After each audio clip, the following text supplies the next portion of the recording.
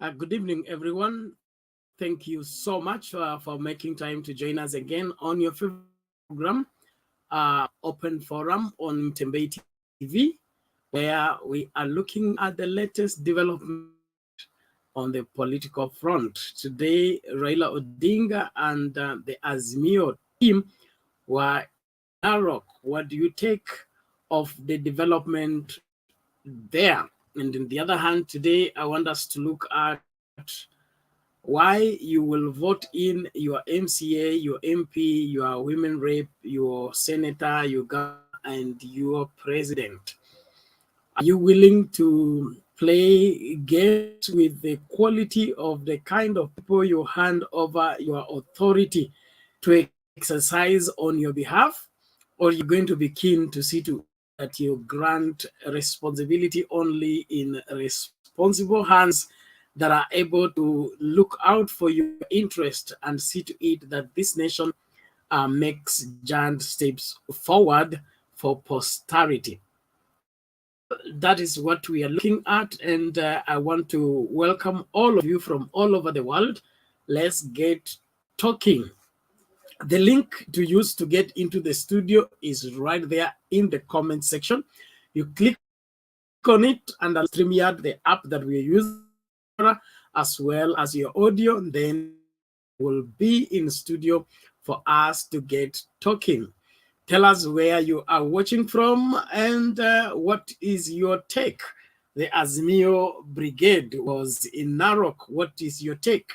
And then Leon Fungua Rojo, tell us why you think that MTA you are going to vote for is worth your vote and worth delivery of what is needed for this great country. Because we have degenerated to be a country that blames leaders as soon as we finish voting them into office. Well, it is said prevention is better than cure. So if we are not careful when they are entering into leadership, we shouldn't complain when they have gotten the responsibility for 5 years, only for you to discover that they never meant what they said and they were never what you thought they were. So it is time for you to put everyone on the scale and be able to make conclusion on who you are empowering to exercise your authority on your behalf, whether they have your interest at heart or not. So karibu sana, nashukuru kila mmoja anayejiunga nasi. Naomba tu tuhakikishe kwamba tunaandamana moja kwa moja katika majadiliano ya leo, kuhakikisha kwamba ukweli wa mambo unajulikana. Ni uongo wa siasa ama ukweli wa mambo. Namshukuru Salome Mbone kwa kujiunga nasi. Karibu kwa show. We have Stone Musu Mombasa. You say bottom up, together we shall win the race. That is interesting. Thank you very much. We have Evans Abok. Karibu kwa show. We have Naje brother John James locked in along Gorod. Thank you so much, John James. Karibu kwa show kabisa kabisa. We have Balkis Mohammed. Thank you. You say good evening. Good evening to you. Thank you so much. Nicholas Arap Ngetich. Karibu kwa show. Kuna Barnabas Njoroge Kishina. Karibu sana kwa show. Anaitwa Muisraeli. Asante sana. Fatimiyu, thank you so much for joining us. You're welcome to the show. Brayo. Baba, as always, karibu, tunashukuru sana. Kuna anaitwa nani, Roma Indomabo. If I don't pronounce your name right, begin by forgiving me for free and let us have our conversation freely. Esther Jela Cheriot, thank you for joining us. Kuna Mwekena, thank you so much. Kuna Dai Bazen, thank you so much. Dennis Beg, thank you so much for joining us. Let us get talking. I say for you to join us in the studio is very simple. Make sure that the link we are sharing right now, you click on the link, allow StreamYard to have full control over your camera and the audio, and you will be able to join me into the studio for us to discuss at length on what is at stake, even as we view latest development on the political front. This is our country, and taking responsibility on where this country goes remains our highest priority. And so let's get busy. Let's do what is necessary to make this great and be able to leave it in the hands of our children and our children's children when we are secure that the nation we left behind is good enough to carry this, our children's children, to their third and fourth generation without any trouble. Well, let's get down to talking. I appreciate those of you that are joining me in studio. I'm glad that you are finding space. If you want to join, please make sure that you make use of the link. And in case you begin to join and you get the notification that the studio is full, you keep trying. The show is long enough to get everybody in the studio, as many as they want, for us to get to business. Where are we now? Let's get in. Thank you. Those of you that are joining, I hope all is well. On the comment section, let us respect one another. Let's call insult to anybody. We are all here. Kipo Ngeno Hillary, thank you so much for joining. We have Gabriel Sigar, thank you so much.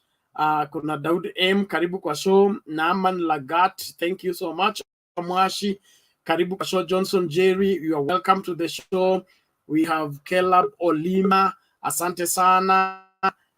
David Olo, how are you there? I'm fine, thank you very much. I'm glad that you are following the show from wherever you are. We are happy that you are in here. Hey God, we are already full house. Okay, thank you so much. Let us set everything in order and be able to start our discussion. Okay. You're right. There is a... Haya basi. Kaja basi tunang'atuka. Tuanze moja kwa moja. Bwana Alex, how are you? Mzuri sana Bernard, how are you? I'm well. Good to hear you, and you're hiding again. No, I'm not hiding, Bernard. I'm here full swing. It is well. Thank you so much. Your opening remarks as we start out our discussion, please. Yeah, Bernard, nashukuru sana kwa mtembei, and I'm glad we are back to the platform whereby we analyze the political situation in our country, and we tend to give our own views and opinions on what is happening, and that's how people become opinion shapers. My first point is every day is a new day, but only for wise people. People live daily as if it was yesterday. And that is what I'm seeing the Ruto side do. They're just remembering yesterday, what they were promised. They're holding on to yesterday. They're refusing to live for today. So today we saw Baba again go to Narok.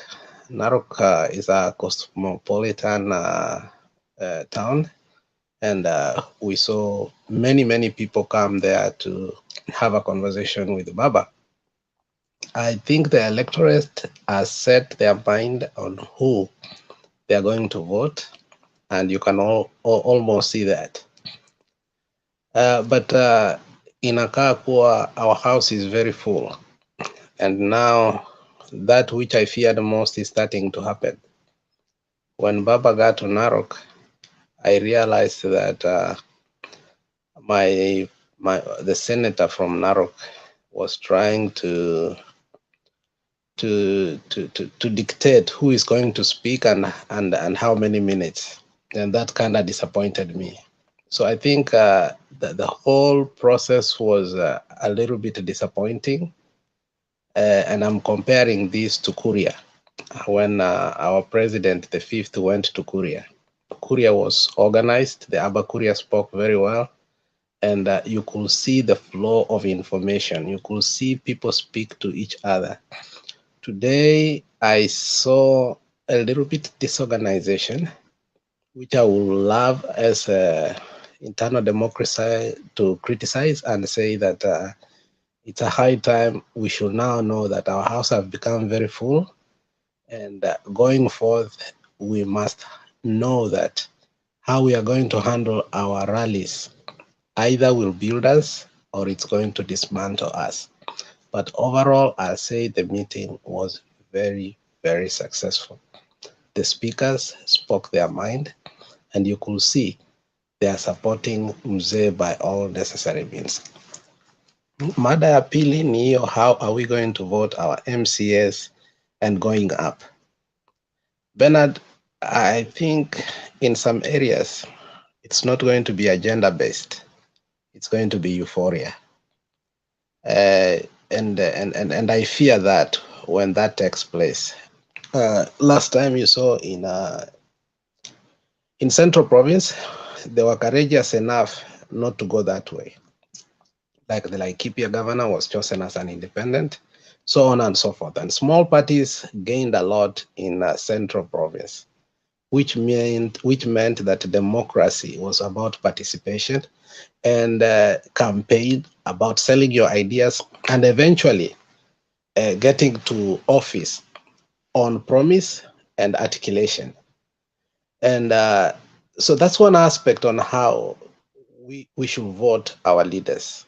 But it looks like there are some areas, UDA zone, whereby euphoria, once you have gotten the nomination, it's as good as you're already a sitting either governor, MP, or something like that. So we are watching the nominations very well. So it's a high time we should tell the electorate who the nomination is also like the real election. People think that nominations we should not bother. People should go and really vote in these nominations, because some areas, honestly, like UDA areas and ODM, and those are the predominant areas whereby euphoria is going to take center stage.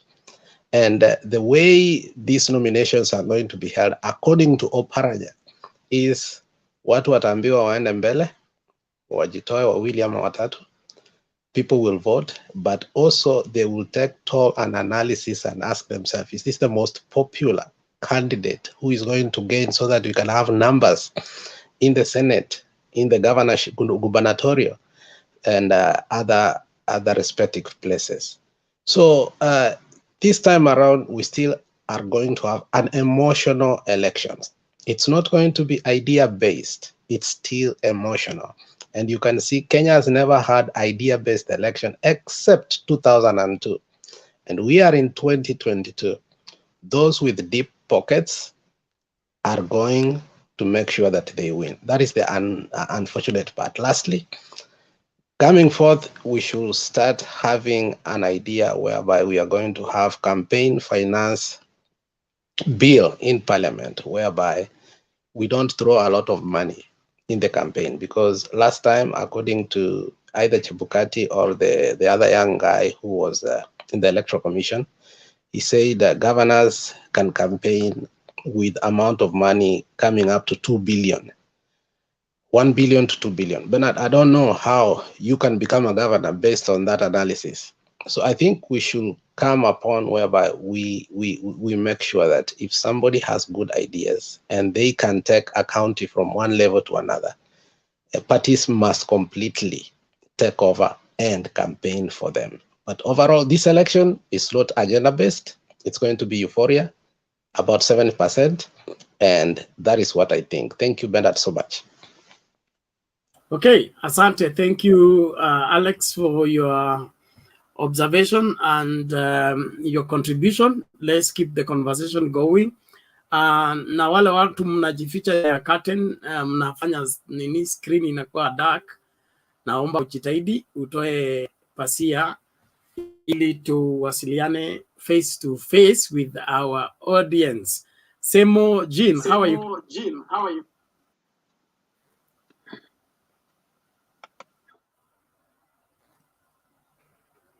Semo upo? Unmute and speak. in the dark. Unmute and speak.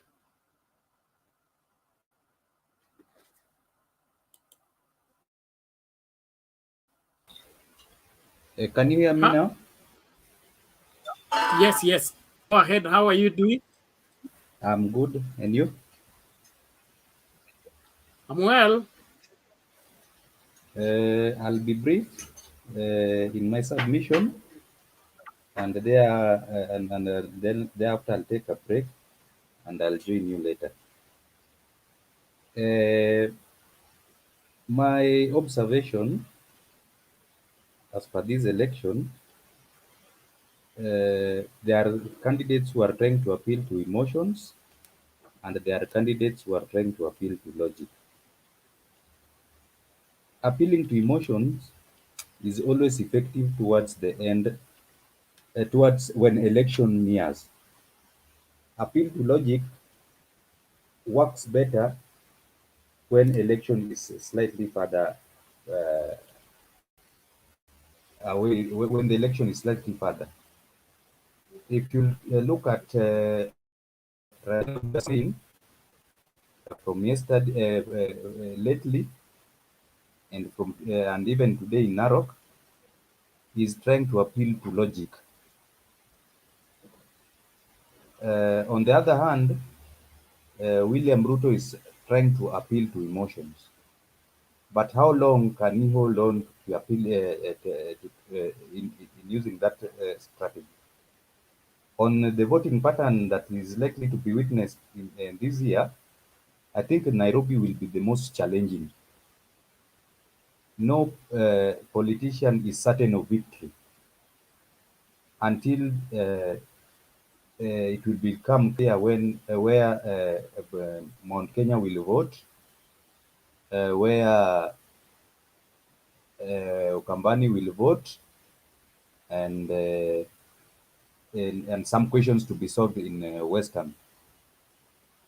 And that's why, for example, if Ruto wins in Mount Kenya, then he has a slight chance of getting some elected.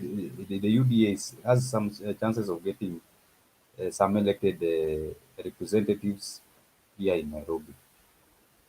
But if the Azimio team, with the help of the president, if they manage to get a sizable number of votes from Mount Kenya,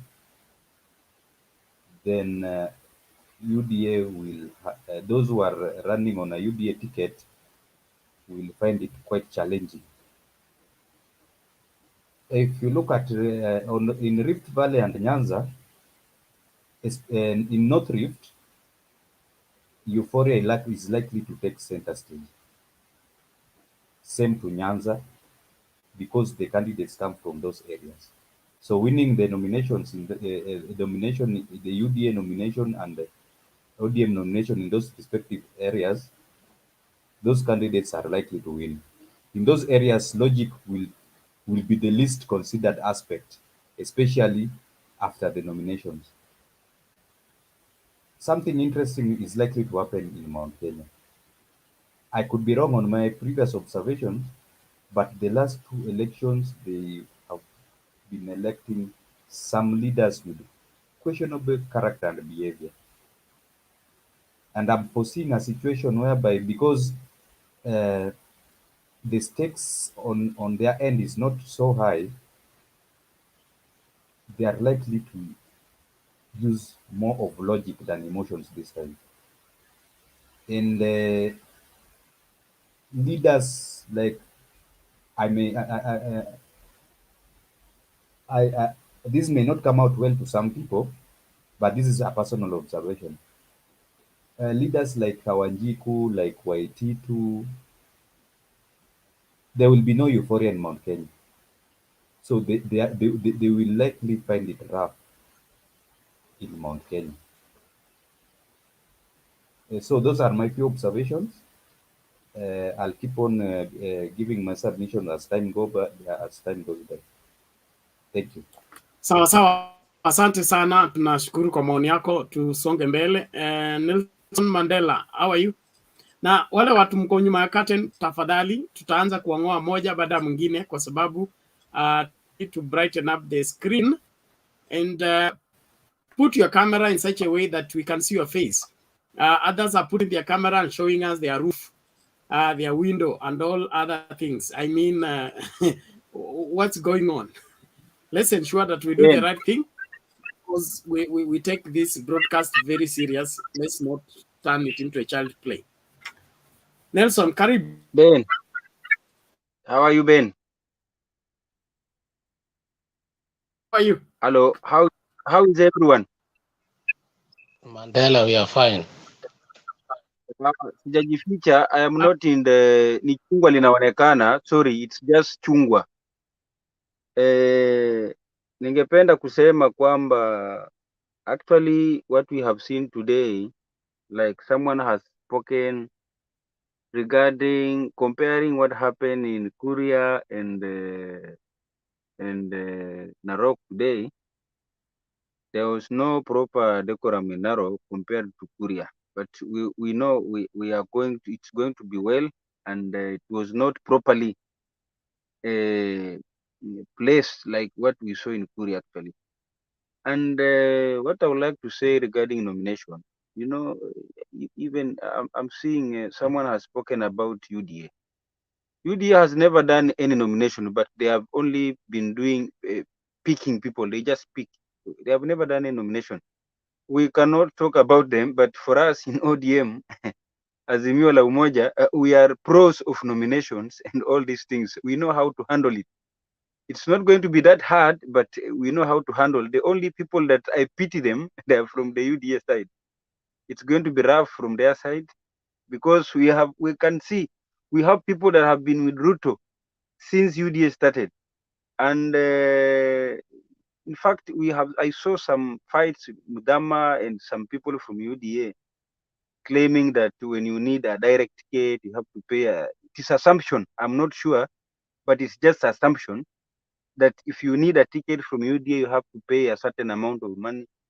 You know, it's going to be hard for them, and for us in ODM, tumezoea, we know how to handle it, and we are going to handle it properly. Next thing I would like to talk about nomination is that regarding the nomination again, when you look at Central Province, actually these small parties that Ruto has really not recognized them, calling them village parties. I believe me, he's soon going to call these parties, and calling these parties, it's going to reduce or to bring nomination into a decorum ya kuunganisha vyama pamoja. And we have seen in Ngirisi what he said. Actually, regarding nomination, she decided to move out of UDA. And we are waiting to see when the Ruto will be going to Kirinyaga, and we will see the outcome of the people of Kirinyaga. But when it comes to nomination, UDA bado hatuwezi ongelea, hawajafanya nomination hata moja. Na mi ningependa tu kusema hivi, tumeona siasa za baba leo na tukaona siasa za mtu wetu huyu Asugoi. What has happened today, I would like to condemn. I really echo the people of the Kamba people. I will echo them. You know, if I don't support you, if I don't support you, I will not come. They just showed this man that they are not supporting him. He had to call students, which is not allowed. I think it's not allowed. Actually, you bring students on such a organized meeting, and I think maybe he will disband the people, the organizers. And as from Azimio, we feel so good to see such confusion from their side. Already, people have started showing them this is the direction we want. And politics of abuse is not to help the people of UDA. That one man is the owner of the owner of the team. The same man, he's a referee. The same man, he's a match com. The same man, he's everything, lineman. the same man is a goalkeeper, and the same man is this footballers who bring football from outside, those boys. You know, you cannot do all things just one man. You need to look for people who are going to help you in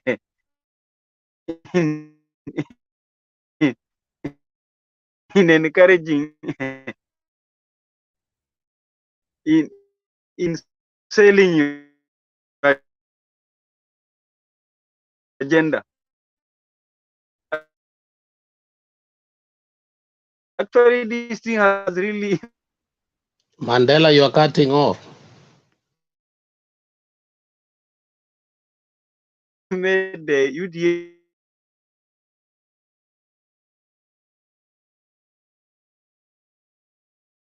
to fail, and it's going to make them rough Mandela, during you the seem to have to nomination, pick up. because these guys that are in You can't UDA, the hear candidates, Mandela one of the match, Azimio La Umoja team. Mandela, ngoja kwanza, suspend your submission until your network is stabilized. We can't get what you're saying clearly, but thank you. You will come in later and when your network is stable so that we can listen to what you are sharing. Thank you very much for your contribution. Let's move on forward. Patriot, are you in? Yeah, I'm requesting you give me some 5 minutes. Somebody else can do that before I come back, please. Thank you very much. Let's move to Mwamburi. Hali vipi? Hello, mwanisikiza tafadhali? Vipi niko huko? salama, nashukuru, lakini msijali manake niko behind and is the nature of the work I'm doing. Nikionekana kesho kaka sitakuwa na unga. Sitakuwa na unga manake so mtaniliwe radhi tafadhali. Umesamehewa, endelea kwa maoni yako. Asante. Leo nimeshukuru kwamba baba amekuwa Narok, nimefuatilia sana, na ukiangalia ule mkutano wa Narok, baba ako na mpangilio. Yule ni baba, yule ni mzee, yule ni mtu anajua ana nia gani na hii nchi. Ana nia safi, anataka hii nchi iendelee vizuri, anataka hata akiwa rais na akiondoka aiache salama. Uliona, mimi nilifuatilia mambo mengi sana. Uliona aliita wale ambao wanagombea kiti ya gavana kule Narok, na before awaite alikuwa amefanya mkutano na wao. Waona? So unajua sasa Azimio, unaona kuna vile watatumia ile hekima, wataangalia mahali ambapo kutakuwa na shida, watakaa chini na wataelewana. Mahali sasa ambapo kuna kizungumkuti ni kwa UDA. Kumbuka huyu deputy president, what happened in the last nomination ya Jubilee. You know most of the people saizi wenye wanamfuata kutoka nyuma wanajua kitu kile ambacho DP aliwafanyia ndio wakapata hiyo nomination. Mmoja mwenye anajua kitu, angalia kama huyu Kabogo. Was Kabogo ama nani? Ile wakati walifanyiwa nomination kulikuwa na shida sana na UDA. So I know and DP kuna baadhi ya wale watu najua hata nini kwa lazima watapata hiyo ticket. Mmoja wao najua huyu Irungu Kang'ata. Irungu Kang'ata, hakuna mambo ingine to cut short at work, kutakuwa na nomination. Kutakuwa tu na mambo hivi basi. Yeye ndiye atapata ticket ya UDA kutoka kule. So hiyo tunajua. Kitu cha pili, tunajua siasa bado. Unajua DP saizi ameenda sana, saizi ameongea sana na siasa bado. Na tunashukuru, but kitu ambacho nataka niambie wananchi wa Kenya wazalendo, na labda ninasema kwamba hii Mtembei TV hata Ruto lazima anaambiwa, wawache kutuambia Raila is being imposed, yani analazimishwa kwa wananchi. Who told him analazimishwa kwa wananchi bana? Wananchi tunataka Raila. Wacha kusema tunalazimishiwa. Who told you? You wait, we vote. Uone kama tunalazimishiwa, usikie kwa debe, usikie uzito pale. Kama tutakuwa tunalazimishiwa wananchi ama ni votes zinakauntiwa. Wacha kutu, you know, they are making that narrative kwamba Raila is being forced to Kenyans, so that Raila akiwin wanaanza kusema oh kulikuwa na nini. No, Raila from the past, Raila has followers, Raila has votes, and those votes are intact. Hakuna yenye itatoka hata moja. In fact, Raila is going to gain what he got last general election. He is going to gain more. What he got in Central, I know he is going to get around, even if we get another 20% from Central, we are good. We are done. Yeah, we will beat him very early. Because if we beat, I know what happened. I know what happened. Kitu yenye ilitendeka the last general election. They were two. Na uliona vile kulikuwa. Saizi yeye ako mmoja. He can't tell us that he can win. So awache hiyo narrative ati hatuwezi lazimishiwa sisi wananchi, ati wana Kenya mwezi lazimishiwa kiongozi. Who told him tunalazimishiwa? Si tunaenda election, let us vote. Yeah, aombe kura zake, baba aombe kura zake. Yes, asikie uzito kwa debe. Akisikia uzito iko kwa mzee, akubali mara moja kwamba mzee ameshinda. So that narrative tuache, because we are intact. Kura za baba ziko intact. Kumbuka hatujaanza campaign. Even Joe has not started talking. Joe unajua alimwambia kwamba yeye anafanya kazi, he's a governor, so he's working. So before ngoja Joe saizi is the outgoing governor. Wacha anze kubweka naye, anze kumwambia mjibu. Unajua mzee amjibu. Kwa sababu hata Joe alimwambia ligi ya Ruto ni yeye. Ligi ya Ruto ni yeye. Baba ako juu zaidi. So kitu yenye naomba tudunishe amani, na kuna kitu ambacho mtaniruhusu niguzie kidogo, although si kuingia that time. Niliingia studio lakini nikawa busy mahali ninafanya kazi yao. So ile mkutano tafadhali mtaniruhusu tu, kwa sababu that time si kuongea. Kuna ile mkutano yenye DP alienda Kibra kule Nairobi. You know, Ruto is a good Ruto kwa maoni yangu, na najua that was intended what where I'm working, I know. Kuenda Kibra alikuwa na one intention. Alienda pale arushiwe mawe. I congratulate the people of Kibera. They did a very good job. They ashamed the devil. Vile walikuwa wanatarajia, in fact it never happens. Nilifuatilia sana mpaka in fact he was talking, even alikuwa na matusi sana, ambapo sasa something happens, mawe irushwe so that he can, sasa ikuwe ni narrative kwamba oh kule. In fact I congratulate people of Kibra, let us cooperate. In fact tunataka hivyo. That was a setup, but mulipita mtihani. I congratulate you. Coast is locked, Taita is locked, Mombasa is locked, Kwale is locked. We are in Azimio, and let me tell you, and I still talk, DP Ruto to get in Coast region votes. Atashangaa sana. That narrative anafikiri hakuna supporters. Ndio sikatai, he can get one or two, but most of the votes, what Baba got last general election, in fact it is going to add more, because I have a reason na ninajua. Do you know why Jubilee they got some votes from Coast? Simply because tuko na mandugu zetu wa Central ni wengi wako huko, lakini ndio nilisema sisi ni jemedari wa baba. Tusiongea hapa alafu kesho ukafika wewe unaongea tu, unatafuta wewe mmoja, tafutia baba kura. Go and convince people there and convince them with facts. Unajua mtu utapata kuna msimamo wako, ndio mkubalie, ni sawa. Don't go and vote. We mwambie hivi. You will convince 2 to 3 people. That is a plus to baba.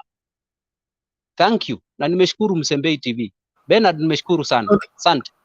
Asante Mwamburi. Now, kabla uende, kuna swali kwako hapa kutoka kwa Mili Adhiambo. Anauliza, tuambie Aisha Juma ako wapi? Aonekani kwa UDA, aonekani kokote. Kuna nini? Asante sana, nimeshukuru sana. Hata umeniuliza swali nzuri na nilikuwa nimesahau. Aisha Juma anatoka Kilifi County, na turudi kidogo before nifikie Aisha Juma. Umesikia kuna yule mbunge wa Kaloleni yule mbunge wa Kaloleni, nafikiri mmesikia kwa vyombo vya habari mambo ambapo vile yanaendelea. Saizi yako wapi? Na alikuwa ameshikana wakina Aisha Juma, na saizi okay, in Kilifi County saizi kuna mbunge tuseme wawili sasa. Walikuwa watatu, walikuwa UDA, lakini mmoja baya asharudi yuko. Alisema kwanza, amesema kabisa kwa media, akasema yeye yuko ODM. Wacha niwaambie ndugu zangu kitu ambacho kinaendelea Coast saizi. Coast as a region, hata mkiangalia Kingi alikuwa kwa ile mkutano wa baba Naivasha. Simjiulize ni kwa nini, na Kingi aliform party yake, aliform party ya PA. Nijiulize ni kwa nini kule. Wacha nikwambie, mashinani kule ndani Coast, unaambiwa wazi wazi hapa, kama hatuwezi pata ODM, hakuna mambo ingine, wewe ni usupport baba apate kiti, manake umekuwa governor for 2 terms ukitumia ODM. Saizi unamaliza, unaondoka, ndio unasema sasa unaacha ODM na unaform party yako. We basi unatusaliti. So hiyo ndio kitu ambacho kinaendelea Kilifi. Saizi angalia Aisha Juma, na tena Aisha Juma muangalie vizuri ameanza kurudi nyuma na anaongeleshwa na wananchi wenyewe na hao wengine. Aisha Juma anajilazimisha kwa UDA, ashapata kile ambacho alikuwa anatafuta. Sasa mbele mtasikie, lakini hata kama asipoondoka atakuwa anajua ashapoteza, lakini ashapata kenye ambacho. Lakini Aisha Juma yuko na baba. You can get his hour aspire, so don't be shocked. Don't be shocked. Nakwambia. Thank you Mwamburi. Asante sana kwa maoni yako. Nashukuru kwa kutupatia undani wa mambo as the Coast province stands on the issue elections. I want to appreciate those of you joining us on the comment section. Let's keep the conversation going and let's remain civil. Let's not insult one another. It is important to keep Kenya as one. Kuna hapa mtu amesema Kibra ni ya Waluya. Hey, God help Kenya. Naomba tuende kwa Kizito. Kizito vipi?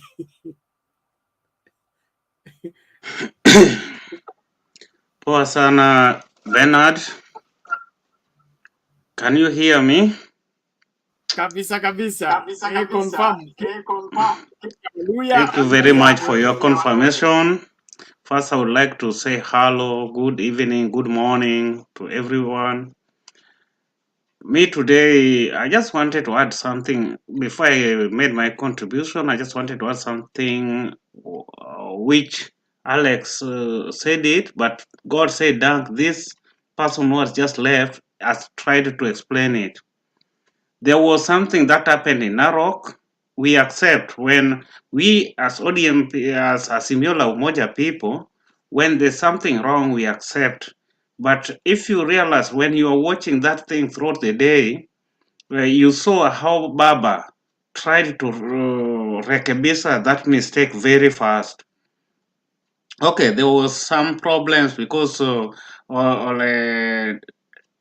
Kena was trying to force things, but that is their mentality. You know, that is next to my home area. So even they were where they were seated, I was just enjoying. I'm like somebody who was at home, but that is their nature of talking. They are like elders.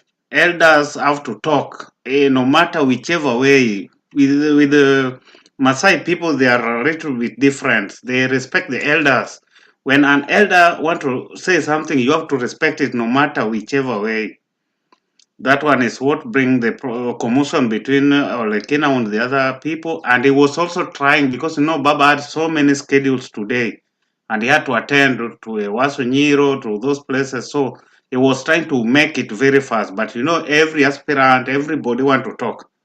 That one is what bring. Secondly, about the governance, you just saw the way Baba played that game very fast until nobody, if you are not careful, you could realize that is making them to come together. By the time he holds their hands and say, okay, hao ni watu wangu, ni watu wetu, I will talk to them. It gave, he never interfere with another person. All of them, they have that kukua pamoja, that okay, we'll agree. Then despite of you fail or you don't get, you will be in the government. That is a promise. So whoever is going to fail, he knows, oh, at least I'm going to get something, let me support the other person. He played that thing, to me, according to me, I saw he played it very well. Secondly, I was only disappointed with my other party members, Uda. It was very much embarrassing. It's better. I don't know where today is. Kizito, Yeah. Kiingereza yako ni ya Oxford. Ninaomba ukiongea Kiswahili nitakusikia vizuri. Okay, thank you very much. Sometimes you just have to understand, because here, everybody where you stay, maybe you stay there for long. Now our English and Kiswahili, and we try to mix them together plus other languages, it confuses us a little bit. Then our dialect also is different. Thank you, but I will try.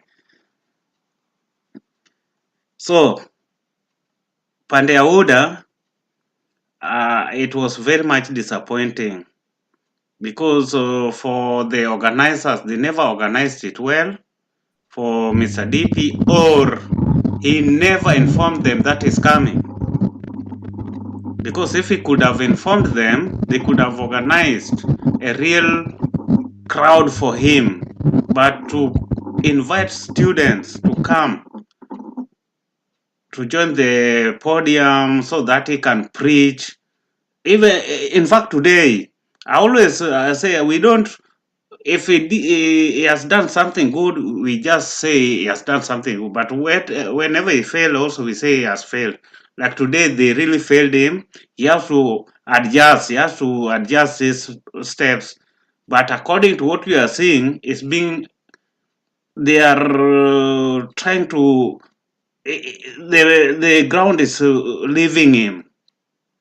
According to what we saw today. So Uda people, it's better they start very early to come to the side of Azimio. Savula was not very stupid to jump. Savula, was very much afraid of earthquake. I think you people from Western, you can tell us, even though you are our Semeji, but when somebody hear about earthquake, Savula ran very fast for his life. He never wanted to wait for it. Yeah. That one is what I noticed today, according to the politics of today. But we members of Azimio, like the other panelists have said, let's try to lure so many people with good terms. We seduce people to join our party, because even where we are, like today, we are having some meetings today. We managed to get a little bit a group of people to join and to go and register.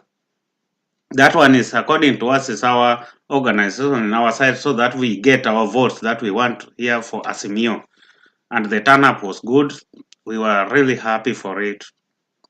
Thank you very much. We'll still be here as we wait for the other people to join, so that in case of anything arise, we'll have to discuss. Thank you. Okay, thank you, Kizito. And I requested, there was somebody called Dan who's in Doha. He wanted to know how to register. I don't know whether he got in touch with you. So leave me your number in the private chat so that we can liaise on how you can help him. Okay, I will do that, but I also Bernard, have to do the research because I'm not in Doha. Me, I'm in the other side. I'm in Germany, so I only know how Germany and other Europe countries, which areas we go to. But I will try to ask tomorrow because we'll be having a meeting with the stakeholders of here. So we'll ask them, people from these Saudi Arabian countries, how the Gulf countries, how they can do and how they can get it. But in our side of Europe, we have even the dates and the places to go.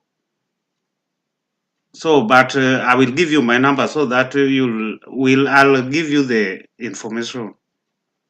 Okay, thank you, Kizito. We appreciate your observation and your commitment. Let us do their part, Bernard, and we trust. Bernard, Yes, Patriot. how are you, sir? I'm fine. How are you? How are you, Sir Bernard? I'm fine. What is driving you? There's a bit of there's a problem with your mic, eh? And unajua watu wanaogopa kukuambia mimi unipangwingwi, so tengeneza mic yako Bernard.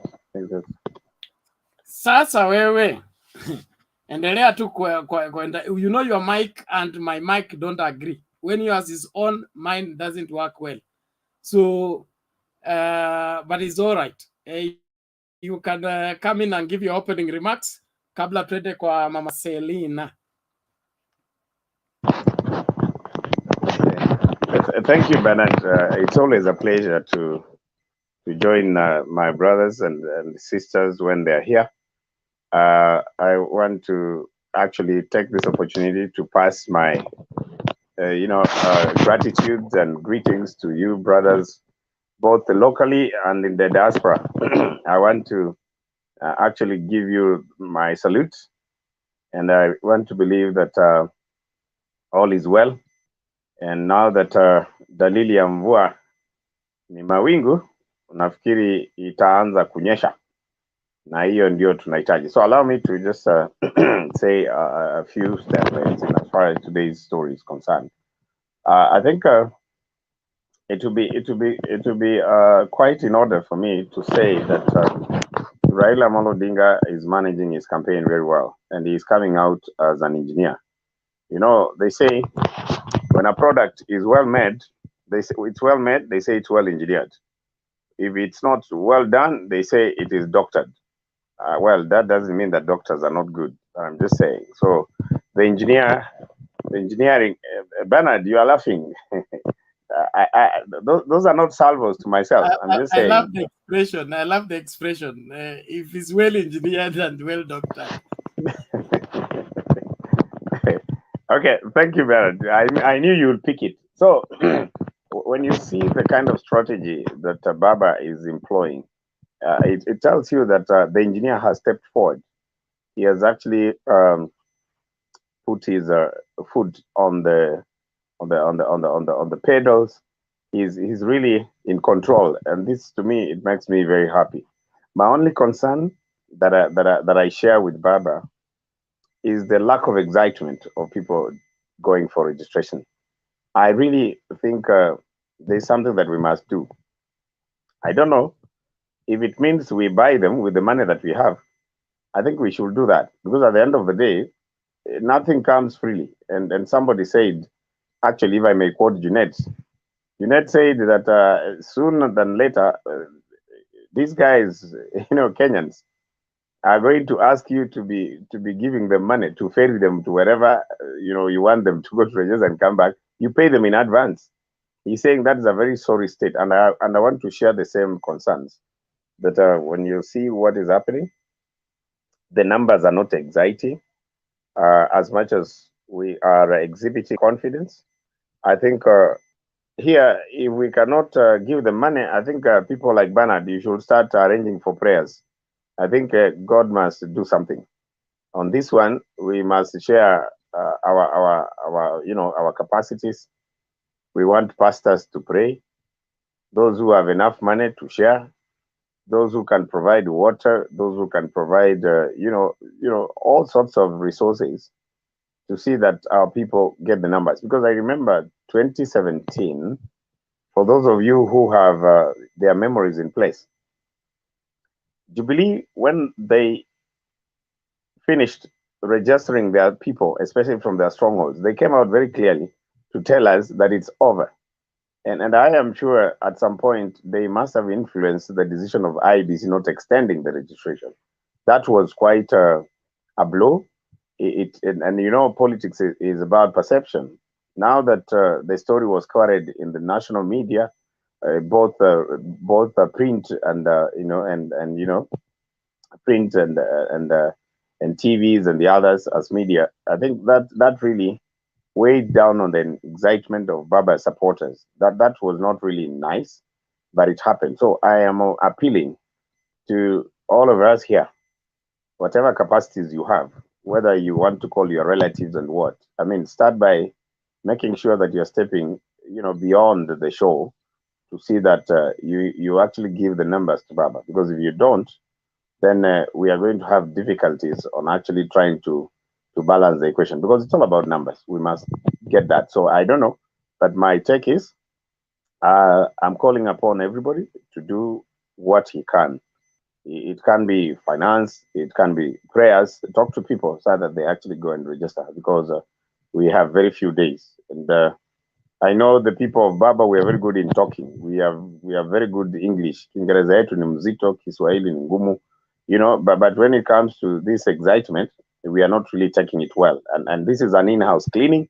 Bernard, I think since I'm on the ground, I am reporting, like real life. This is streaming live from the ground, that the excitement is not really what Baba expected. So I hope that will happen. Nevertheless, I am happy with the poll opinion that came out showing that Baba is leading in Nairobi. And that was very important. It gives us synergies, it gives us encouragement. That tells me that both Jubilee and ODM are working very well. The correlation is coming out very clear. The thing that is also becoming very important is now very clear to the UDA that Nairobi is not their place. Jogoo wa mashambani wa Sugoi hawezi kuwika Nairobi. Nairobi ina wenyewe, na sisi tunasema, nafikiri let's borrow their term. Nairobi hatupangwingwi, na chama ni chama yao, wanasema kazi ni kazi. Sisi tunasema chama ni chama. Azimio la Umoja, chama ni chama. Kazi ni kazi. Kama tunaheshimu wheelbarrow, waweze kuheshimu chama ya chui. Chui ni kubwa kuliko wheelbarrow, so they should respect our parties. We want to go that direction, and I'm sure that now that the poll is indicating that, I am sure all is well, apart from the concerns. Back to you, Bernard. Okay, thank you, Patriot, for the update and the appeal. And we continue appealing to everybody who has not registered to make sure that they do within the period that has been offered. Remember, this is the last mass registration. After this, there will be no other registration until after the election. So let us all do that. On the other hand, I don't think, Patriot, there is a cause for alarm. The sense that this is not fresh registration. We're only looking for the people who had not registered. The majority of our voters, I believe, are already in the register. They just need to confirm the availability, whether something has happened to their registration details. But the target of IEBC is the 6 million young unregistered voters. Those are the people being handed. I believe with the proper sensitization, because I see IBC is doing more aggressive campaign now than they did in the last mass registration process. The road shows, the staging at the marketplace, they have a mobile registration. I think this is going to have a better outcome than the previous one that only managed to get 1.5, I believe. I'm sure this can fetch another 3 million or something. When that is added, we are good to go. So as much as it's important for everybody to register, we encourage everybody to register. We should not also buy into the fear of they have the tyranny of numbers, or they have more numbers registered than us. You know what happened, Patriot, on that one. And you also know the scientific data that you and I know about of the inflated numbers in the region where the tyranny are coming. Wachia hapo Bernard. Don't remove the cat from the basket. Wachia hapo hiyo. No cause for alarm. Let every Azimio people and the other people do your best to get as many people to register as possible. But people na mbichi inakwenda kujulikana. That's good encouragement. Thank you, Bernard. Bwana Mala. So, is it my turn, Bernard? Wewe umefika saa hii. Mbona wewe kuchukua kijiko kiwa kwa mdomo wa mwingine? Because I want to go and attend something and I wanted to make a contribution. Okay, make your contribution as fast as possible kwa sababu ni wewe. Thank you. Thank you. The chairman I said is respect wheelbarrows. We also respect oranges. Thank you. Today's meeting at Narok, well organized.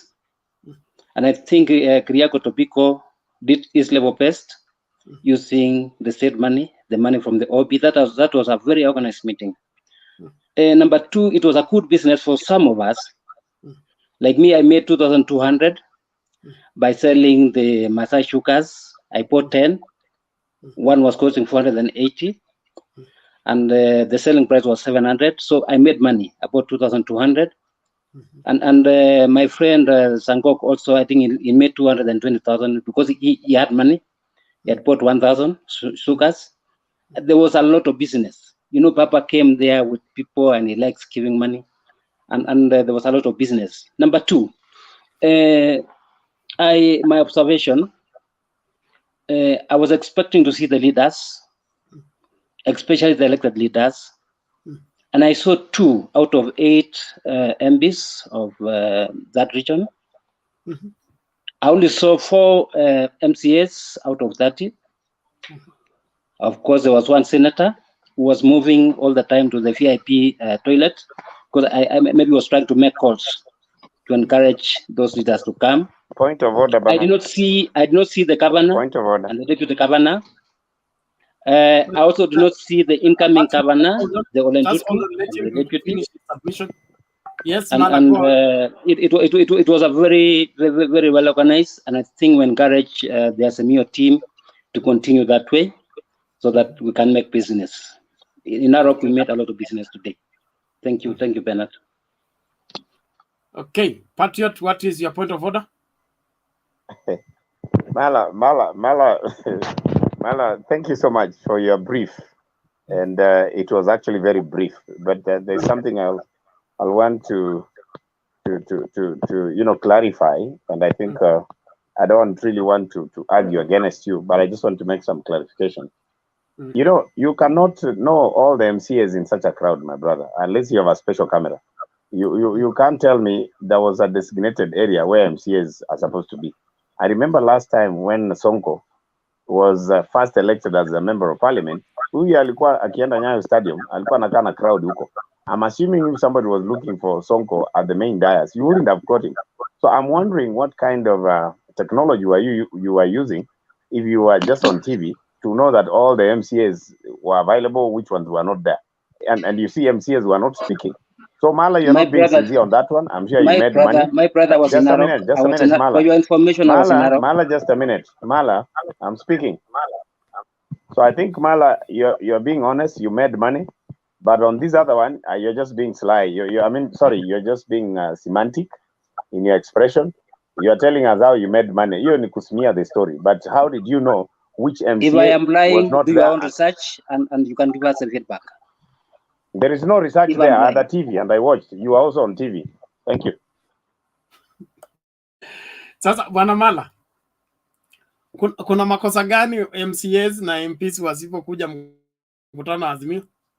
It is okay. That was my contribution and that was my observation and that is the fact.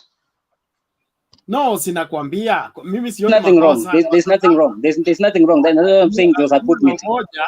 sio mkutano wa elected leaders.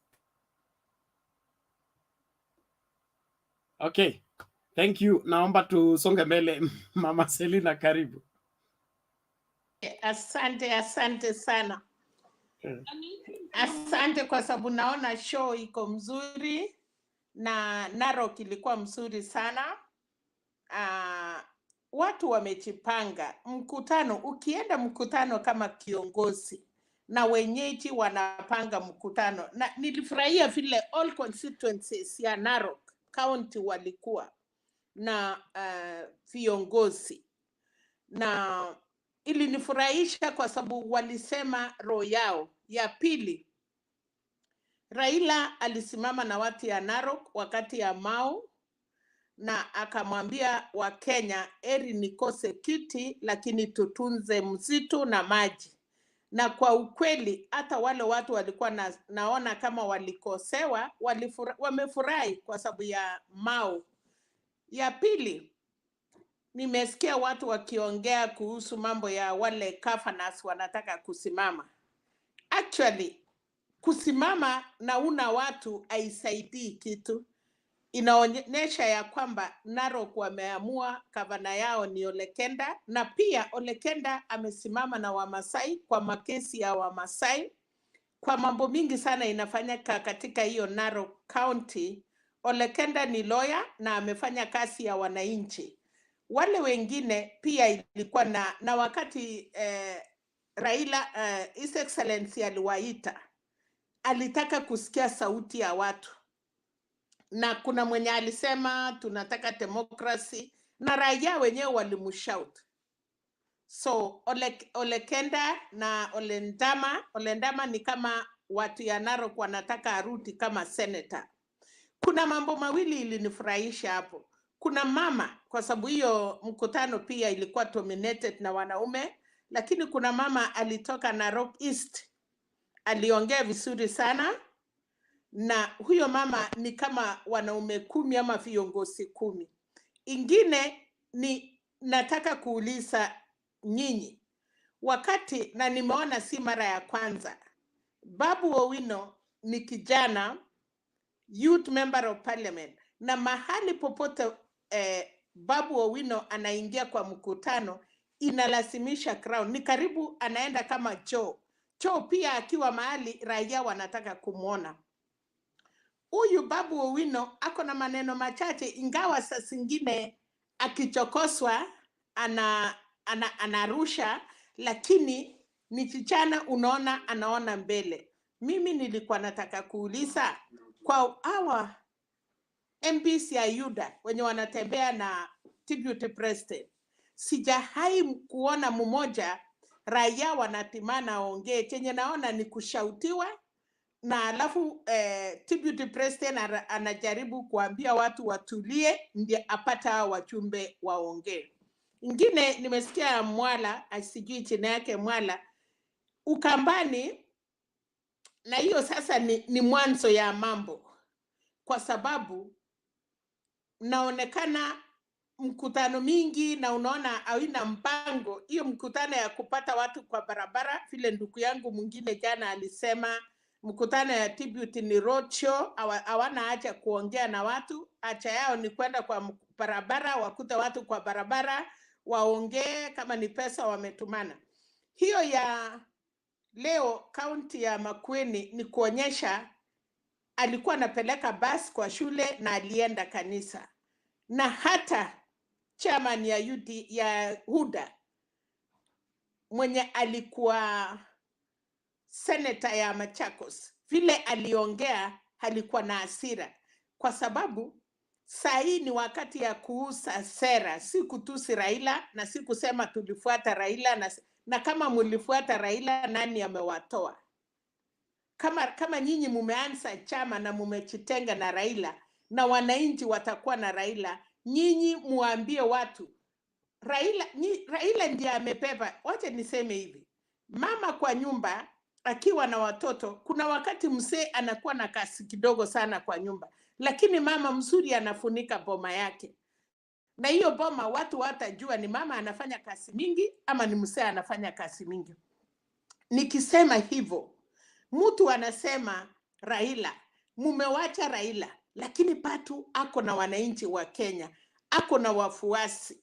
Tuseme ukweli, huyo baba amefanya kazi mingi, hata mtoto mdogo anajua kazi yake. Walikuwa na deny, lakini ukweli ni kwamba Musila alijaribu kuongea kwa sababu kwanza alikuwa na aibu, haikukuwa watu, na watu wale walikuwa kanisa ni wachache. Hata TV nafikiri ni KTN inasema ilipiti deputy president aingize kwa ofisi, akae ndani waone kama watu watatokea.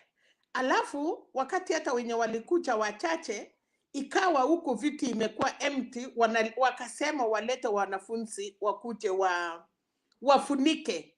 Nataka kumwambia my brother, sasa ujue hivyo ndio umetumiwa, ukifikiria uko na watu wamekula pesa. Sasa anza kujipanga, usipeane pesa tena, wacha watu wahudhurie mkutano yako, ndio ujue ukweli raia wanasema nini.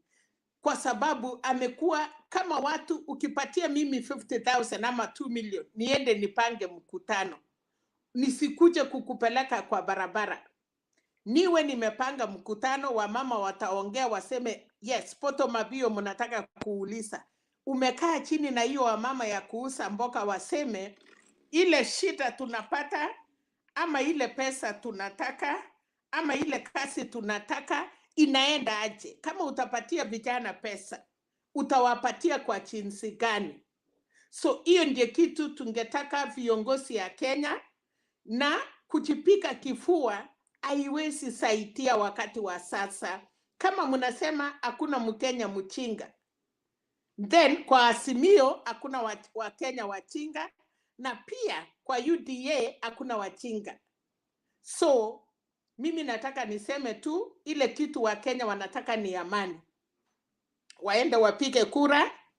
Na nyinyi watu ya UDA, kama mnataka kusaidia deputy, tafuta watu wacha kutumia kifua. Alafu wamama wale wanaongea, nimesikia kuna mama aliongea leo kwa kanisa, kama mumesikia huyu mama ya Laikipia Warokoro, sijui anaitwa nani, amejaribu kusema pale I wish, na ni kama anatoka. Ukiona vile huyo mama ameongea na vile Laikipia, ni kama ako na njia ya kusema oh, I wish ningekuwa na Raila. Anasema sijui Ruto. Watu wasifuate deputy, alafu the last minute, okay, Raila hako na watu watamfanyia kazi. Wakati hawa MPs kila mtu atarudi kwa consequences zake kutafuta kura. Huyu my brother, huyu deputy, na atakuwa na nani? Kwa sababu kila mtu atakimbia kwake kujiombea kura kusurvive na arudi. So tunataka kusema Wakenya wamekomaa. Nasikia mumeongea kuhusu Aisha Chuma, lakini mimi nataka kuambia watu ya Kilifi, huyu mama alisema kiuno yake ndiyo ilimsaidia akafika mahali amefika. Tunataka viongozi wachakuliwe bila kutumia hiyo language. Wamama wengine wanasema wanafuata siasa ya mrengo ya UDA kwa sababu wanaume ni strong. Sisi tunataka maendeleo kwa Kenya. Mama yeyote amesimama kwa sababu anayaipisha wamama.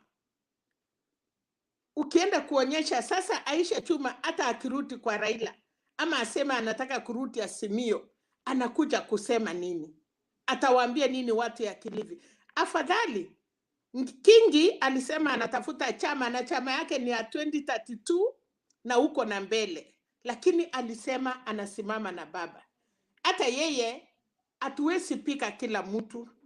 Kijana anaweza taka kujenga nyumba yake, baba anamwambia ndio hiyo shamba, lakini wakati anapika hapo kwa hiyo shamba anakuta ana fedha ama hawezi simamisha nyumba yake. Hako na ruhusa kurudi kwa baba yake na kumwambia mzee, mimi nilijaribu kutafuta boma yangu lakini bado sijakuwa na nguvu. So Amason Kingi alikuwa anataka kujipima kama vijana wengine, na hata hiyo chama yake akiwa na MCA wawili ama watatu na wote ni wa Azimio, baba anasema anatafuta watu ya kufanya kazi pamoja.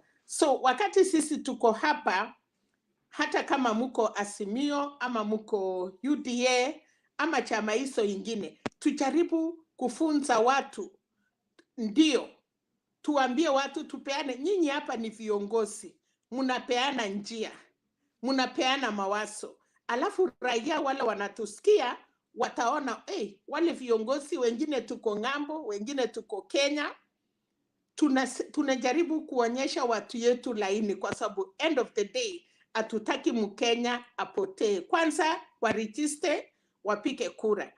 Ingine nilikuwa naona Musalia atakuwa kesho, lakini tunamwombea pia, na mahali ataamua, hata kama atafanya kazi na deputy president, ndio kwa nyumba. Tusitarajie watu wote, unajua, tusitake watu wote wakuja Azimio tukose lada. Wacha tukuwe na watu wachache pale wataturekebisha na warekebishe nchi. Lakini pia tunasema, Mudavadi, wewe ulikuwa na nafasi, umekuwa mtoto ya kulia. This time round watoto wengi wamesaliwa katika Luhyaland yenye baba anastahili kuwashika mkono, wakuwe viongozi ya kesho. Mzee akiritaya apate vijana wameweza kusimamisha boma. Huyu kijana mwenye anawekewa boma leo anafunja, anarudi kwa baba, analetwa. So nashukuru kwa sababu Luhyaland wamekuwa na vijana, wale walikuwa wadogo wamekomaa. So Musalia ameshindwa kusimamisha boma yake. Wacha awache nafasi kwa vijana wengine watengeneze. Mimi ni Mkalenjin, lakini nilisikia uongozi ya Luhyaland na ya Raila ni watu moja waliambiwa, wakati mtaona uongozi imefika kwa maji, kwa Nyanza, sasa na nyinyi watu ya Western mkue karibu. Siwezi sema sana. Mimi wakati nilikuwa nafanya na Moi, nilisikia ya kwamba hakuna vile Muluya atakuwa president kabla kiti imefika Nyanza. Vile watu ya Central walikuwa nasema kiti ya president iwezi pita River China, lakini Raila alikuja akashika mkono Mwai Kibaki, na kweli pikipiki sikaenda na sikapita River China. Wacha niwatie hapo, nisikie maoni ya watu wengine, lakini ya muhimu watu waregister kura. Wamama mjitokeshe kwa wingi, muombe viti. Natarajia tuwe na more governors. Nataka kuomba baba Aisuru, kama tungekuwa na mama anaweza kuwa running mate ya baba, sisi wa mama tungefurahi sana. Lakini tukikosa running mate, baba, kwa hizo viti ya muhimu kwa Kenya, tafadhali angalia kina mama. Asanteni. Okay, thank you Mama Selina kwa maoni yako mazuri sana na wasia kwa Wakenya. Naamini kila mmoja anakupata kwa njia safi, na naona hata labda kuna swali sijui. Themba, is that a question or an appreciation?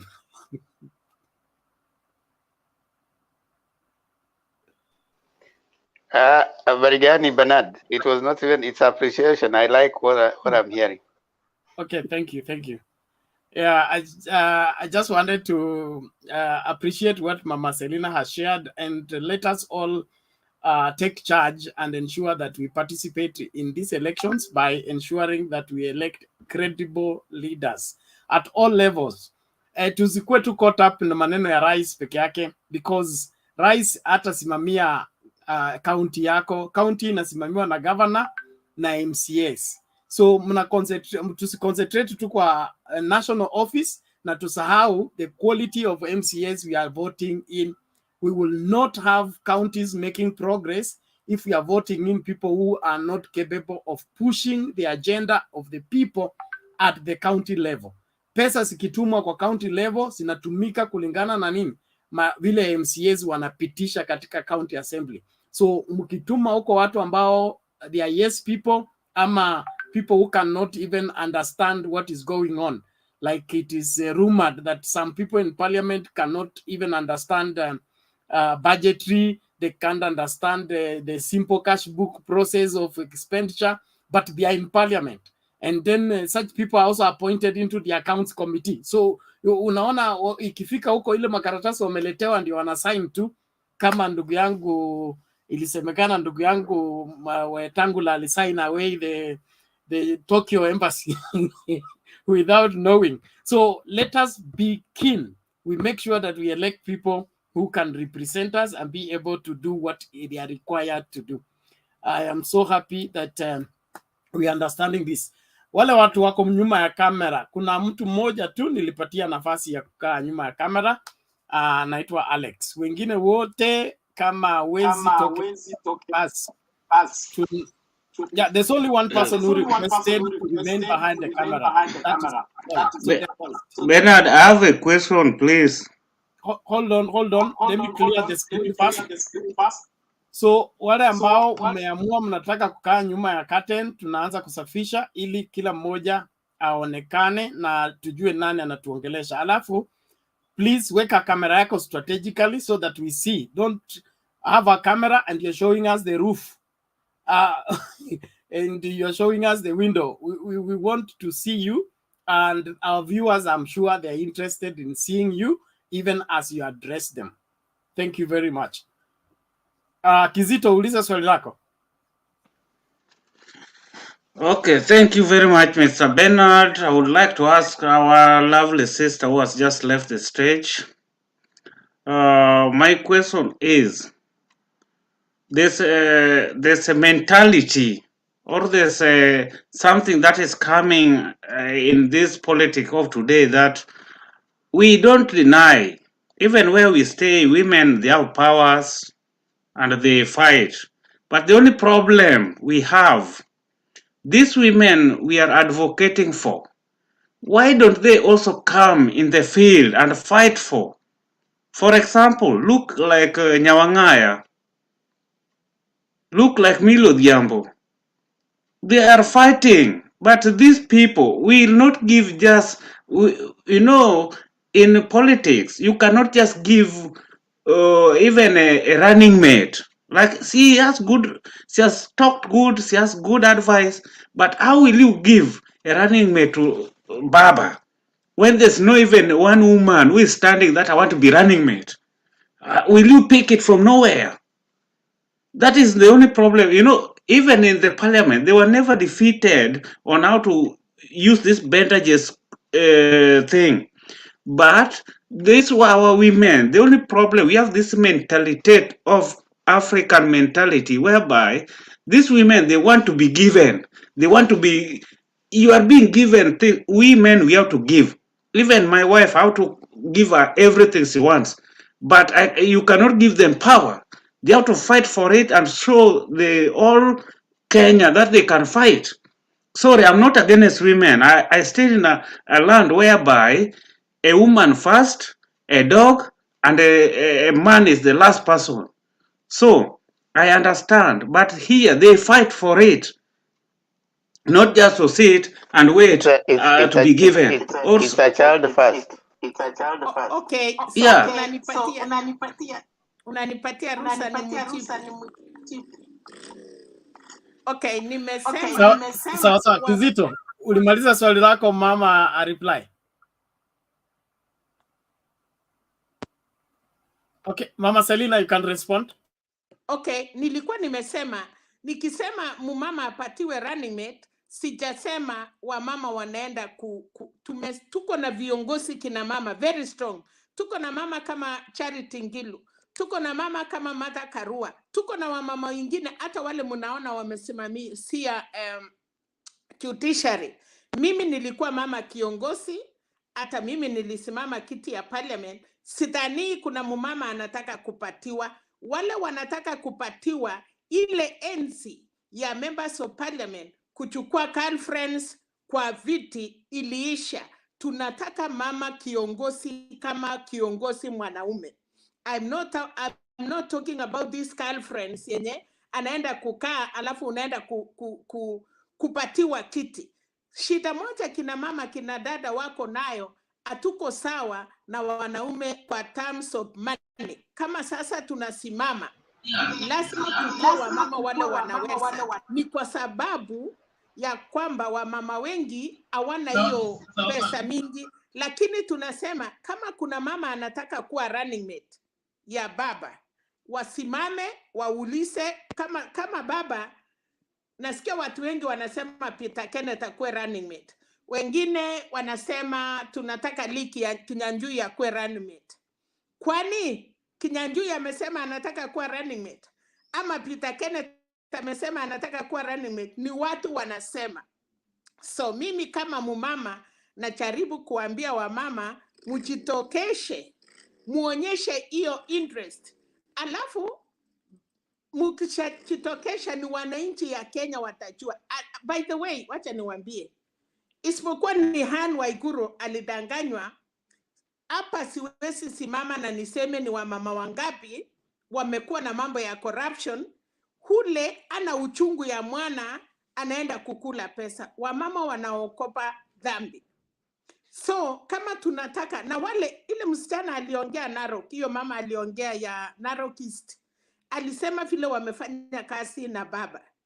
Kuna msichana alisimama tena akasema kuna viongozi, sisemi mumama ile anakupigia chakula, nasema wamama viongozi. Tuna type mara mbili ya kina mama. Tuko na mama mke nyumbani, tuko na mama kiongozi kama mwanaume kiongozi.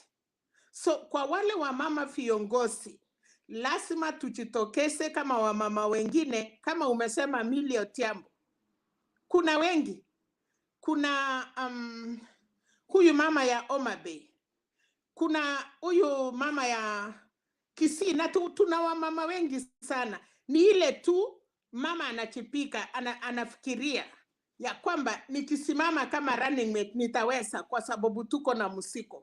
Hatutaki wa mama hachakuliwe, atupe kwake, atupe watoto yake. Tunasema mama kiongozi ni ule atasimama aone, atasimama na watoto na asimame na boma na asimame na inchi. Hiyo ndio vile sisi wa Kenya tunataka. So ndugu yangu, mimi sijasema mchukue wa mama tu, ninasema mama kiongozi wajitokeshe, alafu sisi wa Kenya tuone nani anafaa kuwa running mate. Mwenye atakuwa running mate kama Peter Kenneth ashindane na mama Ngilu ama ashindane na mama Selina, tuone nani tunampatia. Sijui kama nimemjibu yeye. Asante. Mr. Bernard, sijaridhika na vile amenijibu. I totally agree with her. I totally agree with you, my sister. And with all due respect, I really respect your opinion and I really respect the way you put it. But here comes a case whereby women who could vie for that running mate, they have to show interest. That is my point. They have to show their interest, whereby, like, if Martha Karua, who was a very strong person, is a very strong person, she want to be the governor.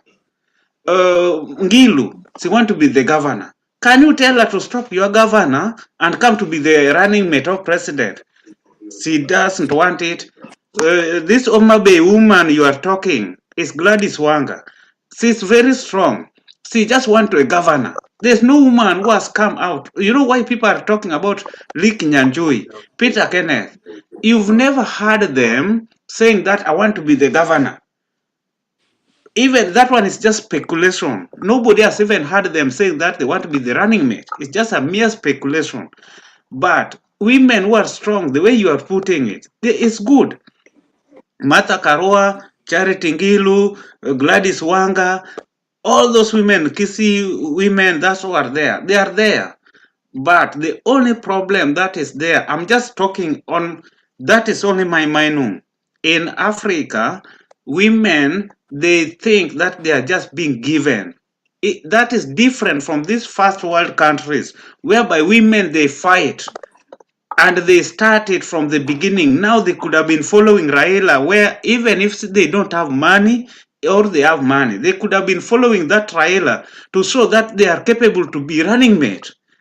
If you cannot show it, how will they notice you in the crowd? They cannot just come from anywhere in Kalenjin or in Kisumu to choose you that come and be running mate. It cannot work.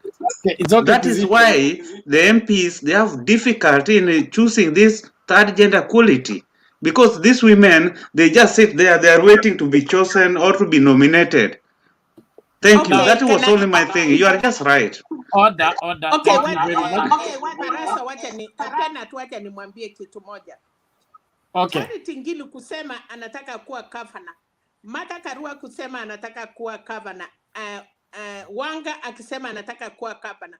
Being the running mate, being the deputy president, and being the governor are two different things. Kukua governor, una govern county. Power ya deputy president na power ya governor iko strong.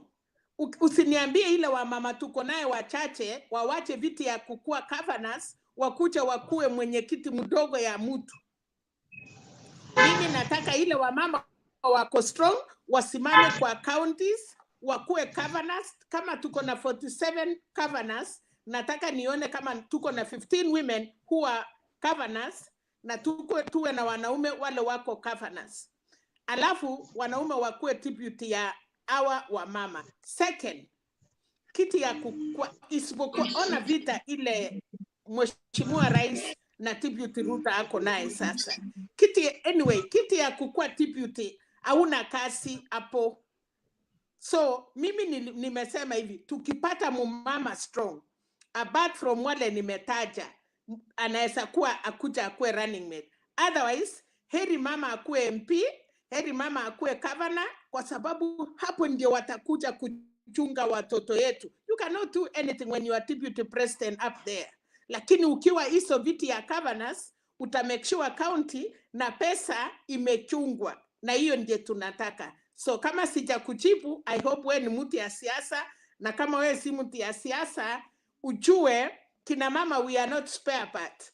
Kama unaniamini ni kuchungia watoto yako, ni kuchunge hata wewe mwanaume unakuja kula chakula yangu. Wamama tukiamua leo amuka, kwa sababu tunawalea, sisi ndiye tunawapepa.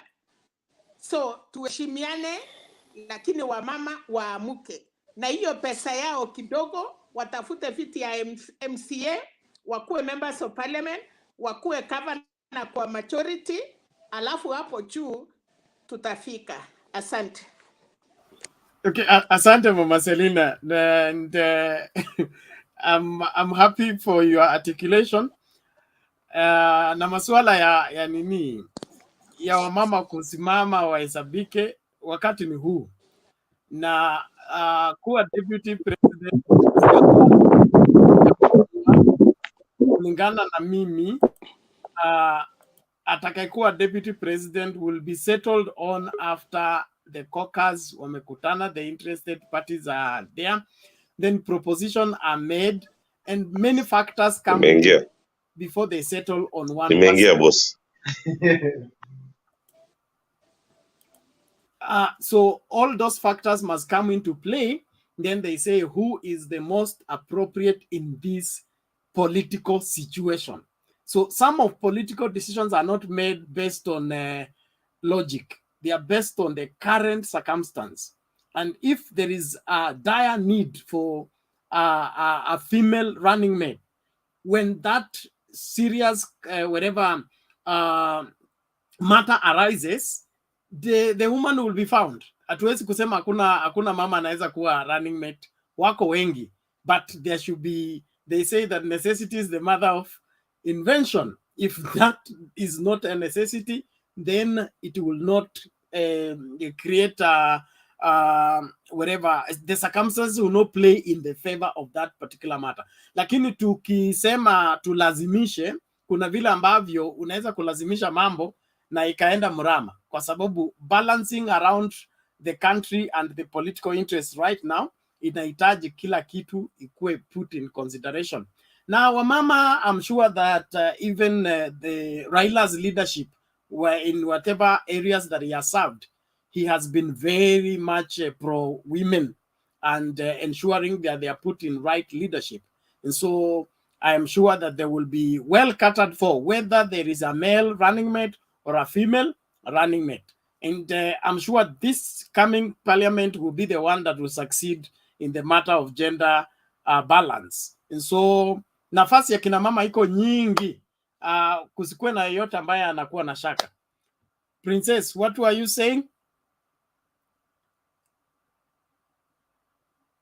Princess Ziana.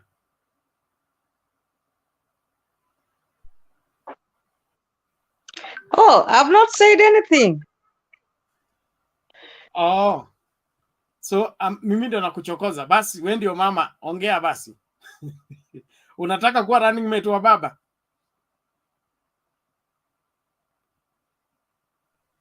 Running mate, tusiseme tu tunataka kuwa running mate. Lazima tuwe na qualities za kukuwa running mate. Lazima tupiganie. Hiyo ni kitu lazima tupiganie. Manake huwezi nichukua tu pale ukanipeleka pale nikakuwa running mate wako. Nikiwa nataka kuwa governor, mimi mwenyewe lazima niifanyie kazi hata mimi mwenyewe. Nifanye kazi, wacha kukuwa running mate. Nataka kuwa governor. Na mimi niwe na running mate mwanaume. Huyo mwanaume lazima afanye kazi naye pia awe running mate wangu. Sitaenda kuchukua tu mwanaume wowote pale. Kwa hivyo kama tunataka kazi ya kuwa running mate ama kuwa governor, lazima sisi wenyewe tuonyeshe bidii zetu. Kwa kweli sisi wamama tunaweza, lakini lazima tufanye bidii ndipo nasi tupate nini? Manafasi zile tunaweza kupata. Kwa sababu naweza kuwa daktari. Sio lazima niwe nurse. Nikiwa daktari, unajua mostly kazi ya udaktari inasemekana ni ya wanaume, lakini tunapata wanawake ambao ni madaktari. Kwa hivyo lazima ufanye bidii. Ni hayo tu kwa sasa. Okay, thank you Princess Ziana. We appreciate your lakini tunapata wanawake ambao ni madaktari. Kesa iko nini? Lazima ufanye bidii. Samahani kwa hilo. Naomba tuende kwa Mkenya. Mkenya vipi? Nzuri. Although I don't want to dwell so much on that. Kabla utupatie jibu. So leo kwanza anzia hapa. Okay, Selina has touched on that, on the issue of Aisha, okay, the politician. Though the little bird is whispering to me, ni kama kulikuwa kimeumana. When you saw Governor Kingi making back to Nakuru, is it Naivasha, where there was a meeting? Now these people come from Giriama, and they're the one who dominate Kilifi. So little bird is whispering to me, ground ilikuwa imeumana, na mtu alikuwa anajaribu kurudi. Akapata MP ya Malindi imeshikana, kuna mtu anaitwa Mnyanzi. So kilikuwa kimeumana. So bado wako hapo mlango, either wanabisha waingie, wenyeji wanasema umejaa. Yeah, so ni kwa hiyo tuko sasa. That's what I'll say for now. Sawa. We can get what you're saying. Make your today's submission. Okay, just I will make today's submission, but I will hop on the same string as what Selina said.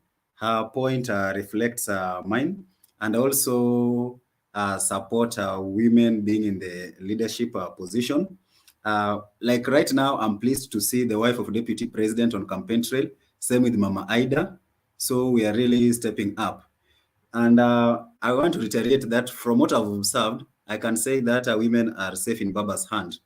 The reason, if you have seen women campaigning on UDA campaigns, they're the one making the world to see that women cannot do serious job. You've seen the one who is vying for women rep. Akipewa kazi dakika 5, kazi yake ni DJ, niweke ile anachukua, anaweka, Now people will wonder what kind of this. And you'll see them dancing. We had the other one who had, there was a headline which was about to trend during Kibra tour. And the headline would have read, a pregnant Kenyan woman on the campaign trail to secure a better future for her unborn baby. A pregnant Kenyan woman on the campaign trail to secure a better future for her unborn baby. Then boom, akasema kitu, hiyo headline ikapotelea hivyo. So that was an opportunity lost. To the campaigns today, it was organized well, and the people spoke there, and everyone was given opportunity, even the aspirants. It is always very rare for aspirants to be given opportunity. And at times, politicians, these big politicians, always ignore aspirants, but these aspirants are the one who have they also have a say on that. And also love how Baba handled the issue, though I felt that he was being coerced to say Kenta Tosha. Those where he was called and prepared. Then Kenta said, now was it Ole Kina said, Kenta Tosha and avalishwe kofia. Raila never did that, if you observed. So he was trying to play neutral and let the people of Narok decide, and that is what about democracy is. So democracy is not just about going to the ballot, but also negotiating. We also have negotiated democracy. So when you talk of, I've been telling on this platform, UDA doesn't have numbers, and I will tell you that. You can take that to the bank. I saw that in Kayole, Kibra, hata Pokot. If they challenge me, I can give you the numbers. What walikuwa wamepangana nyuma, if you count, they were 12. 1, 2, 3, 4, 12. Alafu imespread. In Nyeri, walihire boda 767. I did some counting huko, and you saw it becoming big. Today, they had to bring school children wakae huko, alafu atasema they have numbers, but we wish them well. By the way, do you know, for those who are supporting UDA, I will compare Ruto's stronghold, that is the Rift Valley. Do you know, as things stand, Rift Valley, that is if you combine West Pokot, Nandi, Uasin Gishu, Baringo, Bomet, the total number of votes is 1,400,577 as of today. If you take Kisumu, Homa Bay, Migori, and Siaya, the voters there are 1,420,187, 20,000 more. I raise my case. Where are the numbers? Ziko kwa bunge. Thank you, Mkenya. Let's move on. Where is this? Victor Onyango, how are you?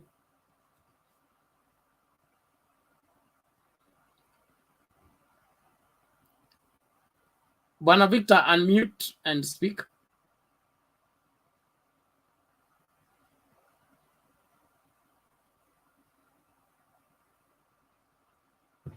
Bwana Victor, you unmute, yes? Not Then go on. unmuting.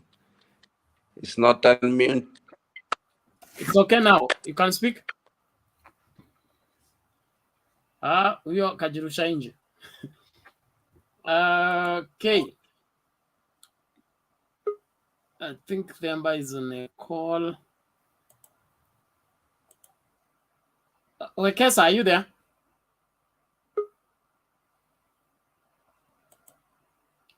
Wekesa, are you in or you are out?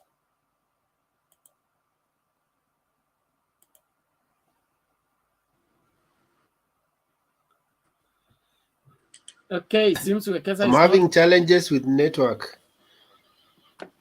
We can hear you. Can you hear me? Yes, we can hear you. I'm having challenges with network. Uko na feedback. Kwani unasikiliza ukiwa kwa studio? Hello? Yes, Wekesa, go ahead.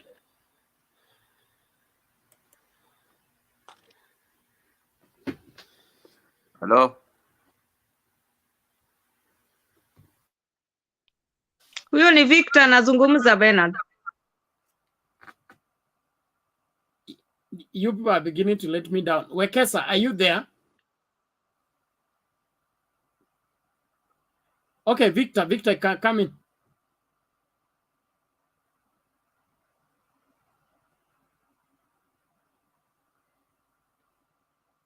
Bwana Victor, you unmute and then speak. Okay, Victor, come in.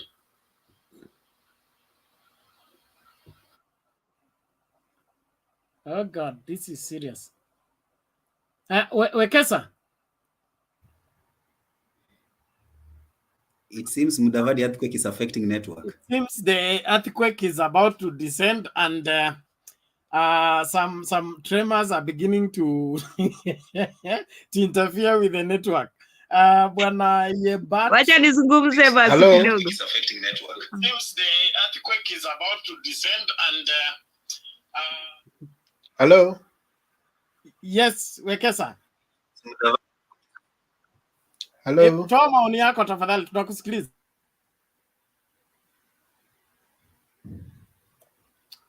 Okay, let's begin. Ifagia wote. Princess coming. Princess coming. Asante sana Bwana Bernard. Pemba namuona kule, sijui leo ni Which one what's is this? that? What is that? Kwani kumekuwa aje? Back to in the studio.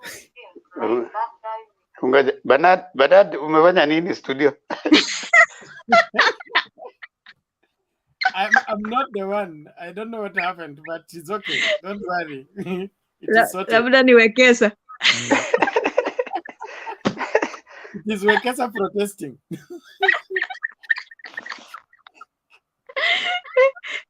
Wekesa amekasirika. No. It's okay. It's okay. I'm just joking. Anyway. Nashukuru sana Bwana Bernard, Temba, Kizito, Selina dada yangu mkubwa na Mkenya. Kwa maoni yangu ya leo, hiyo mkutano ya Narok ilikuwa nzuri sana. Hata ilinifurahisha.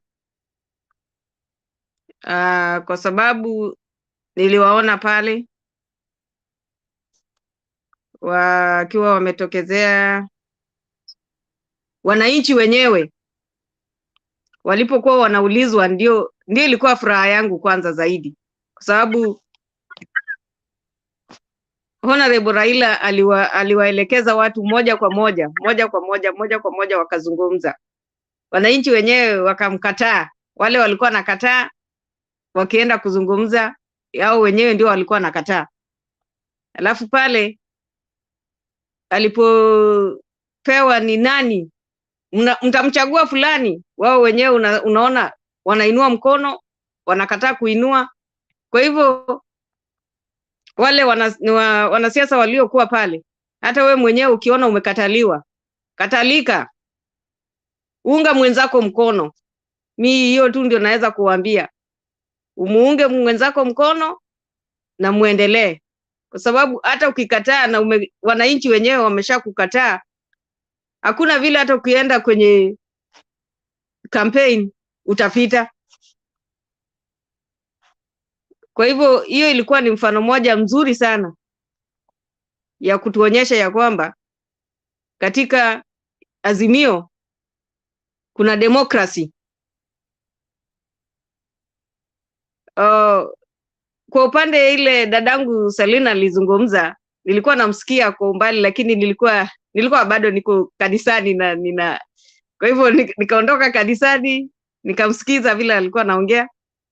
Alisema vizuri sana, lakini kile ninaweza kusema, hata sisi wadada wa mama tufanye bidii tu, ndio tutafika pale. Sisi wenyewe pia tukifanya bidii, hatutaki tukue tunakuwa makamu, tuwe rais sisi wenyewe. Kwa hivyo kama ni governor tupiganie, kama ni kukua makamu wa rais, hata nasi tupiganie. Tusingojee kupewa, sisi wenyewe tuipiganie sisi wenyewe, kwa masomo na kwa kuwa na hiyo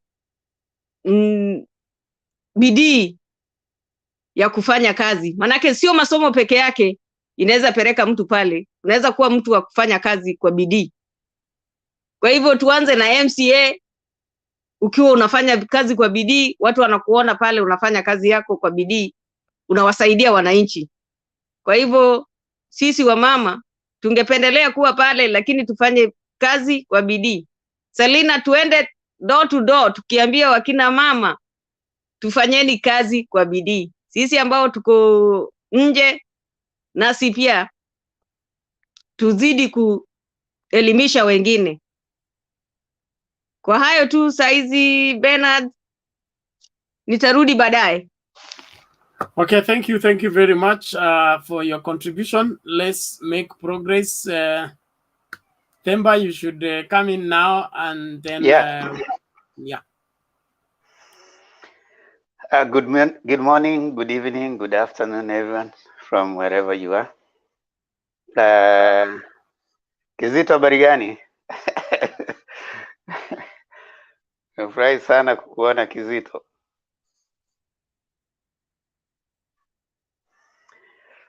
Now, on our debate today, I am impressed, especially what Kizito said. I think we need to appreciate the contribution of women, but even as we talk about marginalized people, as the level playing ground is being created, we need to appreciate that they also need to fight for those positions. That is for me what I think is appropriate. But right now, what has happened is that slowly and surely, many women have fought their way up the ceiling, and we have many of them in very significant positions. But still more can be done. So that for me is something that I see as a progress, and it is progressive. And in agreement with Kizito, we as long as the ground, there's a level playing ground for all of them, without prejudice to anyone, I think they can be able to occupy places that men have occupied before. As for the running mate for Baba being a lady, it should not just be a lady. In my view, it should be what is the leadership quality of the person that you want at the top. And again, in my view, it should not just be a person from Central Kenya. It should be someone who has proven that they can complement the leader that is going to be Baba. Like for example, when Obama was coming in, he took on Biden because of the complementary effect that was going to provide for his leadership.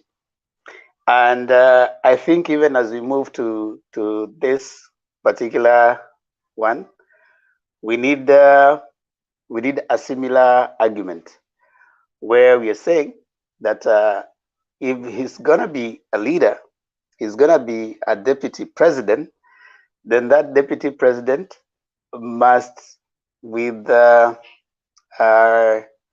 clear focus, complement the leadership, because we just don't want a tribal balance. It's not tribal balance that we are looking for.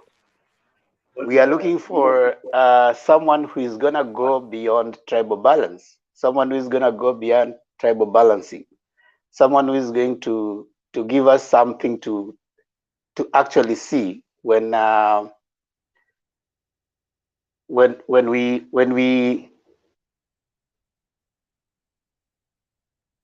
we look at Baba as a leader, when you look at the Azimio as a team, what will they have provided for Kenyans? What is it that Kenyans will have seen?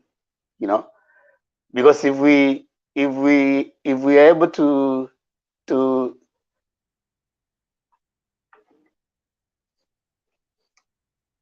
can you hear me?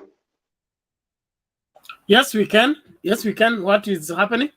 If you're able to eventually, because we'll interrogate the Azimio government, we are going to interrogate the Azimio Republic.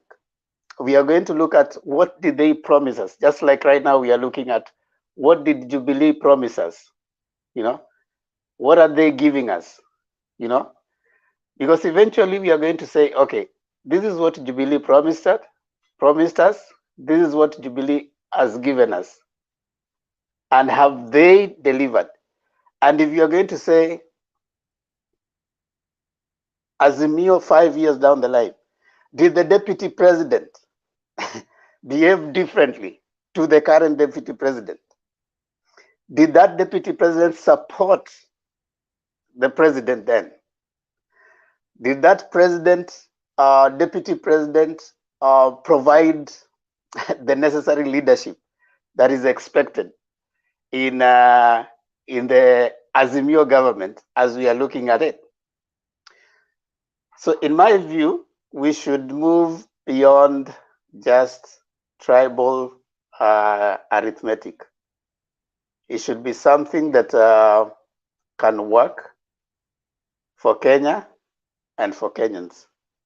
So for me, that is what I can. And I think some of the people who have who are hanging around Baba and are supporting Azimio, some of them have the quality, and of course, some of them that Bernard you have mentioned, and some of the people have mentioned. I think when that time comes, Baba will not be lost of choice. Yeah. So I think we need to change the debate. It's not just about a tribal central person.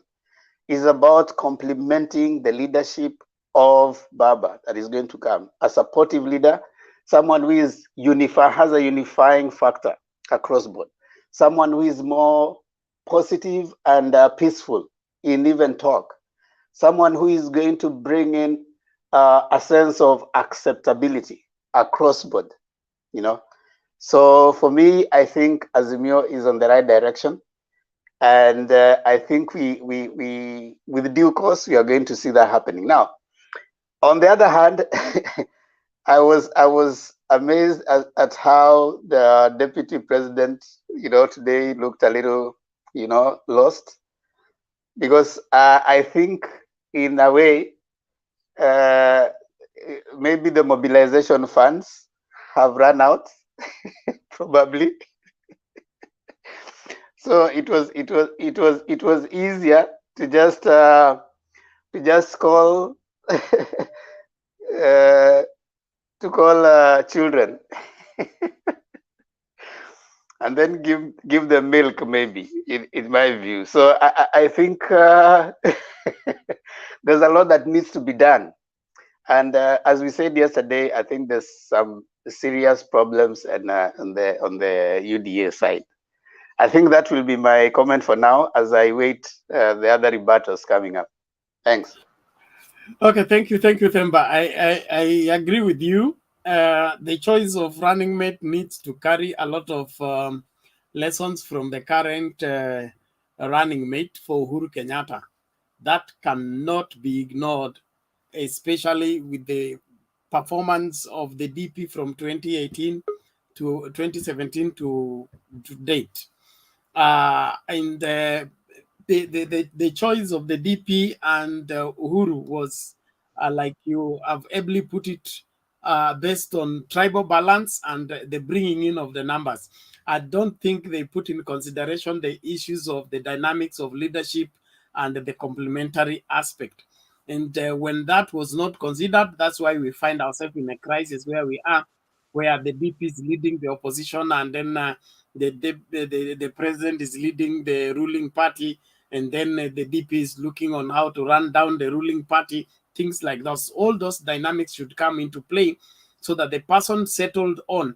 Baba should not have time to settle scores. He should have time to fix this country so that this country takes off and we recover whatever we have lost.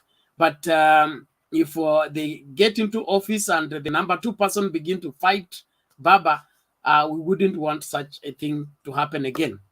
On the other hand, the parliamentarians need to put into consideration this aspect of saying that deputy governors and deputy president have no job should not arise.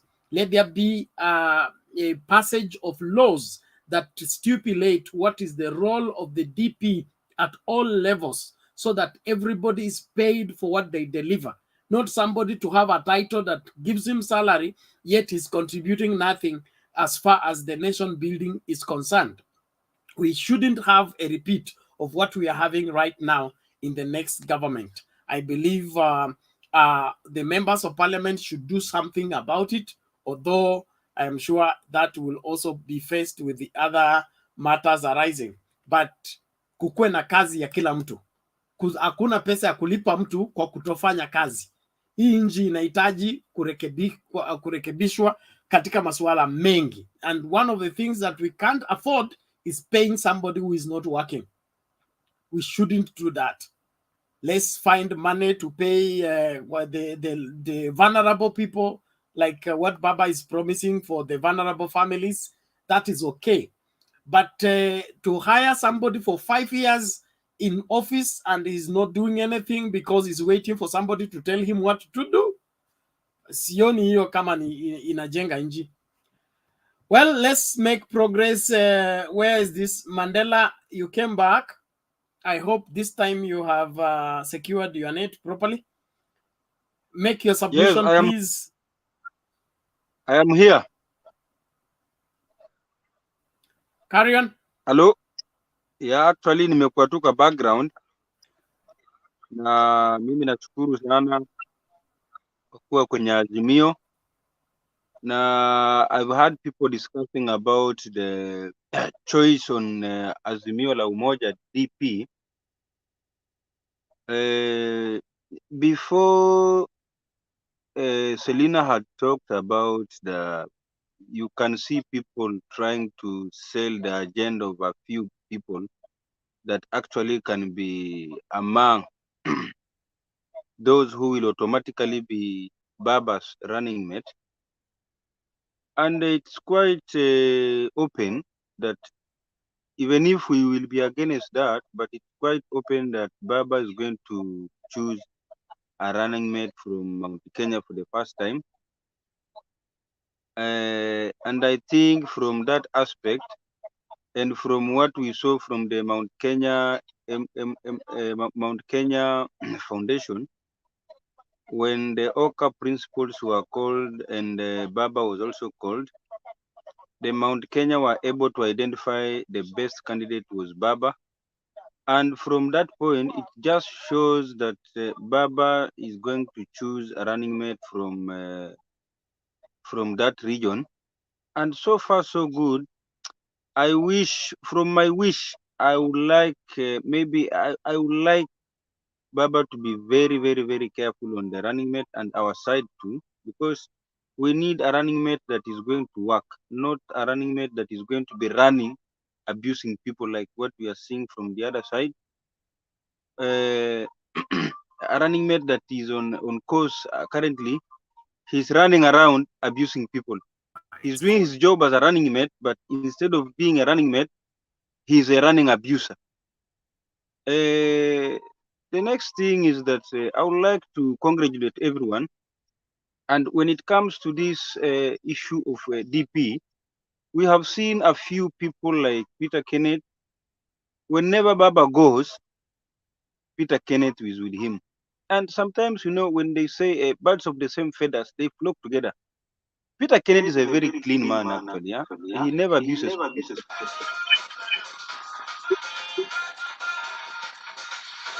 I don't know what's. Hello? Hello? Can you hear me? Yes. Carry on. What's happening? Don't know what happened, where the noise came from, but I would like to say that Peter Kenneth is one of the most clean though you are person. too slow. Move with speed. Ben, nipatie pia muda at least niongee. Unanikatianga hata kabla sijafika katikati. Unaniachia sijafika Kanani, umeniacha Jordan. Ndio nakwambia usipoharakisha no atafunga safina. Okay. This is what I want to say regarding running mate, but from my side, mimi mwenyewe nilikuwa naona huyu jamaa Peter Munya anaweza handle UDP vizuri sana, but I don't know from our Azimio people wanafikiria namna gani. I saw that man is an open man, a man with outspoken, he can speak and he can also fight for the people. Let's watch and see who Baba is going to choose as the running mate. But what I would like to tell everyone is that all presidential candidates, currently they are confused because Mount Kenya is not producing a strong presidential candidate. The other ones, they are just aspiring candidates. They are aspiring. They might even say today, I'm not running. We can look at Speaker Muturi and those Nikiwa Rais, Ndapatia kila mtu ng'ombe, you know, those guys, they will not be in the ballot, but they are just trying to play with the minds of the strong candidates. And it is quite confusing, even from the other UDA side and from the Azimio La Umoja, that a DP should come from Central. And this is going to boost Baba from our side. And the next thing I would like to talk is about, we have seen before people abusing Baba, his name was in the blacklist, what? But at least the current generation, they have realized the benefits of this man. Each and every person, even today I have a friend of mine who has never voted for Raila Odinga. He has voted for 6 times. 6 times. But today he just called me and told me, Nelson, I've heard you. And I promise you, my wife, my kids, and my family is going to vote for His Excellency Raila Odinga. And he comes from Nyeri County. And that is the spirit that I need you guys from the group to speak to the people and let them understand the benefits of having Baba in the ballot. As much as we are one thing, I heard one guy had spoken with Kizito. It is Bernard who asked here, who is in Doha. Actually, Ben, ambie mtu to akuje DM, and if he knows where our embassy is, I will tell him how to register as a voter in Doha, Qatar. I am one of the I am one of the agents for ODM. I will communicate here. Though hatukuwa sana kwenye Mtembei, but we have come to Mtembei. Previously, 2017, I was one of the first agents who are ODM here, and we did our best in the embassy. And if there is anybody that is in Doha, hata kama sio transport uko na shida, ukitaka kufika huku uone venye utaregister as a voter, please just DM me.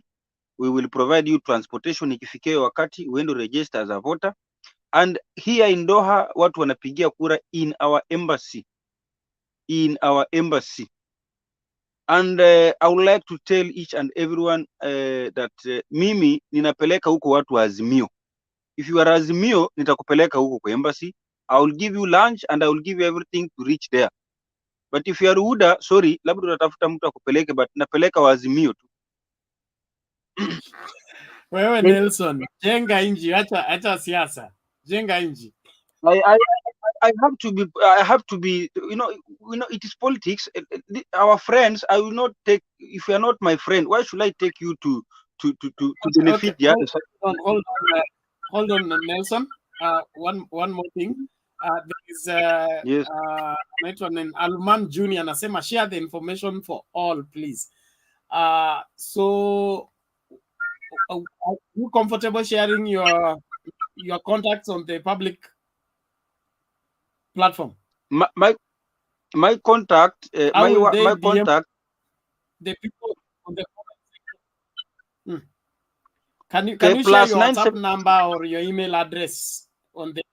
Yes, +974. My number previously I was Secretary General wa Kenya hapa. That was 2014, 2015.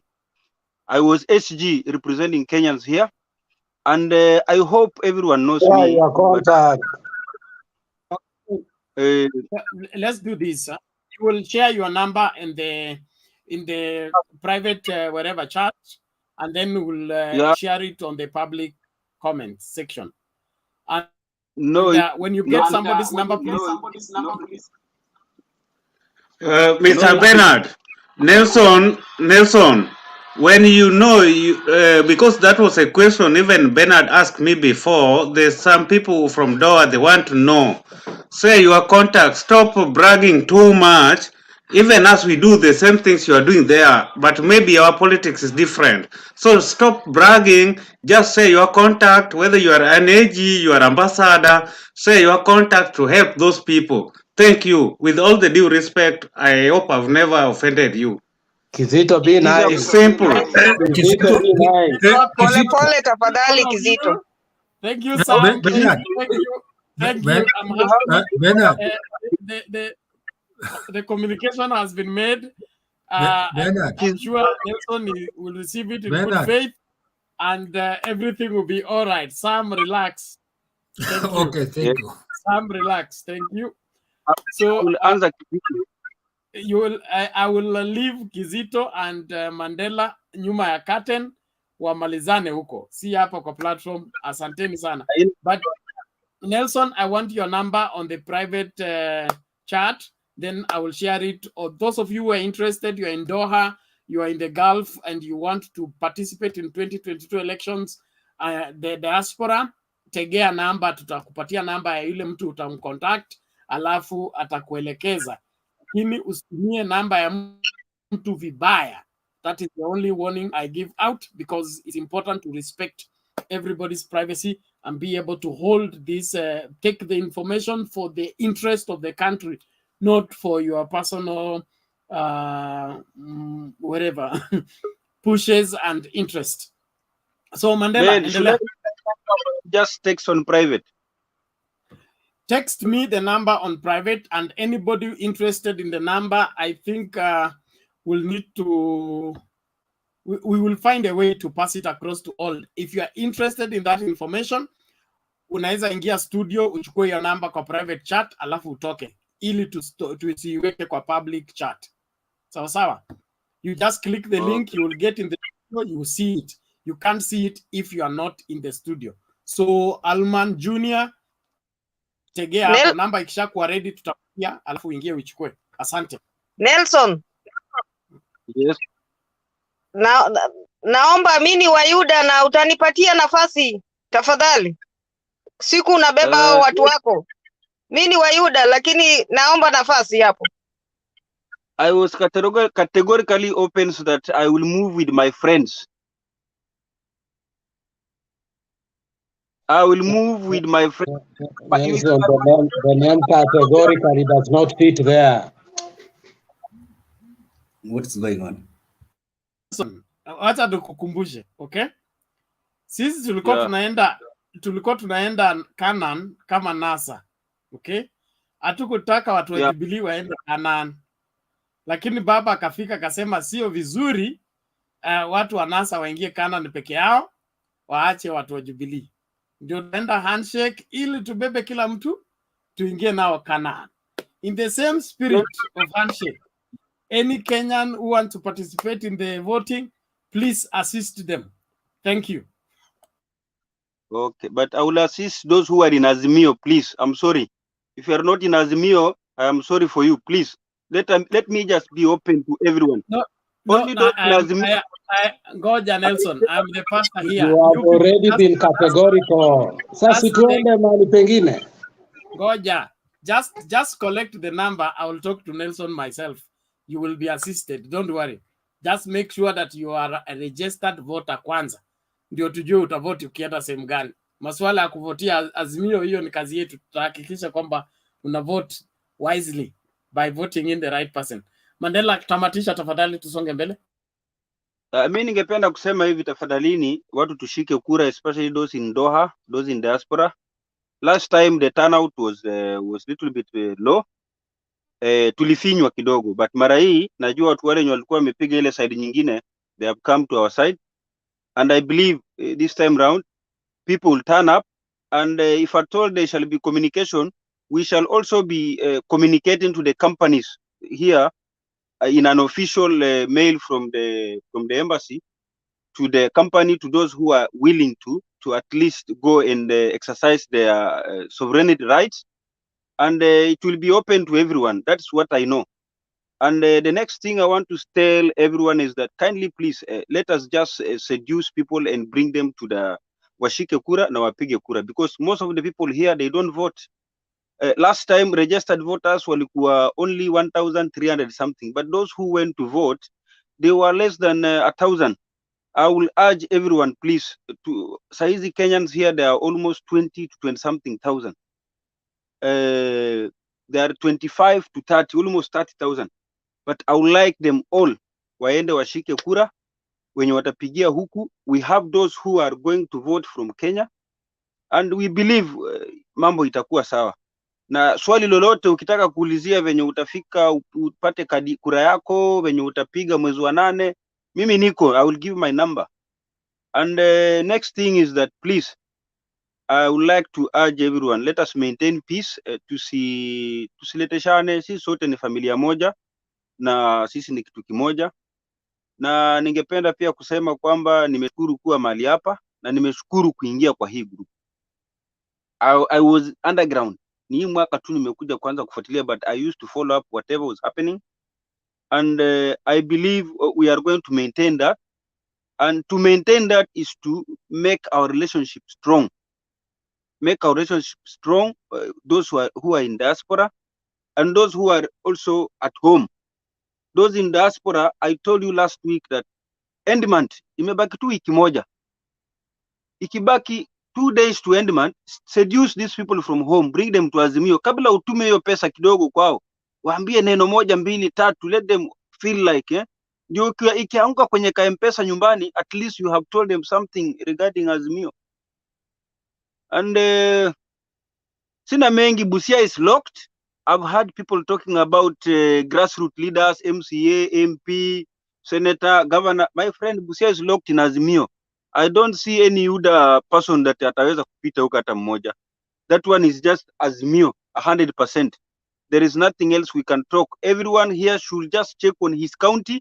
I am sure of my county. Busia County is an Azimio La Umoja. Maybe Ben huko sijui county yako namna gani, but yangu is well represented. We are talking to the people in the grassroots.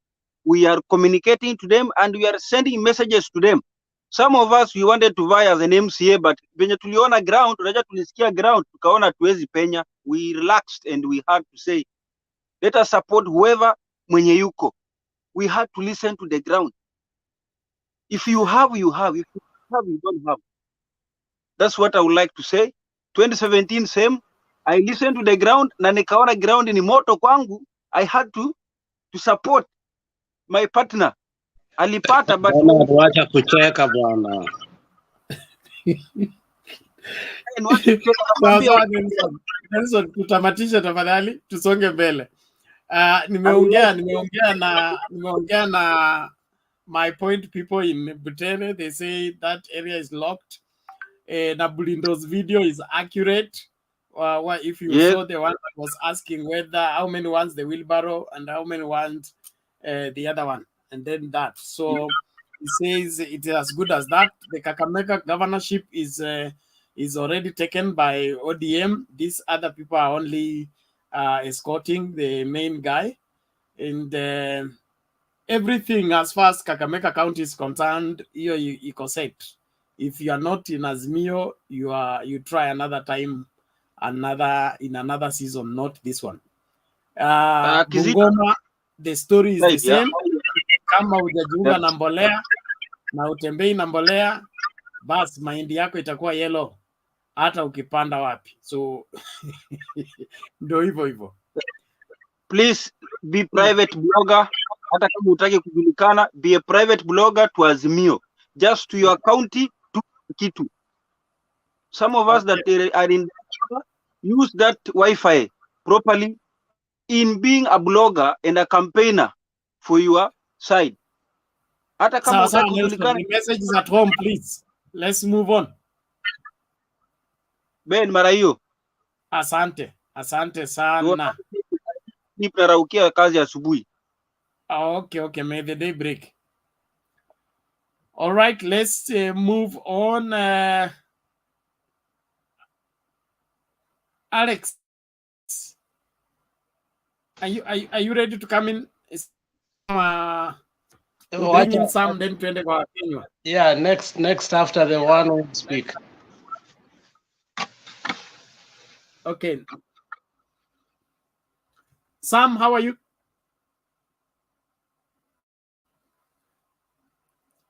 Sam, are you there? Thank you. I'm there. Okay, give me you 2 minutes. can come in now. I give you 2 Let minutes. somebody like let Kisito be there. I'll talk after Kisito or wherever. Kizito has spoken. Let's have Kenya then. I will make how do you call it? I will make a earthquake. I don't want to make earthquake now. It's the beginning of everything. Okay. Sam Cobra, du musst jetzt etwas sagen, Mann. Du musst jetzt, wir sind hier als Azimio. Mimi watu Sag mal etwas. Ich weiß schon. Aber ich muss erstmal was sagen. The two of you order Sam and Kizito order. Thank you. Let's bring in Kenya, and before that Gaddafi. Mkenya ashaeleza kile kilifanyika kwa Aisha Juma. Unless you have you want more details, hiyo tutakupatia anwani ya Aisha Juma kule Kilifi, lakini mambo yako vile yalivyo. Even in silence we speak. We say that in the School of Communication. Even in silence we speak. So when you hear there is too much silence, unajua kuna mambo yametibuka mahali. Kenya, uko wapi?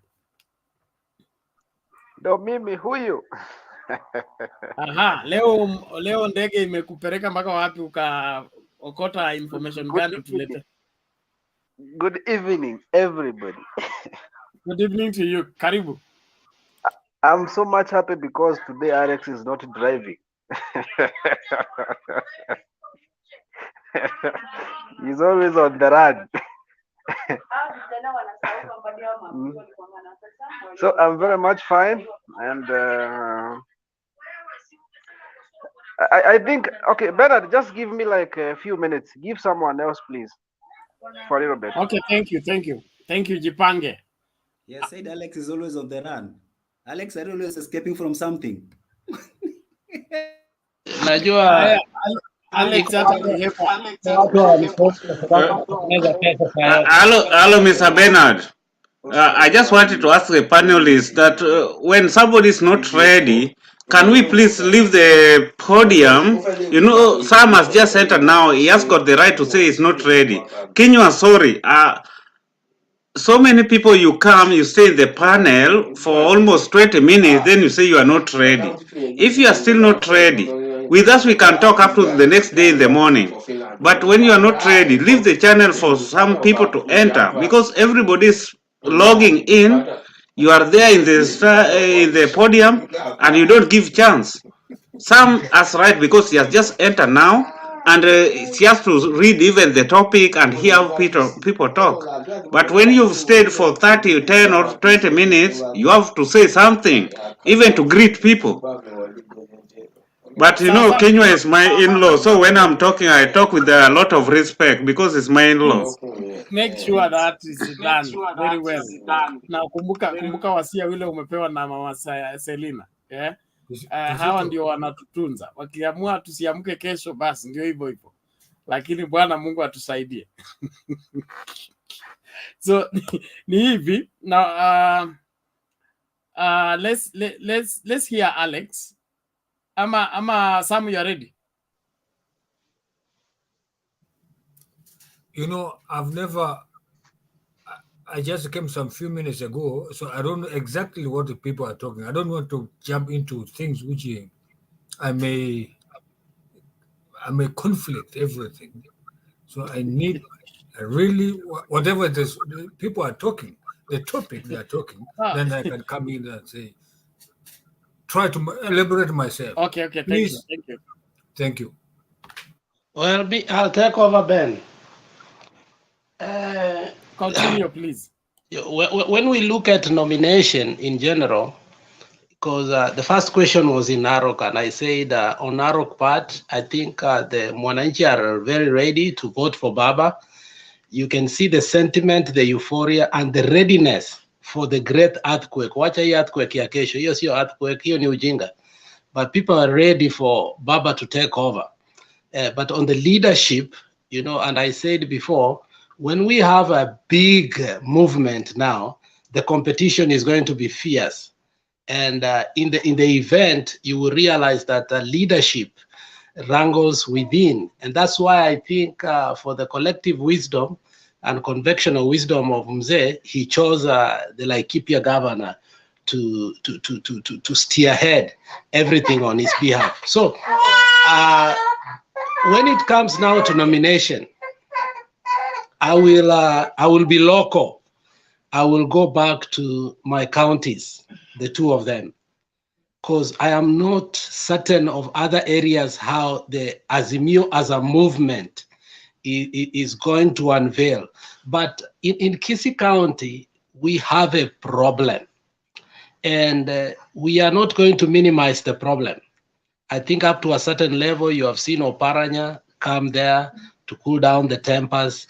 But we have two kinglets now. We have Ongeri and we have Simbarati. And Simbarati seems to be running, you know, with the blessings of Matiang'i. And Mzee Ongeri seems to be running with the blessing of the outgoing governor, who is our governor Ongwae. And we are so afraid that if they are not going to accept and acknowledge the nomination process of ODM in the Kisii region, we are going to have two movements. And we had a repeat of that last time, like a joke. And we ended up Ongwae and Raila being given a lot of votes. But now when we came to MCA, when we came to the MCA and the MP, for sure, no MP won within Kisii because of the nomination tussle. We have created another problem now, which is even more, you know, more robust than the other one. And I'm afraid that in as much as we are happy that Azimio as a movement is the best thing, if Azimio is going to have like 5 parties that are going to compete on the same level, like last time we had about 4 parties, ODM, ANC, Wiper, and Ford Kenya. And you find Jubilee is only giving a nomination for 1 person. And now we have to compete 4 against 1. And you can imagine politics when it becomes local, there is that utu wetu inakuja. And I'm not going to say that I'm not that kind of person. Ikifika ni mtu wetu, I'm going to vote for another person. Bernard, I made that mistake with our MP, who was just my neighbor and my uncle called Walter Nyambati. We refused to vote him, and we voted a man called Timothy Bosire. But immediately we voted him. What happened? Chai yetu ilikuwa inachukuliwa saa 2 asubuhi, chai ikaanza kuchukuliwa saa 10 jioni. And the benefits we had got away right away. So my fear is, if we are not going to cool down the temperature, because the people that were born after 2002, for the first time, they are going to vote. When we talk about Kanu regime, when we talk about the dark ages, when we talk about Biwott, these people do not know what we are talking about. Hata uongee juu ya Biwott, uongee juu ya nani, these people cannot resonate because there is nothing to resonate. They just born 2002 when Kibaki took over. Now for the first time, they are voting.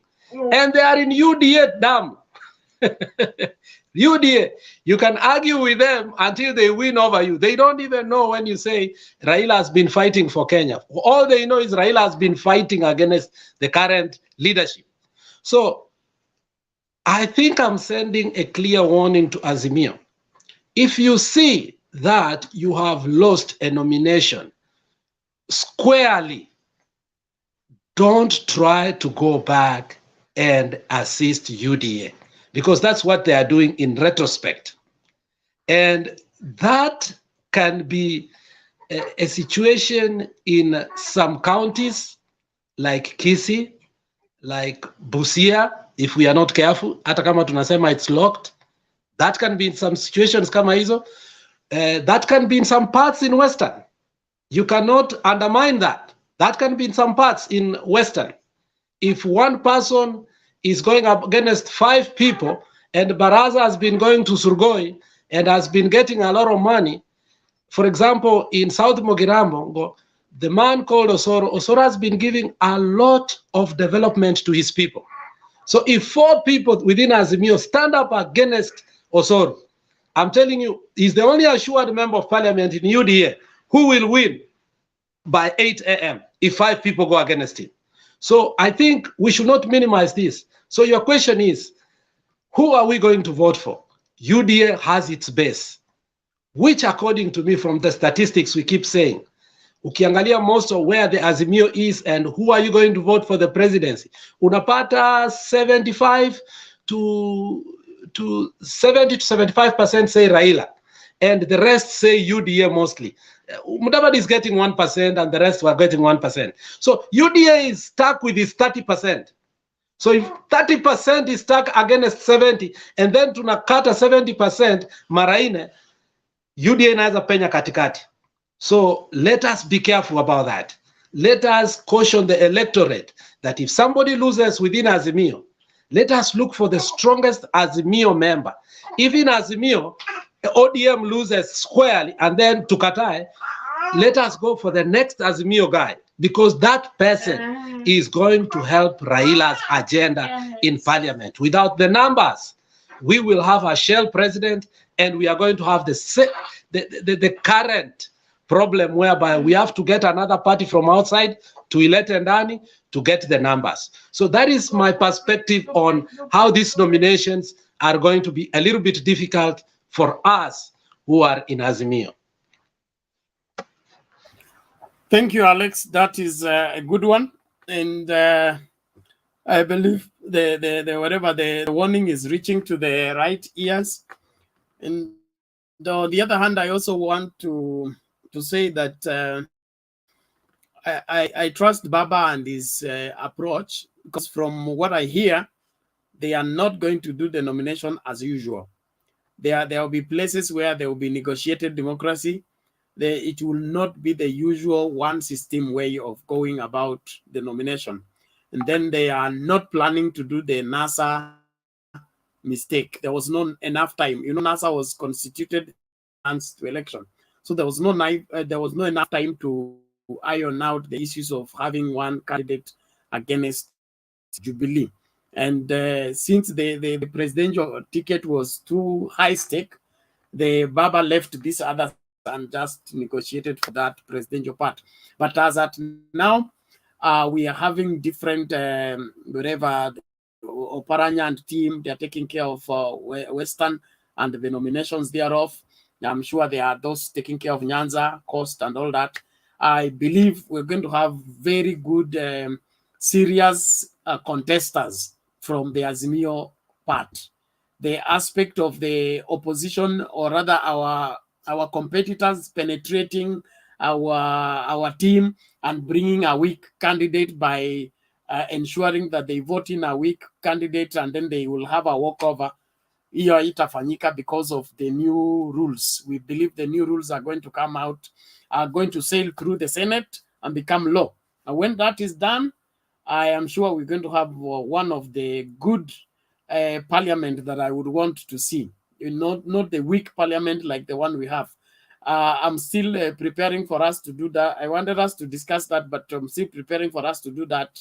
Hiyo story ya kupiga msasa au watu tunapigia kura, especially Bernard, one thing again on that, what you have said, there are people who have already prepared. I don't know if you saw the Standard piece, opinion op-ed that was, I don't know who wrote it, but I read it yesterday.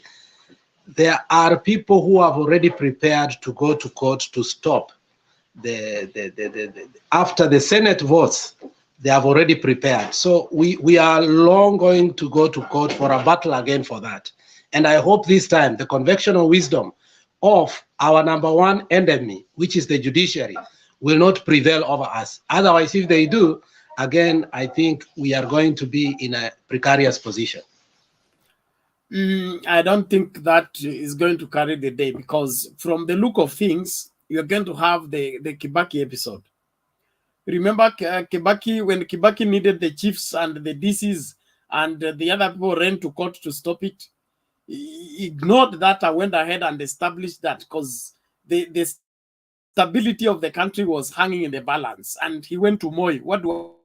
Moi told him, the only way for you to manage this, get the chiefs back. And he went and established them, and it goes that. So from historical reality, and especially with this the tussle with BBI, I don't think the executive is going to take chances again with this matter of being dragged around in the corridors of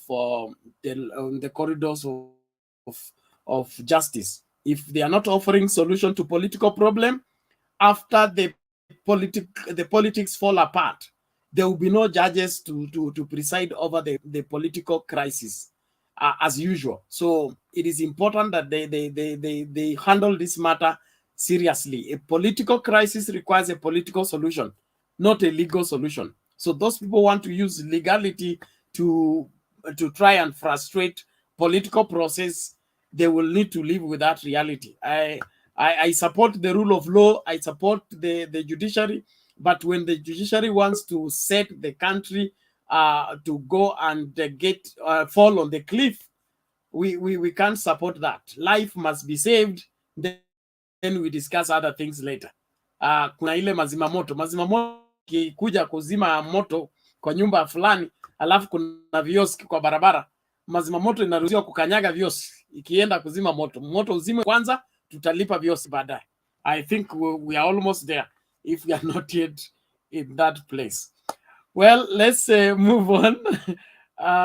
Tuende wapi hapa? Kuna Kenywa, sasa uko ready? Yeah, I'm ready now. Okay, karibu na tuende mbele moja kwa moja, tuokoe muda. Okay. Thank you. Aya, nashukuru sana. Thank you. Hi everyone. I can see the panelists are full now, and as for the topic, I'm really so much happy today about the Azimio.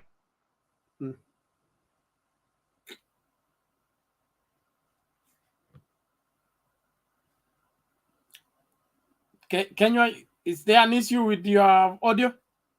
We can't hear you. Sorry, Kenya, I think you need to come later. Your audio has failed. I think it's... It was fine. I watched it. I think we have a problem with network. I don't know. Okay, now pick from where you started so that we can get you now. Okay, fine. So the Azimio was fine, and that is what we all need, so that we are moving step day by day. We have a positive. We are making effort. We are moving into a good stage. So for Narok, it was fine with me. I cannot complain. I'm okay with that, because 1,000 miles start with the single steps, and I can see we are going on well. So about the leadership, I always talk about Baba. That's the person I've been following all the way since the time I started voting. So because I know he is the best person, he is a leader, and he knows how to unite people. He knows how to unite people. So Baba is not doing for self-interest, is doing for the country. That's why you find even the issue of Mao in the parliament. He said he will pay the price, even if it's not to be elected as anyone. It's okay, but to make sure Mau forest is reserved. So that's the type of the leader we need. We just don't need business people as a leader. The leadership, the president, should be someone who is very humble, not someone who has a mind of being in business and at the same time you are serving people. When you are as a president, your work is to serve, not to do business. So Baba is the real deal. Then in terms of the constituencies, I see here definitely me, I'm from my MP is Babu Owino. And this guy, even if it's by night time, I'm going to vote for this guy. He has done a lot. He has helped orphans, everything. He has made Bakassis to look nice. People talk about him because of what he has done there. So about the MCA, not much. Senator, Senator, they don't have development. Senator, they don't have development. Their work is just to oversee how the county fund is being used. So for that purpose, I think we are moving at a good speed. And the other side of our partner, the other party, they are trying to their way. They are trying their best. But I think I've seen most of their leaders, they are so quiet. They have started going back to where they came from. So it's a matter of time. It's a matter of time. And I keep on saying this. It's a matter of time. Everybody will go back home na atabaki peke yake tu hivyo, because wale watu wamekuwa wakiongea vibaya sana, they are the people who are going to lose very easily. They are going to lose 100%. So, and they have noticed akina Isha Jumwa, these days they are not dancing, hata hapatikani, saizi amenyamaza kabisa. Wait, the likes of Rigathi, hao tu the time tunawapea tu kidogo tu.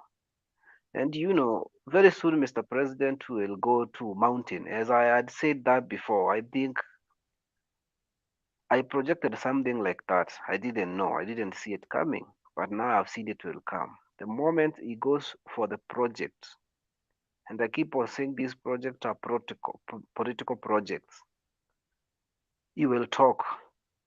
And definitely once he comes to mountain, he will talk in vernacular language. And I'm saying within 1 week, the mountain will change everything.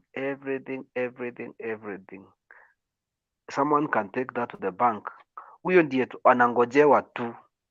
Tushaona njia, lakini ndiye anangojewa tu. Sasa akuje, aongee tu. Just one sentence, it will change everything. So huyu jamaa mwingine wacha endelee kutusi watu, tuone atafika wapi. A lack of respect. Respect is the best thing. And it doesn't have respect. And if you don't have respect, how do you want to show the people you are reading? They should not have respect to their bosses. And that is very bad.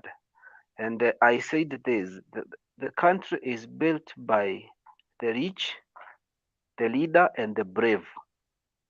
There is no way hustlers or poor comes, because no one is poor in this country. No one is a hustler in this country. We are just rich, brave, and the leader. That's all. So that's for my contribution for now. Maybe later I'm going to talk more. Let's give someone else the space. Thank you. Okay, thank you, Eric. Thank you so much. Bernard. Yes, Sam. Let me respond to Kinyo a little bit. Carry on. Kinyo, thank you, Bernard. Thank you, the panelists. I think most of you have seen my face, maybe for the first time. Not most of you, some of you have seen my face for the first time. Yeah, that is true. We have never seen you, Mzee. No, thank you. Thank you, sir. There's one thing Kinyo said. Perhaps, you know what, Kinyo? President Uhuru is outgoing president. who is going But out. Moment. yeah, our leader. Give me time, sir. Sorry, sir. Would you give me a little bit of time? Thank you, sir. So, incumbent president is outgoing president. Whether he's going to advise people that he wants so and so, it's not going to be concern of the people. The people themselves, electors, the voters, are the one who are going to see who will be the next president. I don't want to say Ruto. I don't want to say Raila. I don't want to say whether Kalonzo Musyoka, Musalia Mudavadi, Mwangi Wairia. I don't know the next. I think we are going to get more than 6, 7 of them who would like to be a president. You know, politics is a very complex thing. We may be talking ourselves here saying Raila, Ruto, Musalia. You know, people on the ground, somebody can tell you, I like Ruto. I'm going to vote for Ruto. But in a reality, in his own or in our own concept, he's thinking in a different way. You know, voting election is a very complex thing it's a privacy thing. Me, for example, and my wife and whatever, kids, we may decide to say, oh, these are so and so and so. But at long last, when somebody, he or her herself in the booth, it's a different thing. When she comes, or when I come out, I say, I voted so and so. When she comes, I say, I voted so and so. But in a real sense, in a different thing. So let us put that thing in a different way. This election, this year's election, can you adjust a little bit? This year's 2022 election is going to be an election of progress. Remember one thing, more than 50%, if I say if and when, I say if and when. These are two different things. When I say if means negative, when means positive. If and when the young generation are going to register themselves as voters, it is going to make a difference. If they are not going to register as voters, forget it, everything. It's going to be a normal thing. And that's where the young generation will be making a totally stupid, I say stupid, I'm sorry to say stupid, they're going to make a stupid, idiot thing, because the young generation are the more intelligent people. They see the thing on what is going on the ground. They don't have to say later on, we don't like so and so. They have to vote it so that they say, I voted so and so, but anyway, it couldn't happen. If they are not going to register it, I'm sorry. It is the young generation to blame themselves. I'm sorry. I'm very sorry. I don't care whether somebody is. Sam, I think conclude so that you get the Thank response and move to the next person. Thank you. Okay, let me just get back to you, Sam. I just need yes or no. First, I want you to tell me the work of a leader. Just tell me the work of a leader. Duties of a leader is to do what? Thank you, Kinyua. A leader is not a boss. No, just tell me the duties of a leader. I have to clarify. I have to clarify. A leader is not a boss. A leader is the one who has to listen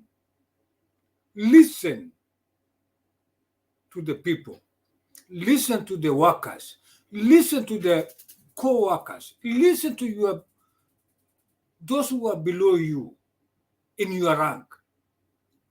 Then you can try with your leaders or those who are below you, try to come into concept to have a decision that can prosper or that can make either a farm, not a farm, I mean, which is, we say a farm because I'm a different place, a company to come into decision that can make a better outcome. You see, so these are two different things. A leader should not be a boss. Sam, let's do this. Huh? Thank you. There are people who are dropping out before they make contribution because we are delaying. Kenywa, just make your response on the. Let me explain it to Sam. Hold on, Kenywa. The best way for us to debate is to make our answers as brief as possible and our questions as specific as possible. Because when you ask a question like the duties of a leader, that is an introduction of a new debate inside this debate. And it can go on and go on and go on. We are talking about Mount Kenya and Damaki's address to the mountain. Okay. Sam's response says Damaki is leaving office as president. So what I believe you need to give to Sam is an understanding of the difference between the president leaving office and Damaki continuing being Damaki and the mountain and kill another Damaki. So as long as Damaki is the Damaki of the mountain, even after leaving office, he still has the way of pointing the direction of the mountain. Leaving presidential office will not affect the leadership of the mountain, in my opinion. Bernard, you seem to be having a problem with your mic. That's what I needed, Bernard. You have just associated well. That's what I wanted Sam to understand. When presidents get out of the office, right now is a president of the Republic of Kenya. But the moment he retires, he will still remain our leader in mountain. You understand? And the leader is to show the people direction, the good direction.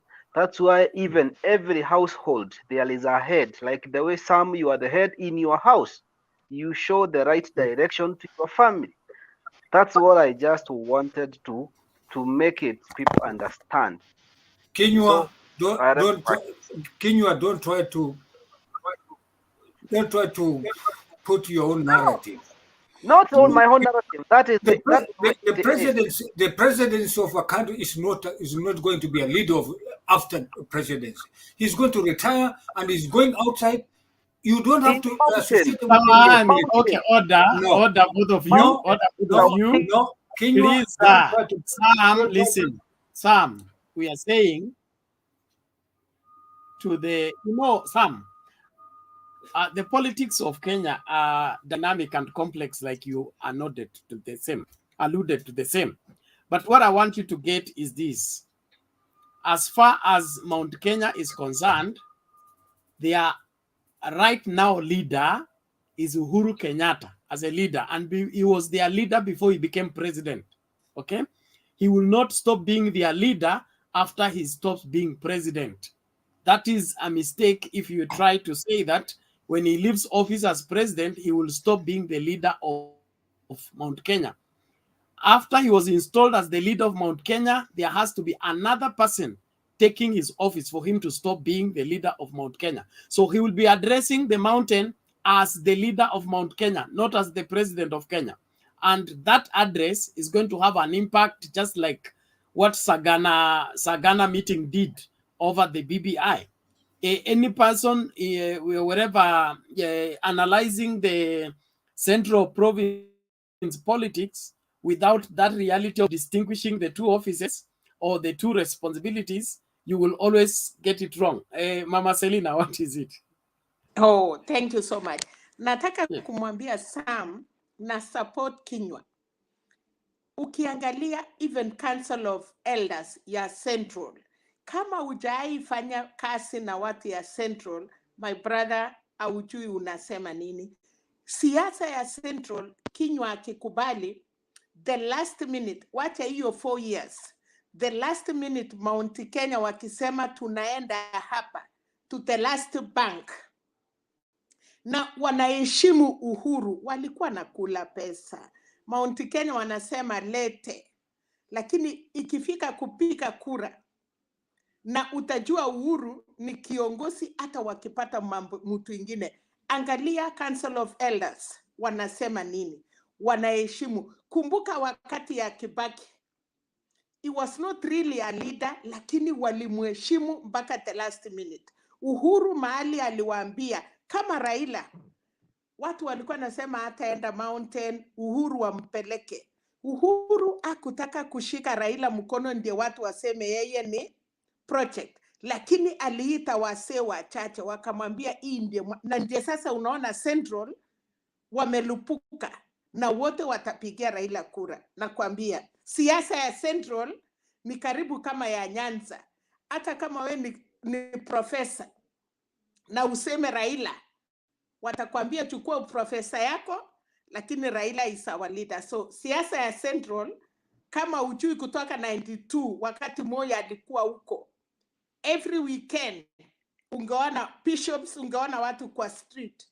Lakini sasa wakati walitulia, for now wamejua, wametulia na wameamua ni Raila na hakuna kura itaenda nje.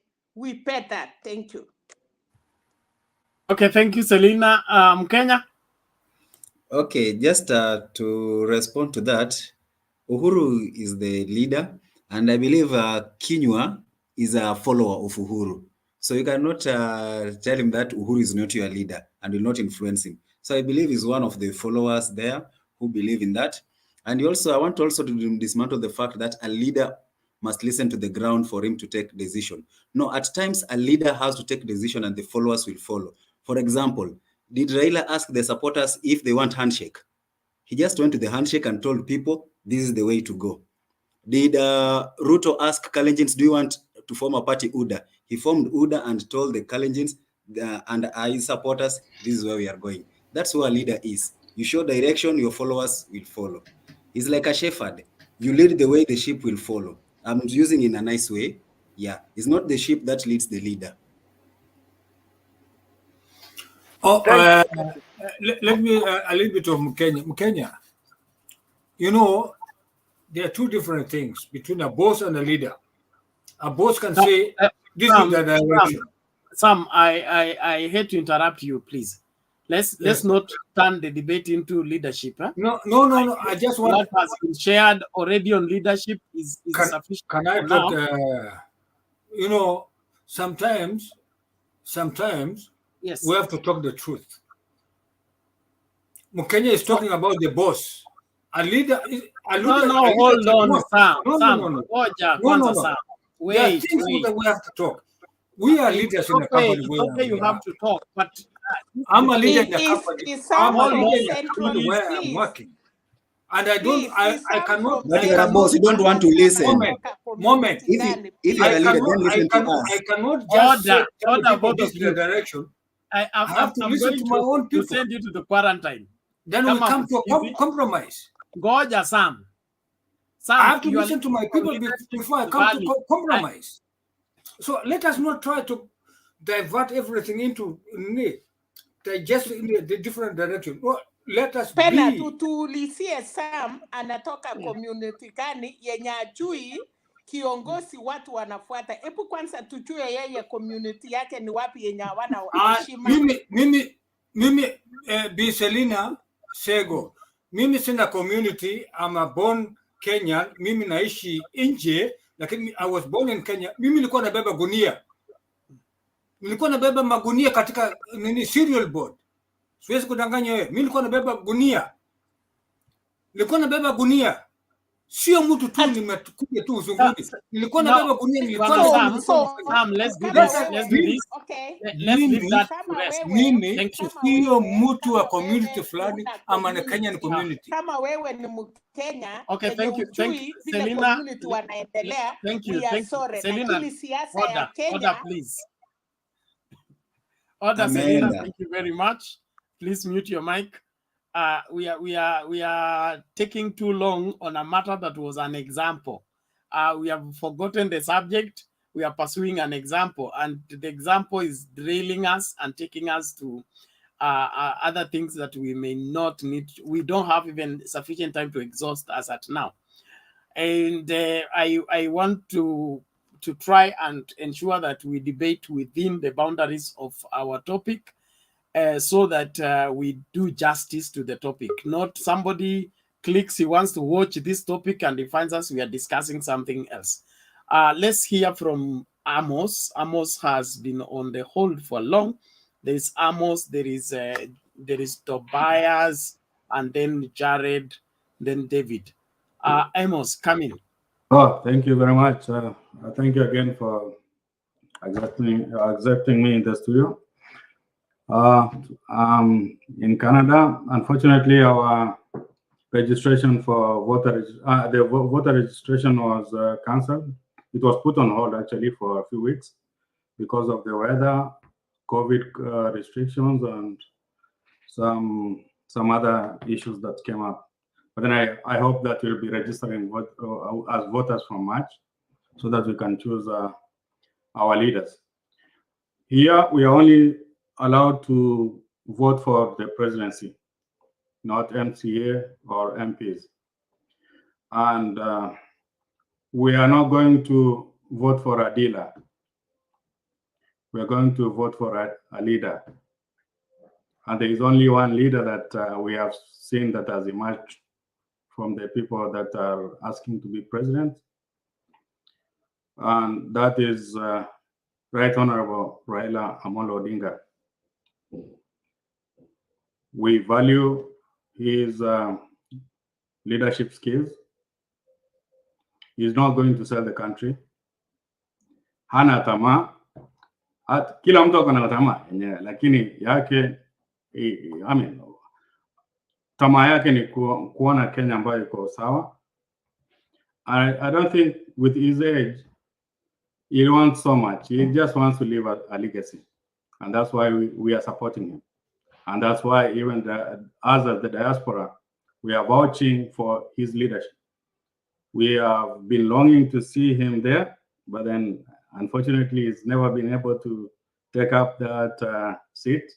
And I believe that if he went for even one term, he'll leave a legacy that nobody will want to be president after that, because you get it attached, you are at a different paradigm. And that's what I'm saying is there's a difference between being popular and being famous. So we are going to vote for the popular candidate, not the famous one, because you can be famous with for the wrong reasons. Yeah. So that is what we are advocating for, and I'm happy that Mutebe TV is helping us educate the people and everybody that comes. I know some tunakubali venye unasema, lakini you don't have to be boss. Yeah. A leader is supposed to be showing the flock the direction. When you elect a president, he doesn't have to come again to ask you, what are we supposed to do? You have delegated that authority so that he can lead, he can represent you. He can be able to think on his own and say, hey, this is the best for my country, or the best for my people. So that's the only thing that I can say for now, as because I've been away for some time. But then what I can say is that let us have unity in the country. Let us look at the leadership skills and the team. There is a saying that states that we are what we eat.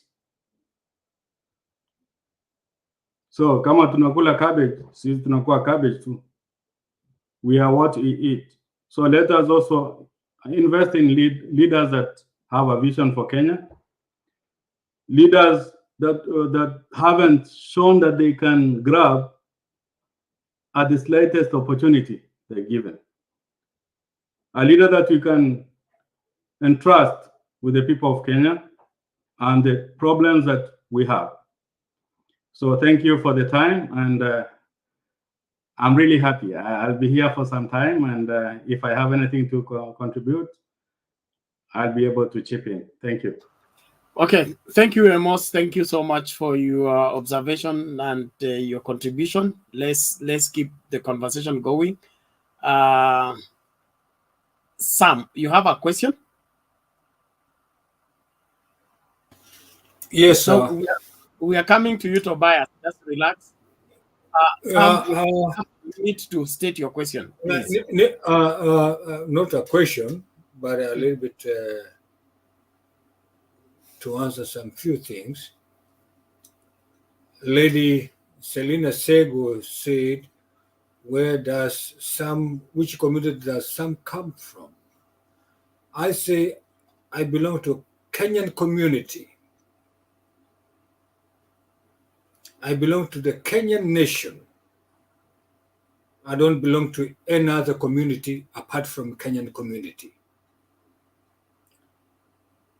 So my dear lady, I'm a Kenyan in all, from root, from everything. I don't belong to any community. I belong to a Kenyan community. Living somewhere does not mean you are from that community. I may live in Mombasa. I'm not an Digo, Giriama, Bajun. It doesn't matter.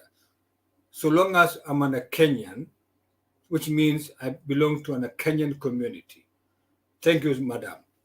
I come to Amos. Thank you, sir, Amos, what you say. And that's why I say, when I tried to answer Eric Kinyo, I said, a leader is not, you are not a boss. You have to listen to your own people. Then you come to the conclusion yourself.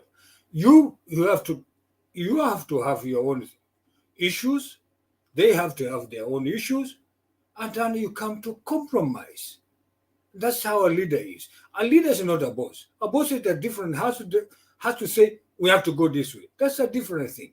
A leader is somebody who listens to his advisors. Advisors means it's not everybody. It's not only the top people. You have to listen even to the ground, those who are downwards, so that you come with all their views, and then you try to single out which one do you have to tackle it before you go to the next one. Thank you, sir. Okay, thank you, Sam. Tobias, please come in and straight to the point so that we redeem time. We have guys on the queue. Yeah, good morning. Good morning from Nairobi. How are you? I'm very fine, thank you. Nimekaa sana hapa kwa bench. Shida ni venye mchatala yenye nasoma sioni ndio kama yenye ndio mnaongelea. Mmeenda kwa stories zingine. Hata mimi sikuwa na maneno mengi. Kwa mchatala yenye iko yenye naona MCA, MP, Senator, Women Rep, Governor. Mi kitu ya MCA sijui kwa sababu niko Nairobi. Labda niongelee ya Juja, kura yangu ni ya Juja. Hapo ndapea kijana mtoko sana anaitwa Eriki Keshane, kwa sababu mimi kuna venye mimi mwenyewe namuelewa. Unajua raundi hii hatuendi kupeana kura kwa sababu ati mtu ako famous ama sijui mtu ako kwa hii chama ya ODM ama ako kwa hii chama ya UDA. Kura tunaenda kupea kulingana na matendo ya mtu. Mi kura yangu ya MCA Juja ndapea Eric kwa sababu ni mara yake ya kwanza kusimama, na kwa huu mta ameonyesha kama anataka kiti. Kuna vitu tu amefanya, tunaona tukimpea anaweza saidia watu. Then kiti ya MP sasa mimi mwenyewe sijui kwa sababu I don't support Koimbori. I don't and I'll never. I don't support Koimbori kabisa. Koimbori tangu aingie kwa ofisi yake, kwanza kitu inafaa mjue, Koimbori hakupewa kura kwa sababu ya ati ni mtu mzuri ama sijui ni mtu wa wapi ama wapi. Koimbori alipewa kura kudiscipline Jubilee. Yaani kulikuwa na hiyo vita ya vyama Jubilee na UDA.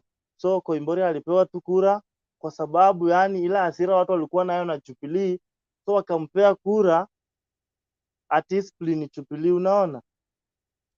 Then kiti ya ukavana sijui, by the way, Kiambu ukavana sijui, seneta sijui, kwa sababu kila mtu unaona saa hii watu wanakimbilia UTA mara wapi mara hiyo sijui. Alafu sasa ya kwetu Bungoma huko gavana kama Lusaka atasimama anaweza pita, seneta Weta kishatoka mtu yote atapita, hivyo mimi sijui. Then tuende hapo kwa president. Hapo kwa president mimi naona kuna mtu anachezwa, na tusikue watu wapumbavu sana, tuwe tunafata tu eti Raila venye ako na uhuru ama sio ako na deep state ama ako na system, so anangoja kupewa. My friend, ni hapo naona Raila anachezwa, mpende msipende. Kwa saa hii kufikia saa hii almost Feb, mimi nilikuwa nangoja sana nione kama kuna MP hata mmoja from Mount Kenya mwenye ametangaza anaenda kusimama na ODM, sijaona. MP tu mmoja tu mwenye amejitokeza anasema mimi nasimama na chama ya Raila, hakuna. Lakini wote tu wanaimba wako sijui Azimio La Umoja, wote tu wanaimba hivyo. Hata hakuna mwenye ametangaza kabisa anaenda kusimama na tiketi ya Azimio, unaona. So mi hapo naona Raila anachezwa, na Mount Kenya niliona kinywa akiongea kingpin sijui nini. Let me tell you my friend, kila region iko na kingpin wao ama kiongozi wao. Like Uhuru Kenyatta ndio anaweza kuwa kingpin wa Mount Kenya, lakini hizi kura zinakuja, mimi sioni kama ataambia watu wa Mount Kenya tunaenda hii direction, waende hiyo direction. Mount Kenya for now ishakawanyika, na hakuna sasa hivi venye President Uhuru anaweza rudisha Mount Kenya pamoja. Hata afanye nini, Mount Kenya sasa hii ishakawanyika, kwa sababu ukiangalia Moses Kuria hata sasa hii UDA ako 50-50. Sidhani kama ako UDA, ni kama ashatoka UDA, ako na hiyo party yake ya CCK. Aya, ukiangalia chama ya William Ruto ako na ukikombea William Ruto na Raila Odinga Mount Kenya, William Ruto hiyo Mount Kenya yeye ako huko, yeye anachulikana sana kuliko Raila. Hiyo nayo ni ukweli, tusitanganyane hapo. Na tukichukua Azimio La Umoja, wacha hata tusichukue Raila, tuchukua Azimio La Umoja. Azimio La Umoja full, hiyo team full, tuipeleke Mount Kenya na tutoe Mount Kenya William Ruto, still Moses Kuria atalead Mount Kenya. Moses Kuria atakuwa bado na ungwaji mkono kuliko ya Azimio La Umoja, unaona. So tusitanganyane hapo. Kiti hakuna mtu anaenda kupewa kiti this time round. Alafu hakuna siku president ati nilisikia sijui ni penalty ikeresa ati president ni president, lazima akitoka atuelezea ati to the right direction. My friend, Kenya ama country gani? Labda country ingine lakini sio Kenya. Kenya hakuna president ashaikuwa handed over power. Hakuna na haitawahi kuwa. Hiyo Tobias, Yes. mimi najaribu kukufuata, sikupati. Okay?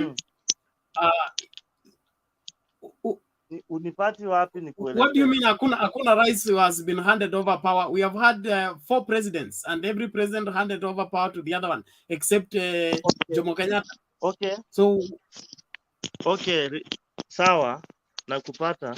Kumbuka nani Moi Daniel Moi, president alikuwa Daniel Moi. Nakumbuka akitoka kwa kiti alisema Uhuru Kenyatta ndio tosha. Lakini Uhuru Kenyatta hakupata. Alisema Uhuru Kenyatta tosha. I remember Uhuru Kenyatta hakupata. So hata wale mnangoja Raila akuwe handed over na Uhuru Kenyatta. Raila ni mtu wako na ungwaji mkono. It is not Tobias. Inaonekana wewe kuna mambo mawili unachanganya hapa, okay? Aha. Sawa. Mimi nilizungumza kuhusu siasa za Mount Kenya, okay? Siasa za nini? Mount Kenya. Kuna tofauti ya siasa za Kenya na siasa za Mount Kenya, okay? Kulingana na historia ya watu wa Mount Kenya na vile wana vote, okay? Historically from 92, 97, 2002, 2007 to date, okay? They are stakeholders that determine the direction of the vote. Not everybody presenting themselves to Mount Kenya will get votes. They will not. They are stakeholders that determine the direction, and it's been sustained that way. Okay. So challenge you, if Mr. we retain the pattern, if we retain the pattern of their historical behavior on the vote, okay, their vote is going to be in one basket based on the stakeholders, not the masses.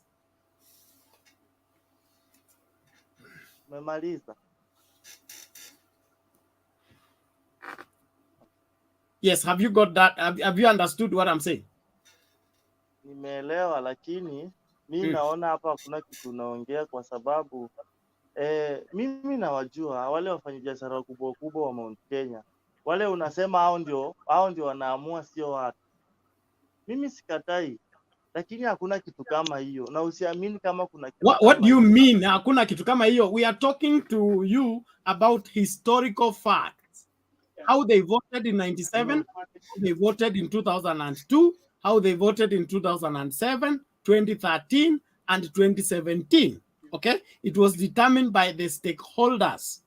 Okay, so what makes 2022 different? Huwezi kusema hakuna kitu kama hiyo when we have a track record of the behavior of the vote of the mountain. Lakini penalty mimi nakwambia hapo kwa president toka bwana. It's not.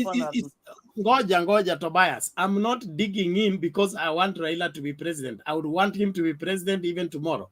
Okay, I have voted for him all along. But what I'm saying is, if we're analyzing politics, we should not analyze it from the air. We should analyze it from the root.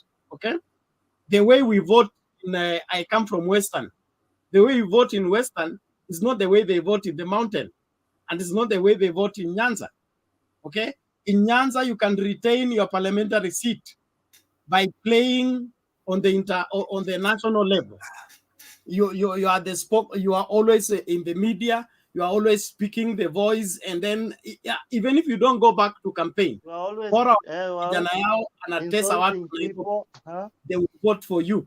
But that doesn't play in Western. Respond. Yes, Mkenya. Okay.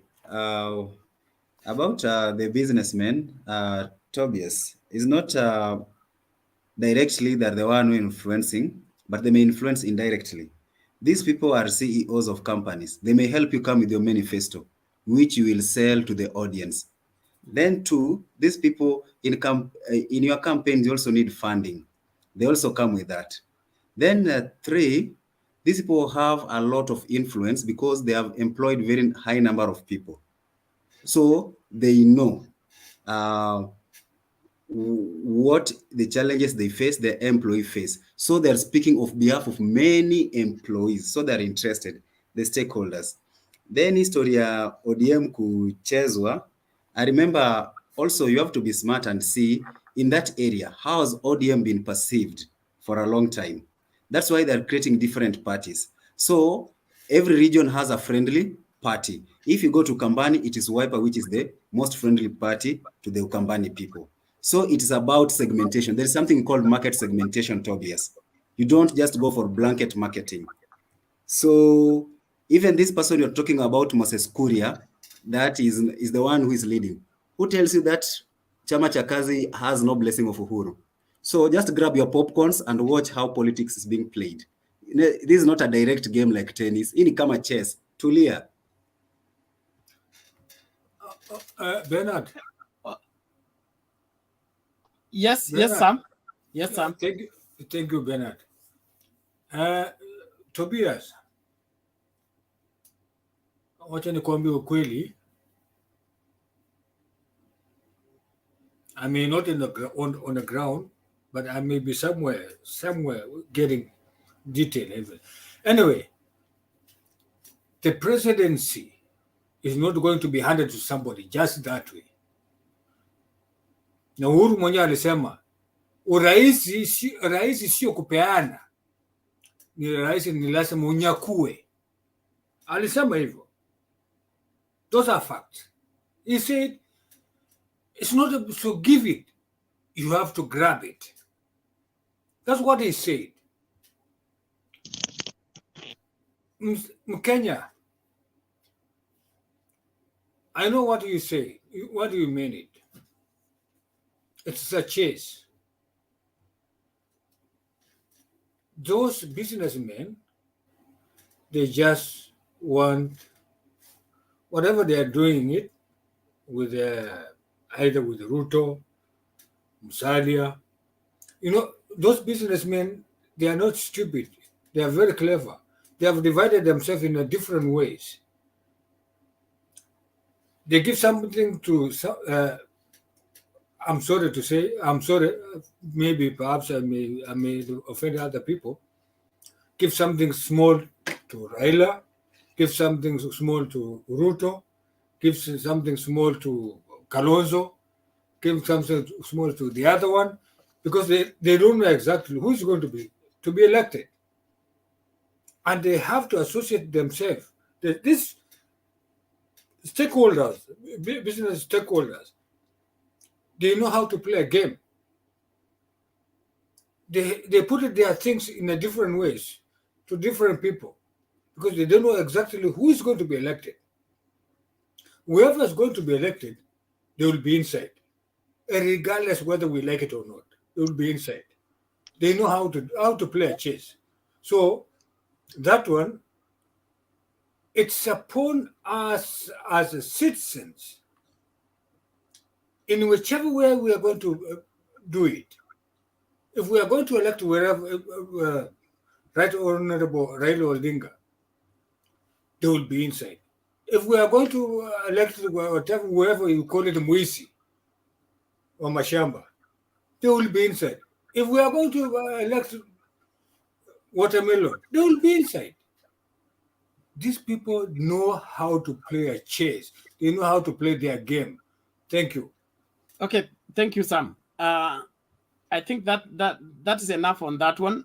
Tobias, make your conclusion, please. We move to the next person. I have a question to Mkenya. Kuna mali amesema hawa business stakeholders ndio wanapeana manifesto.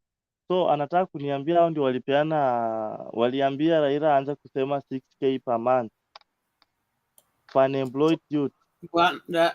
Bwana Tobias, let's do this. I think we are trying to open up what we can't handle now. It is simple. Raila has been all over the country listening to the people on the ground. Okay, he was in Nyeri, he met the people on the ground. He was recently in Kuria, he listened to what the demands of the people are. He was in Narok yesterday, he listened to what the people on the ground require. And then his speeches are different in different places based on the needs of the people in those particular places. If he is going to provide leadership, he needs to provide leadership knowing the kind of people he's leading and what is needed in the lives of the people he's leading.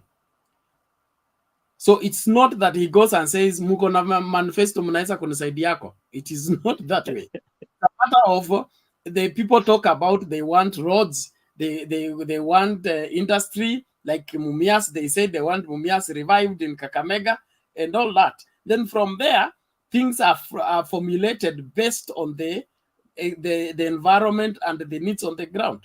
So sio maswala ati wabunge wafanyabiashara wame present hiyo nini manifesto kwake.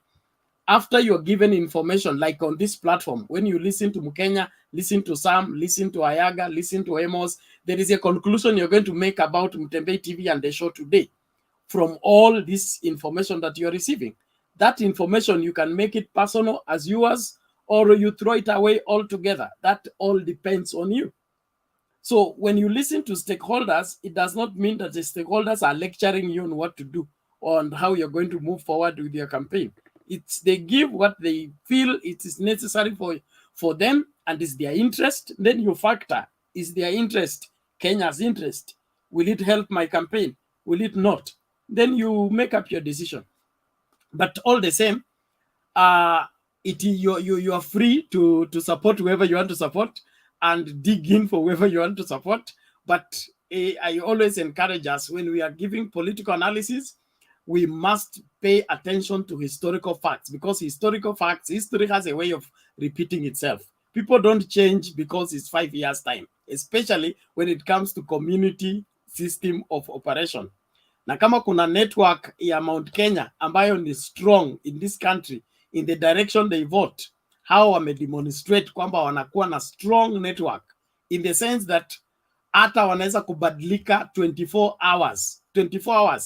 Mmekubaliana vizuri, nyote mnaenda Canaan, everything looks like it's Canaan, but 24 hours that night, the network can turn and go in this other direction. Those are the surprises the mountain gives us. They did that in 92. They did that 97, 2002. There was, it was almost predictable. But those are the surprises we have seen from the mountain, and that's what inform us on what we are saying. Na kwa wale ambao wanasema mimi nakaa kama najua kila kitu, mimi sijui kila kitu. I just look at things from what I know and from what I've heard from different people. Na wazee ambao tumeongea nao kutoka mountain, there is a new conversation on the ground. Twende wapi hapa? No. Sam umekuwa mara mingi. Naomba I think it's my turn. Subiri kwanza. I think it's my turn now. I've been very patient. Patience does not turn into a turn. Hold on first. No, but that's what you said. You are the one. I'm following what you said. After Tobias, it's me and then David. Okay, check your notes. Jared, a wise man changes his mind. Am I not free to change my mind? But not always. That's a biblical provision. A wise man changes his mind.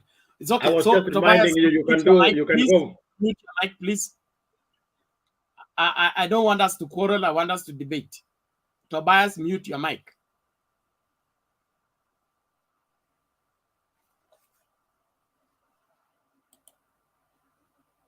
Okay.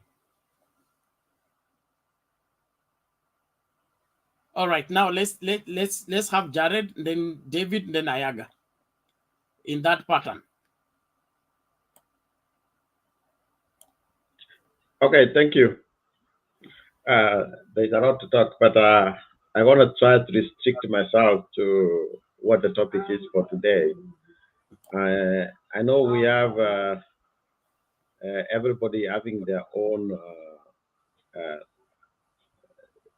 givings, but I like somebody, I think it's Mukenya, who said about this is a game of chess, and the only thing he didn't finish is that in chess, you might not be the conqueror, okay? You might not know what card the other person is having. So as I look at the Mount Kenya, as you have described the historical pattern, I want you to narrow down yourself where there might be no preferred presidential candidate from the Mount Kenya. We have not seen it all yet. I think the Mount Kenya will come down to where the running mates will come from. Those who say that Bernard, a point of interjection, please, before No, Jared continue, please, just interjection. hold on, Visitor. You're out of order. Just interjection, You're out please. of order. Ngoja kwanza. There is no point to rebut here. No, not to rebut.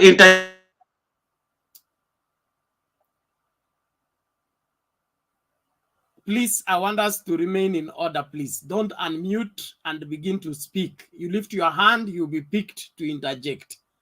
Let us remain civil so that we debate properly. Sawa. Jared has just started to make his submission. I don't think there is anything he has said that needs to be interjected.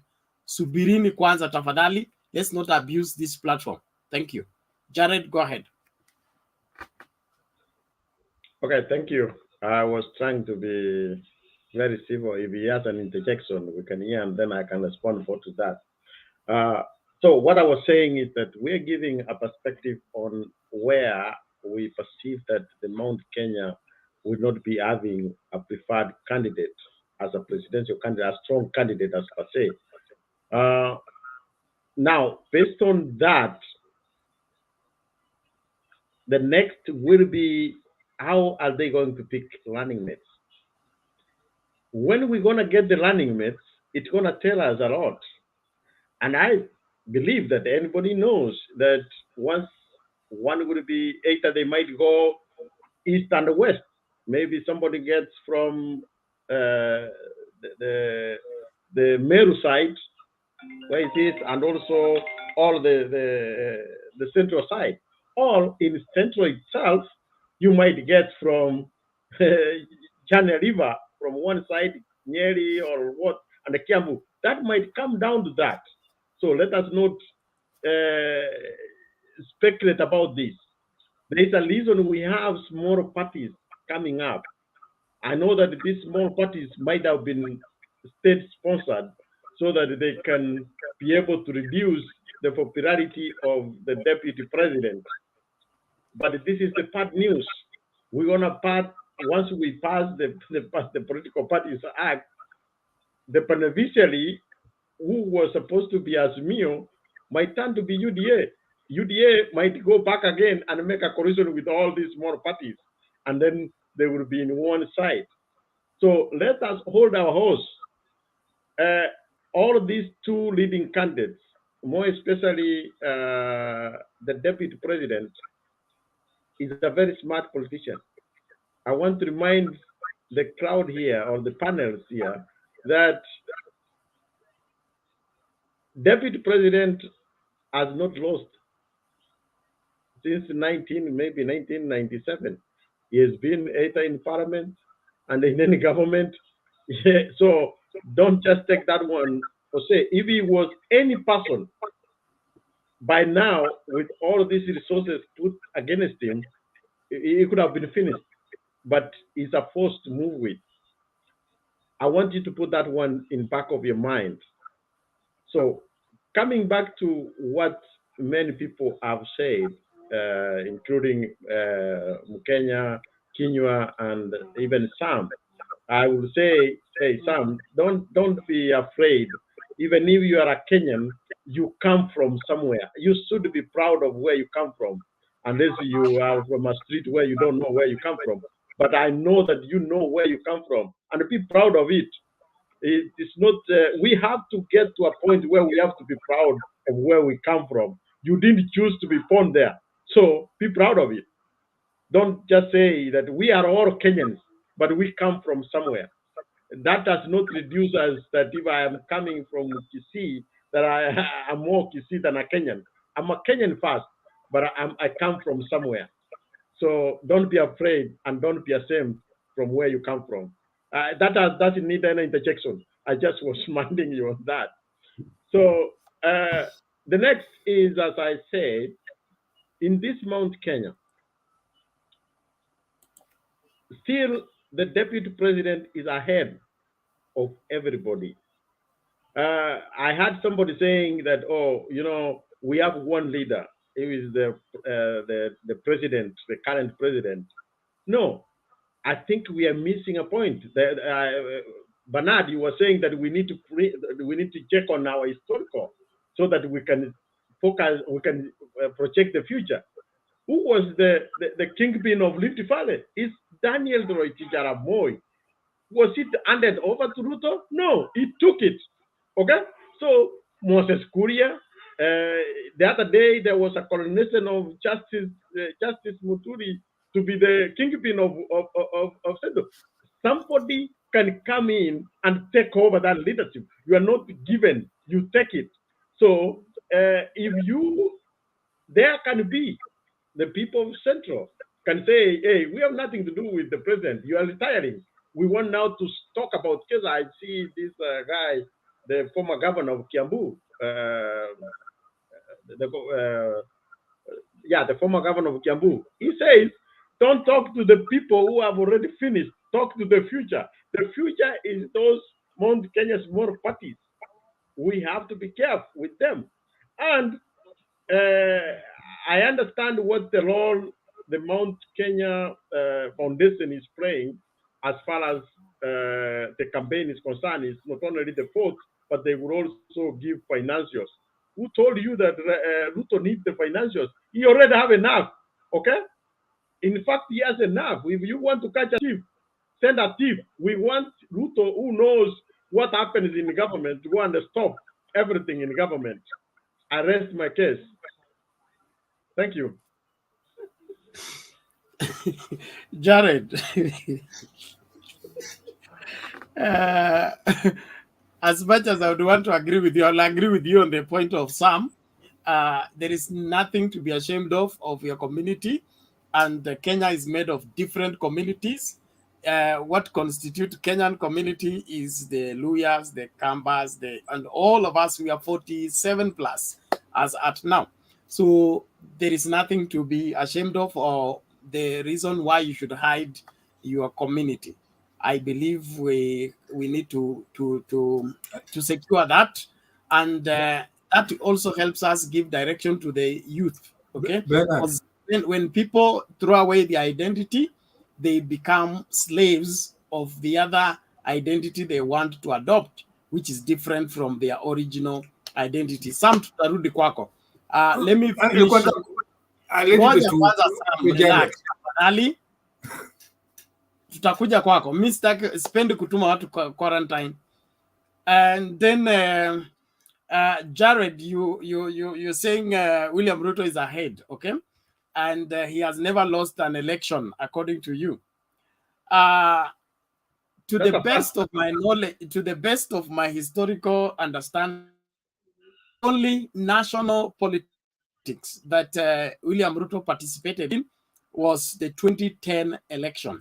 I'm talking about national level. I'm not talking about MP. I'm not talking about this other one. It was 2010 election when he decided, 2010 referendum, when he decided to join the no team. Okay. Then he ran against Raila, Kibaki, and the rest of the supporters of the referendum, which he lost. Okay. He got, I think, 28%. Against 68%. That, my in friend, my my friend, opinion, hold let's on. interject. My friend, let me interject you that. I know you are smart than that. That was a strategic. That is what brought him to the limelight. He was not saying no for the sake of it.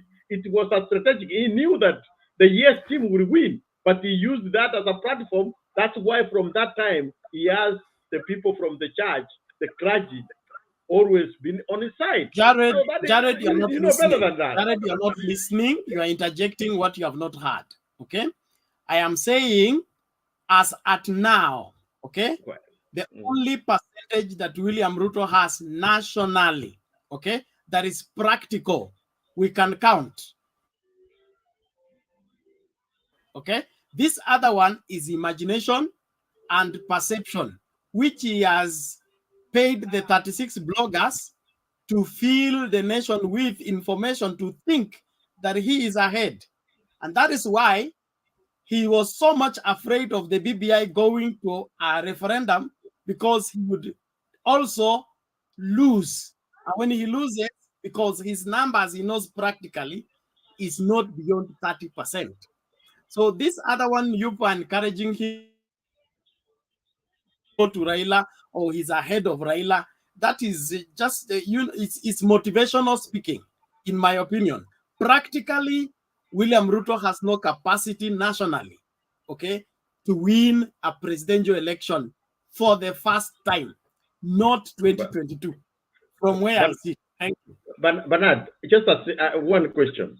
Are you Yes. saying here in front of this panel that 2013 and 2017, Ruto was playing Eldoret, not politics, not a national politics? Come on. He was a running mate. know. He was a running mate. He was not a presidential candidate. He was a running mate, and he was a campaign manager. He was not running as a candidate. So was he campaigning in North Eldoret? The Was he only campaigning time in Eldoret William North? Ruto is a candidate is this 2022. Okay, and we are going to know what is made of on the 9th of August. But hii ingine mnampatia, which historical fact? I'm telling you, the historical fact is 28% of 2010 referendum. That is all that William Ruto has in his basket. Who else he had in the no campaign? Who else he had in no campaign? In the no campaign.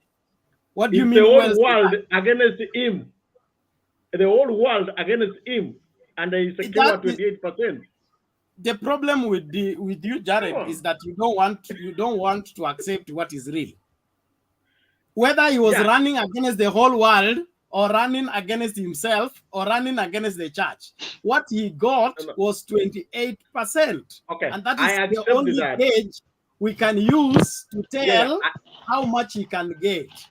So if he gets 50 plus 1 in 2022, okay, then we'll accept he has grown from 28% to 50 plus 1.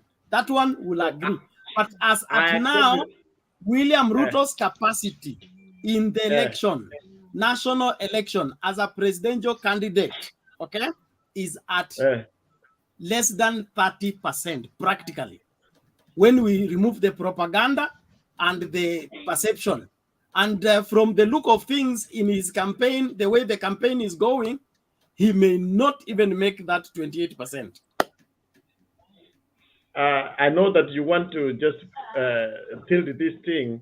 I accept the 28%, but I'm very surprised that you can stand here and say that the 2013, 2017, there was nothing from William Samuel Ruto, who helped the president secure the president in 2013 and 2017. If you want to not count on that, it's okay. But the fact is a fact that he brought a good number. Yes. Kenya was here and he gave us numbers, okay, of how many votes are in Rift Valley for William Ruto, and the compared to what is in Nyanza, and the difference was 20,000. So if those are the numbers we are debating about, there isn't much to continue debating on the same. Let's wait for the 9th of August. There is political perception and there is political there is political reality. I'm talking about political reality. When the rubber meets the road, how much William Ruto can bring on the table is not the 50+1 you're talking about. It's not the 68% you're talking about. Watch the space he's lost some. Let me tell you, Bernard, how the calculation is. He has lost a little bit in Central, which he had, but you know how he has recovered it? He's going to Western to do a damage in Western, and they will Jared, recover those I things. come from Western, please leave it there. I come from You as Western. a person. I am from Western, and I was there last week. Even What before did I the started people this say? show, I was talking to my point men in Western to tell me how the situation is developing. So Who is the UDA leader of has Western? no place in Who is the West. leader of Western? As at now is Oparanya. Oh, According so to Buhungu too. You missed Buhungu okay. too. Let's leave Now, that alone. we're gonna leave that, but I'll leave that to the panel. Oparanya and Musalia, you think they are in the same level? I leave that to the panel. I rest my case.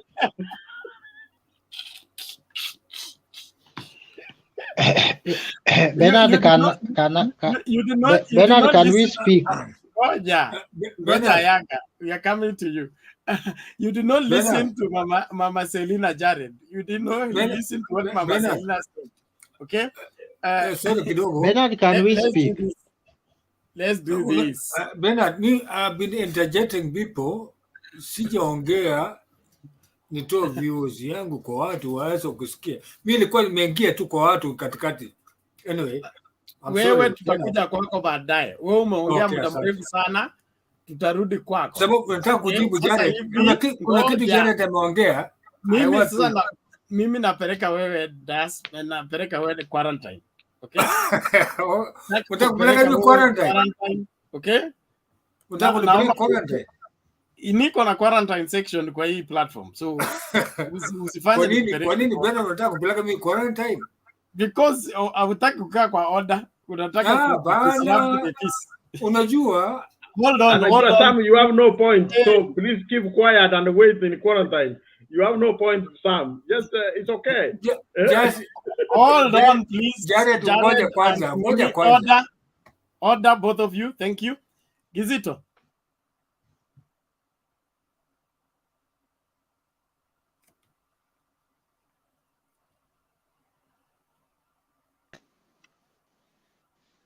Thank you very much, Bernard.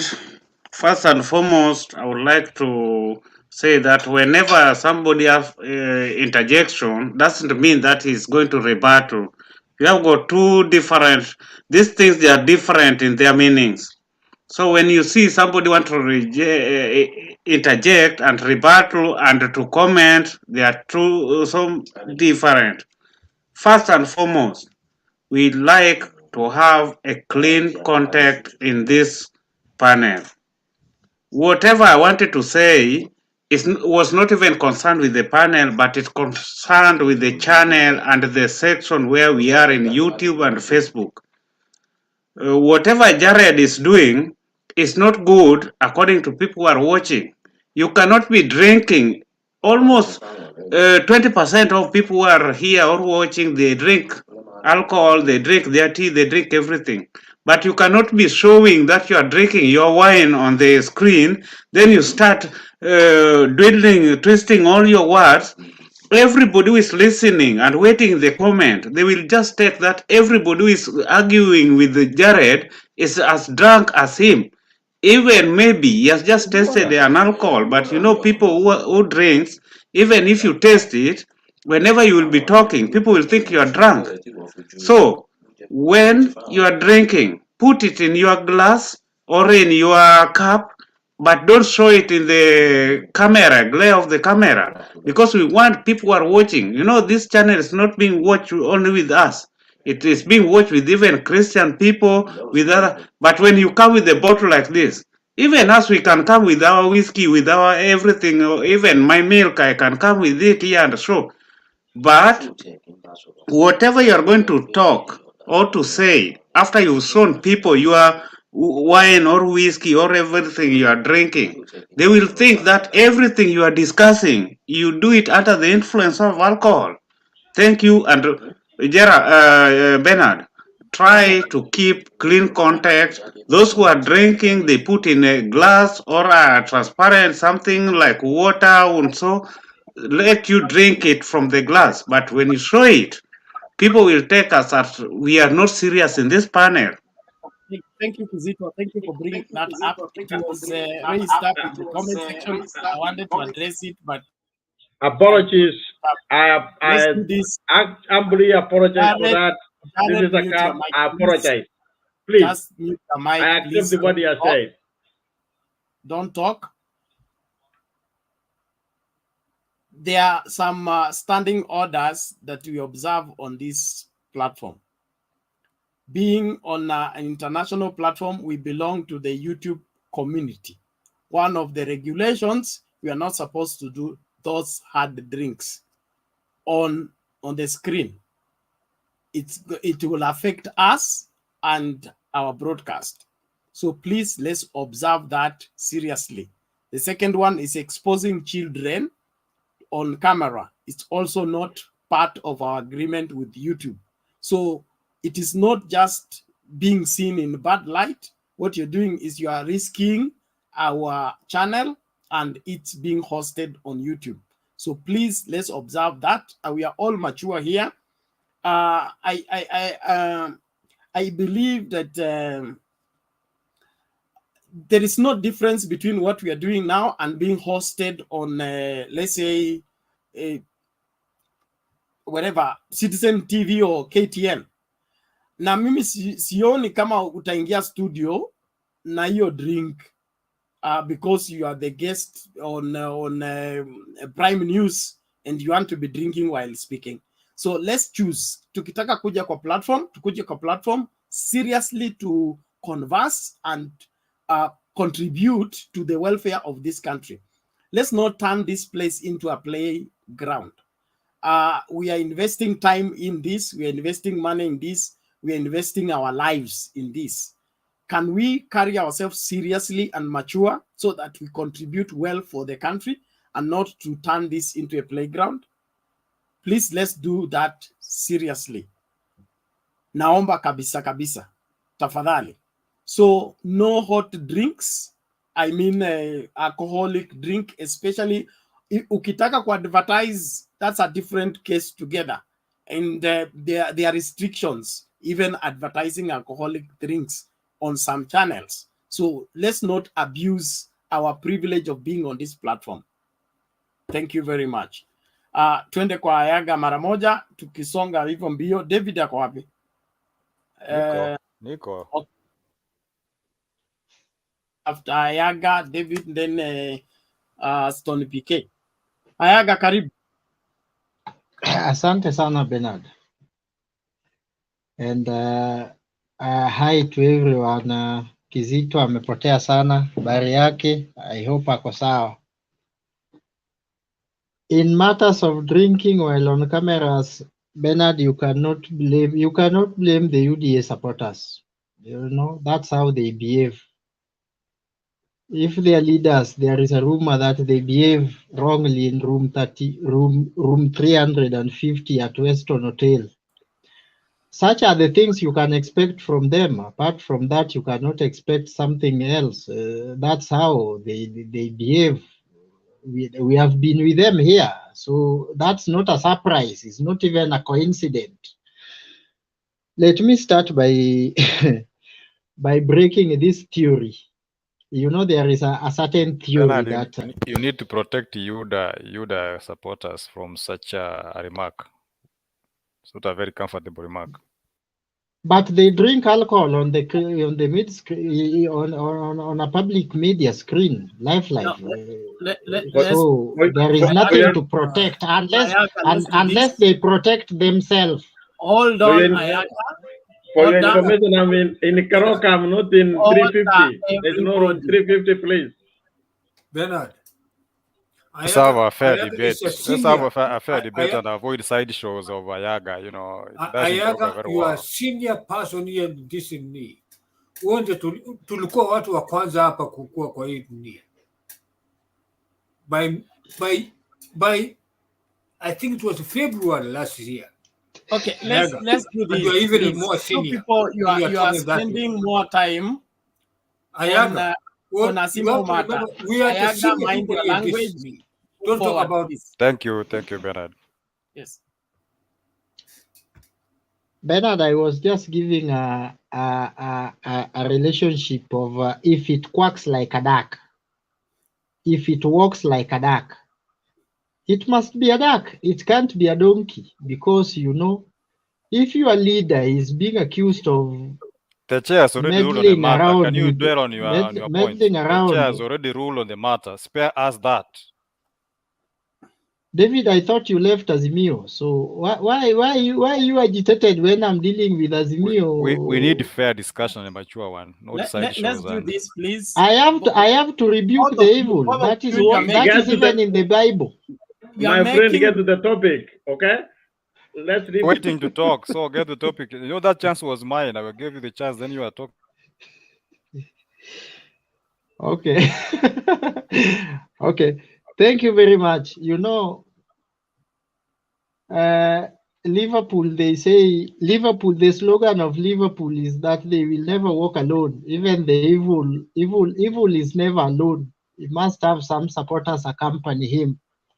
So Bernard, let me say this. Let me break this theory. You know, there is some theory and some imaginations that has been created that Raila Odinga has been played. I hope my brother from Bungoma was here. You know, there are some theory that have been created around for a long time. It is not a new thing. From 2018, we were told, you know, handshake is to cool down Raila Odinga, or BBI was to make Raila Odinga busy, and such other things. And even their self-proclaimed kidnappee, Denis Itumbi, a guy who kidnapped himself, release himself and treat himself, and even heal himself, the first man to heal himself, the spokesman of UDA, has been telling us, you know, weakening Raila. So some of their followers have mastered that act of believing that maybe that Raila Odinga is being played. But you know, the time is running out for them, and that belief is now becoming a mirage on their side. Another thing I want to break is the act of winning and losing. William Ruto have been winning, yes, where? Eldoret North. Who has been voting for him? 99% of people who have been voting for him is Kalenjin people. Let me reduce it to 90% because I don't want rebuttal.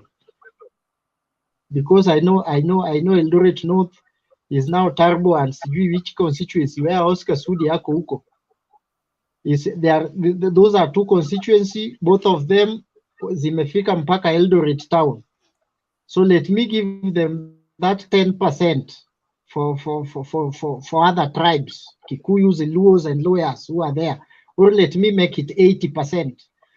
Ruto have been winning 80% of pure Kalenjin votes from Eldoret North.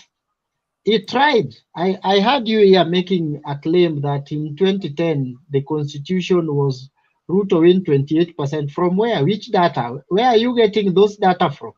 It was 14% because the yes was around 74, and there were rejected votes.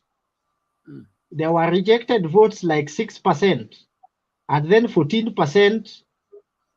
14% vote no. So I don't know where that 28% is coming from.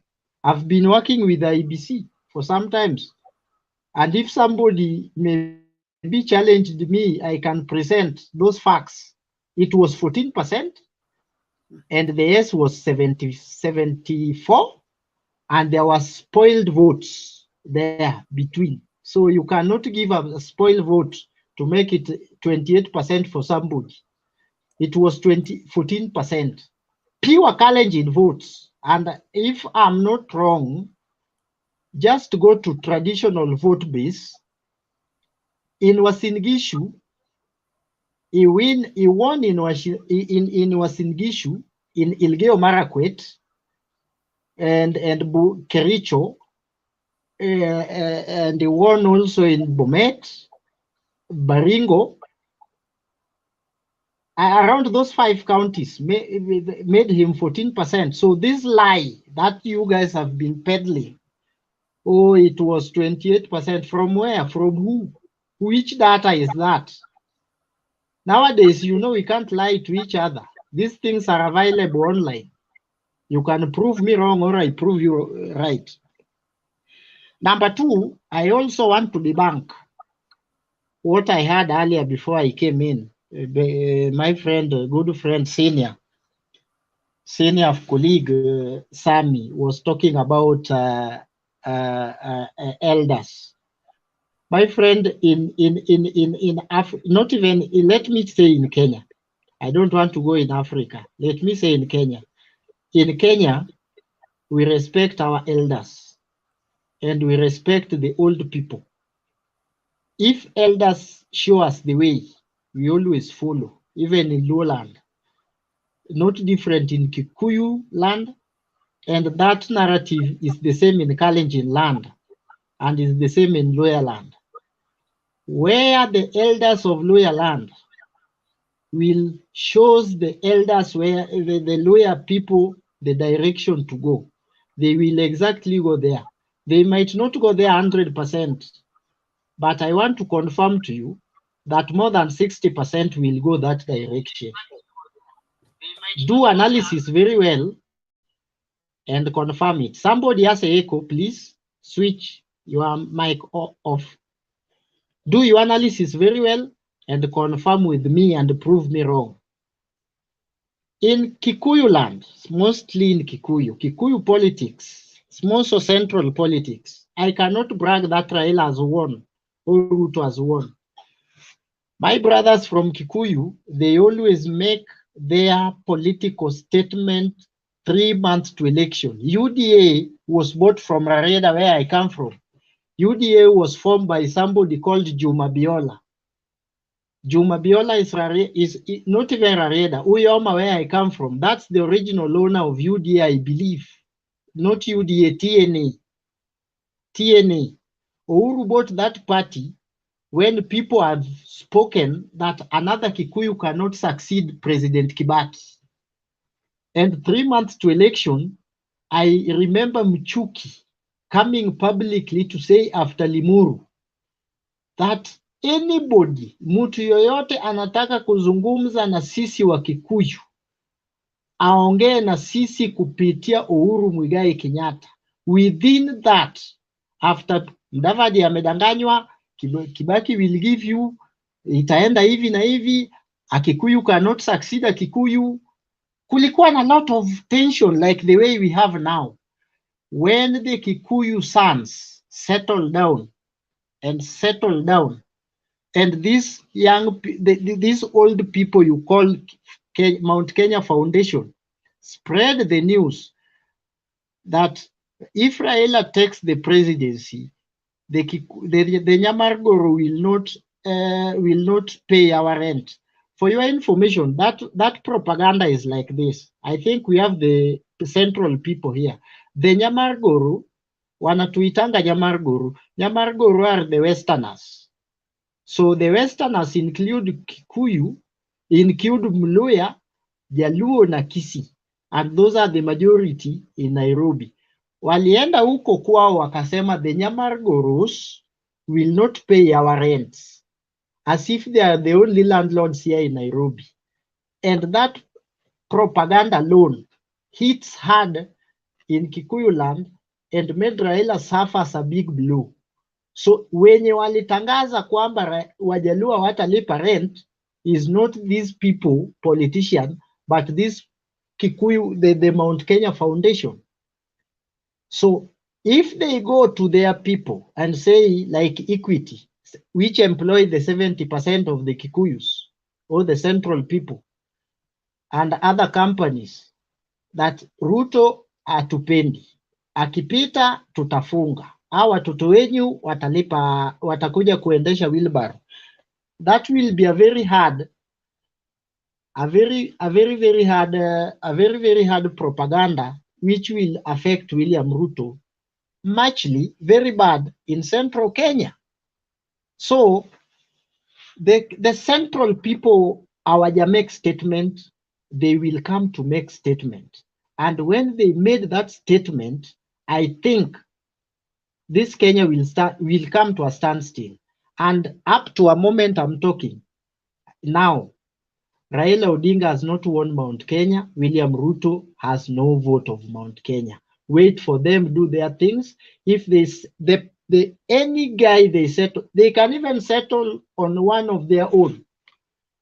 And if you want a real third force, a guy who will be, if we will have a real third force, is maybe from central Kenya. If they settle on one of their own, they can say, wacha punda imechoka, panda mlima, rudi chini, we are now supporting our own son.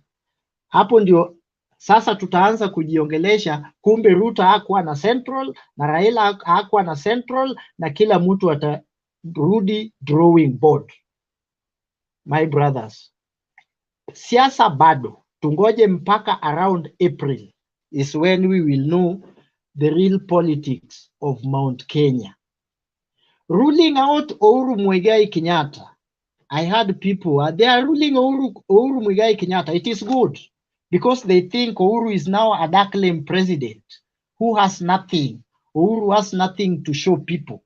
My friend, rule Uhuru Muigai Kenyatta at your own peril. Uhuru Muigai Kenyatta is Udamaki.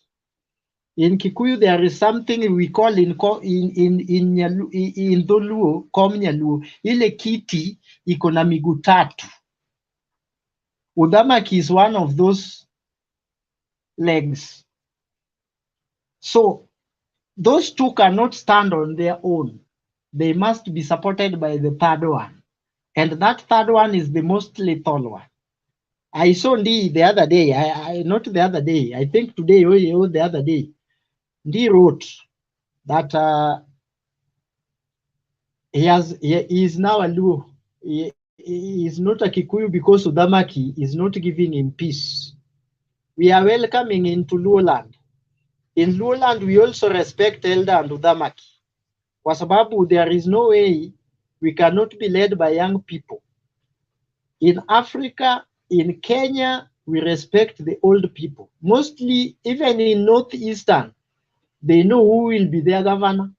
They know who will be the MP of Eldias. They know who will be the MP of Wajir East. They know even whoever will be MCA. Maybe they are still gambling for whoever they will sit down or settle on as a president because of the elders. And Northeastern, as much as tunadharau au Mauria, they are the most democratic people because elders sit even 5 years earlier before the election and they settle on somebody. Bernard, if you will allow me, I don't know nimebaki na dakika ngapi, but nitaka nimalize na hii story ya Musalia Mudavadi. So please give me a minute kwa sababu naona maswali itakuwa mingi. Give me like 2 minutes nimalize na Musalia Mudavadi if you allow me, please. You take a minute, not 2. Thank you. Okay, thank you very much. I think, Bernard, today we should talk about Musalia Mudavadi.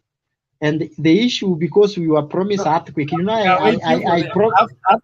after the earthquake tomorrow is when we will talk. not no, before. Yes, because you know we were promised earthquake, so I had even planned to run away from Nairobi. Let us talk the truth, and let us be truth to power. Sometimes there is something in law that says, speak truth to power without fear or favor. Musalia Mudavadi, there is no earthquake tomorrow, so nobody should not expect any earthquake. Musalia Mudavadi doesn't look like earthquake. I think whatever Musalia Mudavadi will say will not even amount to, I'm a geography student, will not even amount to a trauma. not even a land dereliction, not even a land movement. What Musalia Mudavadi will do, in fact, he will disappoint the many people, most of the UDA, that believe that tomorrow he might even go ahead and say Kalonzo, William Ruto Tosha. If Musalia Mudavadi says that he's joining William Ruto, that is overdue. It is something that has been said, something that has been seen, something. If it is quack like a duck, it walks like a duck, it is a duck. If Musalia Mudavadi says joining Raila Odinga, it is not an issue. People have been urging him to do that. If Musalia Mudavadi says tomorrow is leaving Oka and forming another coalition, it is not a big deal. Musalia Mudavadi has preserved the name of Kenya Kwanza for a long time through his handlers for a long time, and lately he has avoided the Oka meetings, like 2 or 3 serious meetings Oka leaders has been holding. So it is expected. Bernard, there will be only 2 announcements that if Musalia Mudavadi made, it will be earthquake. Only 2. And let me take these 2 home. Number 1, if Musalia Mudavadi said that he is running for Nairobi governor,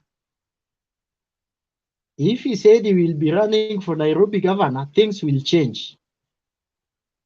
And it will depend which side he goes. If he goes William Ruto side and made that announcement, people like Wanjiru will shift the alliance. There will be like confusion, some political jittering, not an earthquake, political jittering in UDA.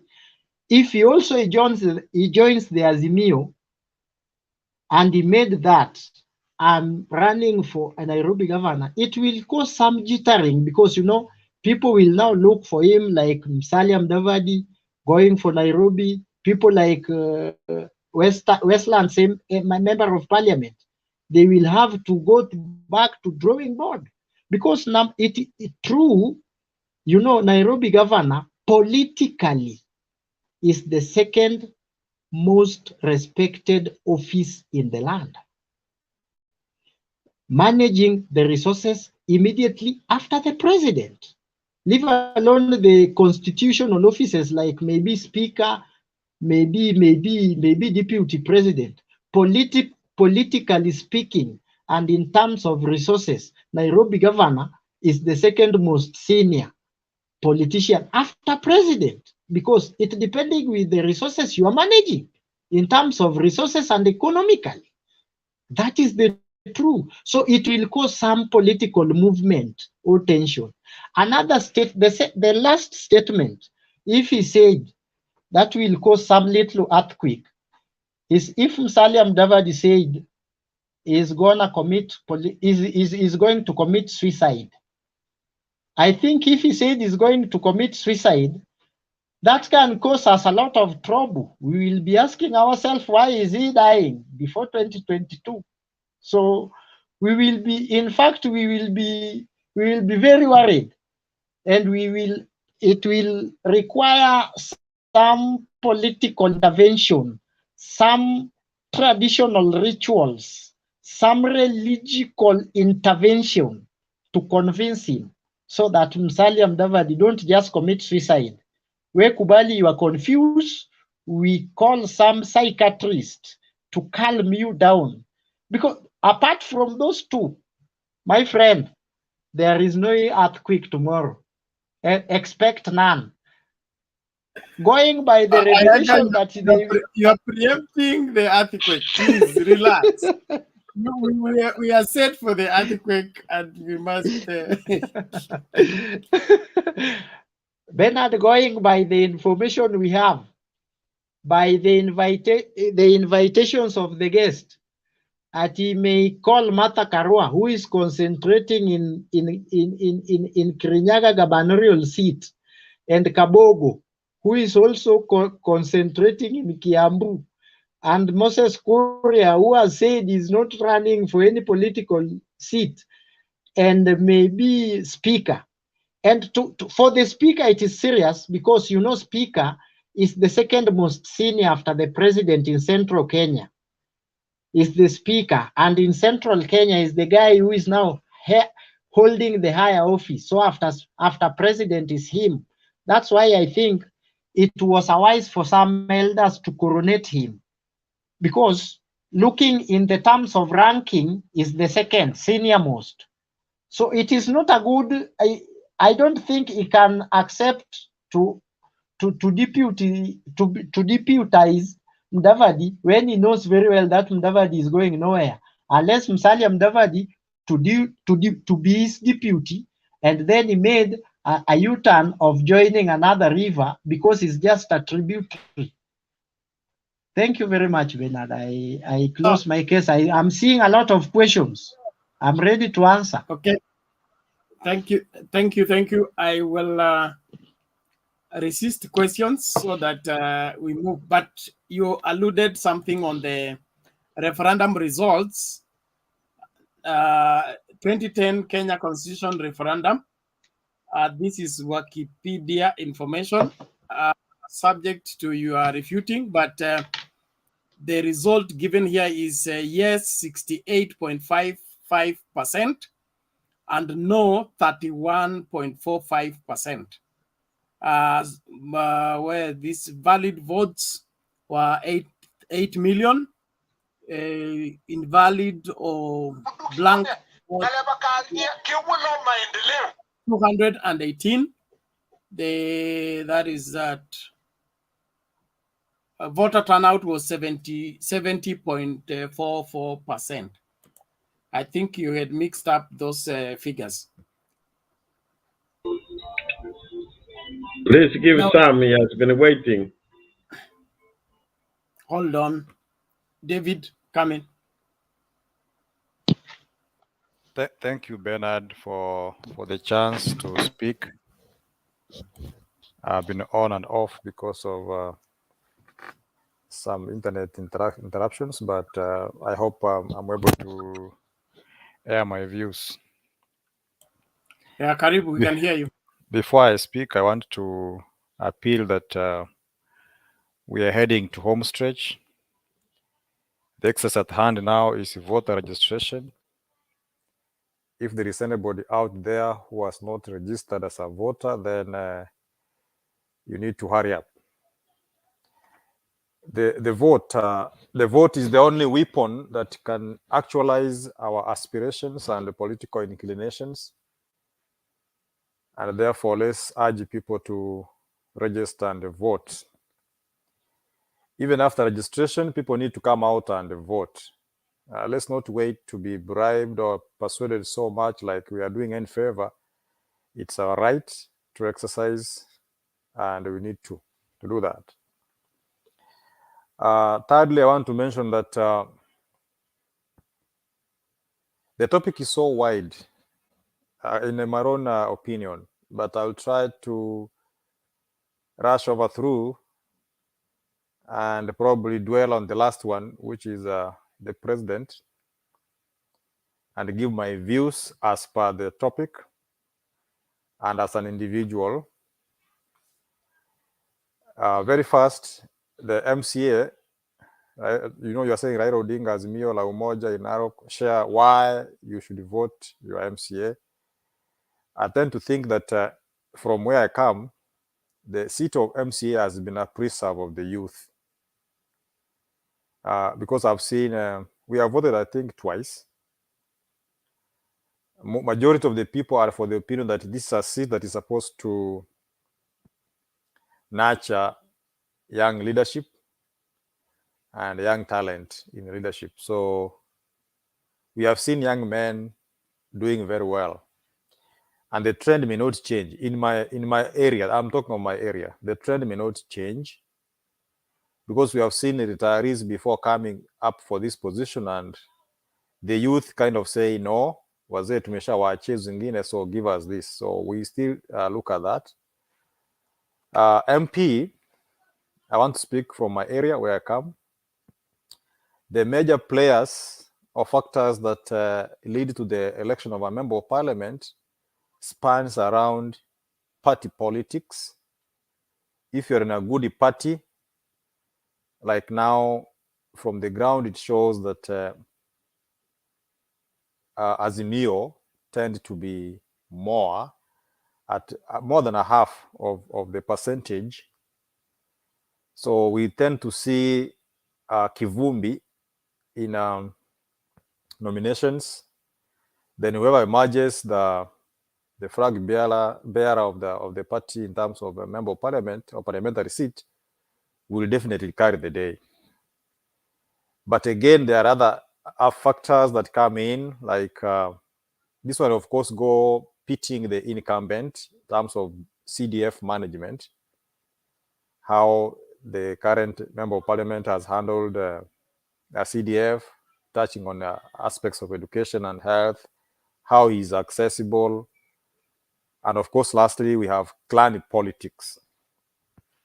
Where I come from, sometimes clan politics has something to do with the number of votes cast.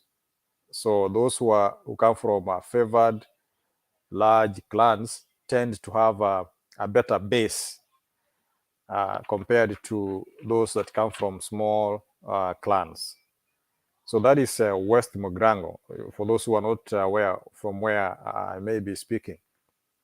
In West Mogrango, those are the four major factors: party politics, clan politics, and of course, the conduct of the incumbent and how he has handled CDF and the matters education. So we're still having a battle. And I want to be very honest with you, Bernard, that we have issues when it comes to nominations. If there are no interruptions, we normally come up with the best leaders. Women rep, I have nothing to talk about it because I personally don't understand their major role, but I've seen people elected in this position based on their popularity, how popular they are, and to some extent, party politics. Senator, from where I stand, we normally tend to associate this one to be senior politicians, not even in age, but sometimes age comes in. It's kind of the opposite of MCA, because these people don't have a kitty, so to say. Therefore, we can't gauge them based on what they have done in terms of development. But we look at it nationally, their contribution, especially in legislation. But the current senator we have, that is Okongo Mogeni, I think he had marriage due to the national politics he has been participating and party legislation, and even the case. You remember the case for which Baba took to High Court. So he still has a standing, although there are some guys trying to challenge, but I think Mogeni still has an upper hand. When it comes to governor, as we speak, we are having governors that are defending their seats, given that John Nyagarama died. We have the deputy who took over, and he picked another candidate who became his deputy. I'm told they have a good combination, but we are yet to see. So they are in ODM, and we still think that ODM has a popularity in Nyamira County, in as much as we are seeing Ben Momanyi and Yuda Brigade trying to come in. We still feel that the seat will remain in ODM based on how these guys will conduct themselves and how Bosire Timothy, the former, I don't know whether he's the current treasurer of ODM party, is still eyeing on ODM. So we are expecting some sort of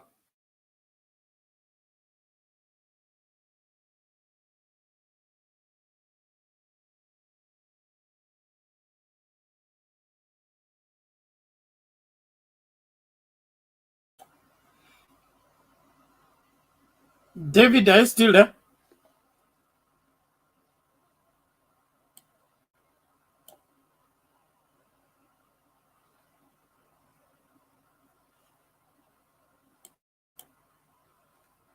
Okay, are you still?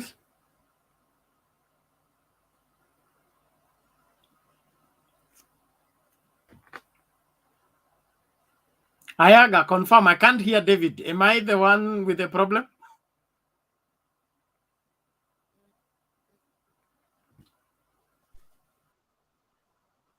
Ni David, net yake imepotea. Okay, thank you.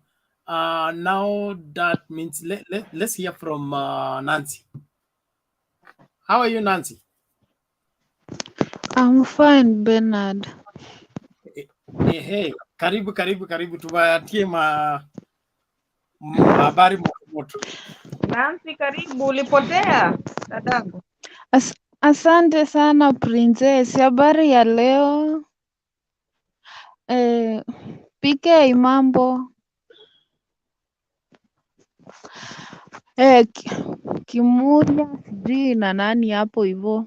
Habari zenu nyinyi wote? Aki Princess mi nakuanga, lakini nakuanga huko kwa comment tu, ni wenye nakujanga kama kumejaa, sasa inabidi nibaki tu nje kwa baridi, ila nashukuru Mungu ninyi mnaendelea vizuri, mnaendelea kutufunza. Lakini Princess, huko kwenye unaishi inakuanga saa ngapi? Uko Sangi unakuanga yani wakifungua tu studio hivi we uko ndani. Omwana Anyway, siku endelea. Yeah. Anyway, nashukuru sana, siku ya leo imekuwa siku ya shughuli mingi. Tumeona mambo mazuri yakitokeza siku ya leo. Nashukuru Mungu, ni Kenya yenye tunahitaji kwa sasa hadi siku zenye zinakuja na uzao wetu pia. Nashukuru Mungu kwa ile kupokewa kwa baba venye amekuwa Narok. Speech zenye zilikuwa huko at least zilikuwa zinatia moyo. Nashukuru Mungu pia Savula ameamua kutoka ANC, amekuja mbolea, tunazalisha kweli kweli. Watu wa huku Bungoma tulianza kimchezo, lakini tunaona tukizalisha na bado mengi yanakuja, tunatarajia mazuri yanakuja. Kinywa ndiye nilikuwa nataka kuambia President sasa anataka kujitokeza kuja kuwaelezea, sababu hiyo ndio mlikuwa mnangoja. Mimi wacha nikuambie anza kuambia watu President anakuja, wenye hawajaona news. Anakuja kuwaelezea ni nini, kwa nini alibadilisha njia, anafuata njia ya Raila, na anakuja kuongea juu ya plan pamoja na mipango zenye wamefanya na Raila, plus maendeleo yenye imeendelea kwa miaka 4 ambazo zimepita tangu handshake, na tuna matumaini ya kwamba tutatoka huko. Walikuwa wanasema baba ataweza toka Mount Kenya na 30%, but tunaona mambo yakigeuka, tunaweza toka huko na 70. Tukitoka na 70 hata sioni haja ya kupiga kura. Alafu nashukuru sana siku ya leo. Hatuoni haja nini? Usijaribu. Siku ya leo pia nimefurahi sana, jana na leo nikiona Sabina Jege na Emma wako Siaya, wanakaa kama wenye wako nyumbani, hakuna shida. Imagine hiyo ndio Kenya tunahitaji. Yani unaona vitu zingine mpaka unaona azini kuota unaota, lakini inabidi tu useme kweli Mungu anabaki kuwa Mungu, kwa sababu yale yenye sahihi yanafanyika Kenya.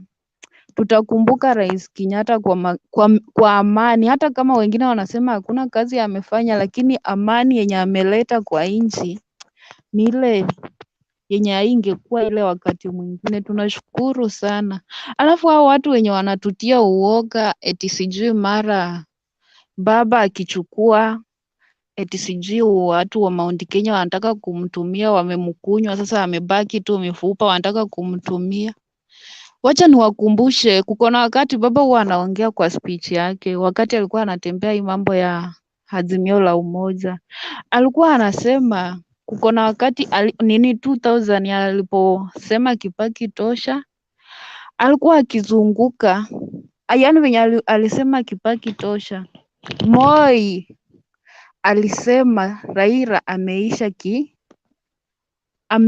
ameisha hata amuka tena kisiasa.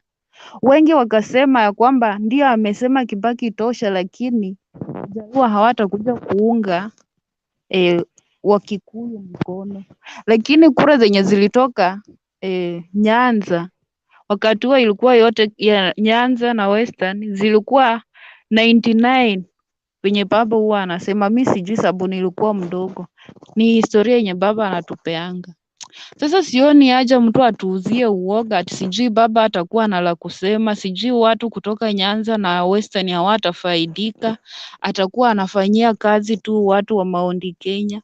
President atakuwa president wa nchi. Wakati baba alikuwa anatembea kwa niaba ya Kibaki, Kibaki alikuja akakuwa president wa Nyanza, si alikuwa president wa Kenya mzima, na amekuwa the best president ever Kenya ijaipata, na tunashukuru na bado tunangoje mambo ya baba yatakuja, na tunaomba kwamba serikali yake iwe mzuri kuliko ile yenye ilikuwa ya Kibaki sasa, kwa sababu yeye ndiye alisema Kibaki tosha na akasimamia Kibaki mpaka Kibaki akafanya mambo yaliyofanyika, tukamsifu na mpaka sasa hivi tunamkumbuka kama president aliyekuwa mtendakazi, president mwenye umoja katika nchi.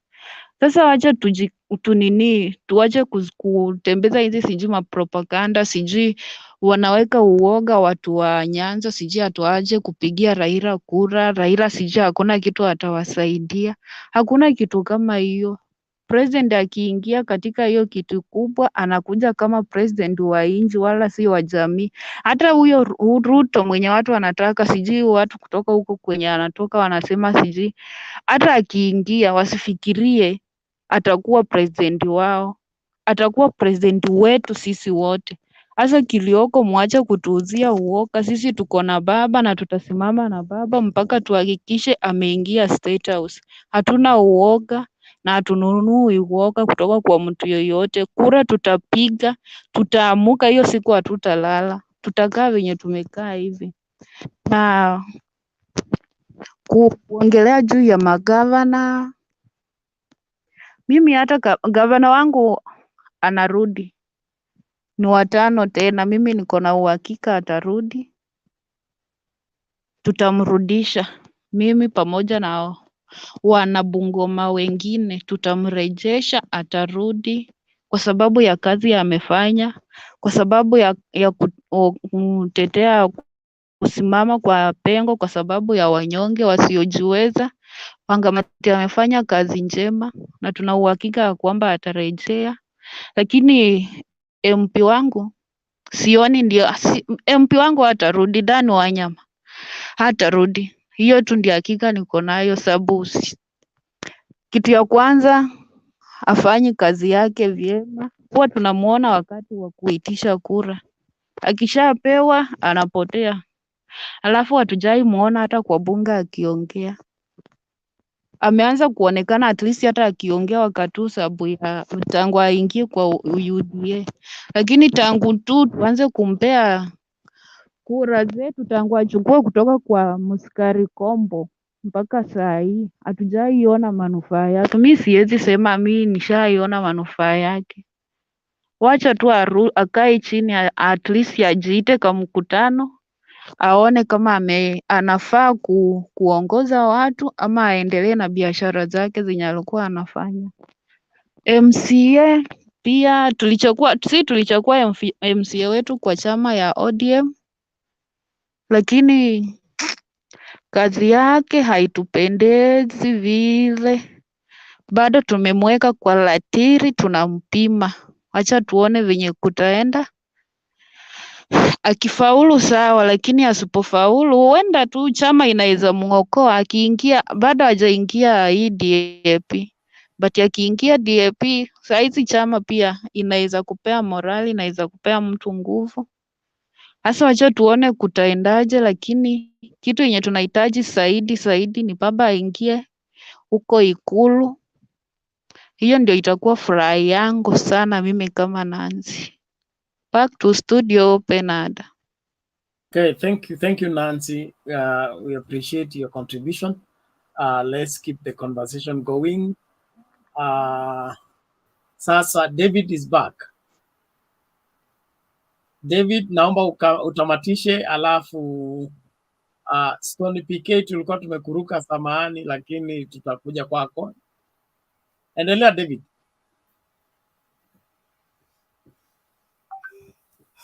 We can't hear you. You are still mute.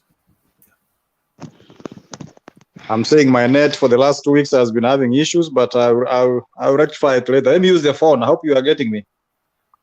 Yeah, we can get you.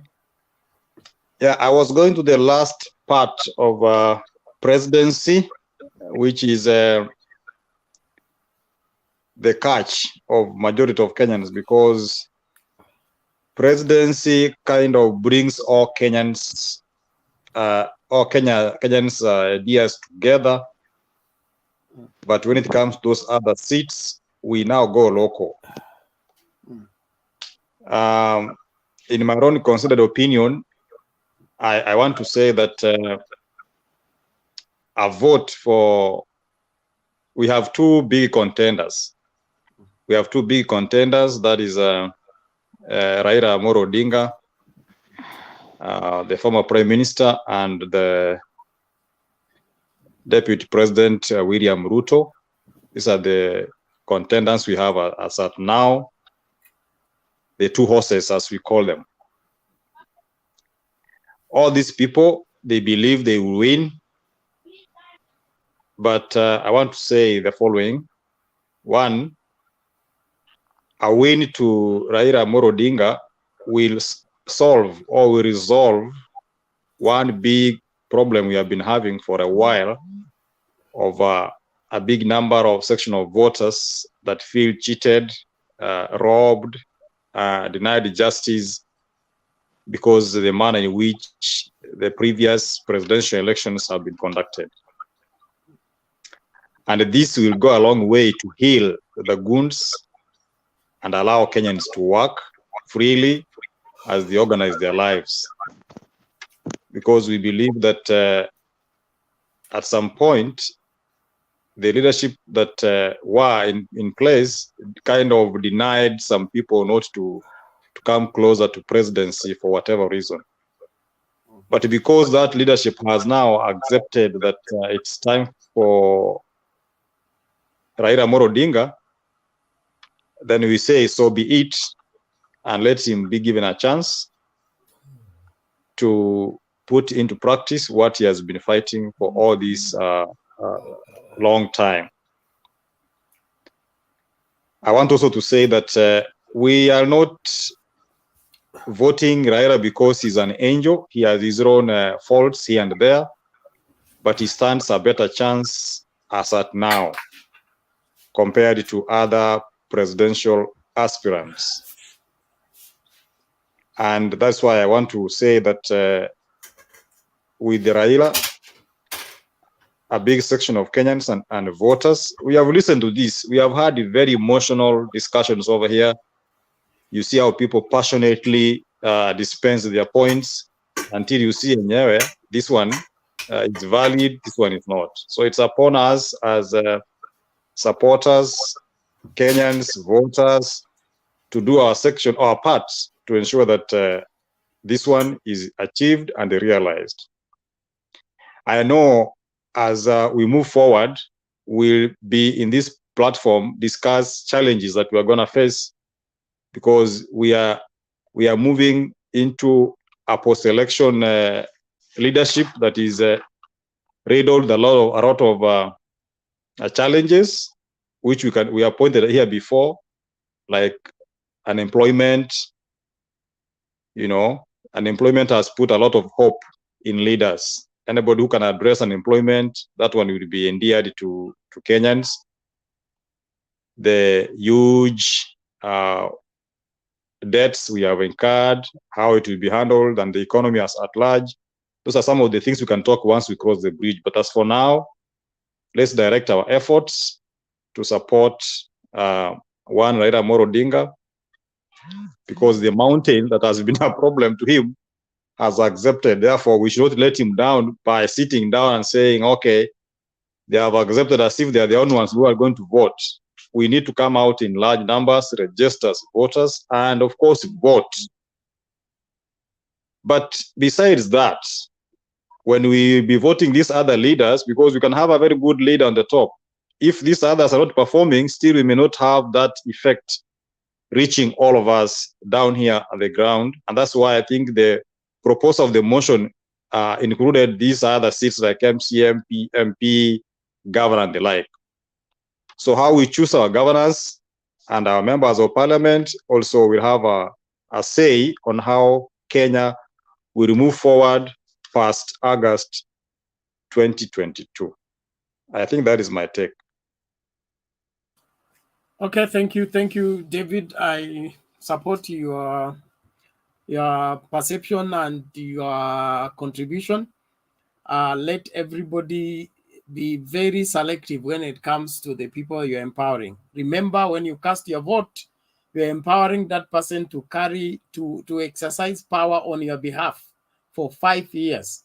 So if you will take the vote from you and exercise the power on your behalf against you, then you will suffer for the self-inflicted curse or self-inflicted problem. So don't be carried away with the euphoria. Don't be carried away with the money. Choose wisely from the MCA all the way to the president. Tusungumzie tu president peke yake, because if you have a good president with bad MCAs, bad MPs, bad senators, we still have the same problem recurring. So to help Kenya, be very keen on which MCA you vote for, which MP you vote for, which senator you vote for, and the governors and the president, of course. Thank you very much. Let's move on. Themba, you will take charge. I believe you are now settled. Let's bring in Stony PK, alafu tusonge mbele. Thank you. Thank you, Bernard, and all panelists. I salute you all, and good to see you once again. It's always been very good to be here to listen to fellow Kenyans expressing their concerns about our beloved country. Well, looking at the topic of today, before I even go to the topic, I would want to register my earlier fears. When I came in right from the beginning, and I was afraid that today the platform had gone astray, and we had become very disorganized, and we were running away from the topic, bringing in petty things. But thanks to Bernard, you brought it back to track.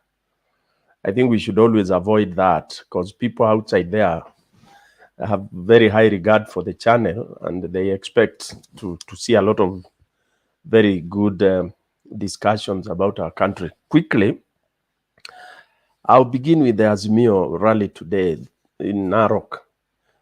I think a few things I take home. One is it was so nice to see a very, very attractive county whereby you had so many aspirants, and the storm was there, but how it was quelled, it was something to learn from. The Mwananchi, the people of Narok County, I think helped Baba to resolve one of the very, very hotly contested seat, which is the governorship. It is something, I think, if it was on the side of Wuda, we would have seen a very, very bad picture because of, lack of management at the lower level, because, even in Yuda, DP cannot manage everything. It is his teams who are supposed to handle that.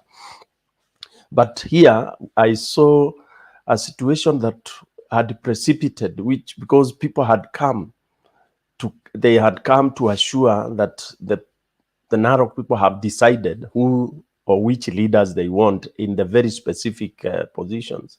It's more especially this one of governorship. And, they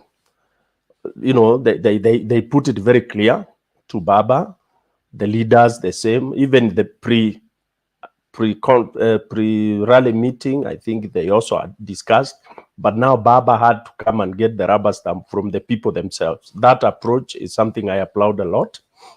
And when the crowd insisted, then he said, that's fine. We will make sure we sort it your way, and I will sit with them. That was very good. And also we saw the MCAs, the MPs and all that. And looks like now Narok has really done to what is bringing me to my second point of getting to know the right leaders. Now, one most important thing I've seen from my county, or where I come from, is that they have embarked on doing the SWOT analysis of the 10 years of development, because we need to equate this to when devolution came, that is 2013. 2013 is very similar to 2022. Why am I saying they are similar? 2013 was the beginning of devolution. And there was that euphoria. People came in, we elected leaders who had not, I mean, they had never served in such, this was new waters, and we put them there. So it is time now to really critically look at the performances, look at what went well, what went wrong. And most counties that did that halfway after the first term are the ones that have done so well, and they have enjoyed the fruits of devolution. So this time around also, those counties that will fail that and go with euphoria of party, oh, you go because you are from Udar area, you just pick anybody because he's in Udar, then they'll continue crying. Remember, as we cry, it is wasted resources, government resources that are meant for Mwananchi. They go wasted because you elected people based on the euphoria of party and all that. Those counties that will do the proper analysis of what you need in leadership, then there will be among like the ones like Kakamega, Machakos, Makueni, which have been doing quite well. Every time there is a survey done of the best performing counties, these counties have done well. That brings me to what people now, the clever people, the clever communities, I'm not saying there are those communities that are not clever, but those who are ahead of others, they have gone deeper now to look at why have these counties performed so well. It's not, it is because that these seats are not taken as a reward. You know, that because MCA seat, it looks like it's the lowest seat, then we say this is where we will be rewarding certain type, cadre of age, you know, certain people or certain religion or whatever, people from certain area, certain clan. People have learned that these are not rewards. They are not tokens. It is devolved unit, the lowest unit that is supposed to serve the Mwananchi, and it is where you have resources very close to Mwananchi. For the sake of this panel, it's good to point out that each ward has a minimum of 20 million, for example. And when you look at 20 million, that is at the disposal of development at that very unit, leave alone the flagship projects that come from the governor. Okay, so if you have somebody who has no experience, no exposure, no education to manage the 20 million in terms of community development, that's where challenges come in. So most communities and wards have now decided they will really scrutinize what sort of people they want to give this very critical job. If you compare the ward, the MCA with the member of parliament, you realize that the MCA is actually the hands-on manager. Is the hands-on guy who has day-to-day contact with the Mwananchi. Is the one who every morning he wakes up is close to Mwananchi. And if you look at budget-wise, he has almost the same budget as that of an MP, because if an MP has, say, 100 million per constituency, and he has, let's say, 5-6 wards, try to divide that equally, it comes to the figure I've mentioned earlier of 20 million. So basically, an MCA is the most critical seat as we are talking today, after people have understood what devolution is. And this is where you need proper proper community development managers for them to benefit the Mwananchi. So I emphasize a lot of care should be taken down at the MCA level, and that's why this time around it is attracting very experienced people, people with integrity, because this unit also coming from Azimio's manifesto, we will need to generate, to even do cottage industrialization so that jobs can be created. So if you don't have a proper expert at that level, because remember, each ward has some sort of resources, natural resources and all that. So it needs people who can innovate, people who can ideate and, get new ideas to tap the resources that are there to add onto the normal government resource. So it needs experts that can create extra resource to supplement whatever will be coming from the central government. As regarding the MP, yes, again, people have to be careful. We have to look for proper MPs that are able to work with the MCAs.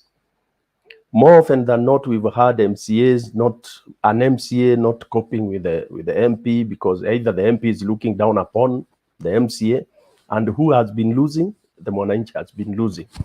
This I'm giving as an example from my own constituency, where you find the MCA and the MP are not pulling together. So what do you have? You have a disjointed team, and fahari wawili wakipigana is the Mwananchi, who is Nyazi ndio inaumia, which is Mwananchi.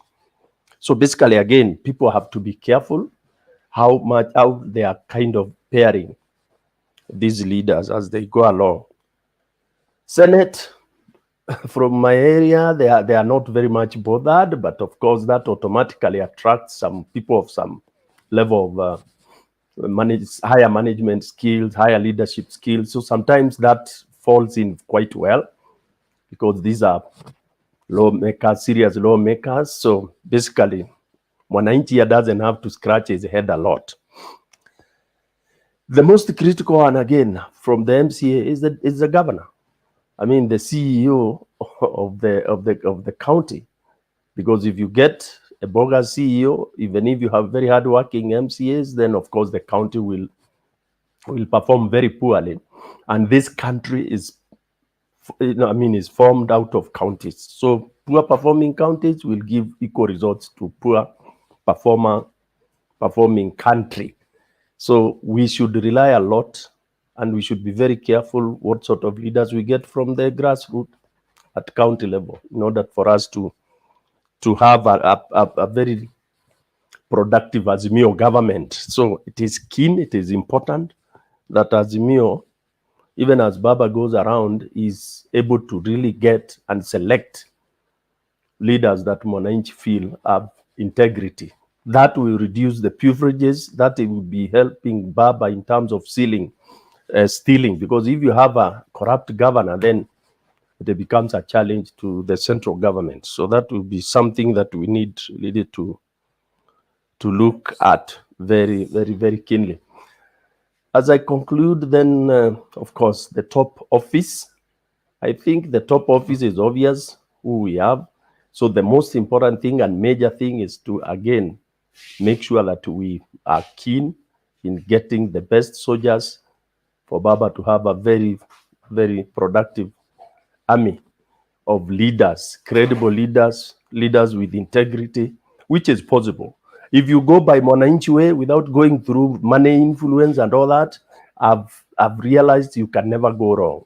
Because ask a villager in the village, ask who they think is a thief, they'll tell you. Who they think is a pastor, they'll tell you. Who they think has sins of kuiba ng'ombe za watu, they'll tell you. So I like the way Baba is going by people's voice. People's voice will always give you very, very good leaders. Once they are actually awareness raising is given, they are told they can eat money, they can take all that, but when it comes to ballot, they go for the leaders they can trust, leaders that can deliver to them. Basically, that's my submission so far. Maybe, unless there is a question or comment, Mr. Themba, I'll hand it over to you. Thank you. Thank you so much, at least for now. There's any question for Stone PK?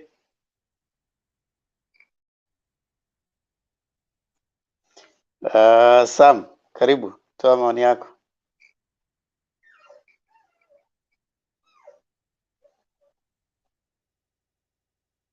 Sam.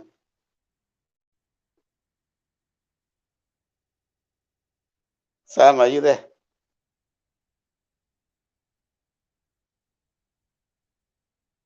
We are lala.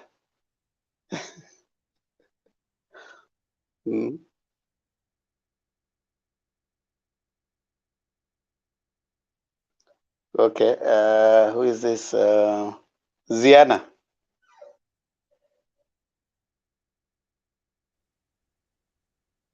Ungepatia Selina kwanza nimsikize. Selina, karibu. Wow, asante. Kwa nini unataka kusikiza dada yangu? Okay, asante. Tumesikia viongozi, kila mtu mwenye hako hapa, naona kwangu ni kiongozi kwa sababu amechukua muda tusaidiane, atusaidie kutufunza ama tuelezane ili wenzetu walio nyumbani, tulio nje, tuone nchi yetu ya Kenya itaendelea namna gani. Naona tumeongea kuhusu mambo ya MCAs, watu wameongea kuhusu MP, watu wameongea kuhusu governor na mpaka tuende huko juu. Vile tulikuwa tumesema tusiongee sana tupate kiti ya president na huku chini tuweze kusahau kujua lazima tuchakue viongozi wale wanaweza kutuchungia pesa iliyotoka huko juu.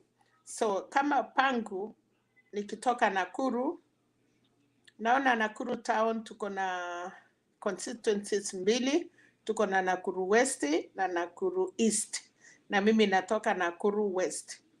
So nataka kuambia watu yangu ya London, naona walifaulu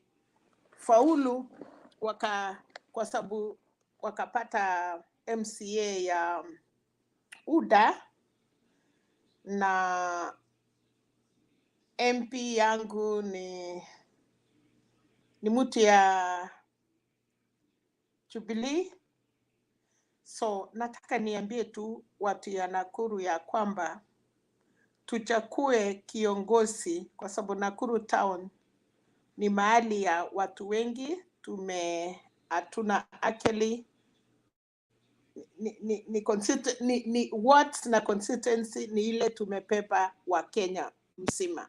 So nataka kusema tu pangu tuweze kuchakua kiongozi hula ataweka watu ya Nakuru pamoja, na tukienda mambo ya governor, yes, naona tuko na Lee na naona tuko na Susan.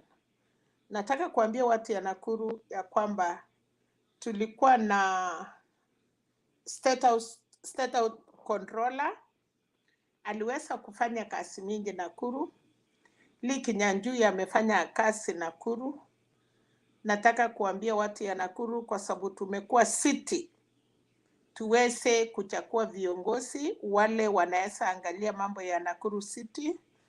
Actually, I'm only disappointed kwa sababu wakati rais alikuja kusundua city ya Nakuru, wajumbe wetu walisusia, na sitani kama rais ama Honorable Raila kuna kitu walikuwa nafaitika kutokana na sisi kusunduliwa city. Waliaipisha wananchi wa Nakuru, hata kama mtataka kuingia chama ile munaingia, kwanza mungefurahia tumepata city, mkuche hapo. Kama vile tuko kwa hii channel, tuko na watu ya UDA, tuko na watu ya Azimio, tuko na watu ya Okoa Kenya, lakini tunakuja wote pamoja tukijadiliana ya kwamba unitongose ni kutongose. So pale Nakuru nataka kusema tujaribu kuchakua viongozi wale watakuja kuchunga rasilimali zetu ya Nakuru, na tuone city yetu. Sasa tuko na Nakuru City, tuko na Kisumu City, Nairobi, alafu na Mombasa. Nataka kuambia wananchi ya Nakuru, tujaribu sana kutengeneza city yetu. Sisi ni last born kabla ya city zingine kupatikana. Sisi kama Nakuru tuweze kutoka number 1, hatuwezi fika number 1, lakini at least tung'ang'anie number 2, number 3, number 2. Tusikuwe number 3, tuone vile tunapigana na Kisumu na Mombasa, at least tukuje somewhere. Tutafanya hivyo tukiweza kuchagua viongozi wazuri. Nikirudi kwa mambo ya leo, nikimalizia kwa sababu tulikuwa tumeona, nataka kushukuru watu ya Narok walikuwa na umoja, na pia viongozi ya Narok kwa tapaka mbalimbali walikuwa na, niliona msichana aliongea kwa niaba ya disability, niliona kijana aliongea kwa sababu ya vijana, niliona na nikaona viongozi. Hivyo ndio siasa inatakikana. Kwanza waseme yale mambo wangetaka wafanyiwe. Walikumbusha ya kwamba Narok kwa mambo ya fertilizer, wakasema mambo ya Mau, wakasema mambo mingi na wamenyanyaswa, na hata wakasema, na nataka kushukuru sana kwa sababu sijui familia ya former Vice President Joseph Murumbi, na kweli kama mtu anayeenda India na achukue shamba ya ule aliyekuwa Vice President ya nchi ya Kenya mara ya uko mbeleni, kama mtu anayeenda chukua hiyo shamba, kama Murumbi hawezi tumia hiyo shamba, ilikuwa inapiti wapatiwe watu ya Narok waone hiyo shamba itafanya nini. Lakini mtu kwenda kunyakua, kama ni kunyakua, hiyo ni makosa sana. Alafu ya pili, sisi tumeambiwa tuko na ruhusa kuishi kila mahali, lakini tafadhali viongozi, mkipata nafasi ya kukua pale juu, hawa watu mnanyanyasa ni wale mnataka kuongoza, especially kama nyinyi watu ya UDA mnasema mnataka kuanzia sijui inaitwa nini huku chini. Sasa huku chini kama nyinyi mnapata shamba iko wasi, unastahili kama kiongozi ama viongozi ya UDA msaidie wale maskini, wale watu mnataka kuinua, kuambia hii shamba sasa mkae chini watu ya Narok muone kitu ya kufanyia. Lakini kama itakuwa ni eka 2,000 ama 1,000 ama 500 na mtu mmoja anaenda kuweka fence na kufanyia maendeleo yake, sidhani kama raia wanapata hiyo nafasi. So ni haki ya sisi tupate mahali popote, lakini pia tuchunge tusinyanyase wananchi alafu wanalia wakisema mumewanyanyasa. So uongozi bora inaanzia chini pale, na kama huku chini hamjaongoza vizuri, ni kwamba hata pale mbele, hata huko juu, sijui vile mnaweza shikilia watu, kwa sababu hata kwa nyumbani, mama akiwa nyumbani, akiwa mama mzuri, boma yake itasimama. Na baba pia akiwa anakumbuka, hata akienda nje anakumbuka kuchunga familia yake, watu wataangalia. So mimi nataka kusema hivi, viongozi mkipata nafasi, kama wewe ni councillor, MCA, kama wewe ni MP, kama wewe ni governor, na uende mpaka rais, ukiona nchi ama ukiona kama Nakuru kuna mahali inapatikana shamba, hiyo shamba si ya bure. Hiyo shamba inastahili kukaa chini na viongozi ya hiyo kaunti na kusema hii shamba, hii ardhi inafaa tufanyie nini kwa kaunti. Kama watasema iuzwe, then mnauliza watu kwanza. Lakini kuenda kwa lands na kunyakua uonekane muko na shamba, hakika mnaharibu. Especially wacha mimi niseme, Moi alikuwa na sasa tunajaribu kurudi, lakini jameni tujichunge hili watu yote wasichumulishwa. Nataka kuomba watu sana, tukae pamoja, tuombe kura na vitendo yetu, vitendo ya Selina, vitendo ya David, vitendo ya nani, iwe ni yake, isiwe ni ya community. Otherwise, nataka kusema vile niliona Makueni, haikupendeza. Sijui watoto walikuwa kwa darasa, sijui walikuwa lunch break, kuleta watoto ya shule. Kama walikuwa kwa kanisa, upate watoto kwa kanisa, alafu munaomba na watoto, hiyo ni mzuri. Lakini kuleta watoto kwa matometri ati wakuje wachase viti, hata heri mungekuwa na watu 30 kuliko kuleta watoto ionyeshe aibu. Hiyo ni aibu sana. Mwenye alifikiria hivyo alifanya mbaya. Kama ni kwenda kusalamia watoto, mungeenda shule, musalamie watoto, mupatie ile kitu mumepatia, watoto wangefurahi na watu hawangeona hamuna watu.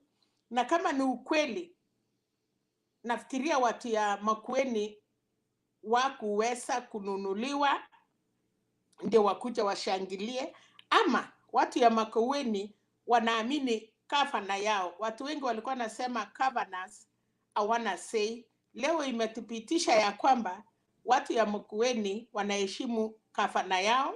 Labda waliwaambia msiende hiyo mkutano, na ndio sababu hatukuona watu barabarani, hatukuona watu kwa mkutano. So tujichunge sana. Asanteni. Asante sana Selina kwa maoni yako. Yeah, yes, Stone PK, uko na swali? Actually si swali, ni comment kwa Selina it's something I wanted to make, but then it's good she has said it. That picture is what we've been saying in the last few weeks, that as we move along, Wakenya watachoka. Wakenya watachoka na uongo. Wakenya watachoka na hiyo kuchukuliwa ni kama wajinga, you know, because sasa huwezi kuja na mipango yako and you want us to come in, you know, spontaneous. I keep on saying spontaneous. Unafikiria leo acha niende niende kwa Kalonzo ndio ajue mimi ni mwanaume. Those are games which were played by small kids miaka hiyo ya nyuma, okay? And then he deserved it because not long time ago ametusi, aliinsult Kalonzo, akasema Kalonzo nywele zimeisha kwa sababu ya kusupport baba. Haya, na leo amerudia hiyo pale kwa market. Sasa hatajua kwamba Wakamba they are not you know to be taken for granted, and this will frustrate Ruto so much that atakipatapata because he is asking for it. Thank you. Thank you so much. I can see Penyagaka. Penyagaka, karibu.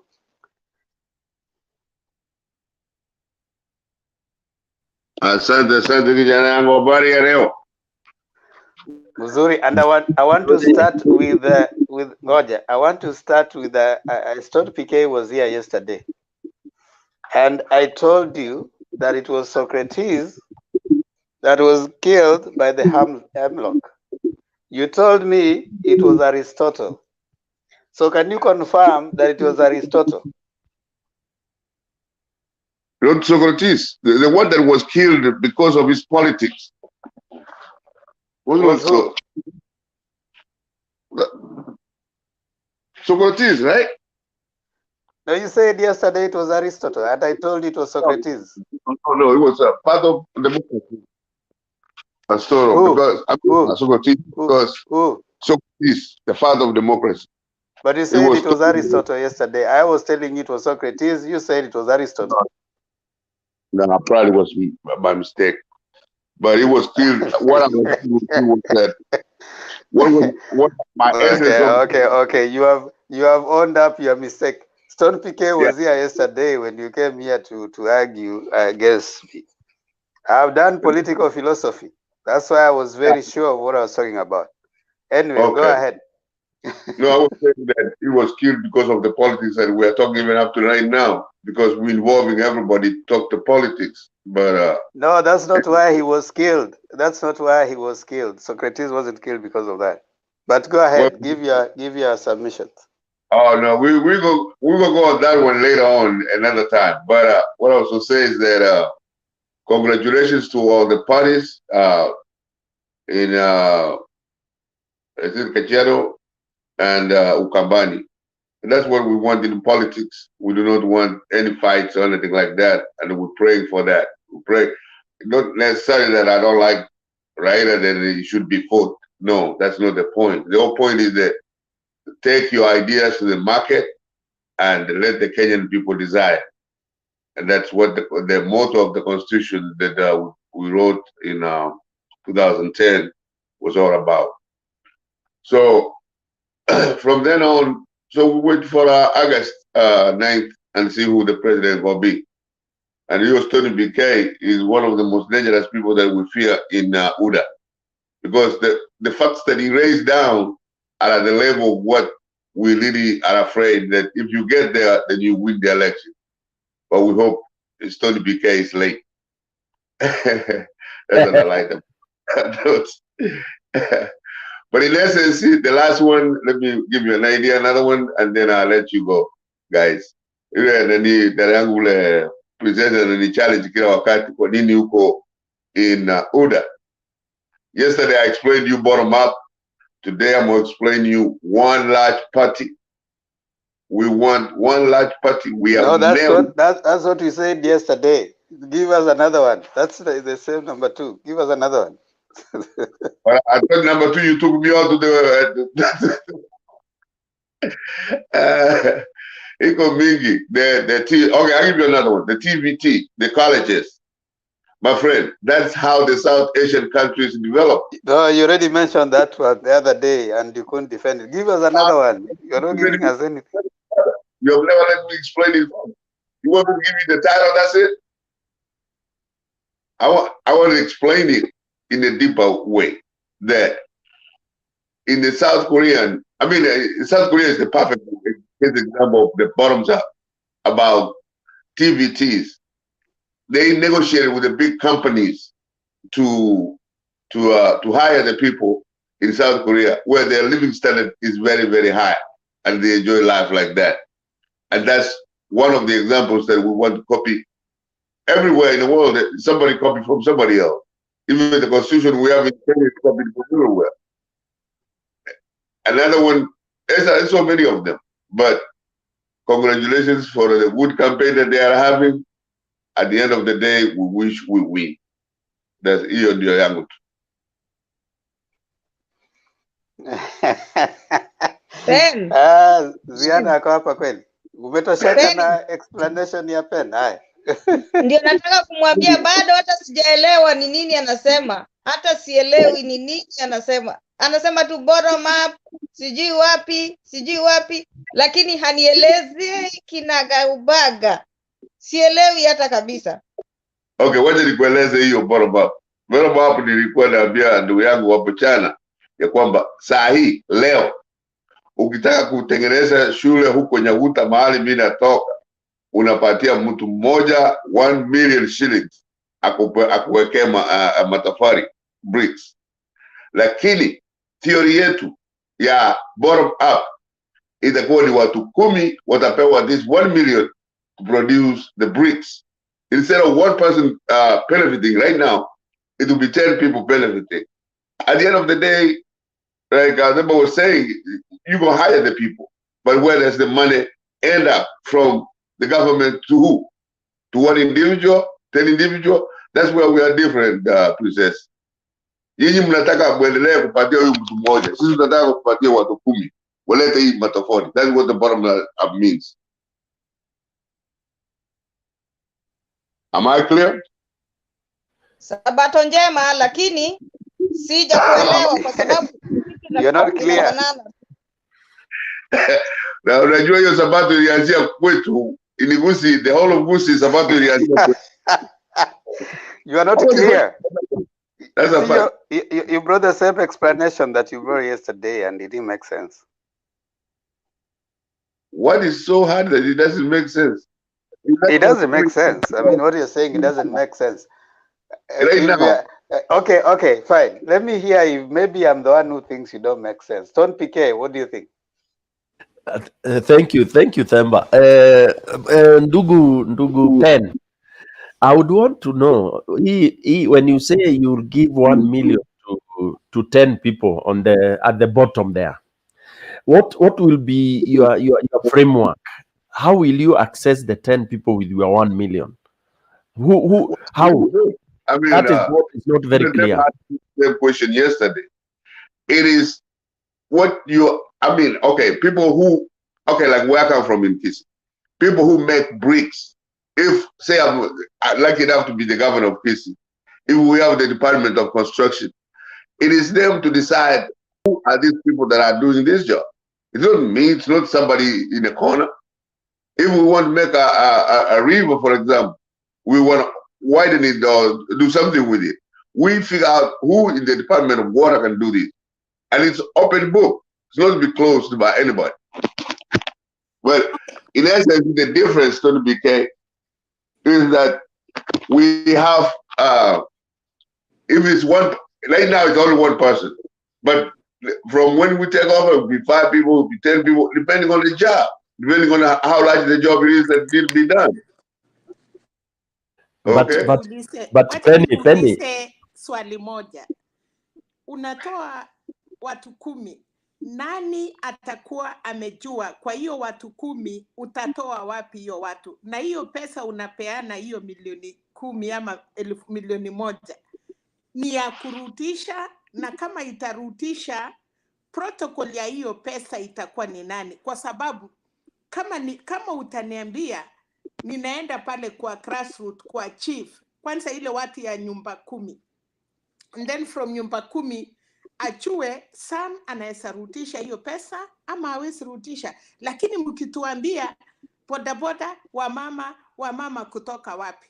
Wamama wengi wanakuja sokoni asubuhi, wametoka mbali. Ukipatia mtu pesa, hiyo pesa ni ya bure kwanza, ama hiyo pesa mnataka, hii pesa ya mtu moja itajulikana kama ni Temba, anajulikana Temba amepeana ID, amepeana kila kitu, ili akipatiwa hata kama ni 1 million, Temba anaambiwa tumekupatia hii pesa kwa mwaka fulani na unakuwa unarutisha na interest ya hiyo pesa. Na hiyo kwanza pesa mnapeana mumetoa wapi?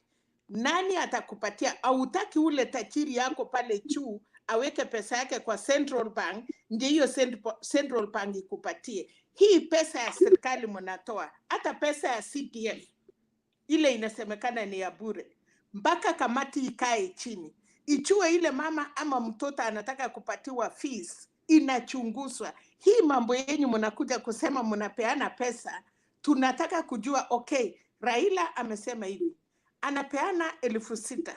Kama nyumba ni watu 6, na kwa hiyo familia hakuna mtu hata moja ameandikwa kazi, anapeana hiyo pesa kununua chakula.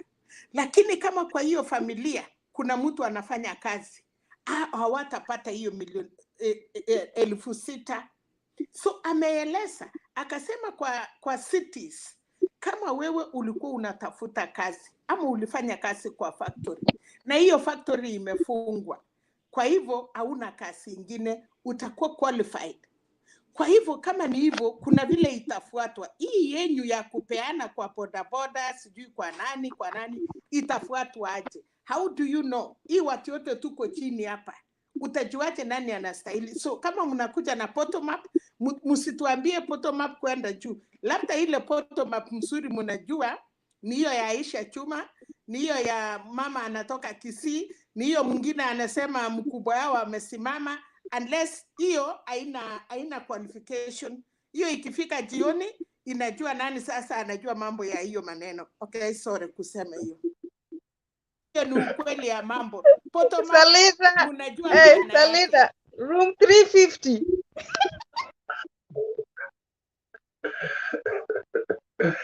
Kuna dada ingine anaitwa Nyamu, niliona akisema ati hiyo bottom up inafanya kazi kwa Ruto sijui nini, lakini waje nikueleze vile dada yangu umeuliza question ni mzuri sana, and that's everything you are saying is true, except we are going to define in an open book whatever job it is that we need to do. It is not going to be what is going on right now, which is, trickle down. It comes from one person who has all the millions and hires a bunch of people in the bottom. It's going to be bottom up. Everything that you ever asked me, like, how do we know who is who? How, is this money going to be returned or what? It is what is in their books right now, except we will change how many people will share that money. That's all. Everything has to be followed by the book. Like I said, the key word is going to be open. The key, another key word in the bottom up, corruption has to be zero. That's why we are trying to beg Maraga to be the Attorney General. Now Kenya If you are watajua the hiyo. father, kama nyinyi ni father of corruption, hiyo msee ya kanisa msimsumbue Maraka. Wewe kwanza msimsumbue, wacha hiyo msee ameretire na ako na track record, yeye ni mtu ya kanisa. Msiseme akuja asimamie corruption. Hiyo kitabu unasema nani atashikilia kitabu? Ni governor, ni MP, ni senator, ni MCA ama ni president? Umesema hiyo. Nataka tujue nani anatengeneza hiyo kitabu, from where, na itatoka wapi? Ni ofisi ya serikali? Mutasundua ofisi ya whatever the taxes go to right now. No, nauliza hiyo pesa yenyu itakuwa kwa youth and center, ya kwamba hii ministry ya youth itakuja mpaka chini, alafu sasa tujue inafanya kazi. But ukiniambia mtu mmoja na watu wengi, hii pesa yenyu kwanza mnatoa wapi? Nani ataifuatilia? Nani atasimamia? Ama ni father of corruption, nyinyi yote mtataka kuiba ndio mkuje mnyanyase? No, lazima mtuonyeshe. Wewe sasa kama mwakilishi ya UDA ama wale wanataka kutupatia pesa, hapana fuata vile wao wanasema, saidia hawa. Ambia mimi I'm your supporter. Mimi ni kiongozi. Nimeona vile hapa Amerika ama ukiwa mahali popote saa hii, mimi niko county ya Baltimore. Nimeona mayor alipeana shilingi $800 kwa kununua vitabu, na alitoa hiyo pesa bila mpango. Ilipita ameenda chela. $800, si milioni moja ile mnaipa Kenya. 800. Nimeona leo council ya Baltimore amekuwa akisimamia, alishika mshahara yake akanunua aita ni apartment ama kuna kitu alifanya, amepelekwa kotini kusemekana tunataka kujua hiyo pesa uliipata aje.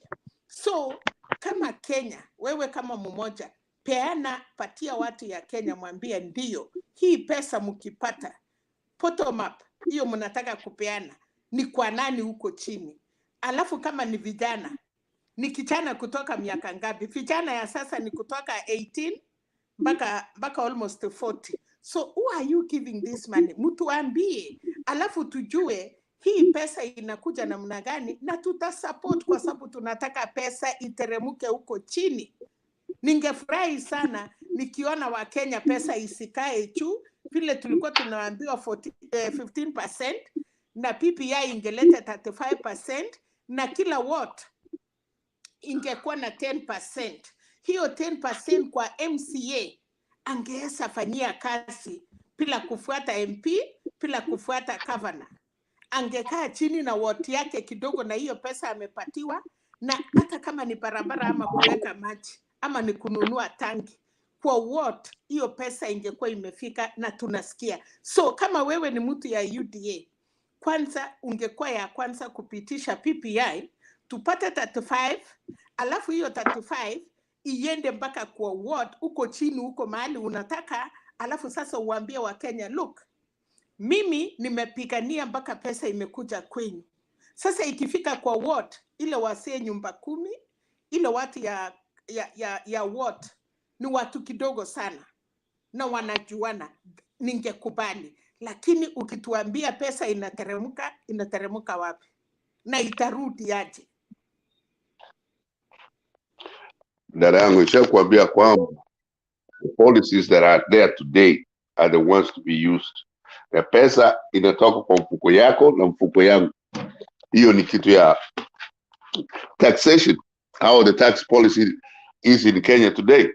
We're not going to change a lot of things except that the money that is given in Matachiri itapewa mtu ambayo is a regular person, so long as they know what they are doing. If it is making bricks, if it is building houses, they will be given. Like I said, I think I explained it. I said it will be open. It will be open. Huh? Given by who? Who is giving them the money? I said this is right now, the treasury. Tajiri anaenda bank, ako na title, ako na kitu ya kusimamia hiyo pesa yake, na anasema niko na wafanyikazi 20 ama 1,000 na ako na kitu imemsimamia ndio apate.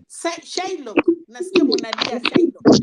Nasikia munalia hii kidogo. So usidanganye mtu kumwambia tutakupatia pesa bila hiyo program. Muende muuse hiyo watu, mtausa nini? Ana shamba, ana nyumba, ana nini? So tunataka program, si ati kutuambia mutapatilisha. Amwezi patilisha tu amukuweka. So hata kulile ilipangwa na wale walipanga wanajua. So nyinyi muliharibu, amutaki constitution, amutaki PPI, na wacha nikwambie PPI ingesaidia UDA kuliko kila mtu. Sahi Mheshimiwa Ruto angesema Prime Minister anapatia Coast, napatia Central TP, napatia Western hii, wangekawanya hiyo viti na hata Raila hakuna kitu angeona. Ni Mungu alisaidia, mkaonyeshana mumepiga, ndio hata kesho mtarudi kupenda hiyo PPI. Mlikataa katiba na sahi ndio ya kwanza kutetea katiba, kitu utaki. Ukiua mtoto yako alafu mwenzako amelea mtoto yake, kwa nini unataka kusema mtoto ni yako na hukulea?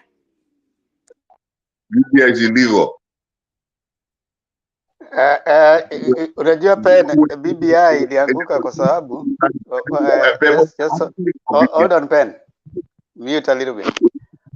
Unajua BBI ni kama the case of Solomon with the 2 women. These 2 ladies are claiming this baby. Sasa mmoja akona ndio ana claim mtoto ni wake, huyu mwingine alalia mtoto wake akakufa. So wote wawili wana claim wanataka huyu mtoto. Sasa ule mwingine anasema kata katikati, kila mtu aende na pisi yake. Sasa that is the philosophy of UDA, that hiyo BBI wacha ikatwe katikati ianguke. Yule mwingine akasema hapana, usinipatie, wacha yeye achukue, you know, because there are things that were good about BBI, but now when you come here you are repeating the same kind of philosophy. We are going to, you know Pen, the struggle is you are forcing us to understand something that you are also struggling to explain. So you feel upset when we are asking you questions. I would want you to okay, you're not, let me not say upset, because you're not getting upset, but you are kind of getting, you are forcefully wanting us to get into your understanding, but you're not making us understand. You know, you're not giving us the divergence, the questions that Selina is asking that are very, very important right now, that you're struggling to understand. Even the example you gave, it was probably not the best example, because she's asking, okay, fine, you have come in with this, you want to give someone to make bricks in the village, and you want to give several people. Even the person you give that contract is going to employ different people. Those are employees, you know. So are you saying you're going to tell someone that now you bring the bricks yourself? You know, that is the most outrageous thing that you can do as a government. You're also trying to ignore the presence of the Constitution and the roles of the national government and the roles of the county government, which are already there, you know. So there's this thing that you guys, the UDA people, have been making noise about, that now we are going to start bottom up. It is nothing different, because even what you are telling us, we are going to use the same structures that have already been set there. We are not going to do anything different. You are still going to take taxes from people, as is happening right now. You are going to send revenue to the counties, as is happening right now. So basically, this UDA bottom-up thing is a lie. It is just a political slogan, you know, and that's why even you, other than just saying bottom up and repeating the same things every day, you can't expound on it in spite of the many questions that have been asked here. And you're not alone. You are just the most persistent of the UDA people. But you are not alone. Those who have come here, and even you know that. You have not been able to convincingly give us a reason or even explain this bottom-up thing.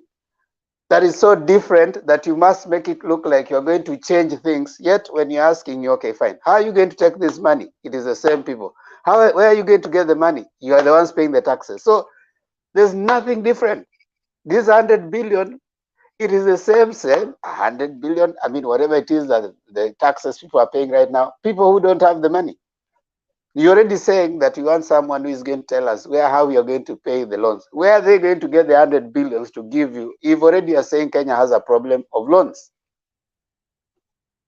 Are you going to do away with the structures? Are you going to do away with the Women Finance Fund, or you're going to enhance them? You're saying we are going to enhance them. So what is so different in this bottom up? It is nothing.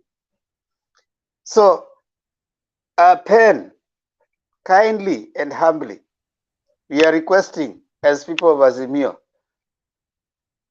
admit that bottom up is a nice political slogan. It's like if you come from Kisii, you call ugali obokima. If you go to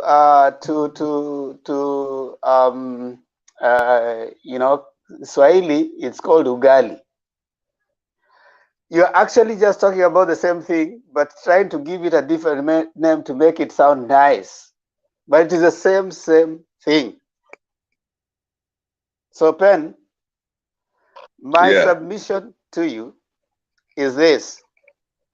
Quit on repeating the same narrative that you have been repeating since the first day you came in by giving us the same thing. Oh, if you want to give things, you are going to remove the bureaucracy. You don't just remove them. The commissions, those bodies have been created by the Constitution. So unless you go and amend the Constitution, the county government has been made by the Constitution. It has been given there are roads that are done by the county government. The tendering process is in the Constitution. How to tender, how to get a county contract, how to do all that is in the Constitution. It is stipulated. The role of the county accounting officers. So are you saying that the first thing you are coming in is to change the Constitution, do away with the tendering process, do away with county governments, so that you are the one who is going to be taking the money down there? That is also showing lack of understanding of what the Constitution says in the part of UDA members, so that you can be promised anything, made to look so big and nice, but it is a hollow thing that you're being promised, so that you're arguing from a point of no information. So have you read the constitutional provision to who is the accounting officer in a county? Who is the accounting officer in the government? What are the county offices that are looking at different kinds of resources, and how are they distributed within the resources? What is the work of Revenue Allocation Commission? I mean, have you tried to check out their role, so that you just come and say, we are going to take 10 billion to this place? You can't just wake up, take 10 billions to a place.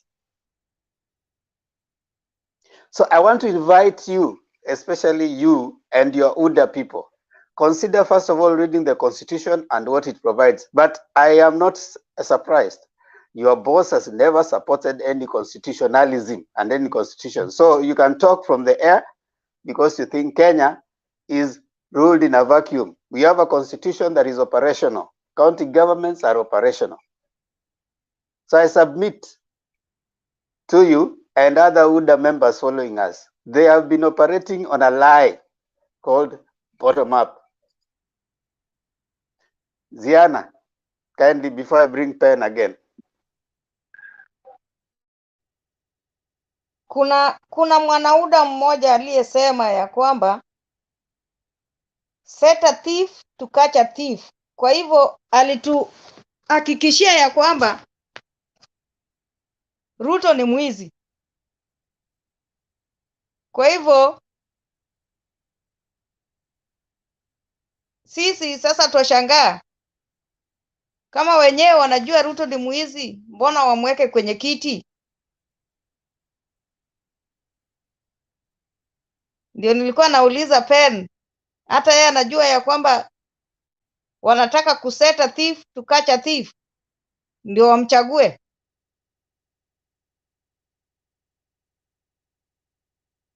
Or should I do my submission ama nilikuwa niulize tu hiyo swali?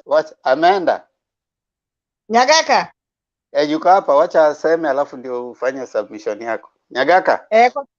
Kwa sababu niliona mwenzake alisema, sitaki kumtaja kwa jina kwa sababu mnamjua jina, lakini alisema hivyo. Hapa hata sema vizuri, hata majina. David ndiye alikuja akasema kwamba Kenya is a country of corrupt people, so we are not standing on any corruption platform. Aliyesema hivyo alikuwa anaitwa Jarad. Jarad ndiye alisema hapa saa hizi amesema wanamchagua mwizi ndiye ashike wezi. Na hata anaitwa nani? One David ndiye alisema kwamba if it is corruption, we are not standing in the platform of corruption because they can't. I mean, you can't stand on the platform of corruption if you yourself you have no more authority to talk against corruption. And Pen Nyagaka is coming here to tell us that we have to have corruption free. Now he's the only one who is coming on the platform to tell us that we need to have a corruption free government and he thinks that UDA can give us that. How do you mention corruption free and UDA in the same line? That's why I keep saying that if you're supporting UDA, you must go on a reasoning holiday. Penny is Azimio. Pen Nyagaka, are you going to talk or you have been squeezed beyond measure?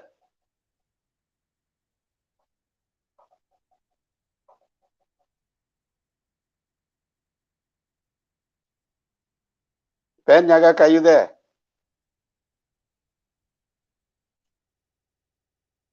I can see him on the platform, but I think he's been thrown into a corner. He can't talk. When he will come back, kindly Pen, you will have your time to give us. He's disappeared. Okay. Ziana, kindly come on. Nashukuru sana tena Temba kwa kunipa nafasi. PK, Shiko na wengineo. Hata naona Nancy yuko hapa. Salina, nashukuru sana kwa kutuelezea kwamba ukiwa Amerikani hata 800 tu 800 ile ni 80,080 ya Kenya. Kwa hivyo kama Kenya yetu inaweza kuwa hivyo, hata 20,000 peke yake mtu ashikwe awekwe jela, inaweza kuwa nzuri sana. Nikizungumza kuhusu MP, MCA, mimi ningependa watu wa Kwisero wanielezee ni nani nitachagua, kwa sababu siishi huko sana. Sasa wangenielezea ni nani na nani nikifika Kwisero, kwa sababu kupiga kura ninakuja. Nikifika huko nijue ni nani nitamchagua, amewatendea mema, kwa sababu tunataka yule mtu kufanya kazi.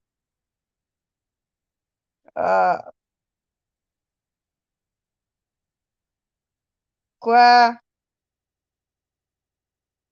nini langu la leo, kwa sababu vile nilimuona Raila pale akiwa amesimama, mi bado na sisitiza kwamba nashukuru vile alijitokeza na kusema kwa wale waliokuwa wanatawanyia kuwa magavana, aliwaweka wazi wazi kwa wananchi na kuwauliza nani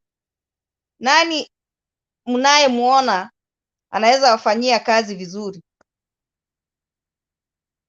na wananchi walichagua.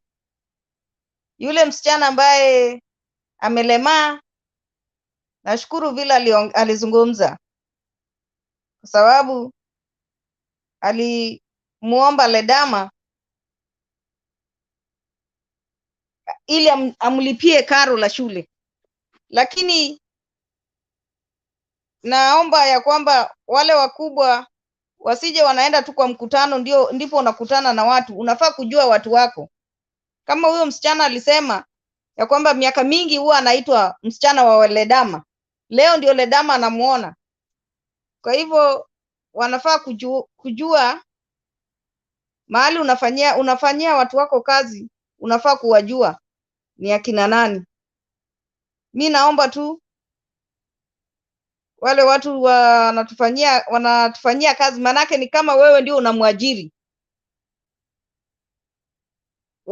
wajue wale wako chini. Hii maneno ya bottom up na tuoni bottom up, hata ikiwa utakuwa kwa Azimio, lazima ujue watu wako wale wako pale chini.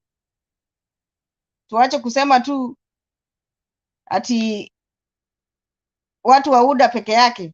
Tuondoke nje na tujue watu wetu ni wangapi wanapiga kura. To mobilize people ili waende wakapige kura, sababu kuchukua kura pia sio kupiga kura.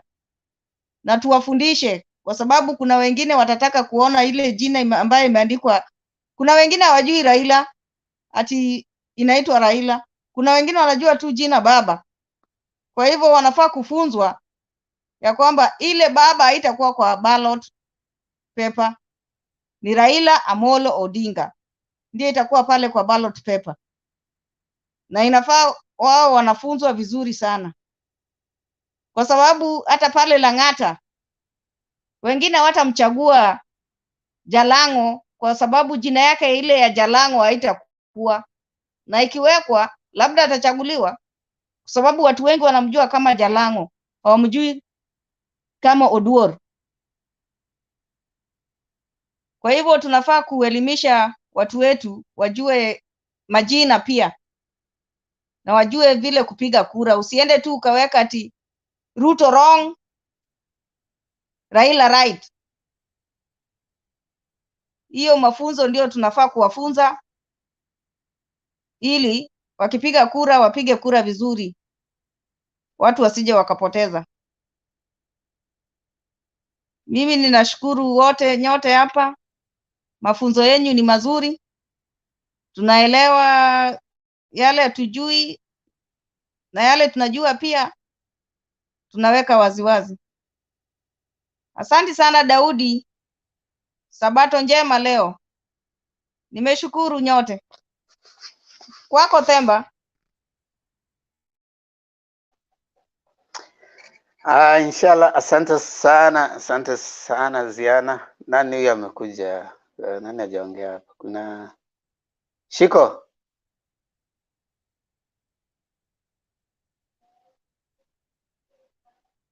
Shiko yupo? Hi Themba. Princess sasa na Nancy, mi sitaongea Themba, Hatukusikii. niko na headache. Poa Unanisikia? mdogo wangu. Nancy, Uko na headache? Themba, Oh, pole. sitaweza kuongea. Yeah, I have a bad headache. Nataka kutoka, nitaongea next time. Bye. Pole. Unaombewa. Ziana atakuombea. Ninakuombea mdogo wangu. Nakuombea kabisa. Pole, nimeona Mlumbu amefika. Pen Nyagaka upo? Aya, kaka Harun na Pen. Ngoja kidogo kabla nilete Harun. Pen. Yeah. Do you wanna give a response ama tukuache kwanza you assimilate what we have told you? This thing is bad. Okay, let's get.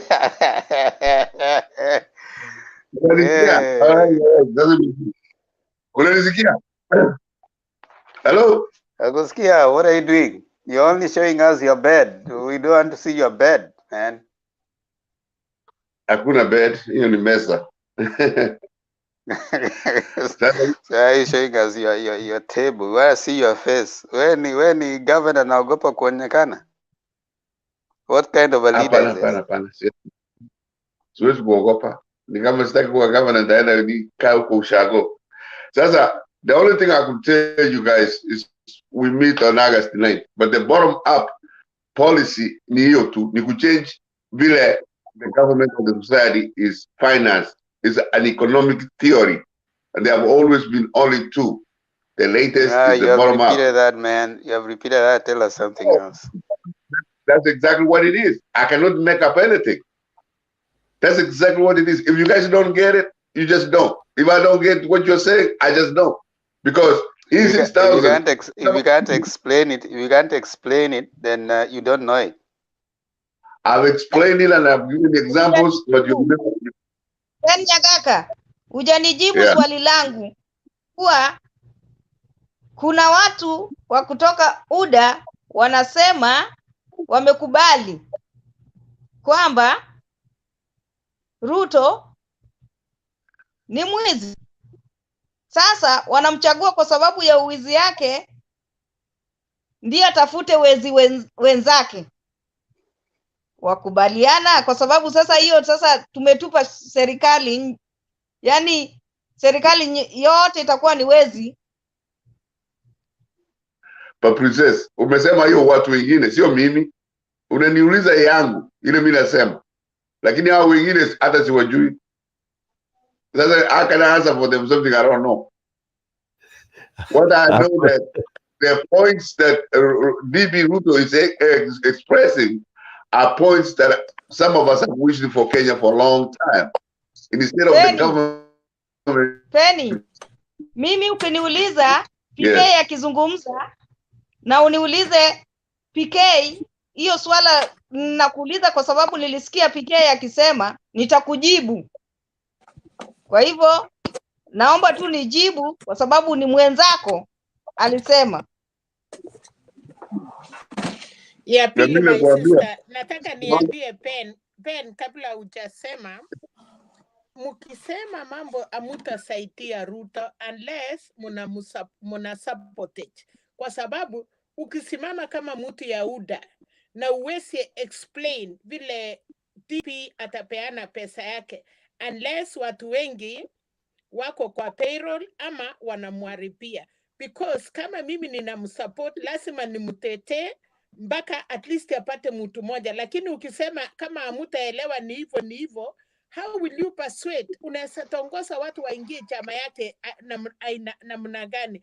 I want kama mimi na support Azimio ama mali ingine ni jaribu niwezavyo, na kama siwezi sitarushia watu mkono, nitawaambia tafadhali. Hata mimi bado tunataka kuelewa hii mambo ya bottom up, kwa sababu hata mkubwa yangu bado hajaishika vizuri, kwa sababu mwenye alimwambia hiyo mambo ya bottom up alikuwa ni mtu anafanya kazi na Raila. Hiyo ni Ndii. Na saa hii huwezi sikia Ndii akiwa hiyo bottom up aliweka hiyo maneno. Huwezi jua kama ni mambo ilikuwa ni ya serikali ama ile watu wanachanganya watu. Mi ni Mkalenjin, napenda TP Ruto, lakini makosa yake amekataa kukaa chini na watu ya nyumbani wamwelezee. Alisema hatujui, na sasa yeye vile amejua, na kwa Kikale inasema ama Afrika hakuna mtu anacheka na meno ya mtu. Ama ukiwa na mtoto na umeandika mfanyikazi akuchungie ng'ombe, uwezi wacha hiyo ng'ombe bila kujua inakunywa maji ama imerudi namna gani. Makosa ya tribute, alikataa kukaa chini na watu. So hata hii watu wanamsukumia mambo, hatujui kama alikuwa nampangia ama sasa amewarushia bottom up na wakuelezea nyinyi vile inaenda. Sasa watu wanatapatapa. kina Alice Wahome wanaenda wakiulizwa, hata hao wanasema hii bottom up ni hivyo tu, hivi. So msaidie Deputy President ya kwamba okay, tukipata hii pesa ikikuja, kama mimi naweza simama nimtetee Ruto sahihi, nitasema hivi, mambo ya bottom up ikikuja, hiyo pesa tutakaa chini kwa county, gavana yangu na ofisi yote, tuteremke kwa constituencies, tuende kwa maward. Tukifika kwa maward, tuambie MCA atupatie ile wasee 10. Hapo tukae chini kama kamati. Kama ni mimi bottom up, nitaanza na kamati ndogo ya village, niende ikifika huko, kama tulikuwa tumeweka watu 10, tukiendelea tunachucha mpaka tujue exactly watu ngapi wanastahili kupata hiyo pesa, na hiyo pesa ni ministry gani kwa serikali inatupatia, na hiyo pesa mnapeana itakuwa imepitishwa kwa parliament ama mnaenda tu kwa bank na kuchukua pesa ya serikali na kupeana. Hizo ndio vitu tunataka kuelewa. Kama unataka kusimama na UDA, tell us, ututongose. Wesienda lala na msichana bila kujua, utamwambia mambo matamu akufuate. Hata ule ana wale wanafanya ile walisema watawapatia pesa, wesisimamisha na kuingiza kwa gari, na hata ukifika anataka kujua kama uko sawa ama uko sawa, na akiona uko sawa anakuambia stop, tufanye APCT. So nyinyi saitieni TP na mambo masuri. Some of us we feel so bad tukiona akipelekwa na yeye anakubali kupelekwa tip, aingishwe kwa shingo, anapeana shingo anyongwe. Tunasikia mbaya. Kwa watu wanakuja wanasema wako UTA na kumbe wanamtumia. Hole, mimi nasema hivi, kama mama, kama msasi, ya kwamba kama unasimama na UTA, tell us. Mimi Mkalenjin, si lazima nipike kura nje, but tongosa mimi. Lakini hapana ambie mimi pesa itakuja tu, ameweka ministry gani, itaenda parliament, nani atapitisha, na ni bilioni ngapi, kwa sababu hakuna pesa, haina budget. Unless nyinyi ndio mtakuwa governor ya Central Bank, na hata ikiwa governor ya Central Bank mnapeana pesa pure, after 5 years nyinyi yote mtafungwa, kwa sababu mtakuwa mumeenda kinyume na katiba ya Kenya, na hakuna pesa inapeanwa bila utaratibu. So please, UDA, tell us the truth. Na kama amujui, murudi kwa mwenye aliweka hiyo mambo, amwambie sisi inaenda namna gani. You cannot buy something that kama ni nguo hii nimefaa, lazima nipime, niende kwa kioo, nijipendue nione kama kuna nikifaa hii nitakaaje. Hapana kuja kujesa akili ya wananchi ya Kenya. Sorry for that. I feel so frustrated kwa sababu I feel like my brother is frustrated too, na yeye akubali, asiende kusema tu. Hapana, ongea, usia sisi. Hata mimi nataka kuambia Ruto sahi na wenye wananisikia, kutoka leo stop kuuliza mambo ya Raila. Raila Moi ilimshinda. Who are you? Ilishinda Kibaki. Who are you? Raila alifungwa. Baba yake alisema Oburu ni mtoto. Aliita Raila Simba. So, Kenyans, mtoto yetu, patu uko na nguvu. Hiyo maneno wa mama wanasema unasimama, batu unasimama for 2032 na kwenda huko mbele. Lakini for now, mtuambie bottom up. Na kama hamjui msiongee. Kongole mama kwa kuwapatia, umewaweza 100% good. But, you know one thing that I like about Azimio people, I told you and I want to repeat again. If you're supporting UDA, you must go on a reasoning holiday. No. A reasoning holiday. And that one I want to submit today, because there's nothing else to add in what Selina has said. I can't even add. And if you're arguing for UDA, Selina Asante, umeelezea huyu Pen, what he has refused to understand, and I hope the way the level of clarity umeweka nayo, I hope Pen is taking notes. Apeleke watu wake. Yes, Stone PK, kabla nilete Harun. Ya Themba, siongezei. Mama amesema, dada yetu Selina amesema kabisa, mimi na request Pen, our brother. Mama kama wewe umetongozwa na mama kabisa bwana, kubali, vuka mpaka, njoo pande hii, alafu tutamodify hiyo bottoms up. We'll show you how it will work because we have the framework and your idea it's good, but mahali unapotea ni kwa sababu the framework is what we already have. Devolution to the lowest unit, which is the ward, and then sasa ile tutamaliza kabisa ni corrupt leaders from MCA to the president, from the president to the MCA, then we pump money to the county, which will go to the ward. So brother, cross over. I can read your heart. Kuja pande hii hata tutakupatia governor Kisii. Thanks. Polepole tu unaona hata words zinaanza kuisha polepole. Atarudia the same thing. Alafu atakuja all I want to ask for. Tunajua election inakuja tarehe 9. Hiyo hata usiseme. Saizi tuko katika inaitwa nini ziana, panda shuka za kubembeleza kura. Sasa saizi tuko kwa hiyo wakati wa kubembeleza kura. Tunabembeleza, tuna convince, tunajaribu kukuweka ili hii kura yako Pen, na najua tukipata kura yako tunapata wengi sana ambao uko na mvuto kwao. Utakapobadilika kama vile David alibadilika hivi, tunajua kwamba alibadilika na kura nyingi sana. Kwa hivyo hii yako Pen ni kura ambayo hatuwezi taka upotee. Usicheze pata potea na kura yako tarehe 9. Usiweka kura mahali kuna sure bet. Hata wale ambao wana bet unaambiwa kwamba hapa ni sure bet. Weka sure bet. Wacha kuja unaanza kusema vitu ambavyo hauwezi didhiri. Kabla nilete Harun, naomba nianze kuaddress wale ambao wako kwa comment section. Tafadhalini tunawaomba. Nyinyi wote ni Wakenya. Kila mmoja hapo ni Mkenya na kila mmoja hapo ako na heshima yake. Tafadhali tunawaomba, jaribu unapoweka comment yako usiweke matusi. Kuwa tu ni mtu ambaye unaeleza your ideas, convince with respectful ideas. You can make your comment. Our Selina hapa ameweka point, hajatumia matusi, hajafanya nini. You know, you can actually convince someone with so many nice words without kutumia matusi. If you have comments and if you have content, you don't need to use any insults. Kwa hii channel tafadhali, we want to urge you.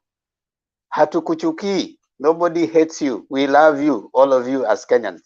And by the way, you will realize wewe mwenyewe maybe hujai karibia hata Ruto. Huyu ambao unamtusi labda hajai karibia Raila. Probably that person you are talking to is your neighbor next door. Ni vile hamjawahi ongea mkaonana.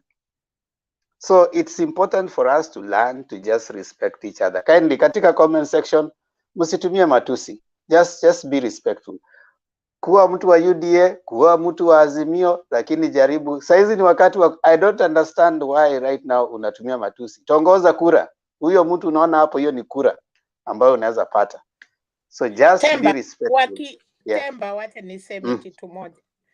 Ukitusi mtu umepatiwa ile opponent yake kura mingi, kwa sababu wenye wanasoma hizo comments ni wa Kenya na wanasikiza vile watu wanaongea.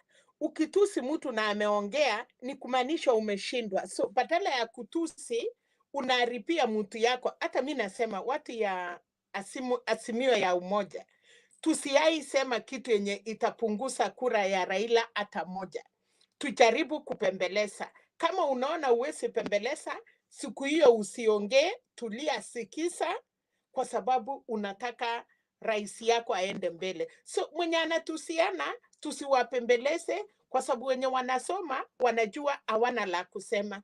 Ya pili, ukinitusi utakuwa utanipatlisha na utapatlisha ule mwingine. So wenye wanataka kutusiana wanatusiana na wanaitwa, inasemekana wenda simu, ukinyang'anywa nguo na mwenda simu na ufukuse mwenda simu na uko uchi, wenda simu wawili wanakimbishana. So hata wewe mwenye unakimbishana utakuwa mwenda simu. So ukinyang'anywa nguo, kaa chini, ngoja wapitaji kura, sema oh my God, nilikuwa naoga na mtu amekimbia na nguo yangu, munipatie leso. Hapo watu watajua tofauti, lakini wacha watusiane na wajue wanapunguza kura ya kama ni UDA, kama ni Azimio, kama ni wale wengine. Usiambie mtu asitusiane. Hapo ndio inasemekana uwerefu yako inajulikana na uchinga yako inajulikana. Asante. Asante sana. Kama hayo huo wosia ambao umetolewa na Selina hauwezi ukakupata, basi wewe inakaa uko na shingo ngumu kabisa. Tafadhali kuwa ni mtu unajua huo ni wosia. Yaani kama hujasikia hiyo, basi wewe hakuna kitu inaweza kuconvince. Wewe hakuna kitu inaweza convince. Geoffrey Sema Ruto. umetoa wapi hiyo shingo ngumu tafadhali? Shingo ngumu tangu lini? Mimi sijasikia shingo ngumu. Shingo ngumu iko kwa Biblia. Proverbs. Proverbs, usiwe mtu mwenye shingo ngumu. Yaani don't be wanaita nini kwa Kizungu? Tatafuta hiyo word kwa Kiingereza. You know. Kwa Kiluya tunaitwa mahanu. Basi hapo sasa Mulumba ameipata. Geoffrey Ruto, don't worry, she might not have convinced you. Ni wewe haja convince because you are not talking for anyone. Wewe sema tu wewe haja convince, ni sawa, which is okay, you know. Hata kwa Biblia wanasema mkulima alikuwa ni mkulima, alienda katupa mbegu, zingine zikaanguka kwa mchanga mzuri, zingine kaanguka mahali kuna miba, zingine zikaanguka kwa mawe. Sasa yeye anatupa mbegu, wewe unaweza kuwa ni ile mawe, ni sawa tu, hiyo itaanguka, haitamea, hiyo ni sawa. Kuna ingine itaanguka kwa miba, utasikia lakini kuna miba, kuna vitu zitakuja, lakini kuna ingine itaanguka kwa mchanga mzuri. So don't worry, kama haja convince usijali. Hata Yesu alikuwa kwa hii dunia, Yesu ni mwana wa Mungu, akaongea akapreach, lakini hao watu tu wakaenda wakamsulubisha. So don't worry, it's not a new thing. It's not, there's nothing new under the sun. Kama hujakuwa convinced, kaa kando. Don't worry, kuna mwingine utakuja na wewe pia uko na kitu unataka kutuambia, kuja utuelezee, tutakusikiza.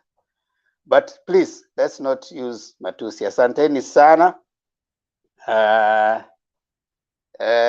Geoffrey Ruto, asante.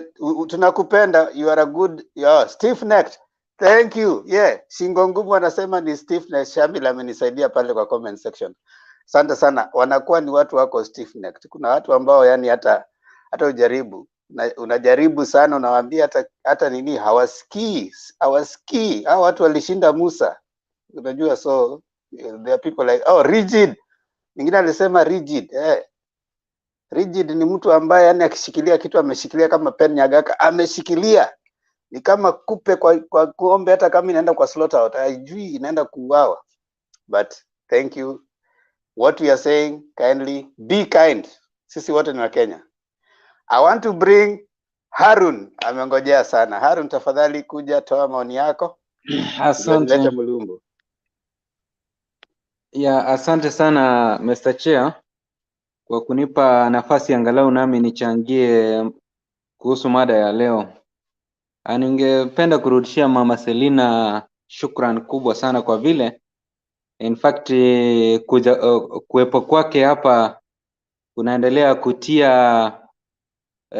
kutia uzito ama kutia nguvu Azimio. So in fact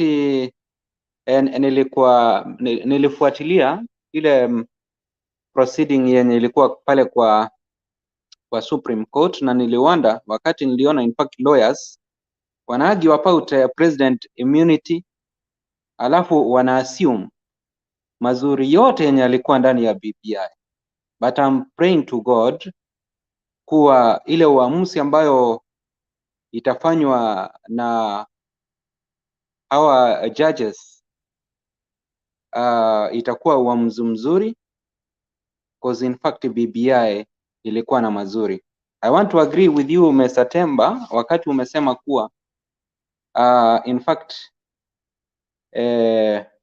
Ruto kando na kutokuwa yani kujihusisha na mambo ya kutengeneza kuunda katiba, because 2010 constitution in fact aliipinga. BBI ambayo ilikuwa ina add mazuri tena kwa hiyo same constitution, bado tunaona anaipinga. Yeye anataka pesa tu ziendelea kukaa pale kwa national government. Na sisi tunataka at least pesa mingi itoke kwa national government ishuke chini kwa zile structures ambazo already ziko in place. Kama sasa kwa county kuna CEO pale ambaye ni governor. Kwa ward level kuna MCA. So those are structure by themselves. So pesa wakati 35% ingeshuka chini hapa chini manzi mambo ingekuwa mzuri kwa sababu kazi zingebuniwa, alafu watoto wetu wangepata angalau pesa. So in fact kwa mada ya leo kuhusu baba jana kuwa pale Narok, nilifuatilia na niliona ile uamuzi ambayo alifanya pale, kwa sababu niliona kuna viongozi wengi ambao in fact they are aspiring to take leadership.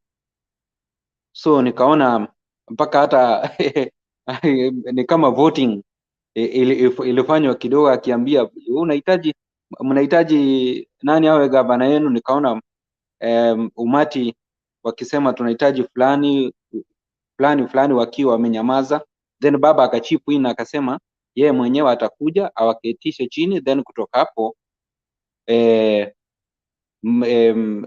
wapate kiongozi mmoja ambaye atamenyana na the opponent. In fact hilo ni jambo ambalo nilifurahia sana na baba. Alafu mambo ya MCA,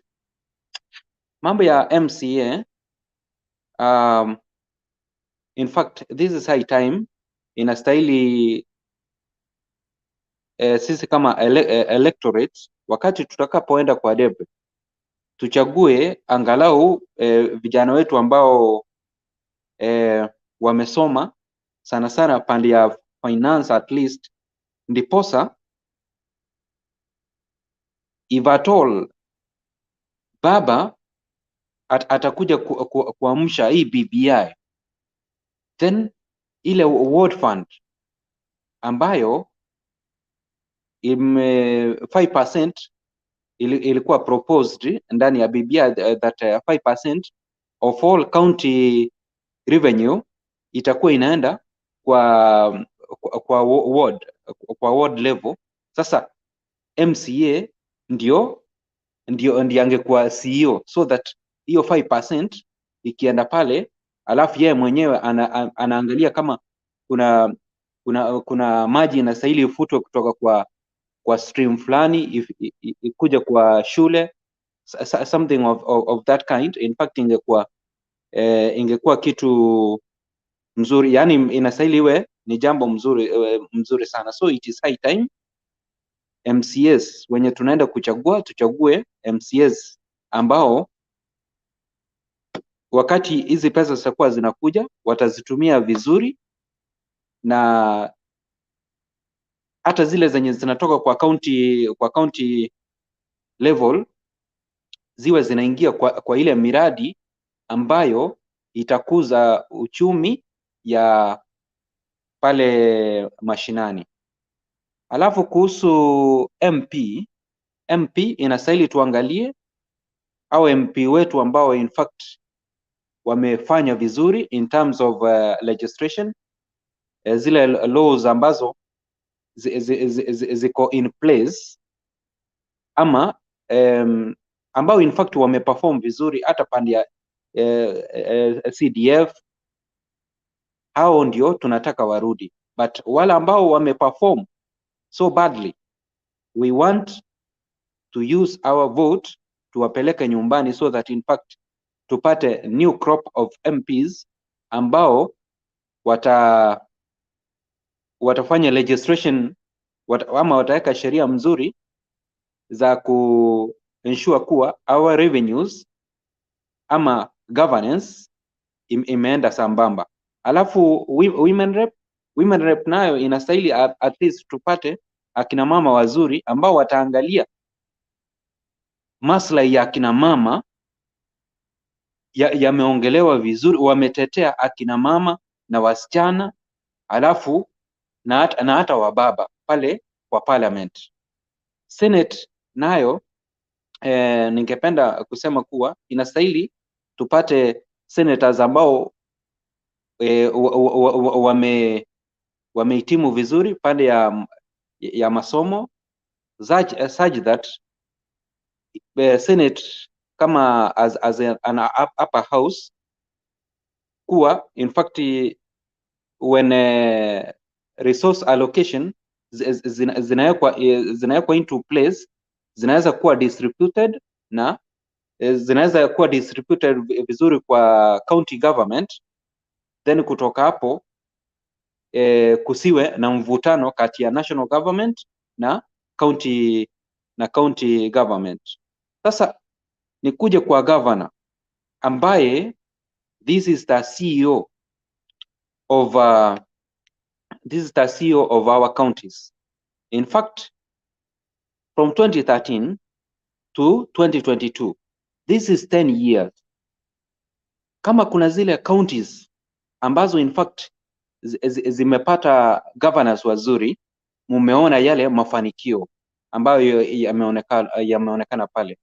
Tukianzia kama sasa Kitui, tukuje Kitui imefanya vizuri, Mama Charity, Kivuta Kibwana Professor amefanya vizuri pale Makueni, Oparanya in fact he has done so well.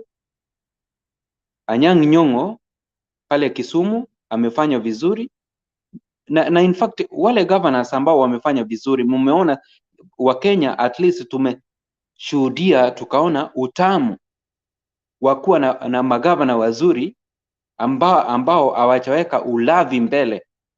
They are not gluttonous, yani wao wanaona tu pesa yote yenye inakuja ni kuweka kwa mfuko yao, vile counties zimefaidika. So it is high time. Tukienda kwa Depe, kama kuna any governor ambaye haja perform vizuri, it is high time we vote those individuals out, tupate governors wazuri, cause now pesa zitakuja mingi. Baba the moment atachukua uongozi, hata kama Supreme Court haitaleta BBI, I'm very sure baba atahakikisha kuwa his first year in government amefufua BBI na 35% itateremka chini. So kama 35% itateremka chini, ikuje pate kuna governors kama the likes of Obado wenye walipata wenye saa yote tu instead wawe pale kwa county wameshinda kwa court, wao na familia zao kuwa wameiba mali ya umma. Hiyo 35% ikikuja, in fact hiyo pesa itawanyonga, hata it will suffocate them kwa sababu itakuwa mingi. So it is high time if kuna governor mwenye amefanya 5 years na amekuwa implicated na mambo ya corruption ama hajatumia our resources as per mpangilio mzuri, let us use our power ambayo iko kwa vote tuwaondoe hawa, tulete governors wazuri ambao wataensure kuwa our taxes zimetumika vizuri, our pesa zetu zimetumika vizuri, cause 35% yenye itateremka itakuwa ni pesa mingi sana. Then ya mwisho ni about baba.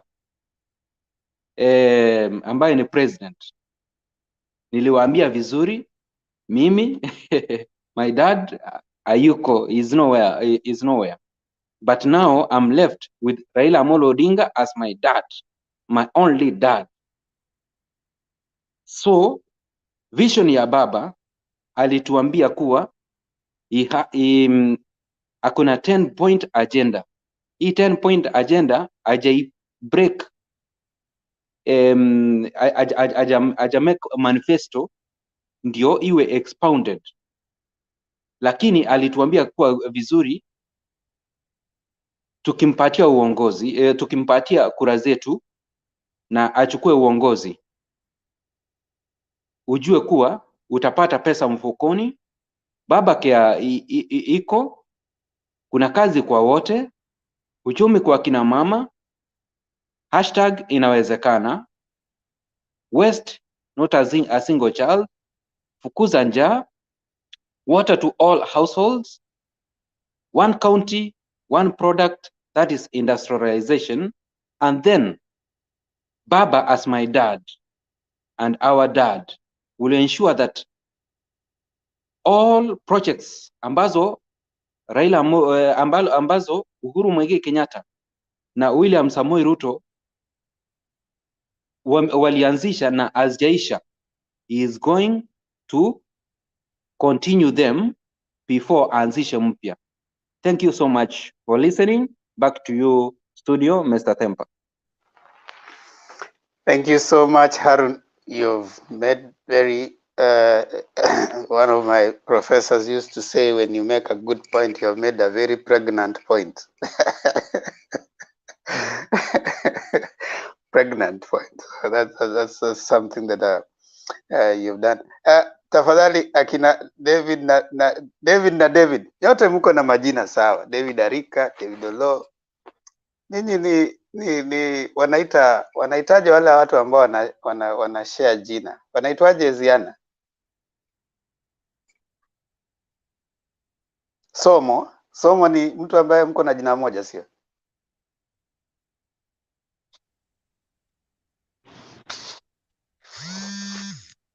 Somo ina maana mbili. Somo rafiki, somo jina, zinalingana zote pamoja. Kweli Kiswahili changu ko sawa man. Stone PK hapo hata au miuzi. Jamaa Kiswahili kilipita shu. Sa David na David bana, mna share jina. David Olo na David Arika. Muko watu. David alikuwa ni mtu ambaye ni lakini David pia pale kwenye Biblia Daudi alikuwa ni jamaa na machachari sana. Yaani hivi Daudi badala aende vita, yeye anaenda kuchungulia kwenye dirisha ili aweze kuona Bathsheba. Sasa tabia za Daudi pia ilikuwa Daudi alioa wake wengi. Daudi jamani, Daudi ni mzuri kwa Biblia, lakini Daudi Sasa nyinyi Daudi wawili bana, mbona msipendane? Mnatupiana maneno cheche za maneno. Kindly jaribu muwe na peace. Naona Mulumbu amekuja, wacha nimpe Mulumbu. Mulumbu, mimi naogopa Kiswahili. Wakati upo hapa Kiswahili sasa mimi siongei tena, kwa sababu alisema wewe ndio Kiswahili chako kimenoga kuliko changu. Walisema hata tusizungumuze Kiswahili Mulumbu akiwa hapa. Haya, nimeacha. Nafasi ni yako sasa. Unasema Kiswahili ni mzungumuti kwako? Wanasema hivyo wale wenyewe wenye kuongea pale, amesema mimi sijui Kiswahili mahali ambapo upo. So tafadhali toa maoni yako. Asante sana, pole kwa kikukanganya. Unajua lazima ukanganywe na Kiswahili ndio upate ukikijua vizuri. Kwa hivyo nawashukuru sana walioko hapa siku ya leo, kwa kuchukua muda wote. Walioko kama sisi wa majioni, wenye wanaamkia maasubuhi, yote tunarudishia Mwenyezi Mungu asante kwa kutupa siku ya leo. So nikiongea kwa ufupi, kwanza nashukuru mama mwenye yuko hapa, ametueleza na akachangamusha na akaelezea na akachanganua mpaka watu wetu wakapata kujua kwamba hawaelewi kile wanachofuata. hawaulizi panapoenda, wanaenda kama mkia ng'ombe, ambapo ujui ng'ombe, mkia ijui ng'ombe inaupeleka wapi. Hii nchi Kenya ni nchi yetu, hatuwezi kwenda. Uliona jamaa fulani aliuliza ya kwamba bottom, anasema mali wanaenda kutoa bottom hapa. Nani alipeleka watu bottom? Ndio sasa wakuje kutoa, wapeleka hapo. Kwa sababu walipoingia serikalini tulikuwa up. Raila na Kibaki walikuwa wameweka Kenya up. Tulikuwa on the way, in the middle, tulikuwa tunaenda. Na anarudisha bottom. Ndio sasa watuambia tutoe bottom. Mtu akupeleke bottom tena kuja kuambia atakutoa. Huyo ni mwizi na kuibia, na mwisho anakuja kuuzia ile nini kama kuibia. Tena kuja kuuliza wewe, wamekuibia ngapi? Zilikuwa ngapi? That's the bottom wanatufanya. Okay, nikienda sasa nikizungumzia habari ya Azimio La Umoja leo, actually I was really impressed what they are doing. That's why nime support Baba for this all long. Tangu aanze kupambana na Moi mpaka kufika leo, sijawahi kubanduka. Na nilisikia vibaya sana wakati nilipiga kura yake karibu ni wawe, kwa kukosa kujua, kukosa kuelewana. Ndio nashukuru sana siku hizi hii mambo ya media hii imefanya vizuri. Watu tunaongea na tunaelewana. Zile hasira tulikuwa nazo, najua tulikuwa watu tuko kwa giza, tulikuwa tunagonganishwa.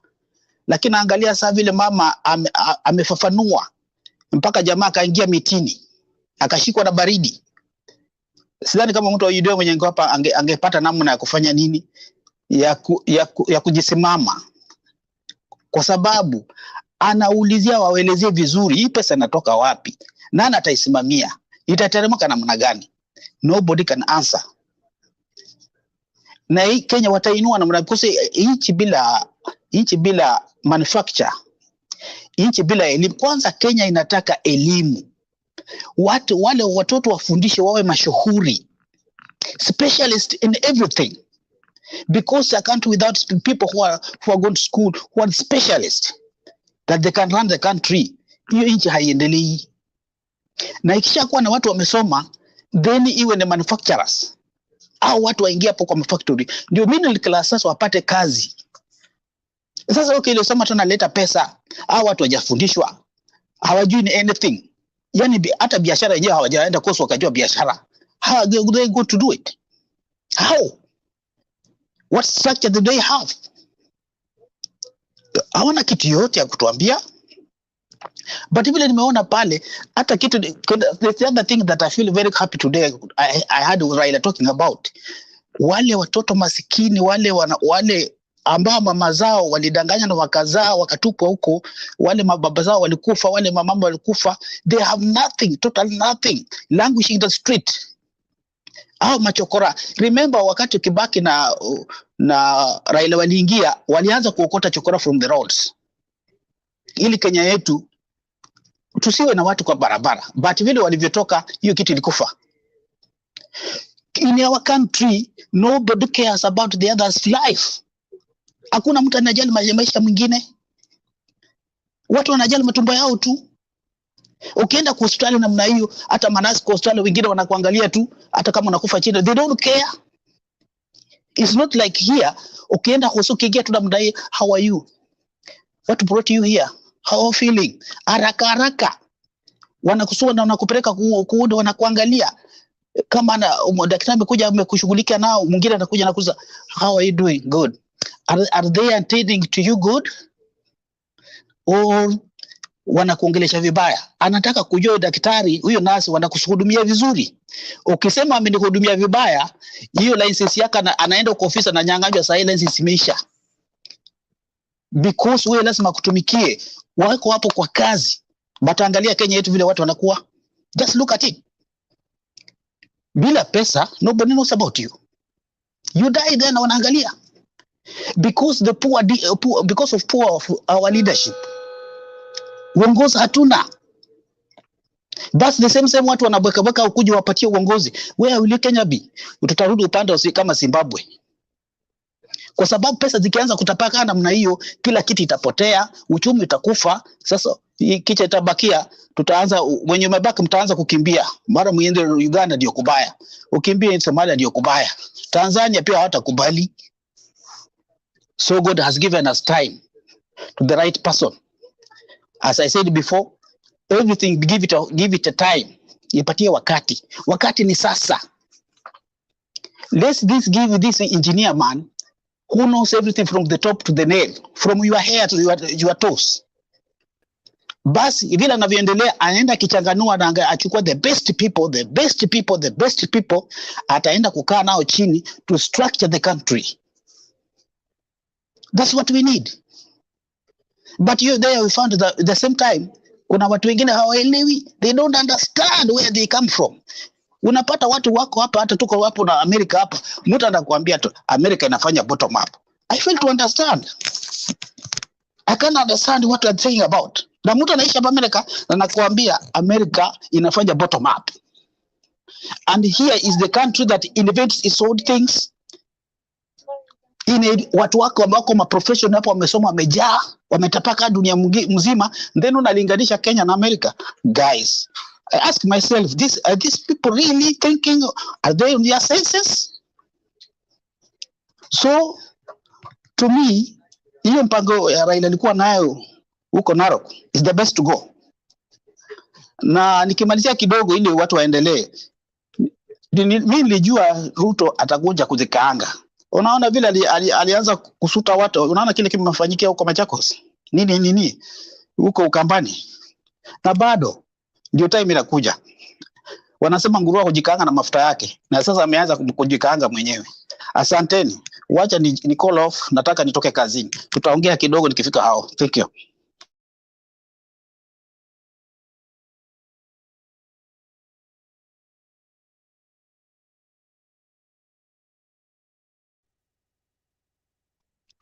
Kwani Temba ameenda? Dada Nancy, zungumza. Nancy upo? Yes. Yeah, nipo Hebu ongea princess. kwa maoni yako, kwa sababu naona Temba ni kama ameondoka kidogo. Langu mi leo ni kuwatakia asubuhi njema. Wacha tuone leo yenye Musalia ataongea, ataamua vipi. Alafu pia baba leo anaenda Nakuru, tuone pia itakuwa aje. Tunaomba watu watokelezee kwa wingi, licha ya kwamba vitisho zimeshatokelezea, sijui kama mmeona, lakini tunaomba Mungu itakuwa sawa. Kutakuwa na ulinzi, hakutakuwa na shida mingi. Na ningependa tu kuomba vijana wenzangu, hizi kura zenye zinakuja this time round ndio ziko zinaenda kuokoa Kenya ama ziko zinaenda kumaliza Kenya. Asa usipige kura kwa kuadhibu mwingine, usipige kura kwa Raila kwa kuadhibu Ruto, usipige kura kwa Ruto kwa kuadhibu Raila. Piga kura ukijua unapiga kwa sababu tunaishi kwa nchi yenye demokrasia na politics ndio maisha yetu. Yule kiongozi tutachagua akiwa mbaya ni Kenya yote itaumia, si ati ni kabila fulani ama ni watu kutoka mahali fulani ndio wataumia, sisi wote ndio tutaumia. Sasa tusipige kura kwa sababu tunataka kuadhibu fulani, tupige kura tukijua maisha yetu yote yako katika hiyo kura. Sawa, barikiweni, mimi wacha niende nilale. Bye. Asante sana dadangu, we lala vizuri, tutangojea hiyo earthquake. Tulisikia ni earthquake, wacha tungojee earthquake.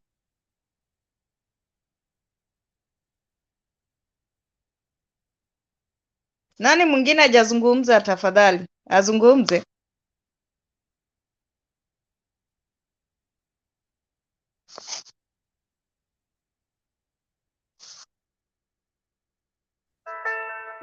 Naweza ongea kidogo? Harun, ongea. Yeah, asante. Asante sana kwa nafasi. In fact, ningependa kusema namna hii kuhusu party primaries ambazo zinakuja. In fact, wale candidates ambao vyama zetu ambao pande ya Azimio tunataka at least wale delegates, kama itakuwa ni delegates, kama itakuwa maybe ni mambo ya consensus, tunataka at least tupate wale ambao watahusika kwa kuselect candidates ambao watamenyana na our opponents. In fact, wachague watu ambao wata improve the image of our party. Kama ni Azimio, kama ni sana sana ni Azimio, cause hii political parties bill ikipita, Azimio as a party, in fact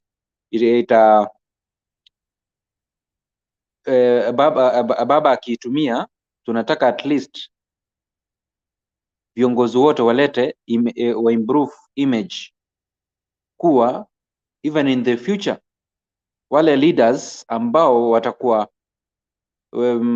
wanakuja, watakuwa wanasema wenyewe from 2022 to 2027 kweli they lived a party ambayo inaitwa Azimio na ilitupatia viongozi wazuri ambao walitransform our lives. Alafu na kitu kingine, to others voters still ambao watapata hiyo privilege to nominate various leaders.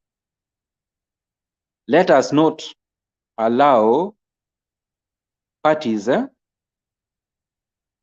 I'm saying also if it is ODM, because ODM has got the top leadership. We don't want this top leadership in ODM to impose leaders for us, because hiyo by the way uwanga inaleta shida sana, whereby unapata maybe if it is Joe ametoka Mombasa anaenda Kisumu, anasema kuwa mimi nataka certificate ipeano kwa John Mbadi ama ipeano kwa Anyang' Nyong'o. No, cause hiyo sasa itafanya wale leaders ambao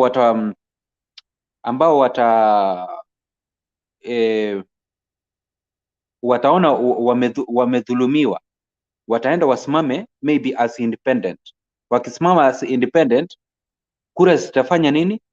Kura zetu zitagawanyishwa. Instead of Azimio kupata wabunge wengi, sasa itakuwa ile scenario yenye ilionekana pale Lang'ata, whereby in fact Korir angepenya kama Wiper ingesimamisha mtu, ODM ingesimamisha mtu, na ilari wote walikuwa under NASA as the umbrella. So it is high time wakati this top leadership wa Azimio allow electorate ama wale ambao watapewa hiyo nafasi ya kunominate various candidates ambao wataenda kumenyana na UDS na the likes of ANC, the likes of Wiper, wahakikishe kuwa it is only those members ndio watachagua those candidates. Wakifanya hivyo itakuwa mzuri, na yule any leader mwenye hatapata certificate kwa Azimio, please asiende kusimama tena kama independent, cause akienda kusimama kama as an independent, kura zenye zingekuja kwa Azimio zitakuwa divided into two, then kutoka hapo UDA ama Wiper ama our opponent watapenya katikati na tutakuwa tumelose member of parliament, tutakuwa tumelose magovernors, na sasa hivi in fact tunataka tuwe na most of leaders on the side of baba ndio wamsaidie kurun the country well.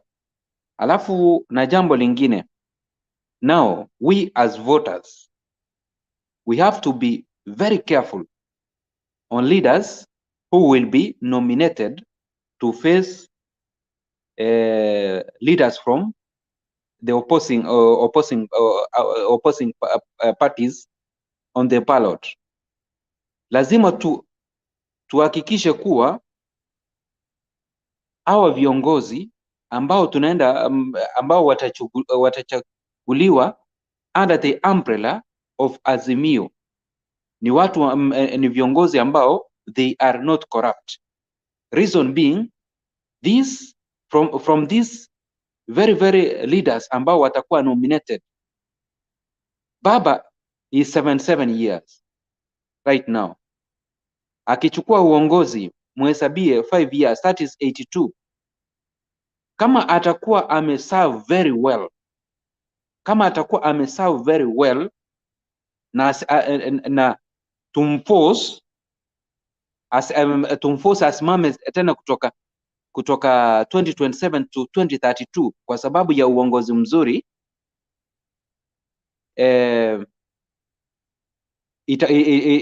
itakuwa ni plus kwetu. Lakini kama atasema it is a Mandela moment, now kama tutakuwa tumechagua viongozi wazuri ambao wako young, energetic, ama miaka yao iko kwa kadri mzuri, these are the soldiers ambao sasa wata inherit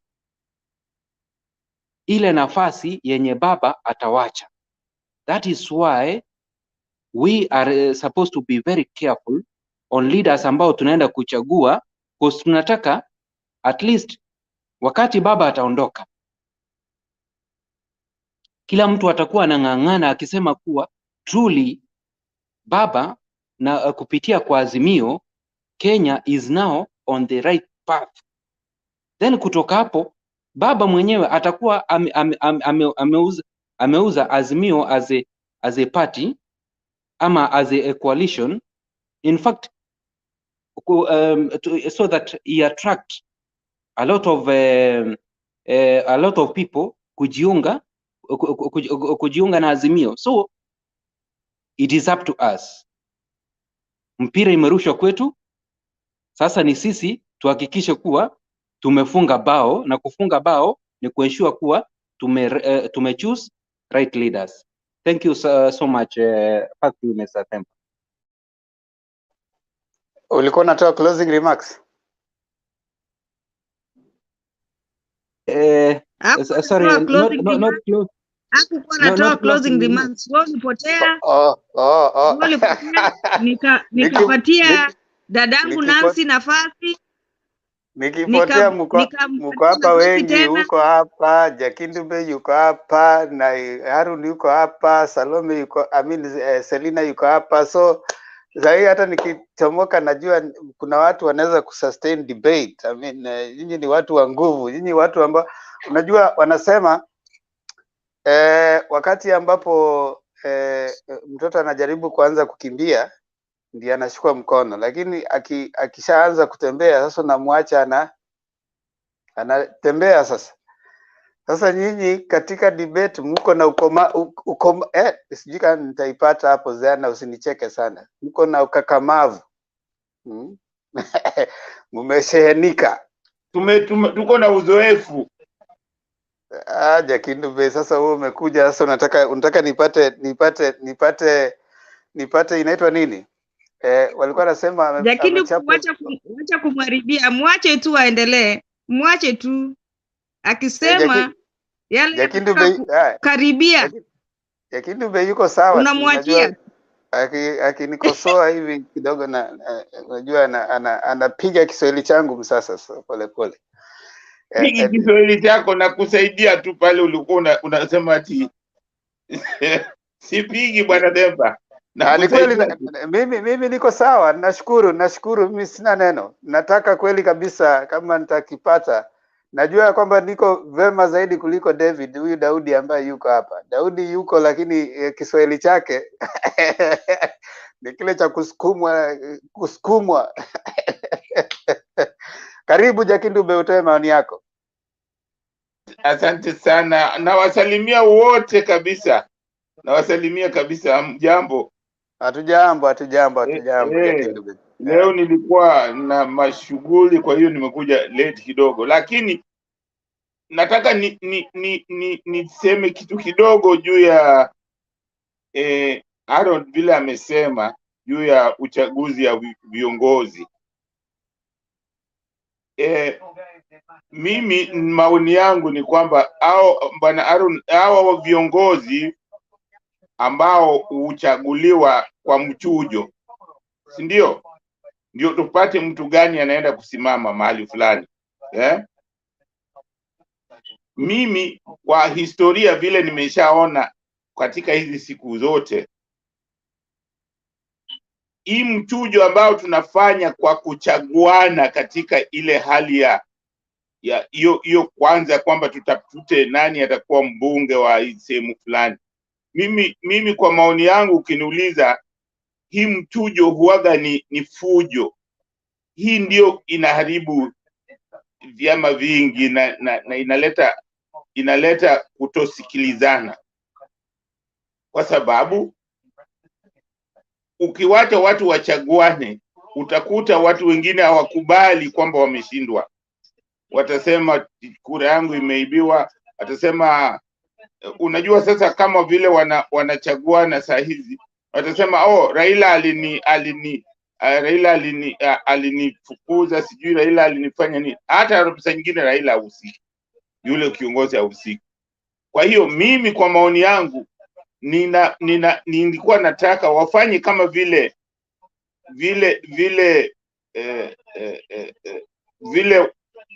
ile mfano ambao walitoa kule Kajiado, kwa kukalisha hao viongozi chini na kusikilizana, kunegotiate nani tutamwacha asimame upande fulani. Wakifanya namna hiyo, hakutakuwa na vurugu kwenye chama, na kuna nafasi nyingi ya hao viongozi kufanya kazi sehemu zingine. Kuna nafasi nyingi, lakini tukiwaacha tu kwa vurugu kwamba moja atachaguliwa, huwa saa zingine tunachagua mtu ambaye hafai, unaona, kwa sababu atakuwa amefanya njama zake na kupata kuchaguliwa. Kwa hiyo jambo la muhimu mimi nimeshaona, kwa mfano kama Labour au Conservative, hawafanyi hii mambo ya eti unaona hati usijui wanachaguliana. Huwa wanakaa, chama inakaa chini, wale wanataka kuchaguliwa wanaleta majina zao, alafu chama inachambua, inaleta hao inawakalisha chini, unaambiwa wewe utafanya namna hii namna hii namna hii. Wanatoka pale wamesikilizana. Kwa hiyo hakuna fujo watu kusema mimi niliibiwa, mimi nilifanywa hivi, mimi. Hiyo wakiweza kukaa chini, kwa sababu sasa hizo ni vyama ambazo zitakuwa zimeungana, vyama vingi, so lazima watafute ni nani atafaa sehemu fulani, nani atafaa sehemu fulani, kwa sababu ukiacha kuchaguliana wataanza kukosana, kwa sababu kuna wengine ambao wakubali. Hao viongozi ambao wanachaguana ndio huwa hawakubali, huwa hao ndio wanataka fujo. Kwa hiyo ile mimi experience ambayo naona, jambo ambalo nimeona linaweza kufanya vizuri ni watu kusikilizana, kukaa chini na kujadiliana, kusema mtu fulani atasimama hapa kati ya huyu na huyu na huyu. Hao viongozi wanakalishwa chini, wanasema huyu anaweza kufahamu sehemu fulani, huyu anaweza kufahamu sehemu fulani. Lakini ukiachilia wafuasi huwa wanaleta fujo. Watasema huyu mfuasi wetu hakushindwa nini, alafu wanaleta fujo. Alafu utakuta yule mtu ambaye tungemchagua hawamchagua, anaenda kumpigia mtu mwingine eti kwa sababu ana hasira. So mimi nafikiria ni vizuri watafute mpango. Ile niliona walifanya Kajiado pale, hiyo mpango ni mzuri. Hiyo ndio inaweza kuleta utulivu na watu wakashinda, kwa sababu unakumbuka wakati wa NASA walipoteza kiti cha Lang'ata namna hiyo kwa sababu ya kushindana. ANC inataka hiyo kiti, ODM inataka hiyo kiti, Wiper inataka hiyo kiti, na wakiambiwa jamani, sikilizaji, mtu mmoja achukue, wanakataa. Sasa sio walipoteza hiyo kiti, walipoteza. Kwa hiyo sasa hiyo unakuta mko na upungufu wa bunge, so walipoteza viti vingi namna hiyo. Kwa hiyo inafaa watu wasikilizane, waketi chini, wazungumze, waseme kitu fulani fulani. Kwa hiyo hata hizi vyama ambavyo zinaungana lazima wawe watu waaminifu. Hizo vyama viwe na azimio na waseme kabisa, tunataka muungano, tunataka kusikilizana, tunataka tufanye kazi pamoja. Ndio tunaweza tukafanya nini, tukashinda hizo uchaguzi. Lakini mkienda kwa fujo tu kusema ninyi kuna vyama vitatu mnataka hiyo kiti wote, hiyo mtaikosa. So hiyo mimi naweza kusema, kama hao wananisikiliza, watu wakae chini, au viongozi yule yote ambao wanataka kusimama sehemu fulani, hizo vyama vikiungana, wajue ni mtu gani anaweza kushinda sehemu hii na ni gani anaweza kushinda, chama gani inaweza kushinda sehemu hii. Wasifanye tu vurugu kama vile hawa watu wa NASA sehemu zingine walikuwa wanafanya vurugu hivyo. Walipoteza sehemu nyingi sana namna hiyo kwa sababu ya vurugu tu hivyo. So hiyo mimi na hivyo ndivyo maoni yangu. Mkutano wa leo ilikuwa nzuri sana, nilifurahia sana. Na tena nimefurahia sana mkutano wa Ruto kule Ukambani. Sasa watu wanatakiwa wachukue huo mfano. Kama hampendi kitu, msiende huko. Tusiende huko watu tu wanaenda eti mnaenda huko mchukue pesa. Kwanza inatakiwa tusiwe watu wa tamaa. Watu wa kwenda kuchukua pesa, unachukua kwa sababu ukishachukua hiyo pesa wewe ni mhalifu tu kama huyo, kwa sababu unachukua pesa ya wizi. Haifai sisi kuchukua hiyo pesa. Mwambie bwana, sisi hatutaki hiyo pesa, hatutaki hizo pesa za wizi, kwa sababu tukikubalia watu endeni tu mchukue hizo pesa, hiyo ni kuhalalisha wizi. Haifai tuhalalishe wizi. Maanake wizi hauna tija yoyote katika nchi yetu.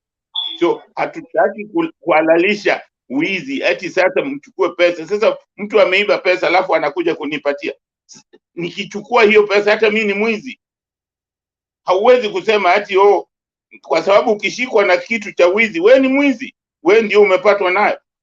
Sasa nitaendaje kuchukua pesa ati kwa sababu mnasema ati ni pesa zetu? Hapana.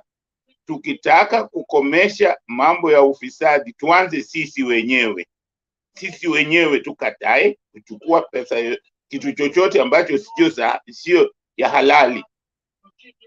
Hiyo ndio tutaanza kukomesha. Lazima tuanze sisi wenyewe, tusiwaambie watu wakubali wachukue. Ukishachukua una deni la mtu. Kwa hiyo kuna watu wengine akishachukua hawezi kusema ati sasa nitaenda kumpigia mtu mwingine. Hapana, ni deni. Kwa hiyo tusikubali kuchukua hiyo pesa, tuwe masikini jeuri. Mimi hiyo ndio maoni yangu, tuwe masikini jeuri, tusikubali mambo kupewa pesa ya wizi. Ukishapewa pesa ya wizi, wewe ni mwizi. Kwani pesa zote Ruto ako nazo ni za wizi mzee? Hivyo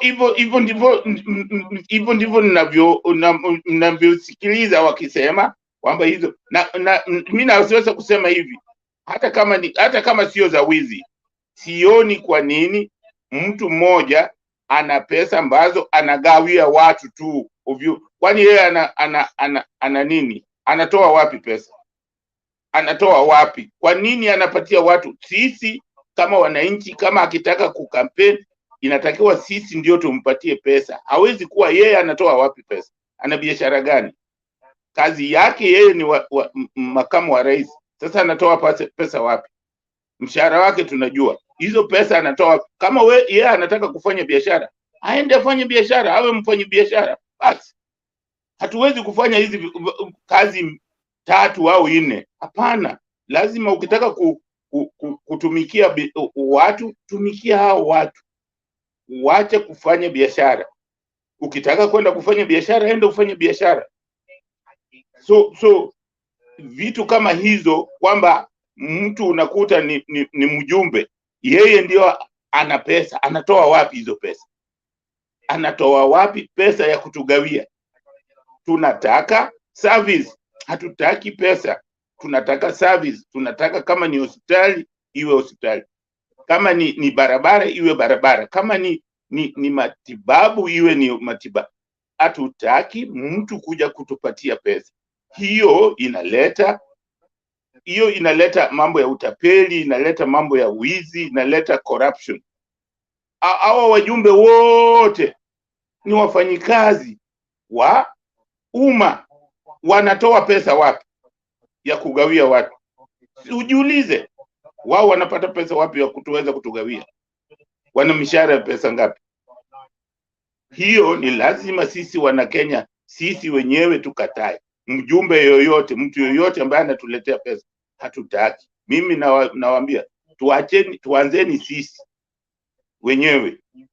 sisi wenyewe kuambia hao wajumbe wote, hatutaki pesa, tunataka service, tunataka kazi za, tunataka kuajiriwa, tunataka sehemu za kufanya biashara. Hivyo tu ndio tunataka.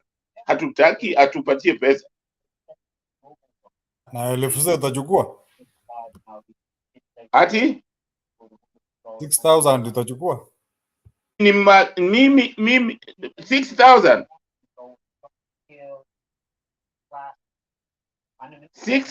nitachukua kama nikipewa na serikali. Nikipewa na serikali nitachukua, kwa sababu hiyo najua imetoka kwa mkono ya serikali. Lakini mtu kunipatia binafsi sitaki. Serikali ikinipatia nitachukua, kwa sababu 6000 ninavyoelewa serikali itatoa, sio mtu binafsi atatoa kwa mfuko yake, ni kitu ya serikali. Kwa hiyo kama serikali inatoa, tunajua serikali hiyo pesa imetoka kwa mfuko wa serikali. Lakini kwa mfuko ya mtu binafsi, hiyo hawa wajumbe tusikubali kuchukua. Mimi si ndugu yangu, usiseme hii kitu na target Ruto au nani. Mimi nasema wajumbe wote, wawe wa ODM wawe wa nani, tusikubali, kwa sababu hiyo inaleta corruption.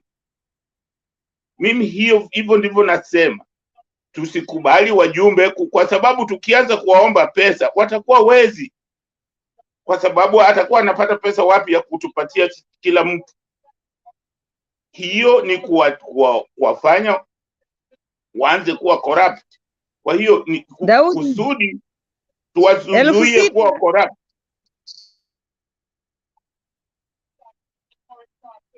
Asanteni.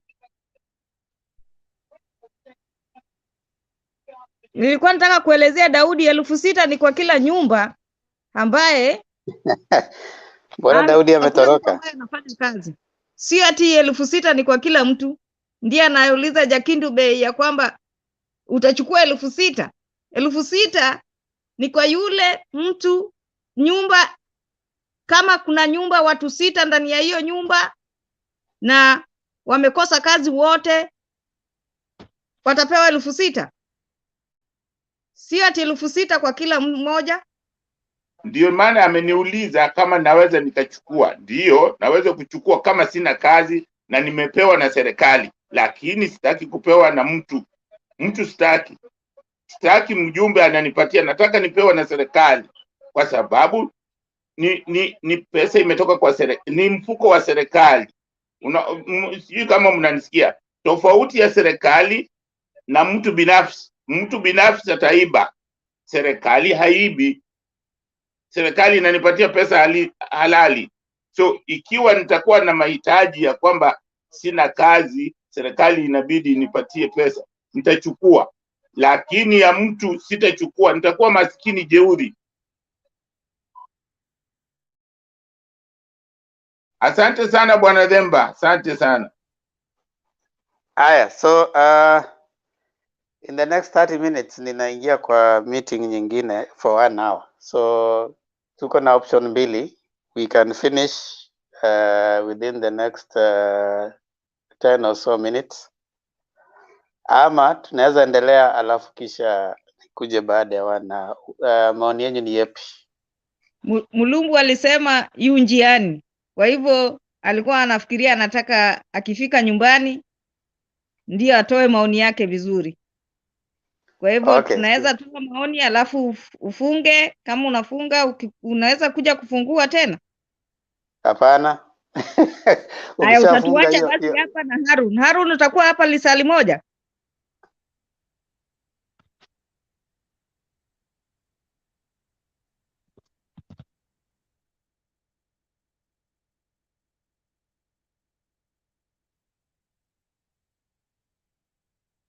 Harun, so you unmute.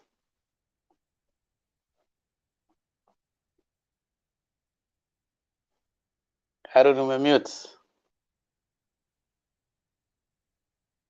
Oh, sorry, yeah. Niko area. Okay, sawa. So we can go up to that, alafu nitatoka kidogo, nitarudi, niko na meeting inaanza in the next 30 minutes or so, alafu tutachukua 1 hour, nitarudi. So asante sana Jakindube kwa maoni yako, na kuna swali ambayo ulikuwa umeuliza hapa ambayo hata nani ameshindwa kujibu. Penya kaka ameenda kwa comment section anasema sasa ati Ruto ni mwizi. Of course ni mwizi. Kama uko na maoni tofauti kuja hapa kwa forum tuambie kama si mwizi. Nikwambia kwamba the only way ya mtu kusupport Ruto ni to go na reasoning holiday. So watu wamechukua reasoning holiday for the next 4 months kusupport Ruto. Wanashindwa kuelezea vitu zote ambazo wanaongelelea, bottom up sijui nini, hazisemi. Hata hiyo pesa anashinda akisema. Hata sasa kuna jambo ambalo hilo jambo ambalo lilisema Harun ya kwamba pesa zimeanza kuisha, naelewa. Sasa mpaka wanaenda huko, ungewaona huko Izit Makueni kule alikuwa ameenda. The embarrassment, you know, there was no, alifikiria ya kwamba nani, unajua amezoea ya kwamba anakuja anakuweka kwa box, unatumia hela zako kumobilize. So akafikiria Mwadhama ataenda kutumia hela zake Mwadhama ya kutumia hela sasa kwenda akapata hakuna mobilization imefanywa, MPs hawajatumia hela. Ile kitu alifanyia Jango ule wa Thika, kwa sababu alienda huko akapromise watu, akaenda hapa akapromise milioni. Sasa Jango, hata ukiona what Muturi said, that Jango alienda akaenda akapromise sijui milioni ngapi, watu wanasema ya kwamba aliachiwa pesa. So ilibidi Jango mwenyewe aende achukue loan alipe watu, na kutoka wakati huo akaachana na mambo ya hiyo nini ya UDA, kwa sababu aliona hapa ni kizungumkuti. Na Muturi alisema kuna wengi wanalia. Alisema yeye ni speaker na anasikia kuna wengi wanalia, wanafanyiwa hivyo. Akasema msiba wa kujitakia hauna kilio. Wewe mwenyewe ulisema unaenda huko kwa UDA, umeenda huko, so msiba wa kujitakia hauna kilio. So kitu ambacho tunafaa kuelimisha watu na kuambia kwamba siasa si karata. Na jamaa nasema 6,000 is for the unfortunate people, and not to everybody. The way the lady is saying, what Ruto is doing is not good. Let's not bring politics here. Yeah.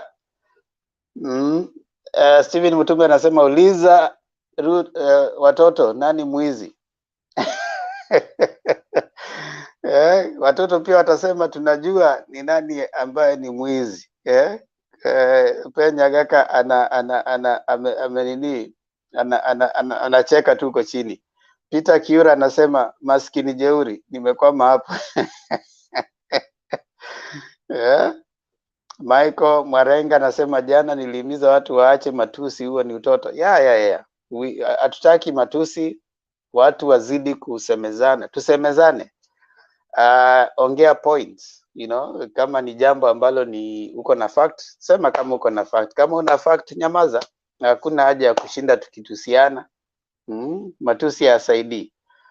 Friday Masawa anasema mimi nawafuata hapa chini. Asante Merore. Naongea nini? Selina, kuna mtu anasema big up Selina, your contribution to the show has added so much, always well articulated, really loving your submission, keep it up. Na mtu anafurahia sana Selina mchango wako katika mjadala huu. Unapokuja hapa unatupatia the other side ambao tunajaribu kuelewa sisi wote. Asante sana, endeleeni kutupatia comments, wale ambao wako kwa comment section, bila uoga, bila wasiwasi, tupatie comments zenu so that tuweze kuchanganua watu zaidi, kuwaelimisha na kuwaelezea, ili wanapoenda kwa polling station, wanasema kituo cha kupiga kura.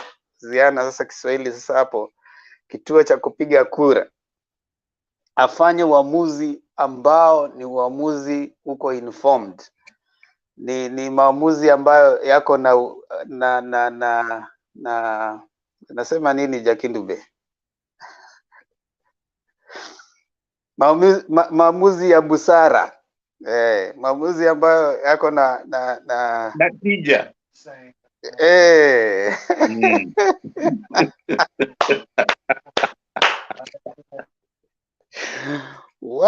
Jakindube, Ziana na Mulumbu wameamua. Kiswahili kitukuzwe, kwani lugha ya taifa. Ruto ameacha kwenda kwa barabara, sasa anaenda kwa mashule. Pesa zimeisha. Kuna mtu anasema ameacha kwenda kwa barabara, sasa anaenda kwa mashule kutoa buses. Sasa Ruto ameenda kulaunch bus huko Makueni. Right now unaenda kulaunch bus. Unaidi mabilioni na unaenda kulaunch bus. Bwana Demba, Wakenya wanatakiwa waelewe kwamba Kenya ni yetu sisi sote, tunajenga Kenya yetu, na hao watu ambao saa zingine wanatoa matusi waje tu tujadiliane, mwishowe tutapata suluhu, kwa sababu nchi ni yetu, hatuendi popote. Hii nchi ni yetu, na waangalie kitu kimoja. Hauwezi kuwa watu wanafanya campaign, saa hii ndiye anaenda kutoa basi, sijui anaenda kutoa hizo vitu, yeye anatoa wapi hizo pesa? Ndio mimi nauliza, anatoa wapi? Serikali inatakiwa itoe basi kwa shule, si mtu binafsi. Shule ni ya serikali, kwa nini anaenda kutoa basi? Hiyo ni hongo. Vitu kama hizo hazifai, hizo ni hongo. Haifai mtu kwenda kutoa basi, anatoa basi na kwa nini? Hizo ni hongo. Inatakiwa kama ni basi inatolewa, itolewe na watu wengi, si mtu mmoja binafsi. Unaona, si mtu mmoja binafsi. Hiyo umoja ukishaanza kutoa namna hiyo, unawahonga watu. Wakati huu ni wakati wa uchaguzi. Mbona sioni rais akienda anatoa basi mahali fulani? Sioni, sijamuona hata siku moja. Sijaona Raila akienda akitoa basi, sijaona hata Kalonzo, sijaona akienda kutoa basi. Kwani Salina azungumze. Jakindube, Salina anaongea. Nilikuwa tu nataka nilikuwa na swali moja, ama vile kulingana na vile anasema ni ya kwamba kama yani, wacha niseme hivi vile mambo tuliona Makueni ni ya kwamba, na ile tuliona Narok ni kwamba tuko na makandidate wakati huu wa siasa, na mgeni nikikuja kwako mimi, kabla sijakuja nitakujulisha, nikwambie tarehe fulani mimi nitakutembelea, na wewe utaona sasa tuko na mgeni anakuja, kama ni anakula kuku, kama anafanya nini. So ili mimi nafikiria vile ilitendeka kupeana bus kwa shule. Saa zingine mambo ya masomo ama mambo ya watoto, hiyo mambo ya bus ingekuwa wasasi shule mzima, tuseme watu yote wanasema okay, tumenunuliwa ama tulichanga. Ile kitu wangefanya kama ilikuwa ni kuenda kupeana hiyo bus, unless mtu haesi lete kitu bila watu kujua. So ile ni kwamba kama alikuwa anapeleka bus, wanafunzi wasasi kwanza, wanavijiji, watu wangekuwa pale kureceive kama ni basi ya shule, kwa sababu saa zingine mimi mtu kama vile amenunua basi, hiyo si ya individual, imesaidia watoto, lakini still kama ni kuonga ama nimekuletea kitu ndio unifanyie, watoto wapiki kura, so watoto watafaidika, wamepata basi ya shule, wale wako form 4 wanaondoka, wale wako form 1 wanaingia na wale wengine. Lakini hiyo bus haitakuwa, kwa sababu umepeleka bus kwa shule ya mahali, hiyo watoto watoki hiyo sehemu, watoto wanatoka Kenya mzima ama sehemu yote. So mimi kwanza ya kupeana bus, hiyo ni sawa, huwa umetoa pesa wapi, hiyo bus ulipeleka shule, hiyo watoto wapiki kura. Kwa hivyo tusikatae, saa zingine kama ni maendeleo itasaidia, lakini ukipeleka hiyo bus watoto wajui wanafurahia, deputy president ametuletea basi, yani mtu ya serikali, imetosha hivyo. So kama ingekuwa imeorganiziwa ya kwamba village mzima ama constituency mzima wamekuja hapo, sasa ndiye tungejua. Lakini unaona ni vile unapita ukapeana na ukaenda. So hapo ndiye sababu nimekubali vile Temba anasema Mutama na yeye ndiye mwenye UDA hakumobilize, aliwacha tu watu wakafikiria wakisikia jina Temba anakuja ama Pristayana anakuja, watu watajaa, ya kwamba watu wamerefuka.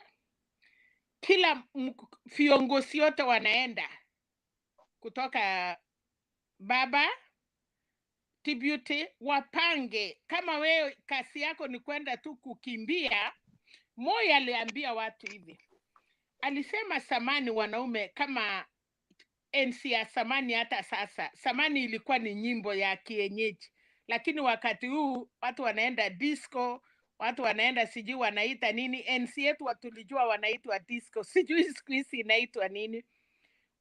Enda pale Kindu Bay ukacheza na ukakosa hata msichana moja anakushika mcheze na yeye, utaenda round.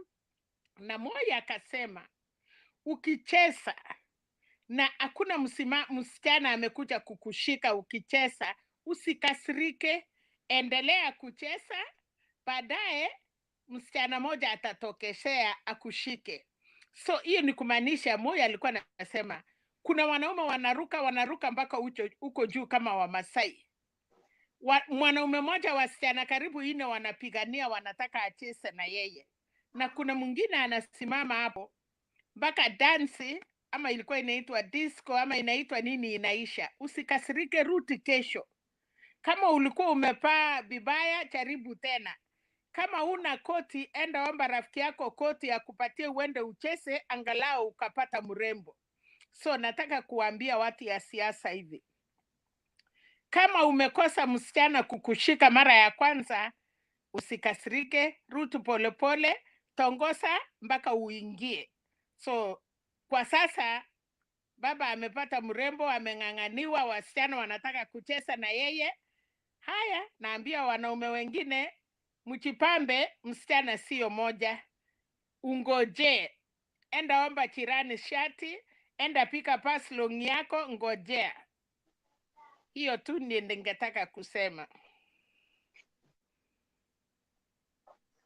Asante. David uko? Niko. Mbona umenyamaza hapo? Unangojea tu kunyemelea kutusukuma maneno polepole tu na Demba, unapotea. nataka kusema kitu. Nataka kusema hivi, nataka kumwambia mama, kutoa basi inaweza kuwa hata umetolea shule, lakini tunataka tuanze kuzuia hizi mambo ya kupeana basi na tujui hizi pesa zimetoka wapi. Hizo haifai hata kidogo. Ndio tukomeshe mambo lazima tuanze na kusema hii basi unaileta, pesa umetoa wapi? Lazima tujue, hata kama unapeana kwa watoto ndio ni watoto, lakini tujue hiyo pesa umetoa wapi, imetoka wapi. Hiyo ni muhimu, kwa sababu tukiacha tu holela, hiyo ni hongo. Mtu atakuja na vitu, inatakiwa basi kama unatoa basi ulete useme mimi nimetoa basi, lakini sitaki kura, sitaki chochote. Yani Jakindube, wewe kuitwa mkutano wa kuchangia watu pesa, do you normally tell them where do you get money from? What are you trying to tell us? You know, sometimes you talk, you want to respect your age, but don't tell us false things. Sikiliza. Sawa tu, nikiitwa kutoa mchango, sitoi mchango peke yangu. Ngoja, sitoi mchango peke yangu, si ndio? Sitoi mchango peke yangu, tunatoa wengi, tunatoa moja, alafu inasema hiyo basi imenunuliwa kwa mchango wa wazazi au shule hiyo. Sasa ukileta basi peke yako, hao ma MP wanatoa pesa wapi? Wao wanafanya kazi gani? Acheni mambo haya, lazima tuulize, maanake hao ni wafanyikazi. Sikiliza, hao ni wafanyikazi wa umma, lazima tujue wanatoa hizo pesa wapi. Jakindube, 1 minute, if you can allow me. Jakindube, if you can allow me. I have worked in Luo Nyanza for over 10 years and I've seen non-government organizations. Nani azungumze jamani? Hapana, hata yeye anazungumza, alikuwa ameniuliza. Ninatani pia kama viongozi ama watu wasima, sitani kama hiyo bus iliendwa tu ikaletwe, hiyo ilikuwa na mpango. Ni ile tu timing ni mbaya, kwa sababu tuko na mashule mingi sana. Sidhani kama TPUT pia ya ukweli. Sasa tunataka kuwa fair. Sidhani kama aliamuka na akaenda akapeana shule tu kwa barabara. Ni vile ilikuwa na mpango. Ile kitu ulikuwa umesema, kama sisi hii shule tunaambia MP ama tunaambia viongozi ya shule, wanasema wanaandika, kwa sababu nakumbuka hata wakati ya Moi, hata wakati ya Kibaki, kuna mashule walipata mabasi, hata Uhuru mwenyewe amepeana mabasi. Tunasema kama hiyo basi kama ilikuwa inapelekwa tu ikatupuliwa, nafikiria Makueni kuna mashule mingi. Why that school? Lazima walikuwa wameomba basi. Ile kitu hata ilinifurahisha ni kwamba kama ingekuwa ni siasa watu wangechaa. Ndio sababu unaona walikuwa watu wachache, watoto ya shule wakaambiwa kucheni baada ile makosa walifanya. Alikuwa amepeana basi kwa shule, angemaliza hapo na watoto. Kama ni kanisa amepata watu wachache, pia wangemaliza na waende. Ama wangekuwa na mkutano ya watoto na wasasi pamoja na wamalize mara moja. So mimi mambo ya kupeana basi hiyo ni mzuri. Shida ni hile viongozi wakati waliona hawakui wengi wanaenda kuita watoto. Hiyo ni makosa. I think Selina, let us be fair in our argument, because Ruto is a politician. That one we cannot debate. He's a politician, and anything he does, this is a political season, is a way of gaining entry in an area maybe he's not familiar like that. Ruto has been holding several meetings very successfully. Kama hiyo imeabort, let's not try to be picky on some other issues. Eti pesa hizo umetoa wapi? No. I think that one we are going too much. Kama mtu Ndio amepeana pesa, nimesema, we have given ndio nimesema examples. We have mambo given ya examples shule, that ndio nimesema mambo ya basi ya shule tumeamini. Unajua huwezi hiyo nayo kuingia kwa hapana. sababu kuna watoto wanataka basi, na hiyo basi itasaidia wanafunzi na watu ya hiyo area. But ile kitu walifanya makosa ni wakati wameona wako wachache. Tunaona runinga inatuambia ilipiti waite watoto wa shule wakuja wachase viti yenye haikukuwa na watu. For me, that is my argument. Mambo ya bus ni sawa, lakini kuita watoto wakuja waketi kwa siasa, alafu kwa hiyo siasa munatusiana mbele ya watoto, ama munasema yale mambo mtoto hawezi elewa, hiyo ni makosa. Lakini Selina, si unakumbuka hata wakati wa Nyayo, kama Nyayo akona mkutano wanafunga gates, sio kama siku hizi unaweza ingia na kutoka. They used to close the gate because politicians need the crowd. That is one failure. We can't dwell there. He has had several meetings, which were very successful, but we can't dwell on one item. Hata Safaricom project yao moja ilianguka, inaitwa simu ya jamii. Despite the many programs and projects Safaricom has raised or has engaged in Kenya, it also failed in simu ya jamii. So kwa hiyo Ruto amefail. Let's stop there. Lakini kuingiza ndani umuulize hizi pesa umetoa wapi? Hizi pesa ni za wizi? No, that one we are going beyond personal attack. Sikilizeni, unajua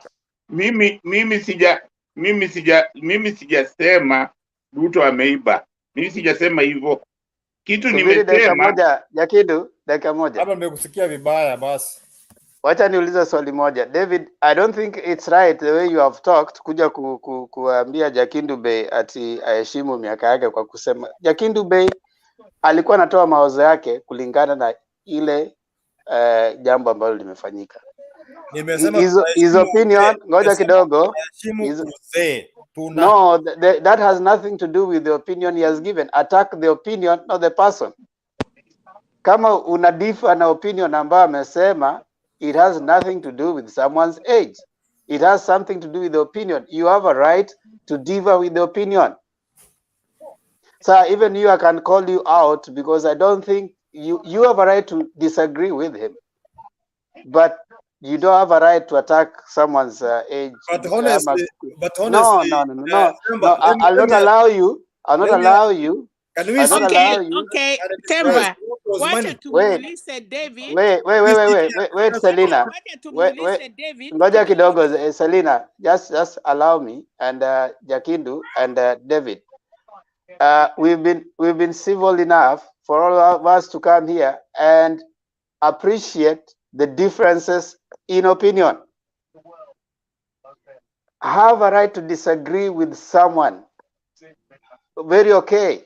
You don't have to agree with Jakindu Bey in what he's saying, but desist from attacking someone's age. You talked badly. I don't think that was respectful. You don't discriminate on. I don't think that was right. I agree to differ within as much we respect age. That's what I said. No, you told him respect your age, which I don't think has anything to do with. You can go back to that thing. No, you are putting words. That was wrong. I didn't say that. Was wrong. And whether even you right now, if someone told you that respect your age, what does that mean? I said, in as much we respect age, let's not attack personality. I can differ with you. That's what nobody is differing with Ruto's age. Has Ruto's age been mentioned here? Honestly, how do you come to social media, a platform watched all over the country, and tell people that pesa meta hapo ni za wizi zikatae? Let's be No, but Christian. Let's be what fair. what does that have to do with the Ruto's age? No, Ngoja Selina, hold on. What does that have to do with Ruto's age? Has it been attacked? Temba, you know we cannot argue an argument that you have put in my mouth. So that is denied. No, that was not right, David. You have been in this forum. No. Listen, David. You have been in this forum long enough to appreciate and understand. No, you understand the confines of our engagement in this forum. You are a veteran in this place. You have always been here. I mean, every day, David, you come here and we talk and people differ. But I think as an issue of principle, let us differ respectfully. And there's no day in this forum that anyone has even attacked. We have never even mentioned Ruto's age. We have never mentioned even even his children and all those things that you hear out there. We've never done that. We differ with issues, and that's what we bring up. How do you measure? You have the freedom. You have the freedom to disagree with someone on what they say, but you don't have to attack anyone. I think that is what you are going to say moving forward. So differ with someone. You are free not to agree with Selina. You are free not to agree with Ziana. You are free to say, okay, fine, we can't mention whether it was done or that. That's okay. I mean, that's normal. Let's differ. But let's differ respectfully, David. You are here and you know how we normally engage. I agree, Temba. Rest that. But still, the question Mzee has to answer, me in particular, is how do you differentiate that this money is a wizi, na hizi si za wizi? Two, Ruto is not the only person who has ever been giving buses to schools. Even last week, give me time, I talk. Even last week, my member of parliament gave a bus to a school. Why is it that when it comes to Ruto, you want to brand that this is pesa za wizi? You know, you are lazima pia to argue from points. Ngoja. Wewe umesema kama si tukikuita kijana utasikia mzuri. Kama usiite mtu mzee hapa. Sisi wote wengine ni wasee, wengine ni vijana, lakini tuko na machina. Kama sijaweka china yangu ita iPhone, lakini usiite mtu mzee hapa. Bibi yake ama mwenye ako na yeye anajua usee wake. Na kijana mwenye anakaa na wewe anajua uchana yako. So hapa tuitane na machina na heshima, lakini Selina, we have been referring to Kindu Bey as Mzee since the start of this forum, and Mzee is a respective term. But if it is now wrong, I can withdraw that. But we have referred to Kindu Bey as Mzee. Okay, finally. Okay, Selina. Okay, okay, thank you. He has apologized. He has withdrawn. Let's move on with the debate. Let's move on. Now listen. I had said, hold on, Jakidube. I had said that I'll be dropping off at this time. I had to drop off. I'll come back in about an hour, and Harun will be in charge until I come back. So let's have some decorum as we debate. Let's debate the issues. Let's agree. David has already agreed that he is withdrawn that. So let's just address the issues. I think that's what's going to happen. So thank you so much. Am I allowed to continue? Yes, you're allowed to continue. Okay. Harun will be in charge. Continue. Now, the question I had to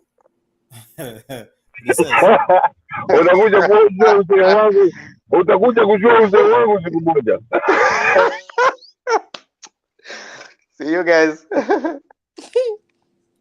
Endelea, David, endelea. What I was saying is that as a politician, anything you do has a political ramifications. You may want to get a formula to get somewhere. It may work out or it may not work out. But when we are actually demonizing, the deputy president as a thief all the time in our talk, we lose the taste and we lose the genuine of our discussion. Because let's not forget that one William Samoei Ruto is a presidential candidate, and anything might happen from now until August. No one knows. He may or may not be president.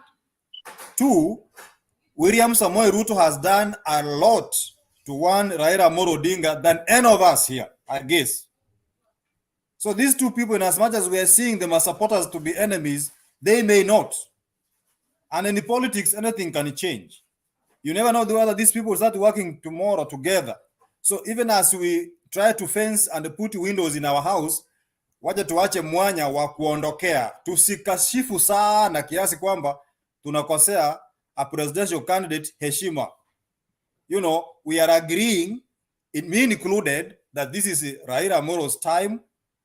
We are voting him as president, but that does not mean that the other candidate is a devil. He's not. His time will come, and it's going to be president. Believe me, you.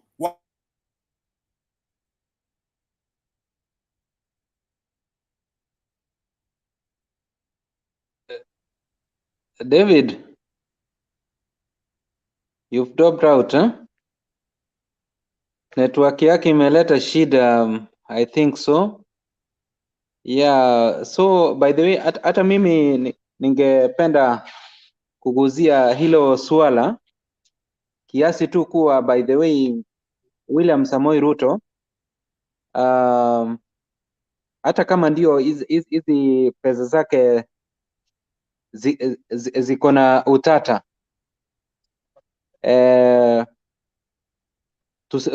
tusije tukachukua muda wetu sana kumnia hapo, cause you never know, by the way, you never know, but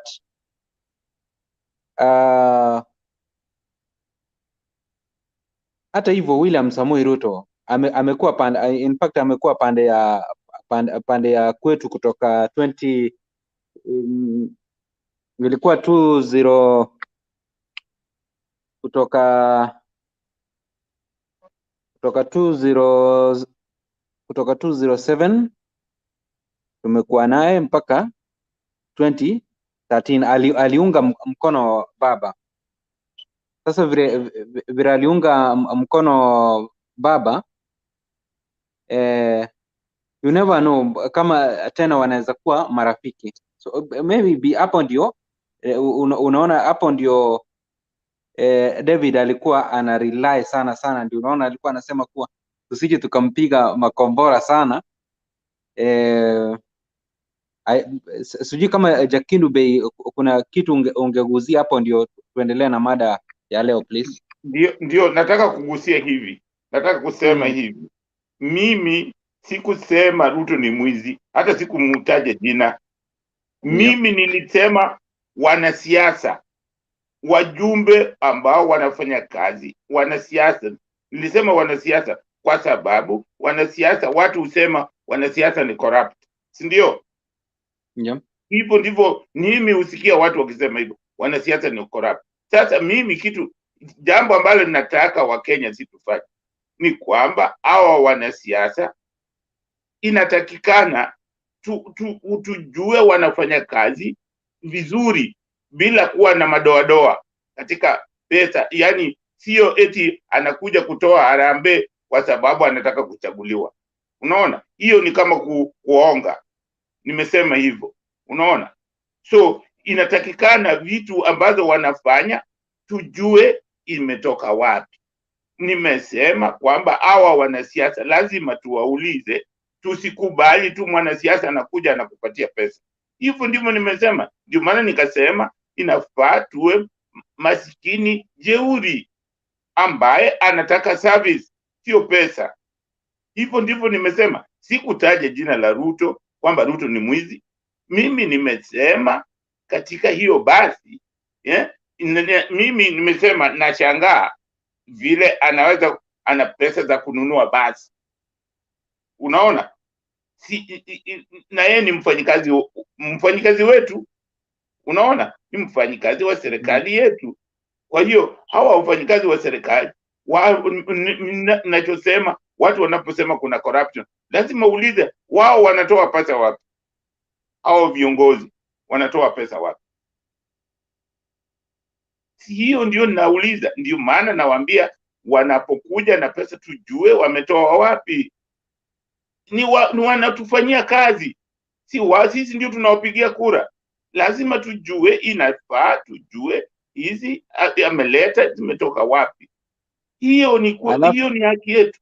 Sasa kama mtu anaona hiyo ni vibaya, ni sawa, lakini ningelipenda kama Wakenya tukitaka watu wawe accountable, lazima tujue kama wewe unafanya kazi ya serikali. Huwezi kuwa unafanya kazi ya serikali wewe umeandikwa leo na kesho tunaona una ghorofa 20. Lazima tuulize, na kama tusipouliza hatuwezi kukomesha corruption. Hizo vitu zinatakiwa tuanze sisi. Nasema sisi ndio tuanze kutokubali vitu vingine bila kuuliza hii kitu tumepewa kwa njia gani. Hata kama mtu akiniletea kitu, siwezi kuchukua tu kitu bila kujua imetoka wapi. Naweza kupewa hata kitu ya wizi. Kwa hiyo nikichukua kitu ambayo ni ya wizi, hata mimi ni mwizi.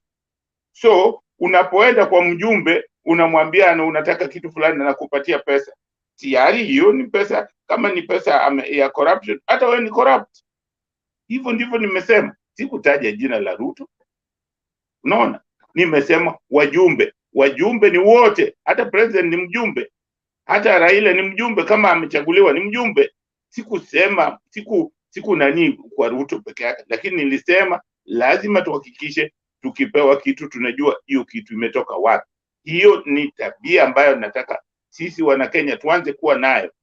Tusiwe tu tunachukua vitu tu kiholela, unapewa tu unachukua ati imeshaletwa. Hapana, kwa sababu tushaona hiyo tabia ya kupewa tu vitu. Tumeona kwamba watu wengine wanatupatia vitu ambavyo ni za wizi, ni za corruption. Sasa mzee Jakiru Bey, nimekupata. Na sasa William Samoei Ruto alituambia juzi tu ile wakati alikutana wale magovernors, akasema kuwa yeye hajaanza campaign. Hiyo mikutano, hata hiyo mkutano yenye alikuwa ameenda pale, maybe that is part of government projects alikuwa anapeleka kwa hiyo shule. Sijui kama ni part of government. Sijui kama ni part of government, kama ni nani, mimi sijui. Mimi nimesema tu kwa ujumla watu wote wanasiasa tunataka, kama hiyo ni part of kazi ya serikali alikuwa amepeana, tunataka kujua kama ni ya serikali ni sawa. Mimi sina ubaya.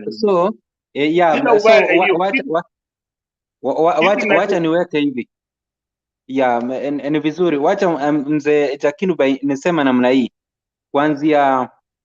Kuanzia sasa mpaka wakati Mei campaign zitakapotangazwa, IBC itakapotangazwa officially, chochote tu chenye William Samoei Ruto atakuwa anatoa, wacha tuiweke that is part of government project vile alisema. But kutoka hapo kuendelea, anybody mwenye ataona William Samoei Ruto akipeana pesa, akifanya nini, akuwe reported kwa IBC, kwa sababu hiyo itakuwa ni hongo. By the way, nimeona yale masharti yenye Chebukati amepeana, na mtayapitia baadaye, mtaona hata kupeleka siasa kwa kanisa itakuwa ni makosa.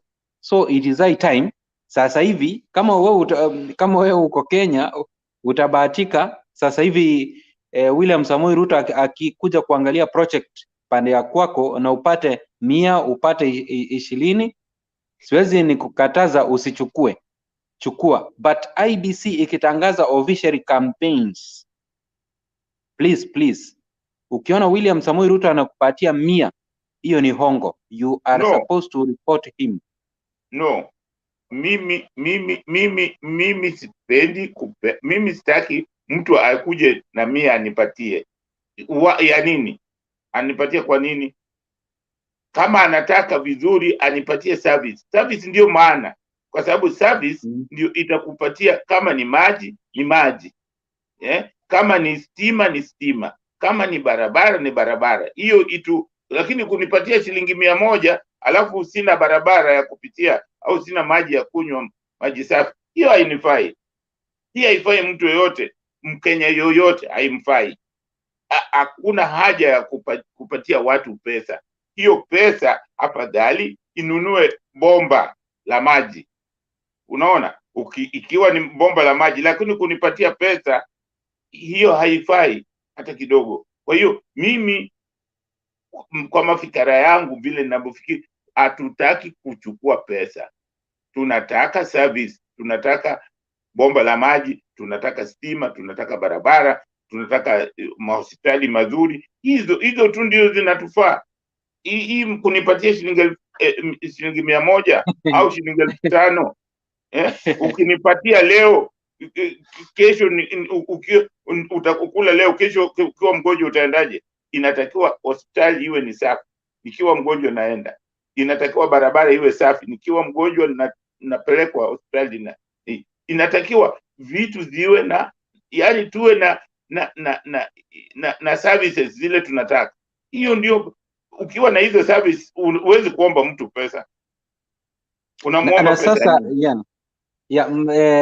Zakinu Bey, na sasa kama maybe wakati William Samoei Ruto anapoleta hiyo 100, maybe mimi nilikuwa njaa, mimi ndio nilimuomba nikamwambia, I say Deputy President, manze niko njaa, akinipatia hiyo 100 nisichukue, na mimi ndio nimeomba, because huenda wale wenye anapatia ni wale wenye wako na njaa wamemuomba. Ndio mimi nakwambia, akisha kupatia shilingi 100 uchukue, hutamuuliza service, hutakuwa na uwezo wa kumuuliza service, hutakuwa nayo hata kidogo. Ashakupatia 100 ushachukua, hutakuwa na uwezo wa kumuuliza mtu yoyote. Akikupatia pesa, ndugu yangu, unaweza kumuuliza ati mbona hujafanya kitu fulani? Huwezi, hiyo nguvu hutakuwa nayo kwa sababu ushakula. Asante. Tukitoka sasa kwa hiyo topic, nasema namna hii. Unajua, nilikuwa nataka ni kuchokoze kidogo. Nilikuwa nasema namna hii, in fact it is high time. Peni kidogo nimalize hii statement ndio ukuje. Ninasema namna hii, it is high time sisi kama Wakenya tunapoenda kwa uchaguzi ya August 9, 2022, inastahili tuchague viongozi wetu pasipo kuwa tumeshawishiwa na maybe kupewa chumvi, kupewa leso, kupewa sukari, kupewa nini, ndiposa hii crop ya hawa viongozi tunataka kuimaliza, na tutaimaliza namna hii. Hawa viongozi wote wenye hawajatutendea jambo lolote,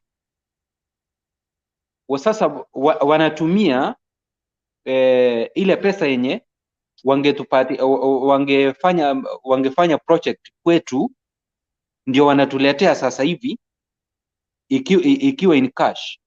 Au viongozi wote tuwakatae, na tukikwisha kuwakataa kutoka 2027 kuendelea, sasa itakuwa sio eti ni Wakenya, si eti ni sisi watu wa chini ama middle ndio tutakao tunataka viongozi watusaidie ndio tuendelee kuishi. It is ni sisi tutakao taka kusaidia hawa viongozi waendelee kuishi in terms of political, which means sisi wenyewe ile services yenye tutakuwa tumepokea from 2022 to 2027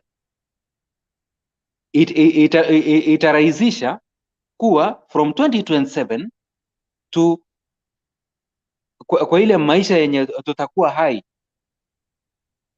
Sisi watu wa chini ndio tutakuwa tunapeana tuna fund these leaders, na hawa leaders tutaweza kuwa fund if at all watakuwa wamefungua projects, na hizo project zitakuwa zinatufaidi sisi kwa kuenda pale, maybe kama ni industries tufanye kazi pale, then we get we get our salaries.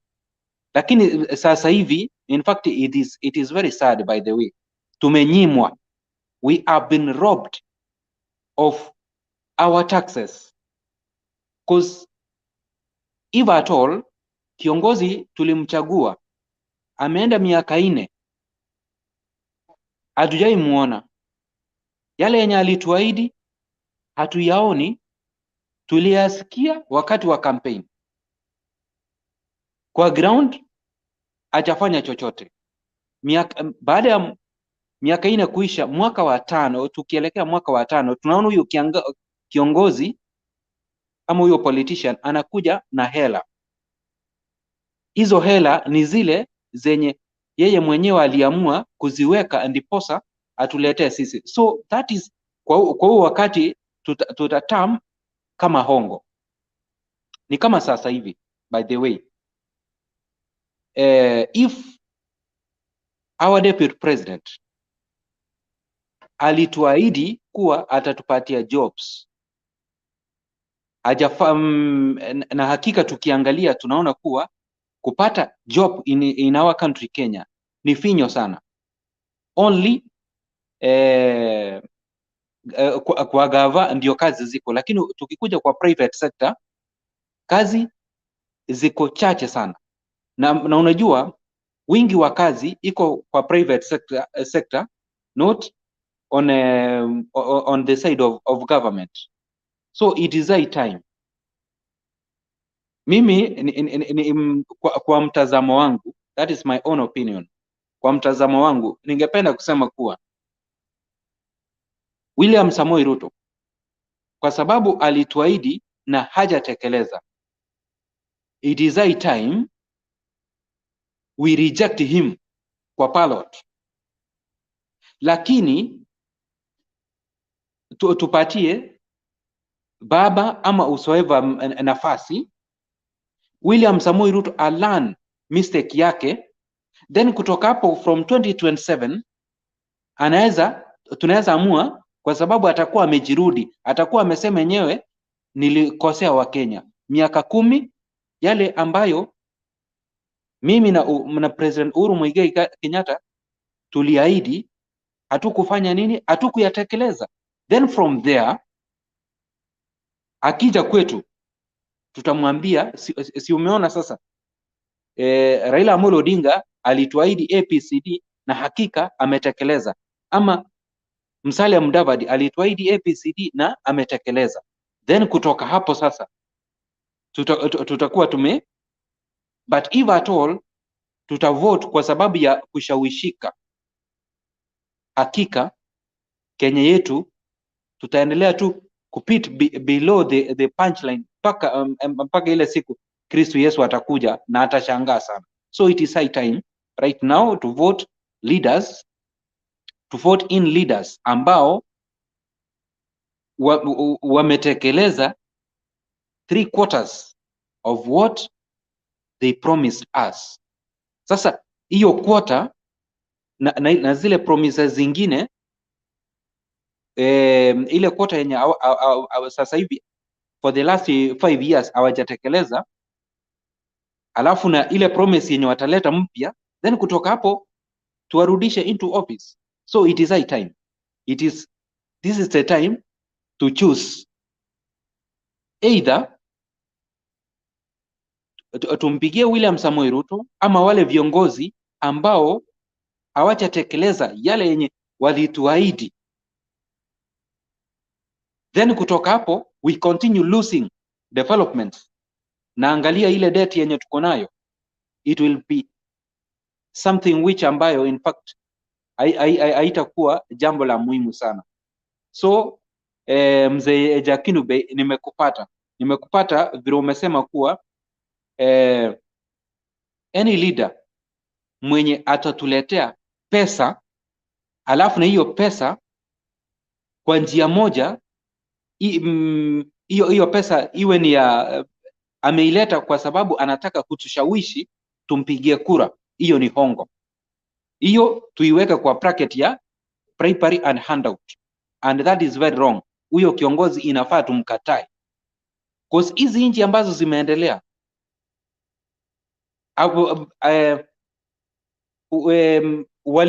waliamua kucrush all those leaders ambao walikuja na hiyo dhana kuwa lazima nihonge mpiga kura ndiposa yeye awe daraja ya mimi kuvuka kwenda uongozini. Na waliwa crush namna gani? Ni kuwatuma kwa baridi through their votes. So it is up to you and me tuangalie hawa viongozi wenye sasa hivi after nomination, because sasa hivi by the way sasa hivi we don't have leaders ambao also MPs and what have you, but sasa hivi tuko na Raila Amolo Odinga already ametangaza. Wale viongozi wenye wametangaza tuangalie, yeyote mwenye atatuletea pesa na hiyo pesa tukiweka kwa ratili tunaona kuwa in fact hii ni hongo, we have to reject them. Baba Penny Chipwin, uongeze upeane uzito wako. Penny Nyagaka.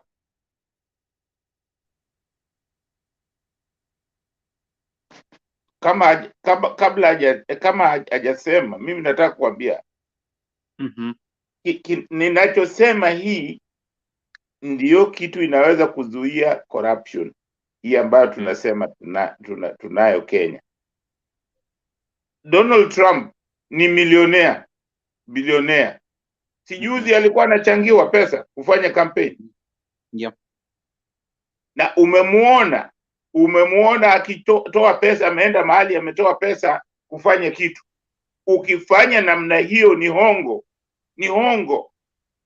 Ukifanya namna hiyo eti unaenda unapeana pesa zako eti ndio kitu fulani inunuliwe, ni hongo. Hawawezi kufanya. That is a big mistake ambayo tunafanya, ambayo tunakubaliana hawa wanasiasa wetu wafanye. Eti anakuja analeta basi kwa shule. Hiyo ni uongo, hiyo ni hongo. Hiyo ni njia moja ya kuwafundisha kuwa wezi. Sisi ndio tunawafundisha. We cannot, tukitaka kuzima hiyo, tuache mambo ya kusema ati hatumulizi pesa umetoa wapi. Inaweza kuwa ni za pesa ambazo zimekuja ndani ya nchi kwa njia mbaya. So hatuwezi kukubali tu kupokea pesa ovyo ovyo tu kwa nchi yetu. Hizo ni lazima tukatae, tuanze kusafisha sisi wenyewe. Tuanze kwa sisi kutokubali kitu ovyo ovyo, tukatae. Hizi mambo ya pesa, mtu anakuletea tu pesa hata unachukua kwa sababu pesa, hiyo ni makosa. Kitu tunataka ni service. Hiyo pesa tunataka service.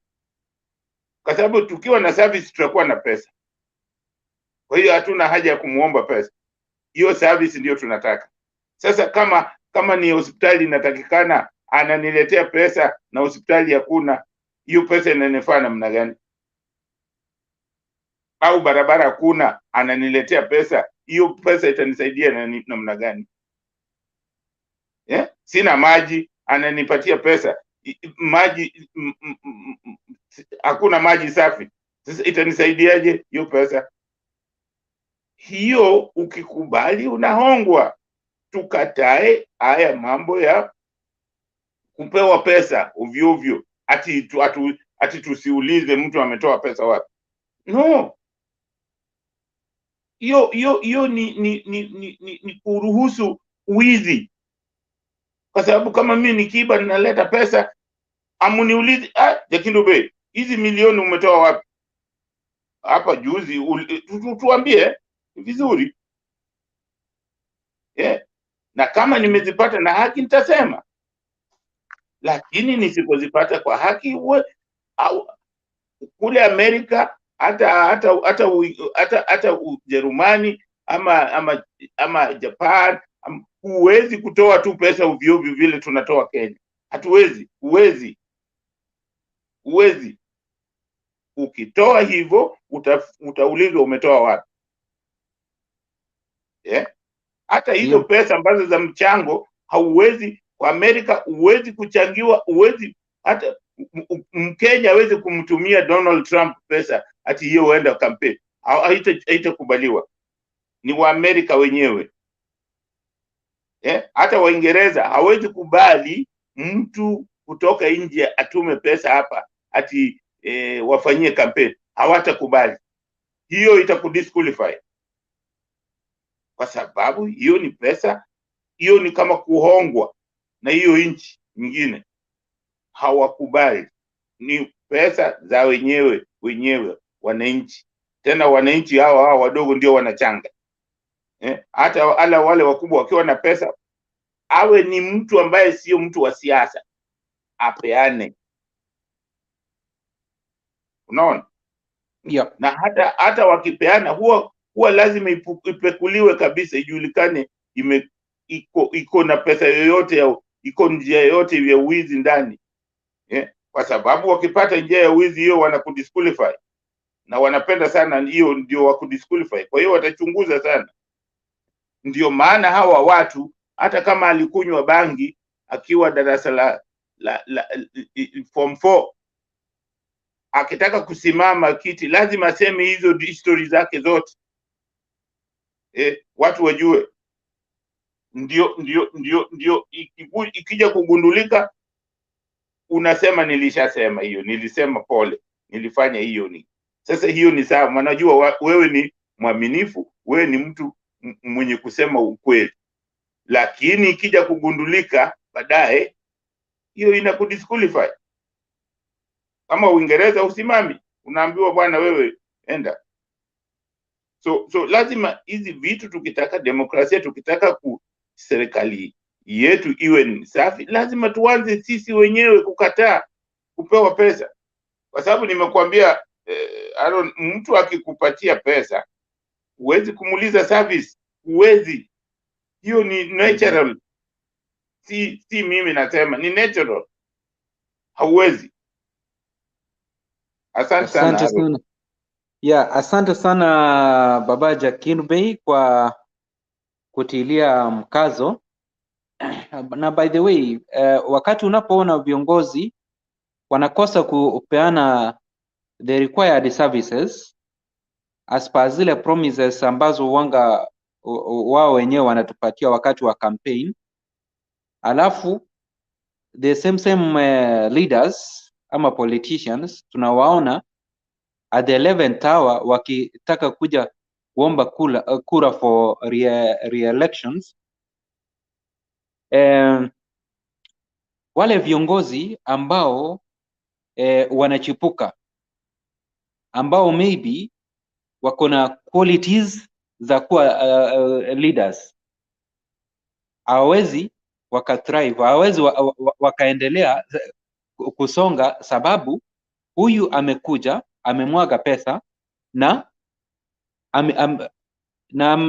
amejionyesha kuwa yeye ni mtu wa kusaidia sana, then kutoka hapo anarudishwa na bado Wakenya wanaendelea kulia. Lakini wakati tutakaposema kuwa in fact viongozi, kama umechaguliwa, ulitupea manifesto yako ama ulipeana your agendas, ukatuambia kuwa once I get into office I will do ABCD. Sisi baada ya miaka 4, wakati unapokuja kutuomba tena kura, tutakuwa na kadi yetu, alafu na zile points, zile promise zenye ulitupatia tutakuwa tunatik. You told us utatumia taxes zetu kutufutia stima kwa kila kijiji.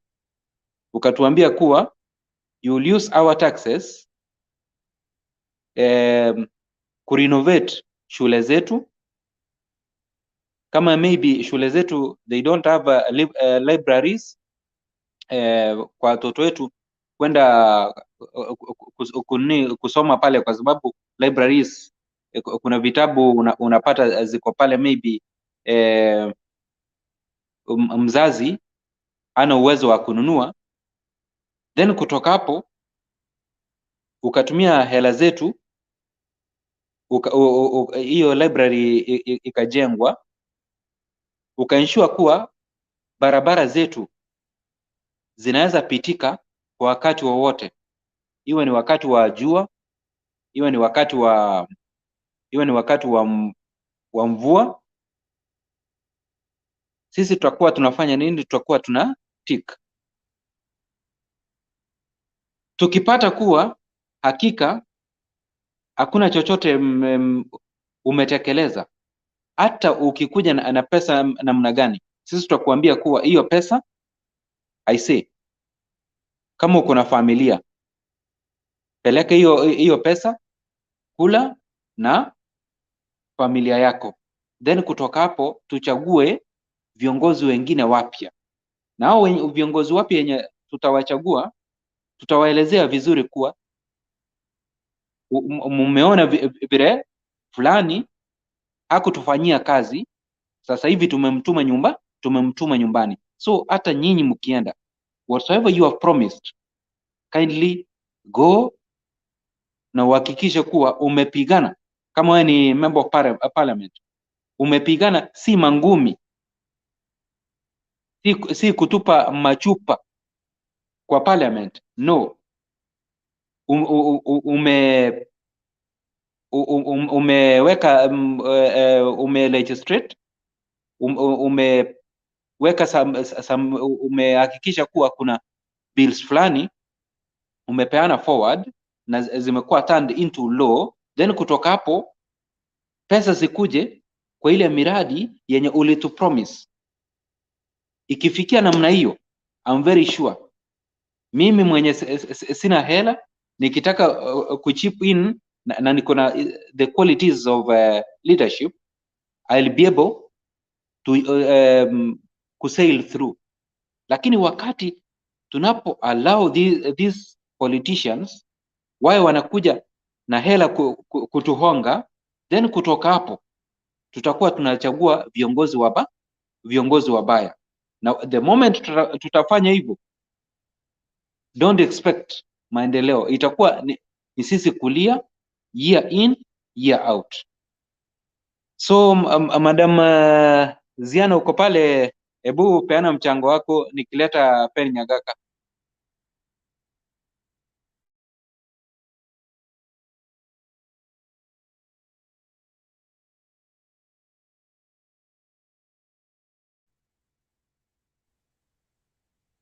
Ziana.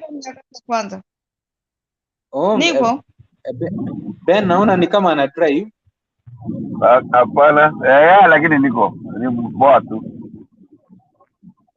But yangu ni kusema kwamba kweli Princess mimi ni mzee, lakini siku moja tutaonana tu. Lakini kwa mwaka huu 2022, whenever we are talking about mwizi, you all know that you are referring to Ruto. Everybody knows that. Lakini hiyo ni something that will come to an end by August. Kwa sababu Raila na Kenyatta wana pesa nyingi kuliko Ruto, lakini hawaipi, hawapeani mtu. Hata siku ingine last week when Raila was in Taita Taveta, Nani Junaid Mohammed tried to attack people who have land in Taita Taveta. Mzee Oginga Odinga akamwambia jamaa, akakata hiyo that story from there, because everybody knows who has most land in Taita Taveta. Sio Ruto.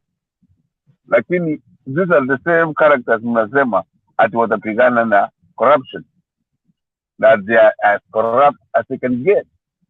Kenya has been corrupt for a long time, and it will take an effort of everybody in a clear mind to fight that corruption. It cannot be fought singularly by just calling Ruto everyone you want. You have a right. There's nothing wrong. I know I'm in the wrong room because you guys all day long, you put kusema ati Ruto ni mwizi, Ruto amefanya hii na amefanya ile, lakini tunajua wengi wetu ambao tunamsupport tunajua kwamba kama ni mwizi, kila mtu ni mwizi, sio yeye peke yake. Asante sana, hiyo tu ndio tunasema. Pen. Mimi nimekuambia tu nipatie sababu moja, nitavuka mambo hiyo. Sababu moja tu, ukinipa sababu moja tu, ili ile Ruto amefanya mzuri ama atafanya vizuri, nitakuwa na wewe. Kwa hivyo nipe tu sababu moja ili ni mpigie Ruto kura. Princess, I have tried to explain the bottom up economic theory. Na kila mtu anasema they don't understand what I'm talking about. So sijui kama nieleze namna gani. The policy, economic policy of Kenya has always been top down. Wale wako na pesa ndio wanapatia wale hawana. And we are trying to change it as an argument that was made by John Maynard Keynes in the 30s, that it is better to give the bottom people money and then they can spend it. So long as there is no corruption. Hapo ndio tunakubaliana. Now today, we can see, Princess, a lot of people that are attacking Ruto for corruption, and yet themselves are corrupt. It wasn't too far ago, 4 years ago, when Raila was on the phone with MPs from Nakuru, explaining him who took what money. Did Raila argue with them? No. I mean, the arguments are out there. Everything is out there. It's if we take it in or we don't. And so far, it is the time to beat up on Ruto. And there's nothing wrong with that. That's the essence of democracy. Hiyo tu. Iko nyingi. So, Pen Nyagaka, you are telling me that we just continue with the corruption. So, it's good to continue with the corruption. Tuendelee tu na ufisadi. No, hiyo ndio nilisema kitambo, nikasema sasa tutaongoza hii mzee wetu Maraga aingie hapo au Attorney General, corruption itakwisha. That's what we're talking about, direct. Hiyo ukweli, sio uchanja ingine. Anybody that will tell me that all these people that served under Moi were not corrupt never was born then in Kenya. Because mzee alikuwa anapatia kila mtu anything they want. Then they along the way, they themselves made the money. Hiyo tunajua. So if we are going to set up, if we are going to fight corruption, we have to be clear as to what we are fighting. Sio kusema, I saw the other not too long ago, 2012. Raila himself went to Ruto's home. Huyu mama huko Baltimore anajua. Akumwambia ati nisamee, kuja tufanye kazi na wewe. Ruto akakataa kabisa. Kutoka siku hiyo wakamweka yeye ni mwizi. We know that. So I'm not here to convince anybody, but I'm here to say that what David was trying to say, you guys, it is so distasteful when you keep saying this negative stuff about this guy every day. I mean, it rules the state. Let us be very clear. Yeah, I understand most of you don't like him, but what has he done next? I mean, compared to who?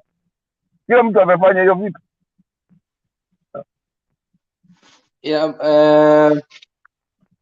Nyagaka, ningependa kuambia kuwa in fact William Samoei Ruto, unajua in this current times, ile kitu inafanya sisi wenyewe tuseme kuwa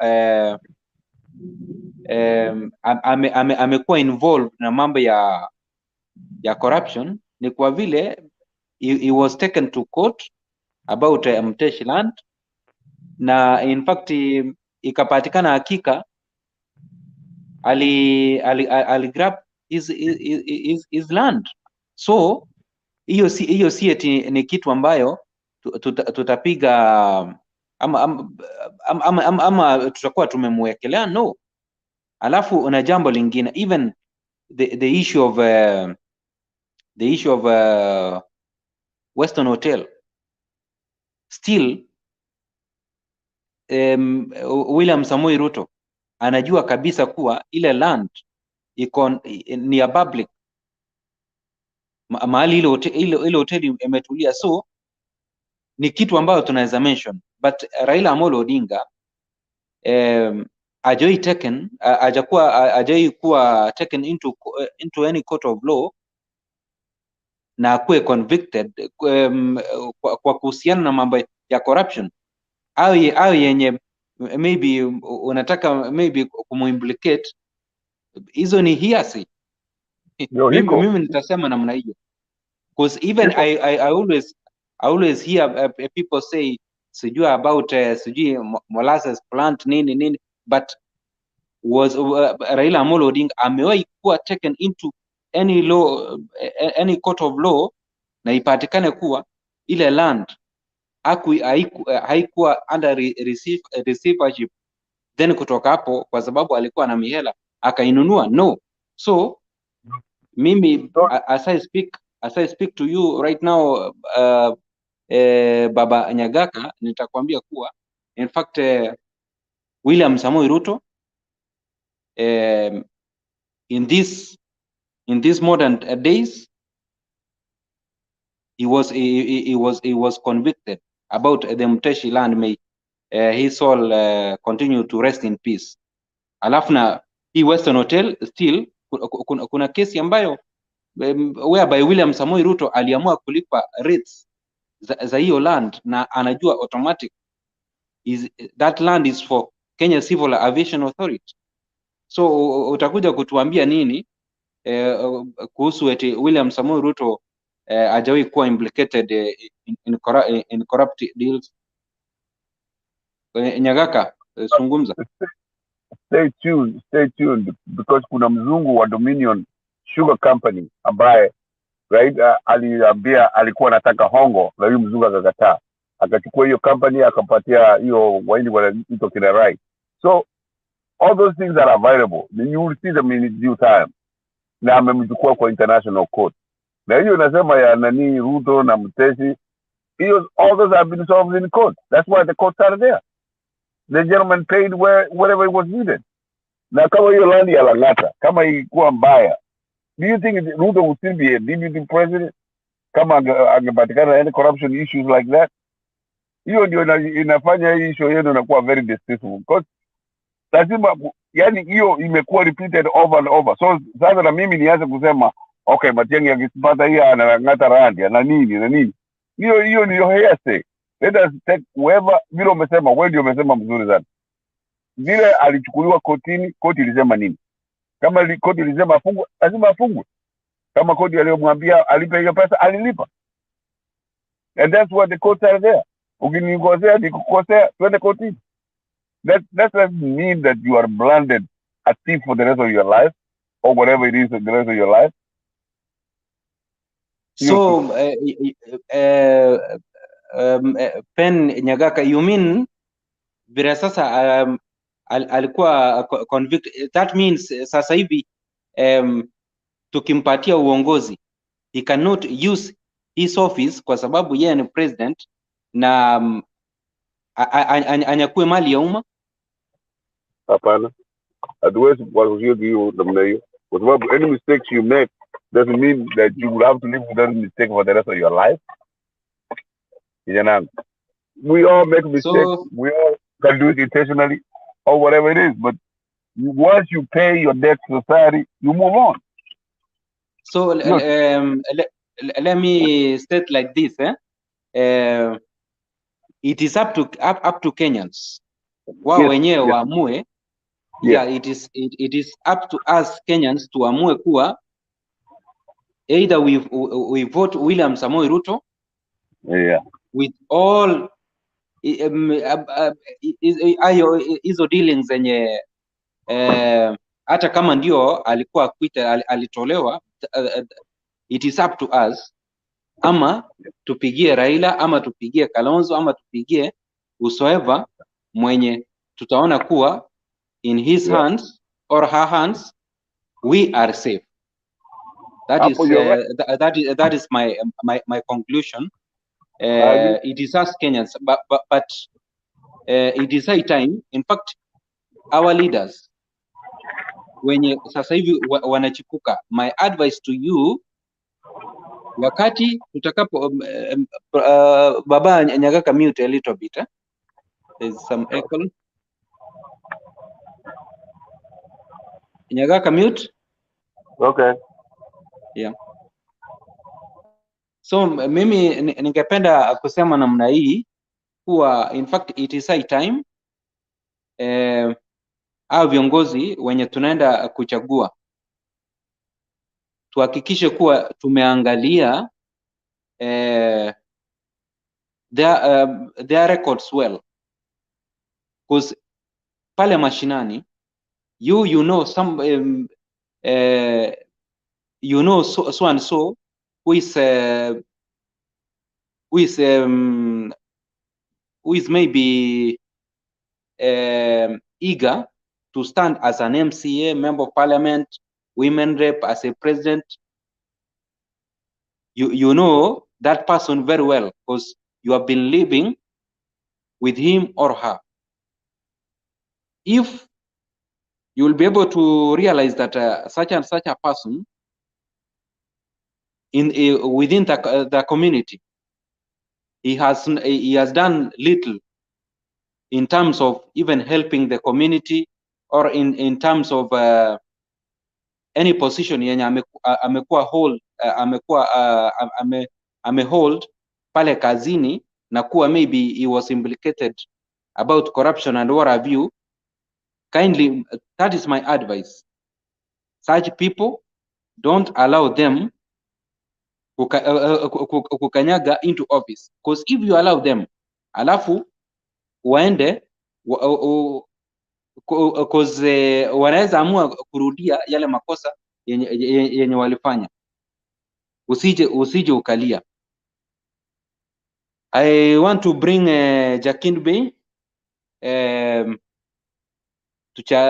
tuchangie tukingoja Themba, na wale wa Facebook na waombea usiku mwema, ama mruke pande hii tuendelee na show until Mr. Themba comes back. Bwana Harold, mimi naunga mkono hayo maneno yote ambayo umesema kwamba lazima tuchague viongozi ambao wanatija,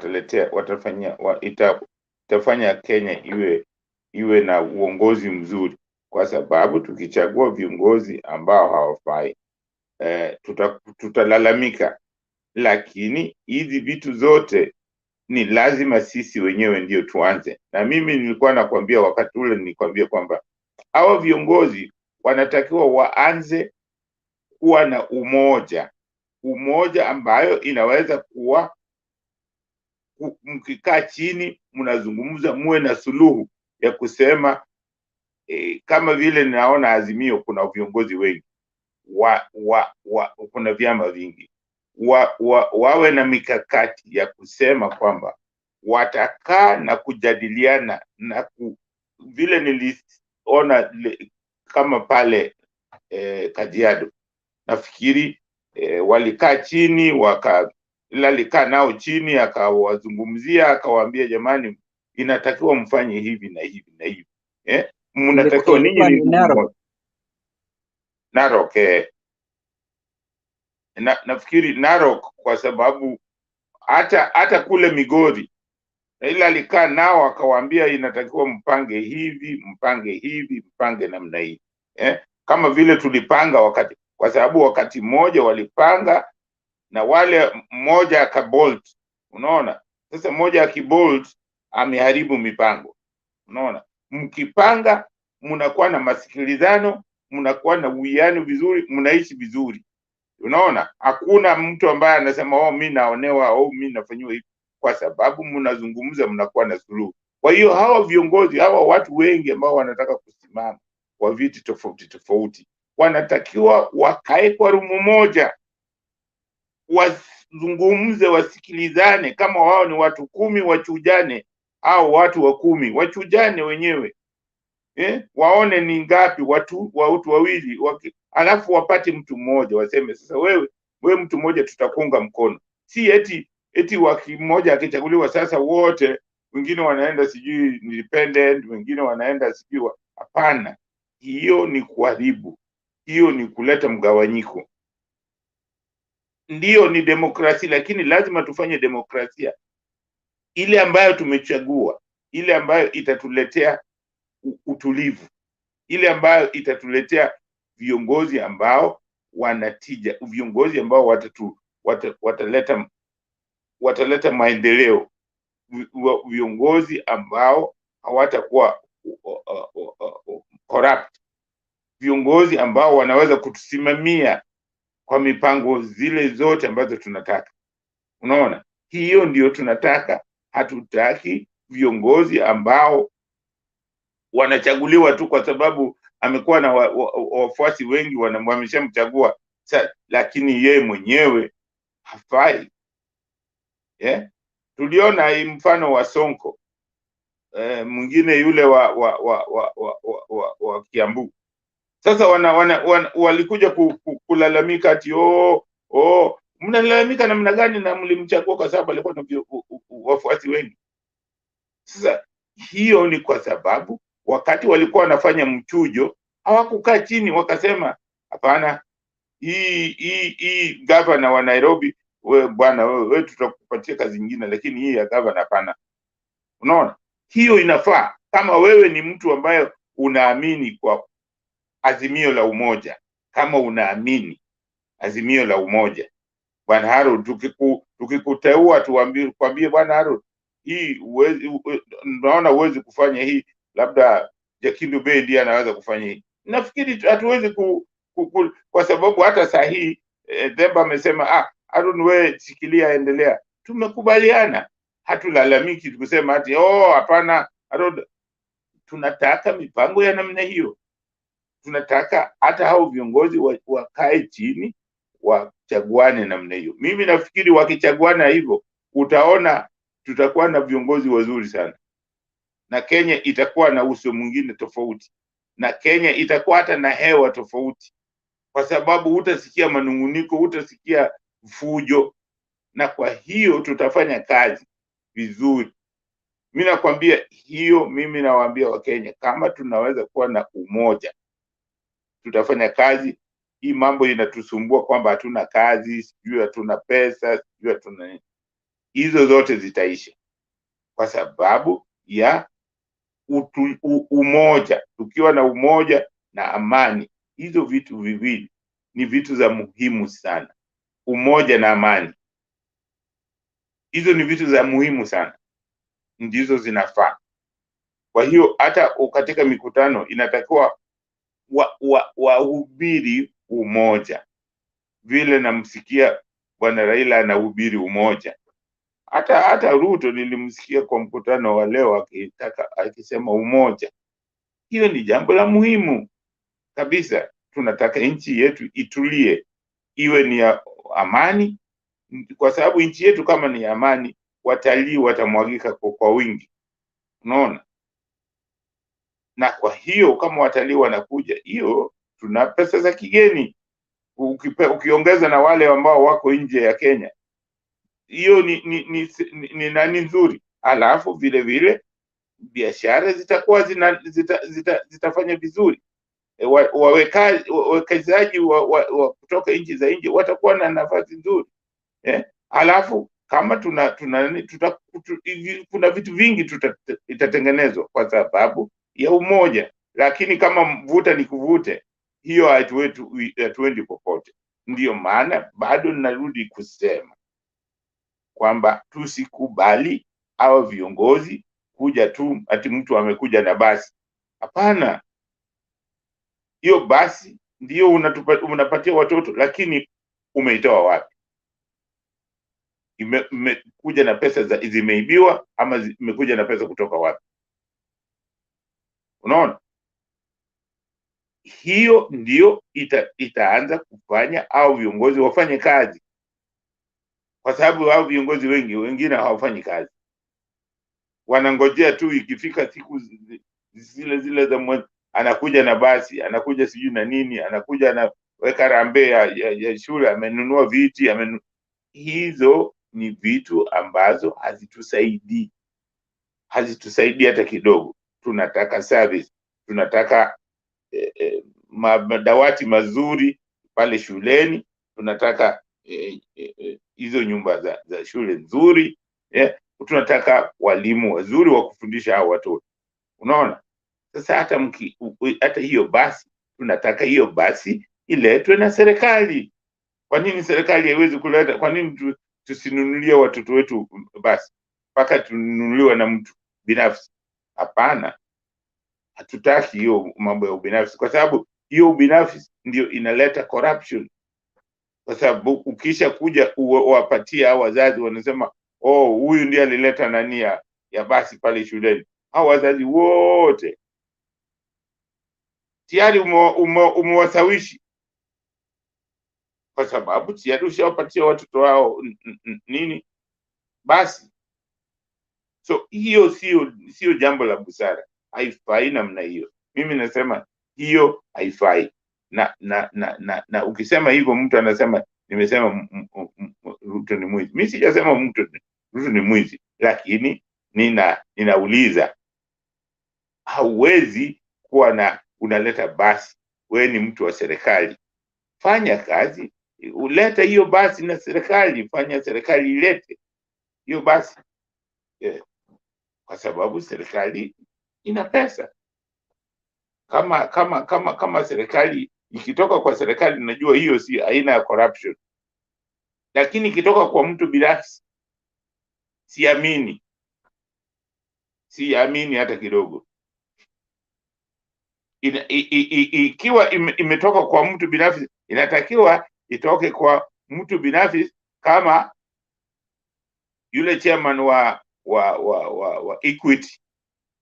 Kama chairman wa Equity akija akisema Equity imenunulia hii watoto, basi hiyo ni nzuri sana, kwa sababu hana siasa, hataki mtu ampigie kura, si ndio? Hataki mtu ampigie kura. Lakini kama wewe ni mtu wa siasa alafu unaleta basi, hiyo unaonga watu, hiyo tayari, hiyo ni hongo. Hata ukileta wakati gani, ukileta kama wakati huu, hiyo ni hongo. Kwa hiyo hizo vitu kama hizo natakiwa sisi wenyewe tuanze kuzikataa, tukubali kuwa masikini jeuri. Sio ati mtu anakupatia pesa unasema chukua hiyo pesa, lakini kura utampatia mtu mwingine. Huwezi, hakuna mtu ashafanya hivyo, ngumu sana, huwezi, utampigia. Na tena ukishachukua pesa zake, utakuwa na nafasi ya kumuuliza, ati bwana wewe, hii kitu ilifanyika namna gani? Utamuuliza. Utakuwa tu wewe mwenyewe utakubali kufanya vile anataka, kwa sababu washakupatia pesa. Kwa hiyo ni vizuri tukatae hiyo mambo. Asante sana Bwana. Asante sana kwa mchango wako Baba Jakindu Bey. Alafu ningependa kusema namna hii kuwa in fact sasa hivi at least hii gava imeweka infrastructure sana pande ya roads. So mimi naomba ule rais mwenye anakuja the 5th ambaye ni baba, kwa sasa mimi yeye ndio napigia upato, ninamuomba tu akiingia aangalie mambo ya kando ndio na barabara, aangalie mambo ya creating jobs for our young people. Na hiyo ku create jobs tulielewana kwanza, you cannot be able to create jobs when corruption and running of government zinaenda sambamba, mpaka hata inafika mahali zinasalimiana. No, you cannot make it. Hata ukipewa hata ukipewa pesa kiwango gani, as long as corruption is still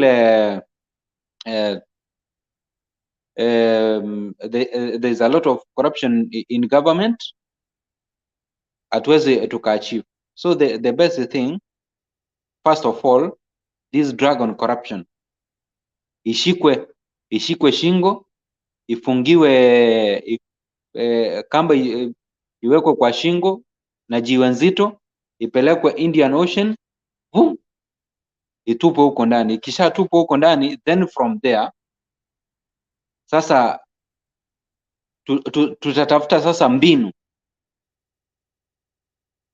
ya kulipa hili deni letu ambalo tuko nalo. In fact, unajua hata hiyo nayo ni elephant in the room, the debt we are having.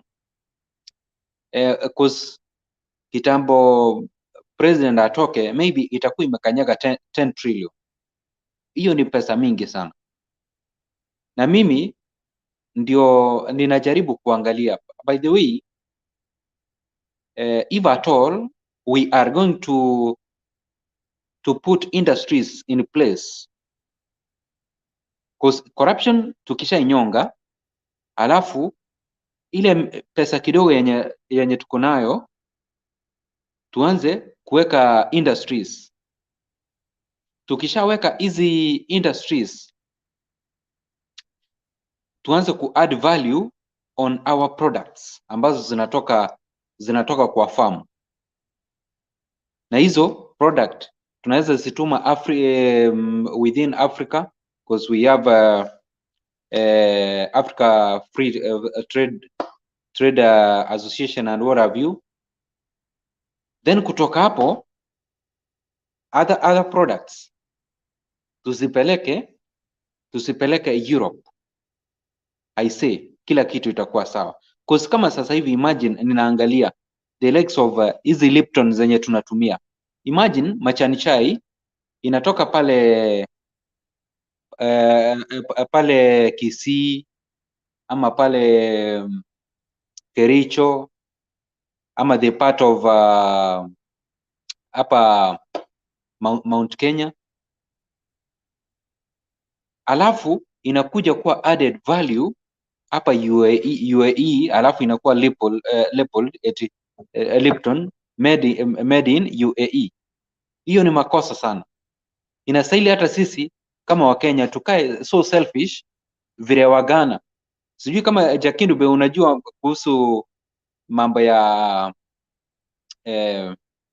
hii koko hii yenye inatengeneza chocolate. In fact niliona Nana, president of Ghana, His Excellency Dr. Nana Akufo-Addo alisomeanga alisomeanga French. Alisomeanga the leader ama the president of Switzerland, because alikuwa anamwambia kuwa I want you to continue giving us more cocoa so that we continue making chocolate here in Switzerland.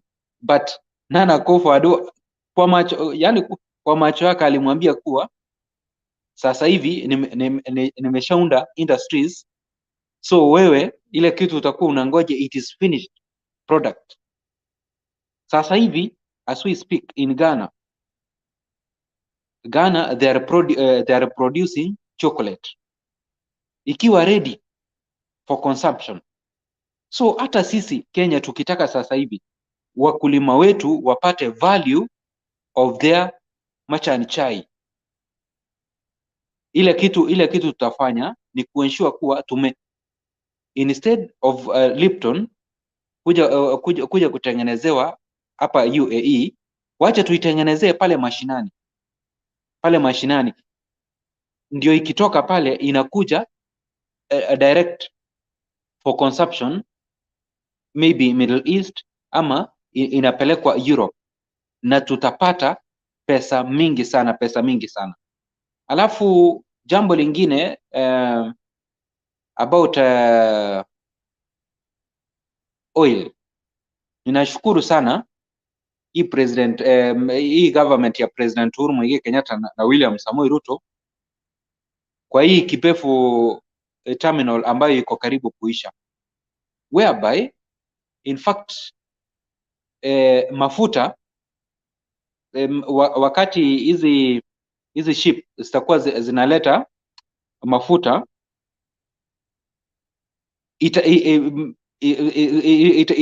itakuwa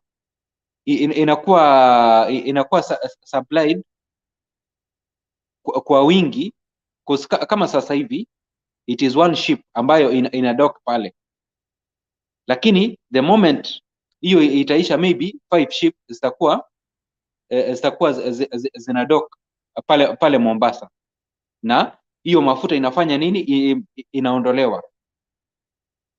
Ile jambo mimi ningesema it is high time tutengeneze a very huge oil reservoir, a very huge oil reservoir ambayo itakuwa inaweka mafuta mingi, whereby wakati tuko na mafuta mingi ya kutumia kwa magari zetu, kwa our factories or our industries, wakati bei inapokuwa juu kutoka kwa zile nchi ambazo zinatupatia mafuta, tukiwa na mafuta mingi hatutainkaa pesa mingi ya kulipa, because unajua hizi unapatanga maybe per barrel bei imeruka. So sisi tukiwa na mafuta ya kutosha ya magari zetu kutumia, ya our industries kutumia and what have you, then kutoka hapo itakuwa ni faida kwetu, because tutakuwa tunafanya timing. Wakati mafuta imeshuka, we just import. Wakati bei ya mafuta katika soko za nje iko juu, we don't import, tunakaa because we have enough. Hilo ni jambo ambalo in fact wakati nilipoliona nilifurahi sana, nikasema then kutoka hapo kuna pesa mingi ambayo itabaki na tutalipa hili deni letu. Alafu exploitation of minerals, hizi minerals ambazo tuko nazo zimelala kwa mchanga. Any government, hii government yenye inakuja kutoka 2022 to 2027, we want more effort. Zile nchi ambazo zimeendelea tunataka expertise, waje wafunze vijana wetu with skills, wa exploit hizo minerals. Hizo minerals tukizi exploit, then kutoka hapo tuuze ng'ambo, ama zingine tupate kuzitumia kwa kumake zile items ambazo mara mingi tuna export, lakini tukiwa na hizo minerals hapa kuimport, yani mara mingi tuna import items, tuseme kama maybe ni panga, kama maybe ni hize steel. Ikiwa tuko na minerals ambazo zinaweza yeyushwa kutoka in our industries, then kutoka hapo mambo ya importation, because importation lazima tuinkae a lot of charges. So katika hiyo harakati, ile pesa tutapata in fact tulipe hii deni ambayo inatusumbua sasa hivi. Alafu na kubroaden now the tax base. When we broaden the tax base, itatusaidia kucollect more money, na hiyo more money ingine tutatumia na ingine tutalipa hii deni in such a way that for the next 5 years tuwe at least tumepunguza hiyo deni. Kama hatuwezi tukaipunguza yote, kama hatuwezi tukaipunguza in 5 years time, at least tuwe tumelipa kitu kama 6 ama 5 trillion. Ndio sasa pesa mingi, instead ya kwenda kulipa deni, hiyo pesa ipaki hapa, tuanze kukamilisha zile miundo msingi ambazo haziko, na Kenya yetu itafanya nini? Itapata kupiga hatua mbele. Jakindu Pay, wewe ni mchango gani unaweza peana kuhusu hii debt? Because hii debt nayo inatusumbua sana, kando na kufight corruption. Debt repayment. Oh yeah, yes. Mr. Nyagaka, naona you've now settled. Please, kuhusu debt tunaweza fanya aje baba? Pen. Hata pia mi nataka kuzungumza, kwani ni wewe tu? Hapana, mimi nitakuwaje uzungumze, dada yangu. Oh, nilikuwa nataka tu niseme pole kwa kukuambia mi ninacheza tu na wewe ati we ni mzee. Si wewe mwenyewe ulisema ni mzee? Yeah, mimi napenda hiyo. Mimi sina taabu na hiyo. Haya, sawa. Utafanya vitu vingi sana ndio na taabu, hapana. Okay. No, okay, asante sana. Yeah, what you guys, young guys, saying is very, very, very meaningful. It is the word bottom up. You don't like it, but it works like that. It is making sure that your resources is sold at the highest level, at the source, not at the end. And you have explained it very, very clearly. And I think there was somebody who said that we don't even have a machine to make a pencil in Kenya today. Guess what? That is a policy. That's a government policy that we have to change. The explanation you have given, you guys not liking my policies, and that's important me. But when you speak like that, that is so true. And we never, some of us at your age, we never saw it like that. We want to do this, we want to do that. But what you just explained is that the value of that product should be very high at the source, the Ghanaian president said. And I thought he told the French president something too. So the guy is very, very smart. He's very highly up there. That's what we want. We don't want close-minded people, wanadanganya, nini. And there's some other time you said about the Chama Pedusi, the Tanzanian governing party. Has nothing to do with any Kenyan party. Not ODM, not Jubilee, not UDA, none. Because the founders of those parties were selfless. And until we do that, my friend, we could argue among each other forever. Look at South Africa. We just got into independence in 1994. Past us where we are in Kenya. We are arguing of so many small things. EFF is coming up. It might be ANC. But it was the openness of the society by what Mandela tried to do or tried to achieve, which is freedom for the African people. And he said when he was put in jail in 1963, he said, for that, he's willing to die. And unless we get several leaders like that, we can talk all we want, young man. We can talk. Because you guys, you have your position, you know I have my position, we can defend them, we can do whatever. That's just it. But the reality is that if we look at what's happening, you guys admire how much I'm a producer here that speaker resigns. What is that a party that you can compare to in Kenya? None. You know, even Nyerere must have known what he said. He said Kenya is a man-eat-man society. And true to that, that's what he has done. Because today, as we speak, you guys will chastise me all you want. I'll chastise you all I want. And that's the end of it. What have we agreed on? We need to worry about agreeing on something. You're being a princess to agree. I put a taboo. Asante. So much, Baba Ben, kwa kuagree kuwa in fact we are supposed to add value on our items at the source. Hiyo ni kitu ya muhimu sana. Adding value on our at source point ni jambo mzuri because at source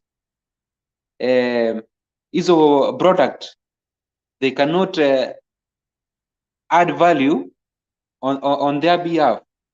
There must be people who will be employed at that very place. Na hapo sasa the issue of job scarcity itakuwa imefanya nini? Itakuwa imeangaliwa. Baba Jakinubey, na wewe ni mchango gani unaweza peana kuhusu hii mambo ya debt management? Hizi 9 trillion tutazilipa namna gani baba? Hii 9 trillion, mimi ninawaambia tena, hiyo mimi bado narudia tu hapo. Hiyo trilioni 1 tutalipa tu tukiwa na umoja na amani, kwa sababu tukiwa na umoja tutakaa chini tujue namna ya kulipa hizo. Ndio maana nikiangalia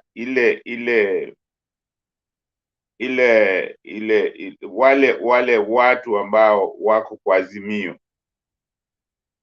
sina wasiwasi kwamba hiyo ni kitu tutalipa, kwa sababu nafikiri wakati ile serikali ya Kibaki ilipokuja ilifungua, iliweka namna ya kufanya biashara, mazingira yalikuwa mazuri, na vile vile kulikuwa na kazi nyingi ambazo watu waliweza walipanua hii mambo ya ushuru, waliteremsha chini na wakaipanua. Sasa unajua, ukiteremsha ushuru chini na ukipanua, yani watu wengi wanatoa ushuru, na ni ushuru ambao haiwaumizi. Hiyo deni tunaweza kulipa kwa muda mfupi, kwa sababu wakati Kibaki alikuwa anatoka alikuwa amelipa sana, walikuwa wamelipa hiyo karibu kuisha. So hata hii tunaweza kuilipa kwa muda mfupi kabisa bila problem, vile Magufuli alifanya. Magufuli aliweka nani chini na akalipa hizo madeni, alilipa mpaka kawa hana mtu anamkazia na mnyororo kwamba lazima alipe deni fulani. Aliwaambia sasa hizi zingine tutafanya na pesa zetu. So tukiweza hiyo nani, tukiweza kupanua kodi, wale wanaotoa kodi wawe wengi, kwa sababu tukiweza kuwa na wawekezaji na mazingira ya biashara ifanyike iwe ni nzuri, na watu wengi wao wana kazi, hiyo nani ni kitu tunaweza kulipa kwa muda mfupi, haiwezi kutusumbua. Mimi kwa mafikiri yangu ni kwamba tu mradi serikali ambayo itakuja iwe serikali ambayo itakuwa na mipango ya ku make sure kwamba vijana wamepata kazi, vile vile kuna mazingira mazuri ya kufanya biashara, na kuna njia za kuweza kuwapatia elimu ndio wafanye biashara kwa njia nzuri. Jakindube, tusipofunga ufisadi, sioni kama tuwe na umoja, ndio undugu na upendo, na tufunge ufisadi. Tusipofunga ufisadi, sioni mahali tunaenda. Unajua, ninaposema tuwe na umoja na undugu, umoja ndio itafunga hiyo corruption, hiyo ambayo ufisadi. Umoja ndio inaifunga, kwa sababu umoja, mkiwa na umoja, inakuwa hakuna mtu akipatikana ameiba. Huwezi kusema ati huyo unajua ni ndugu yangu, huwezi kusema hivyo, kwa sababu tayari mna umoja, mmesema hatutaki mtu wa kuiba. Kwa hiyo, lakini kama mnabishana, mtu hata kusikiliza atasema tu unamuonea huyo mtu. Lakini kama mna umoja, mtu hawezi kusema unaonea mtu. Tutamsema kama unaiba, wacha uone nani. Na mimi nakwambia, tukiwa na umoja, hata mtu wa kuiba ataanza kuogopa, kwa sababu ataibaje na yeye yuko na umoja na ninyi? Hawezi, kwa sababu anajua akiiba mkono wa serikali itamshikilia na hakuna mahali atakimbilia. Unaelewa vile nasema? Sijui kama hiyo inaelewa. Nchi yoyote ambayo ina umoja haikuagi na corruption, hata kama ipo ni ile ambayo inatafutwa tu, lakini ukipatikana unaadhibiwa ya kutosha. Huwezi kusema nimeonewa. So angalia nchi hizi zote ambazo zina amani na umoja, corruption ni minimum. Kwa hiyo hiyo ndio chanzo ya kuzima corruption. Mkiwa wamoja, mkiwa na amani, corruption mnazima, kwa sababu corruption inafanya kazi mahali kuna fujo, mahali kuna ugandamizaji. Unaona, ndio inafanya vizuri sana sehemu kama hizo, lakini mahali kuna umoja ni ngumu, ni ngumu. Sioni kwamba president anaweza kukubali, president yoyote, kwamba nchi ni tulivu lakini kuna watu wanaiba. Hawezi kubali. Lazima muwe na political stability. Kama mkiwa na political stability, wezi watafanya, lakini kama mna siasa thabiti, wezi hawawezi hawawezi kutawala. Jakinu kidogo niongeze kwa hiyo jambo lako. Yeah, in fact wakati watu wana reason together, wanakaa chini, that is when there is peace, unaweza yani expressing yourself inakuwa rahisi sana, kwa sababu hakuna yule mwenye anavuta pande ile, hakuna mwenye anavuta pande hii. Unajua sasa, nyinyi nyote mko pamoja, mnasema kuwa in fact ili jambo lenye linaitwa corruption limetusumbua sana. Now what are we going to do in order in fact to bring sanity in our institutions? Ile kitu yenye iko ni kutangaza vita kuhusu ufisadi. Then you agree? Yes madam Ziana. Hapo wewe watuzungumzia kuhusu amani, peace, yeah. Nasema when there is a political stability, then na amani iko, watu wanaweza keti kama sasa hivi, kama sasa hivi. Mbona Uhuru Muigai Kenyatta ameshindwa kupigana na ufisadi? Ni kwa sababu hakuna umoja katika government yake. Reason being, ameleta Raila Odinga, wako kwa meza moja. William Samoei Ruto deputy ametoroka. Sasa hapo inakuwa ngumu. So kama hao wote, kama opposition leader amekuja karibu na president, deputy president ako hapa. Sasa sasa hao watu wote already wako kwa meza moja. I tell you, hii corruption tungekuwa tumeikamata shingo tu, tumeweka kamba ni jiwe, tunatafuta angalau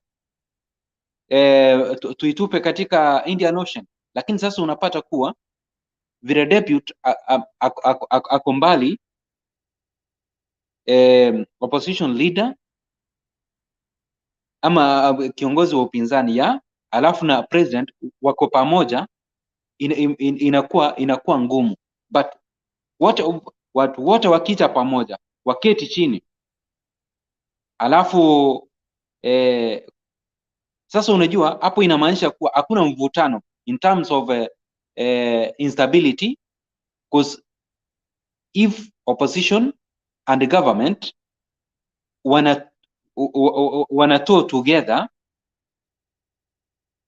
with a common goal of ensuring that hakika we need our country to be able to achieve all the dreams of our forefathers, I'm telling you, tutapiga hatua. But wakati kuna mvutano ndani ya serikali, alafu upinzani nayo iko hapa, nayo inarukaruka pande ile, then kutoka hapo we cannot achieve haya yote yenye tunahitaji. Hapo Jakindu Bey na kuunga mkono. Endelea Jakindu Bey.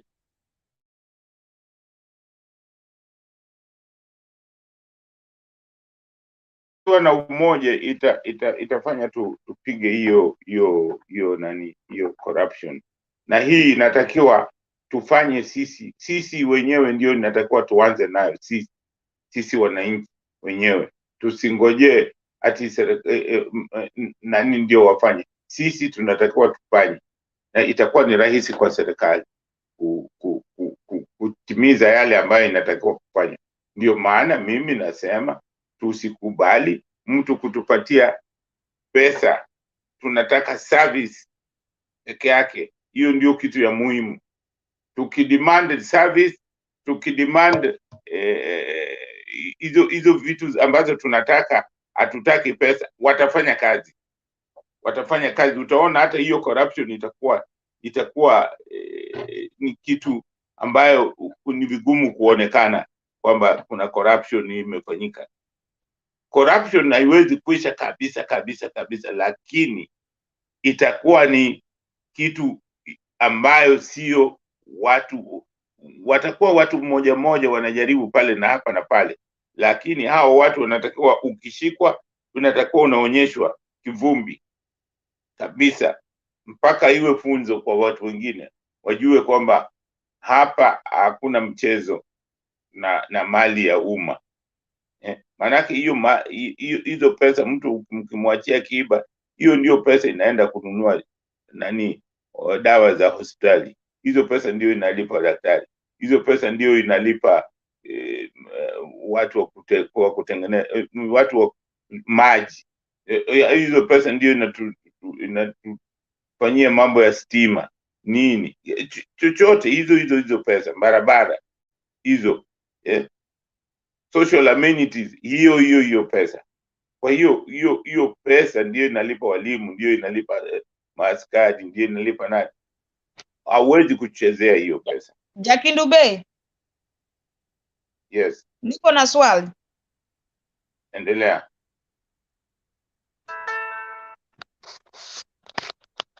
Hii ufisadi ndio kama sisi wenyewe tunakubali nyakati za kupiga kura, kwanza ndio unaona ufisadi iko mwingi sana, kwa sababu kule mahali hao wanaotaka kura zetu, hatujui mahali wanatoa hela zao, hatujui mahali wanatoa pesa zao. So na tunakubali kuzichukua. Swali langu ni, tukiwa tunapewa hizi pesa za kupiga kura, wale wanaotaka kura kutoka kwetu, tuzikatae ama tuzichukue? Mimi nimesema kwamba hizo pesa tuzikatae. Tunataka service, tukatae hizo pesa, kwa sababu ukichukua hizo pesa, wewe naye wewe ni mwizi kama yeye, kwa sababu hizo pesa ni za wizi na wewe unachukua pesa za wizi. Wewe ni mwizi kama wao. So ndio maana mimi nilisema tuwe masikini jeuri, tusikubali. Ndio maana nilikuwa nimesema hawa viongozi tuwaulize, alafu nani aliona ni kama nimesema ni Ruto. Mimi sikusema hivyo.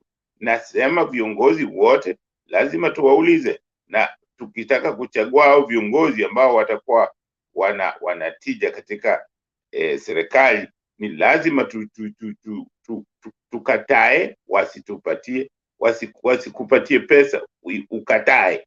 Ndio maana nasema kuwa masikini jeuri, kwa sababu akisha kupatia pesa amekununua.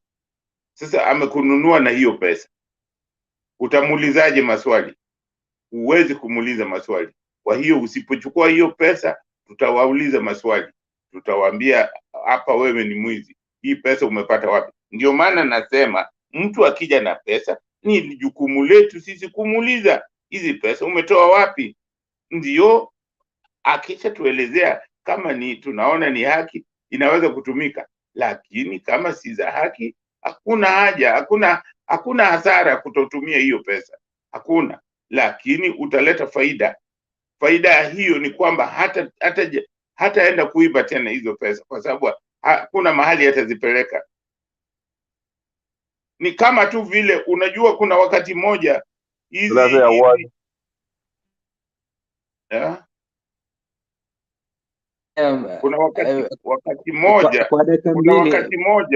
kuna wakati moja tulikuwa na hizi radio za magari zilikuwa zinaibiwa sana, lakini ilitokea kwamba hizo radio zikawekewa, kila gari ikawa na radio, kila gari ambayo inatengenezwa ina radio. Hiyo ilifanya hizo magari sasa kuiba hizo radio si rahisi, hawapendi. Unaona, ndio utakuta moja wanaiba, lakini sio kama zamani, kwa sababu kuna suluhu. Ndio maana nasema vile lazima sisi wenyewe ndio tuwe na suluhu ya kusema hii pesa unataka kutupatia ni ya kutoka wapi. Lazima tuulize, hiyo ni jukumu letu. Na katika nchi za kama Amerika, na mwanasiasa atoi pesa. Jackie Dube, hapo ndio nilikuwa nataka kuzungumza, kwa sababu ukiwa hata mimi nipatie wakati mazee. Ukiwa nchi za nje kama huyu Penny kule alipo, uwezi kuwa mwanasiasa anatoa hela zake, atoi hata penny moja. Kwa hivyo ni wananchi wenyewe ndio wanatoa. Wakishatoa wao wenyewe sasa, unajua ule na campaign nayo, unaweza una haki ya kwenda kumuuliza, una haki ya kwenda kumuuliza kama hajakutendea jambo lile unataka. Kwa hivyo kama siku ile hiyo jambo litatoka katika nchi yetu ya Kenya, tuwe na uhuru ya sisi wenyewe kutokuchukua hela za wanaotaka viti, wanaotaka vyeo, itakuwa ni nzuri sana. Asante sana Jackie Dube, nimeshukuru kwa mchango wako. Hebu Ben uongeze jambo moja mbili, nirudishe kwa Themba, then kutoka hapo atupe mwelekeo wa kufunga studio. Ben Nyagaka, chukua usukani. Asante sana kijana yangu. Na Ben, Princess, I like that name. I really appreciate you whenever you attack me. You are allowed to attack me. Wengine kama Pemba wanasema mimi na wadanganya, hiyo sitaki. Lakini why don't you chibu directly mzee Jackie Dube? And I am my own person, I like respect, and I respect him too. But you umesema all the time unity. No, it doesn't work. It is just as cliche as it could be. Your own son, Obama, we help him as one of the campaign officers in his campaign, helped Obama win the election. America was united. Disunited. Obama got 51, the other guy got 49. The same thing. The second time, Obama got 49, the other guy got 48. No. It is the competition of ideas, not the unity that is manufactured elsewhere. When Obama put the economic policy together, not even one Republican supported him. When Obama left office, he had a surplus. You understand? He had a surplus. There's a bottom up. Obama finished college and went to help the poor people how to get government loans. kutoka mtu ya chini. Hiyo pesa iko lakini hawajui. They don't know. That's how Obama grew up. So, Jakidupe, with all due respect, we do not, what you said, the truth is, shouldn't be any corruption. That's very true. Watu hawataendelea wakaendelea kuibiana.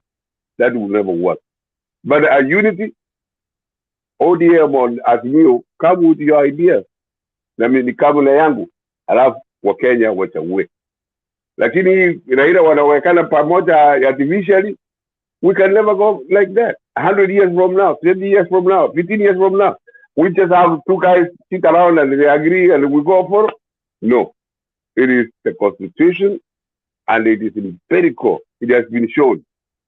Vile nimekuambia mzee, huyu kijana ya kwenu, Obama, we helped him. You know, and most people respected me that I came from Kenya. But they don't know the intricacies. No. So the only thing I agree with you mzee, ni kwamba lazima uache uchanja wizi hata.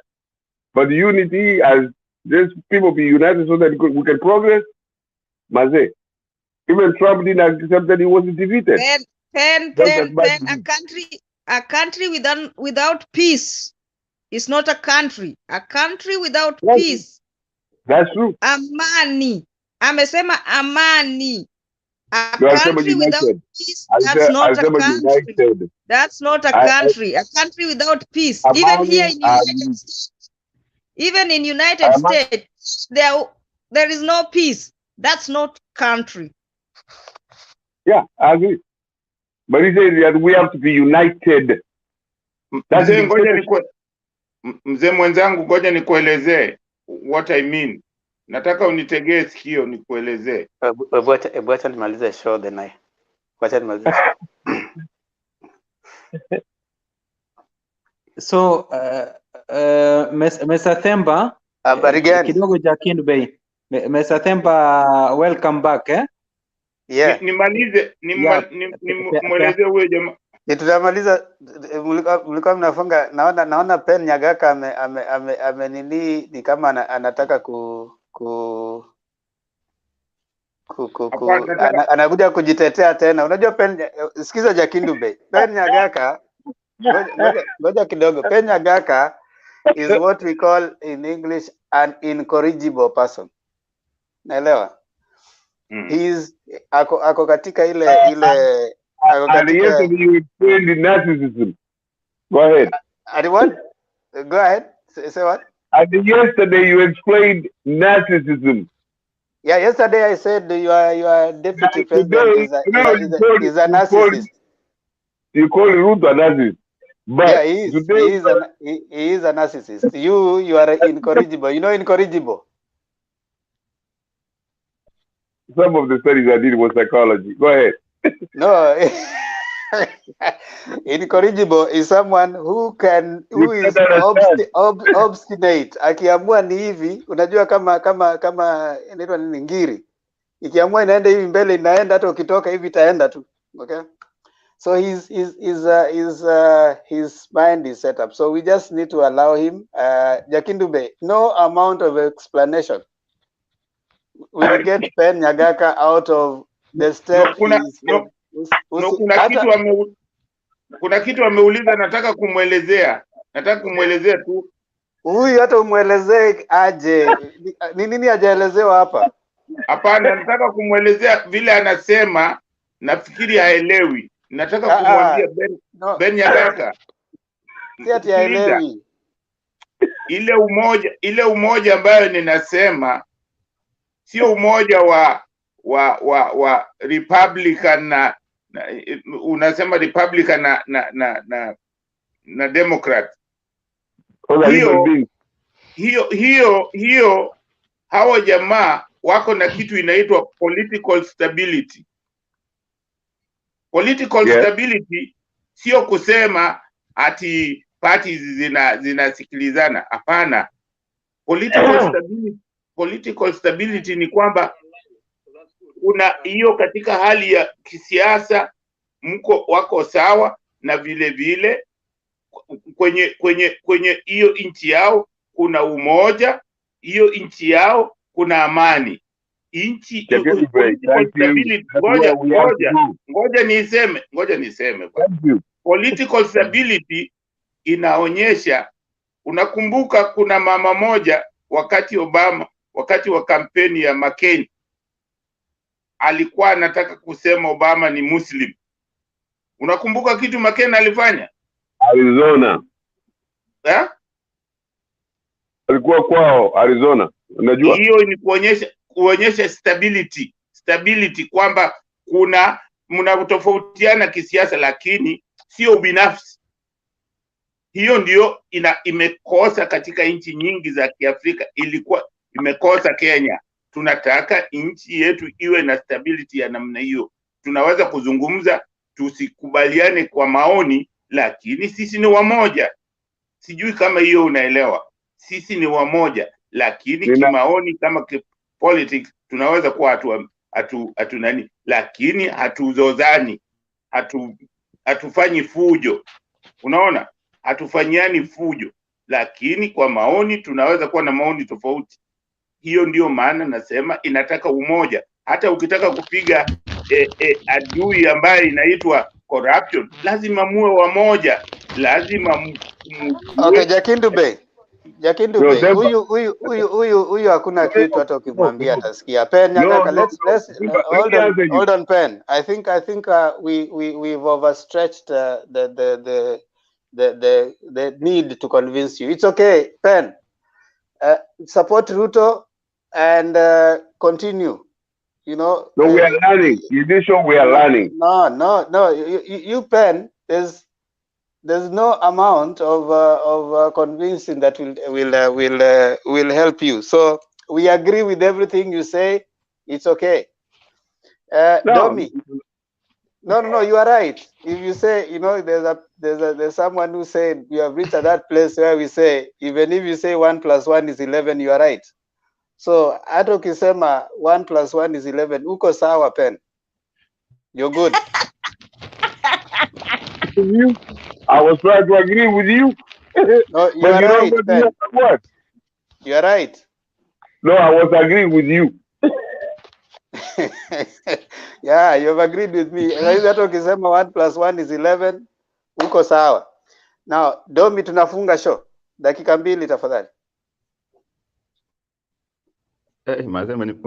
Umeniweka kando karibu 2 hours. No, ilikuwa 1 hour. Kwa sababu hakukuwa na mjambo tena. Tujambo. Na uko upande gani? Are you in Kenya? Kwa sababu kutakuwa na mtetemeko wa ardhi na kuja leo. So we need to be sure uko upande gani? Hayuko Kenya. Oh, good. Kwa sababu kuna earthquake inakuja Kenya leo and itakuwa kwa Richter scale itakuwa inasoma 7. Kama hauko ndani ya Bomas, you are not safe. Kuna mtetemeko. Kuna mtetemeko. Kuna mtetemeko inakuja leo Kenya. Madividi anakuja nayo. Wewe hujui inaletwa na his earthquakeness, Mr. Wycliffe Moses. Haya, Domi maliza show. Okay, okay, me kuna there is something that I just want to do some correction pahali. Wacha niwapatie kabla before I make a clear statement. Think of this. Muko kwa nyumba towe na watoto. Umeweka pesa ya 1,000 pahali kwa kabati, juu ya kabati. Ama pahali tu in the house. Somewhere where anybody can access or okay. Anybody mwenye ako kwa nyumba, yani a family member can access. Then urudi upate hiyo pesa hakuna. Kesho unapata after 2 days kijana amekuja na your sons, amekuja na viatu. The next day labda ameenda akanunua some things hapo hivyo, some stuff, and you know very well huyu mtoto afanyi kazi. Hiyo pesa utauliza nani? Definitely your fingers will point at huyo mtoto. Nani vile watu wanasema, okay, the reason as to why tunafika pahali we doubt our deputy president is this on that. You are in charge na pesa imepotea. Pesa inapotea, then we are seeing you dish out money. My friend, we have enough reason to suspect you. And the money you are dishing, you are unataka kuniambia business the deputy president watu hawajui. For example, the other day he was explaining about mambo ya mayai, and he was telling us that he earns 1.5 million. He gets 1.5 million by selling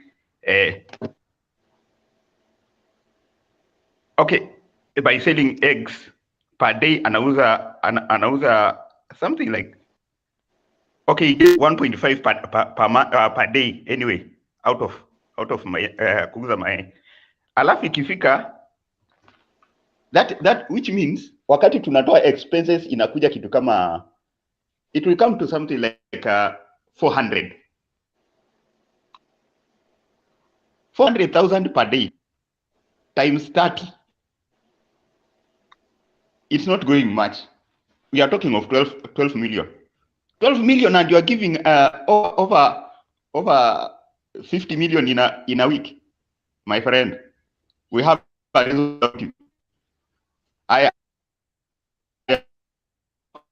how things are. When you are coming to a person to be in charge of the nation, we don't give, we are doubting, for heaven's sake. I told myself, number one, the reason why I don't have in-law problems, Sindio, you don't have in-law problems, because we came.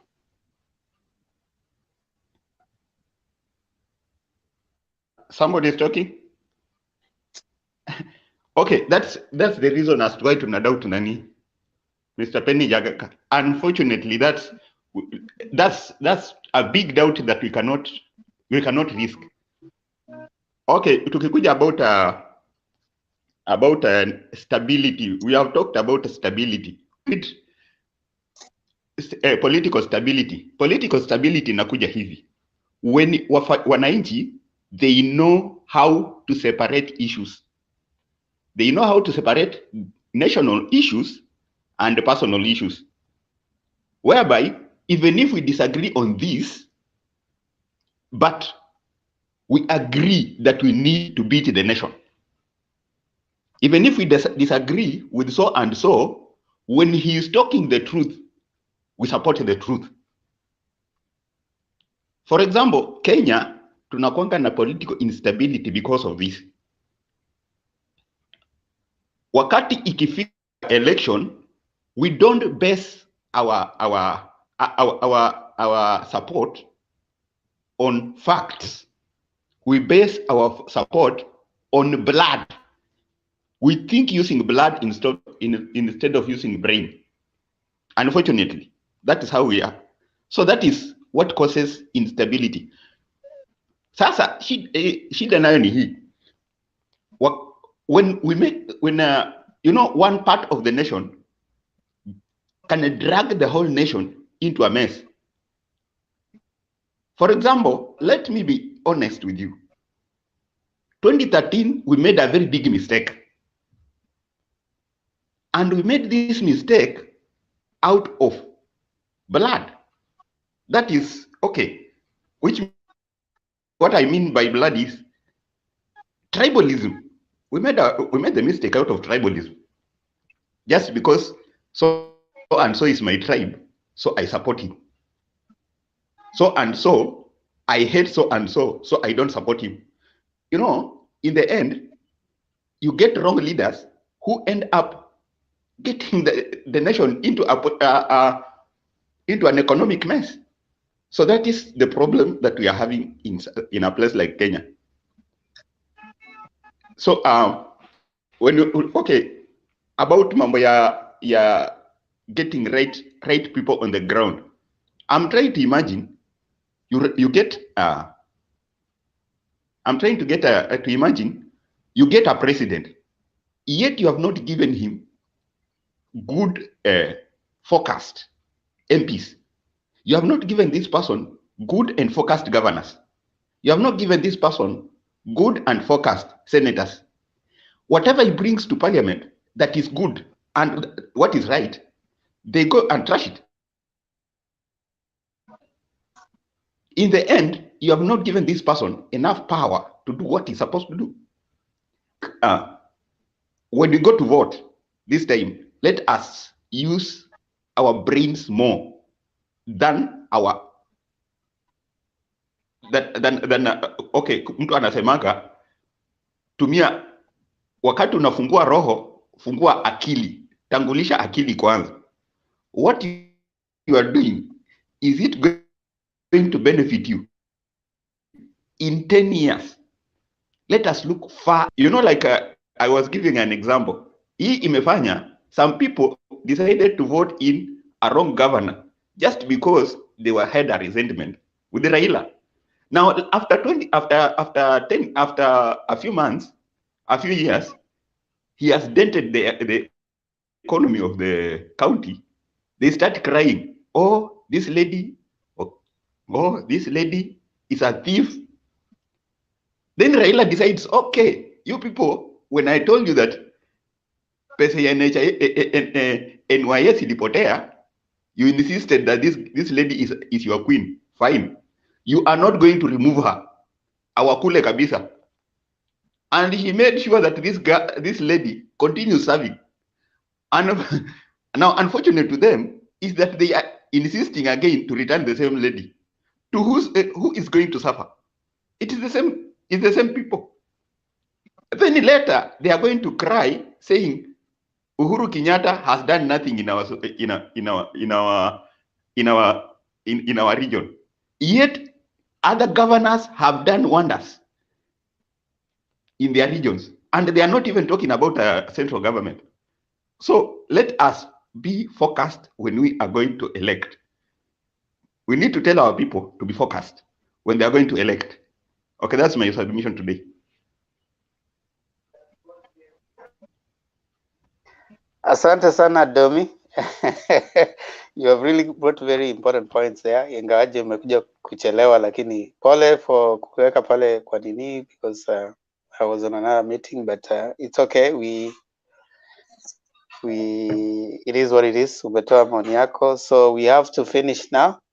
And nimeona Mulumbu pia amefika, so we can take our closing remark. We'll start with Mulumbu, dakika mbili. Jakindu mbili, Domi mbili, tumalize na Ziana dakika mbili. Thank you so much Mr. Temba. Asante sana ndugu yangu. Mimi kitu nataka kwanza naanza na wacha niambie Mr. anaitwa Penny. Na nakaa USA. Awache kudanganya watu ya kwamba USA inatumia bottom up. That's a lie. I also live in USA. Ni makosa kulinganisha USA na Kenya. Ni makosa kulinganisha Ruto na USA. USA ni watu wamesoma, kuna ma-engineer, kuna masters, everything is takataka iko hapa. From all over the world. The most brilliant people are here. So you can't linganisha Kenya na America. The most brilliant people are in this country.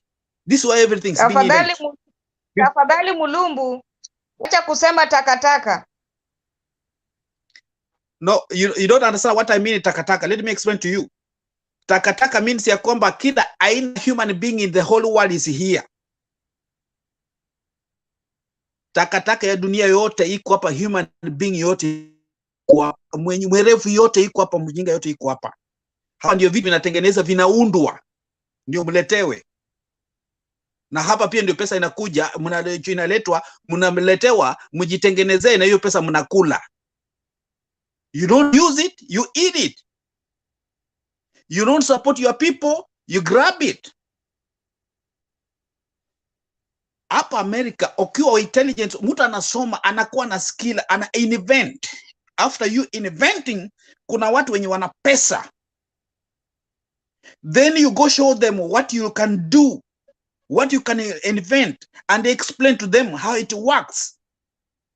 Ni wanaangalia kama hii kitu na market, wanaangalia wasema okay, kama that's how it works, naenda kusaidia tukufungulie factory, percentage fulani tutakula, na wewe utakula percentage fulani, because you have something in you. Wana pesa, wewe hauna pesa, wanainua hiyo biashara yako. Hapo kiniambia ni bottom up, ndakubali, because you have shown what to do. But bottom up, you can't just chukua pesa upatie somebody who has got no any skill that can build the country. That uniambia unapeleka pesa kama mamboga kwa mtu wa bodaboda, mtu anybody without any skill down there. That's why we are going wrong. That's why Africa is going wrong. Educate your people first of all. For example, Kenya kuna watoto ambao wako na engineer wanatengeneza vitu, but the government cannot take these kids wafungulie wa uplift their skills so they can become the engineers. They don't. These guys grow up and die like that without the talent. How do you build a country without you having the talent people, engineer people, doctors, walimu? Then you come say bottom up for what? America ukisikia bottom up, watu wako chini hapa wana vipawa, they know what to do, but they don't have money, so they bring money to these people, wanawalift, wana build the company zao. Sasa wanachukua percentage. Mimi nikuletea pesa, nitakula 40%, wewe mwenye biashara yako kula 60%. That's what they do. Then somebody America anakuja kuambia hata America inafanya bottom up. Bottom up namna gani? But you have not educated your people. You are not giving them skills. How will you go give them a bottom up? I wish ningesoma, ningeambia Penny vizuri sana. So you guys, let nobody lies to you. We need somebody who is going to lead Kenya to educate our people, to give them job of skills, and do the manufacturers in our country, in every county. Then those ambapo wana skills, wana build the manufacturers, wanafungua ma companies. Hata barabara zenye ziko Kenya, it's not supposed to be built with the Chinese. Yafaa ziwe zina build the Kenyans. Kuleta wa Chinese kuja kubuild, means we don't have engineers in Kenya. Pesa zote zinaenda nje. Then watole mtu ambaye anakuja na splash men all over the place ati yeye atakuja kuongoza Kenya. He's not going to build the country. Please, let us look at the reality. Tuache tribalism, tuangalie the reality. Tuache huyu ndugu yangu, huyu sijui ni shepherd yangu. Let's look for somebody who can build the country. Hii mambo ya nini ubaguzi tuachane nayo. It's like vile Jakidube nasema, tuachane ubaguzi na kabila, tuwe Ukenyan. You give somebody a job that he can do it.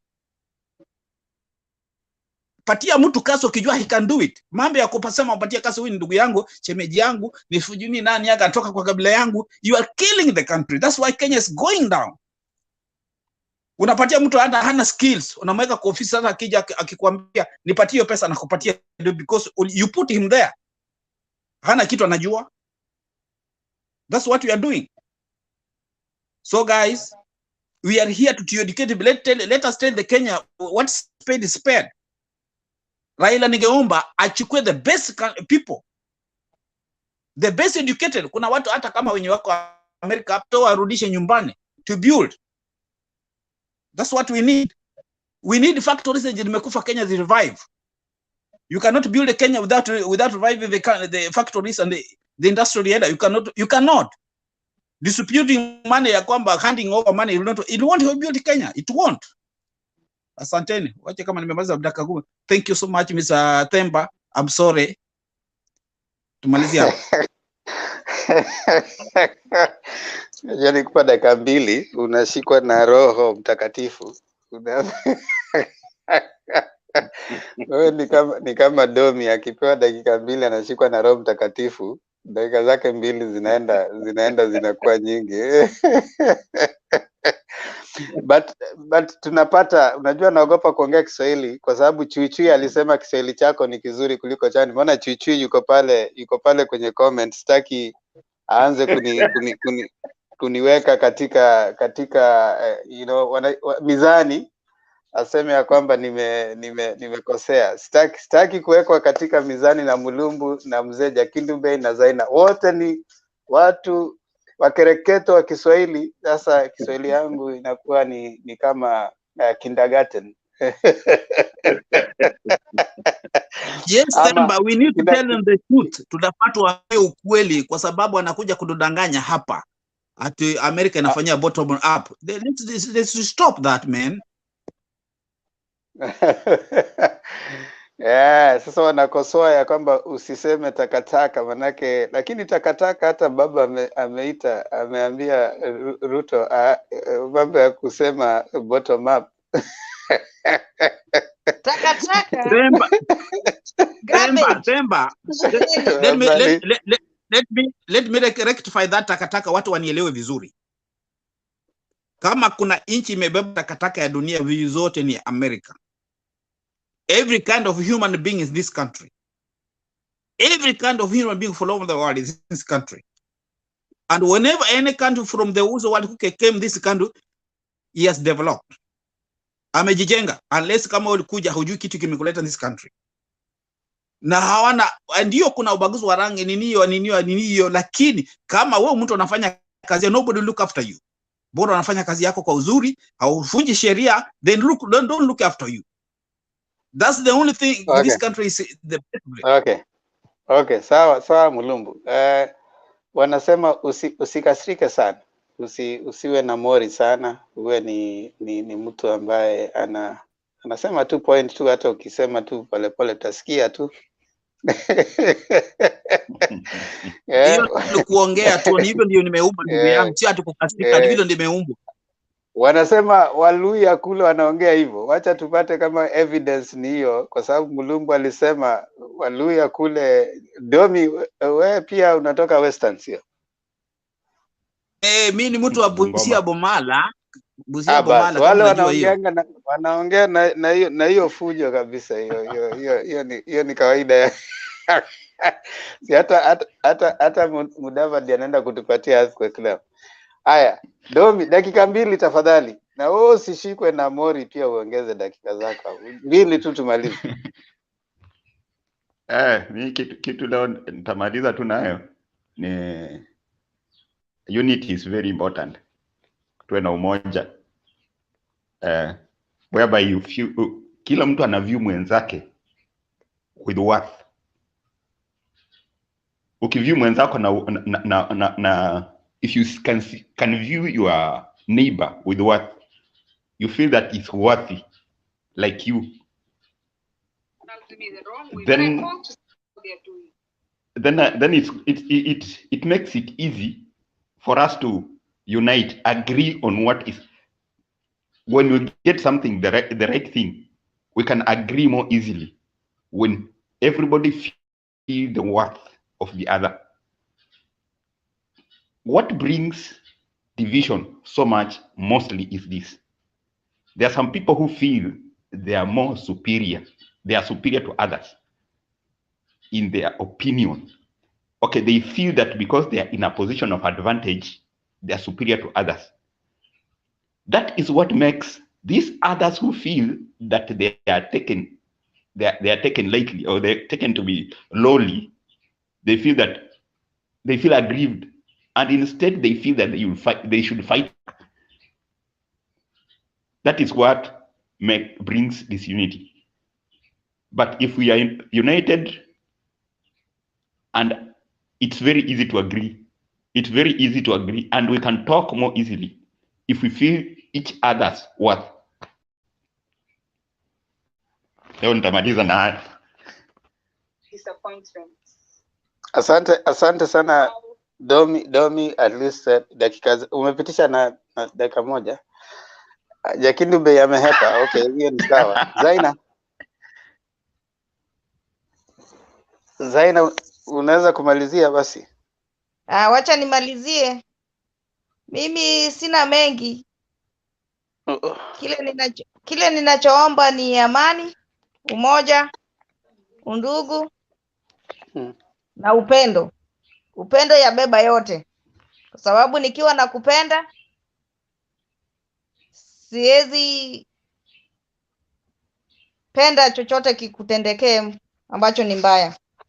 Kwa hivyo tukiwa na upendo tutakuwa na undugu na italeta amani. Kwa hivyo sisi sote tuwe na upendo, umoja, amani na undugu. Na kile ninachoomba wa Kenya, tuchukue kura, tukapige kura, tuwachague viongozi ambao sisi wenyewe tunawapenda na wale wataleta maendeleo katika nchi ya Kenya. Kwa hivyo tuchukue kura, hiyo ndio kitu cha muhimu. Na tena tufunzwe vile tutapiga hiyo kura. Tukifundishwa kupiga hiyo kura, manake wengine wanamjua Raila kama baba. Hiyo jina baba haitakuwa kwenye kijikaratasi la kupigia kura. Kwa hivyo lazima uangalie vizuri, pale itaandikwa Raila Amolo Odinga, majina zake zote. Naye Ruto atawekwa pale pia. Sasa usiwe unaenda pale unaweka Raila tick, Ruto unamwekea wrong. Hapana. Weka alama ya Raila tick, na katika kwenye boxi hapo wewe nenda zako. Kwa hivyo tusiharibu makura eti tunapigia baba. Na ama unaandika pale baba. Hapana. Mimi ni hayo tu kwa leo, lakini amani, umoja, undugu na upendo tuendelee nayo wa Kenya. Amani, umoja, undugu na upendo. Chuchu anasema Themba is na uzalishaji. Na uzalishaji, sawa. Themba is so far the only 5-star in Kiswahili language. Others try imitating and they do worse. Hey! Congratulations. Finally nimepata 5-star kutoka kwa Chuchu. Asante. Getich bottom up will work in Kenya. Asante. Aluman Junior, asante. Penyagaka, I can talk. Penyagaka wewe, sisi mimi nimechoka kurudia. You can't repeat the same thing. They say, what is it that is it Aristotle who said that stupidity is doing the same thing the same way and expecting different results. So you can't repeat the same story every day and expect that something will change. Pen sasa akisema hata Ruto ndio nini, nasema sawa. Pen officially wewe hata ukisema nini, because unakuja na the same argument, the same statement, the same thing. Hata ukiambiwa nini, there's nothing, there's no reasoning, there's no change in Domi. Huyu hata akikuja hapa, there's no change in content, is the same statement. So you can always expect from Penny. Yeye ni anaenda wapi leo? Leo kuna earthquake na Raila anaenda wapi leo? Raila anaenda Nakuru. Atakuwa Nakuru. Oh, atakuwa Nakuru. Atakuwa Nakuru leo, anakaribishwa na Lee Kinyanjui. Ayara. Unajua aya kusema ayara hiyo ndio nini? Ni Kimasai. Sasa mimi niongee Kimasai. Kimasai najua tu soda Nairobi, hiyo ni kusema nipatie soda baridi. So Nairobi ilitoka kwa hiyo jina ya Kimasai, Nairobi baridi. Ilikuwa very cool. Yeah, ilikuwa place very cold. So wakakata miti sana. Unajua Narok nini? Sijui. Mali nyeusi. Sawa. Chuichui. Okay. Asante Penyagaka, wewe tunakuheshimu kuja. Wewe hata ukisema 1 + 1 is 11 tunakubali. Hiyo sasa tumeamua. Sema Ruto atashinda, tumekubali. Anything you say is true.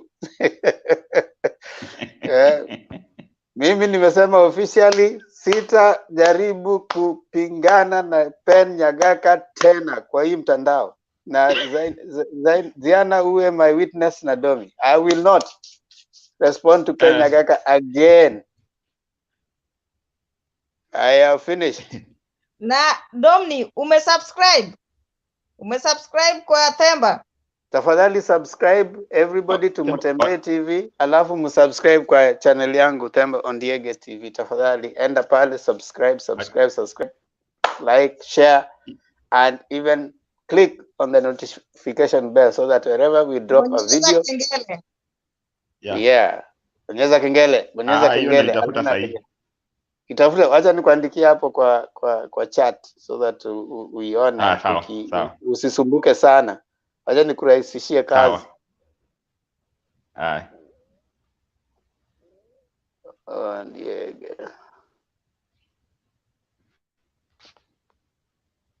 Ukienda hapo kwa comment section nimeweka hapo, just click on it. Imeweka hapo na Mutembee TV. Unaenda una click, subscribe Mutembee, una subscribe Themba Ondiege pia. Tafadhali. Asanteni sana. It's been a good time for all of us. Tumefurahi sana kuwa nanyi kutoka tulipoanza.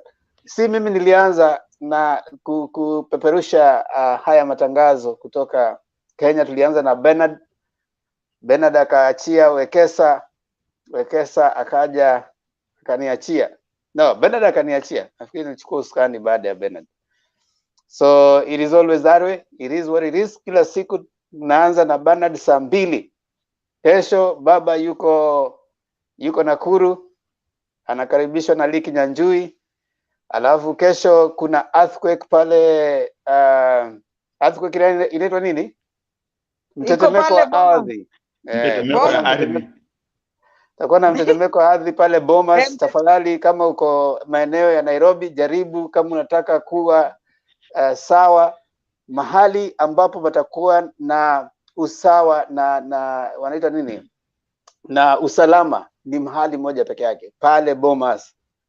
Nenda pale, manake mtetemeko wa ardhi unakuja kulingana alivyosema Musalia Mudavadi ANC. Asanteni sana, na tayari tumeambiwa ya kwamba iko katika Richter scale 7.8 inakuja kwa kishindo. So tafadhali jaribu usigongwe na mtetemeko wa ardhi.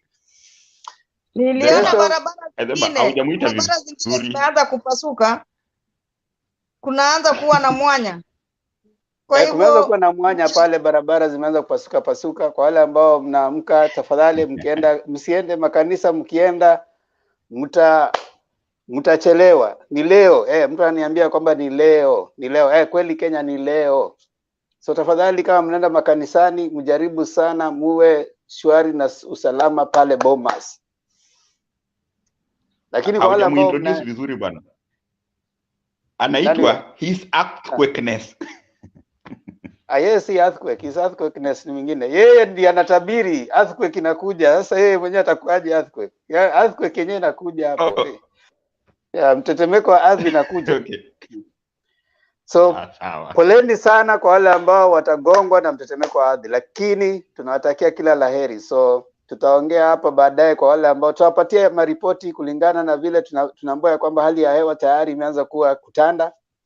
Mawingu tayari yameanza kuwa mepesi kidogo kule sehemu ya Thika Road na Rongai pale wameanza ku experience some kind of seismic movement. So tafadhali, na wale watakaopata majeruhi utakuja kuwatangazia hapa.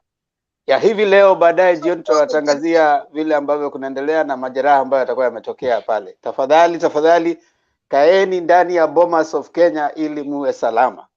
Asanteni sana. Tuonane tena baadaye hapa na masaa kama haya. Tafadhali tuendelee kuongeleshana kama Wakenya, manake Kenya lazima tuongee. Chochote ambacho kinafanyika, sisi wote ni mandugu.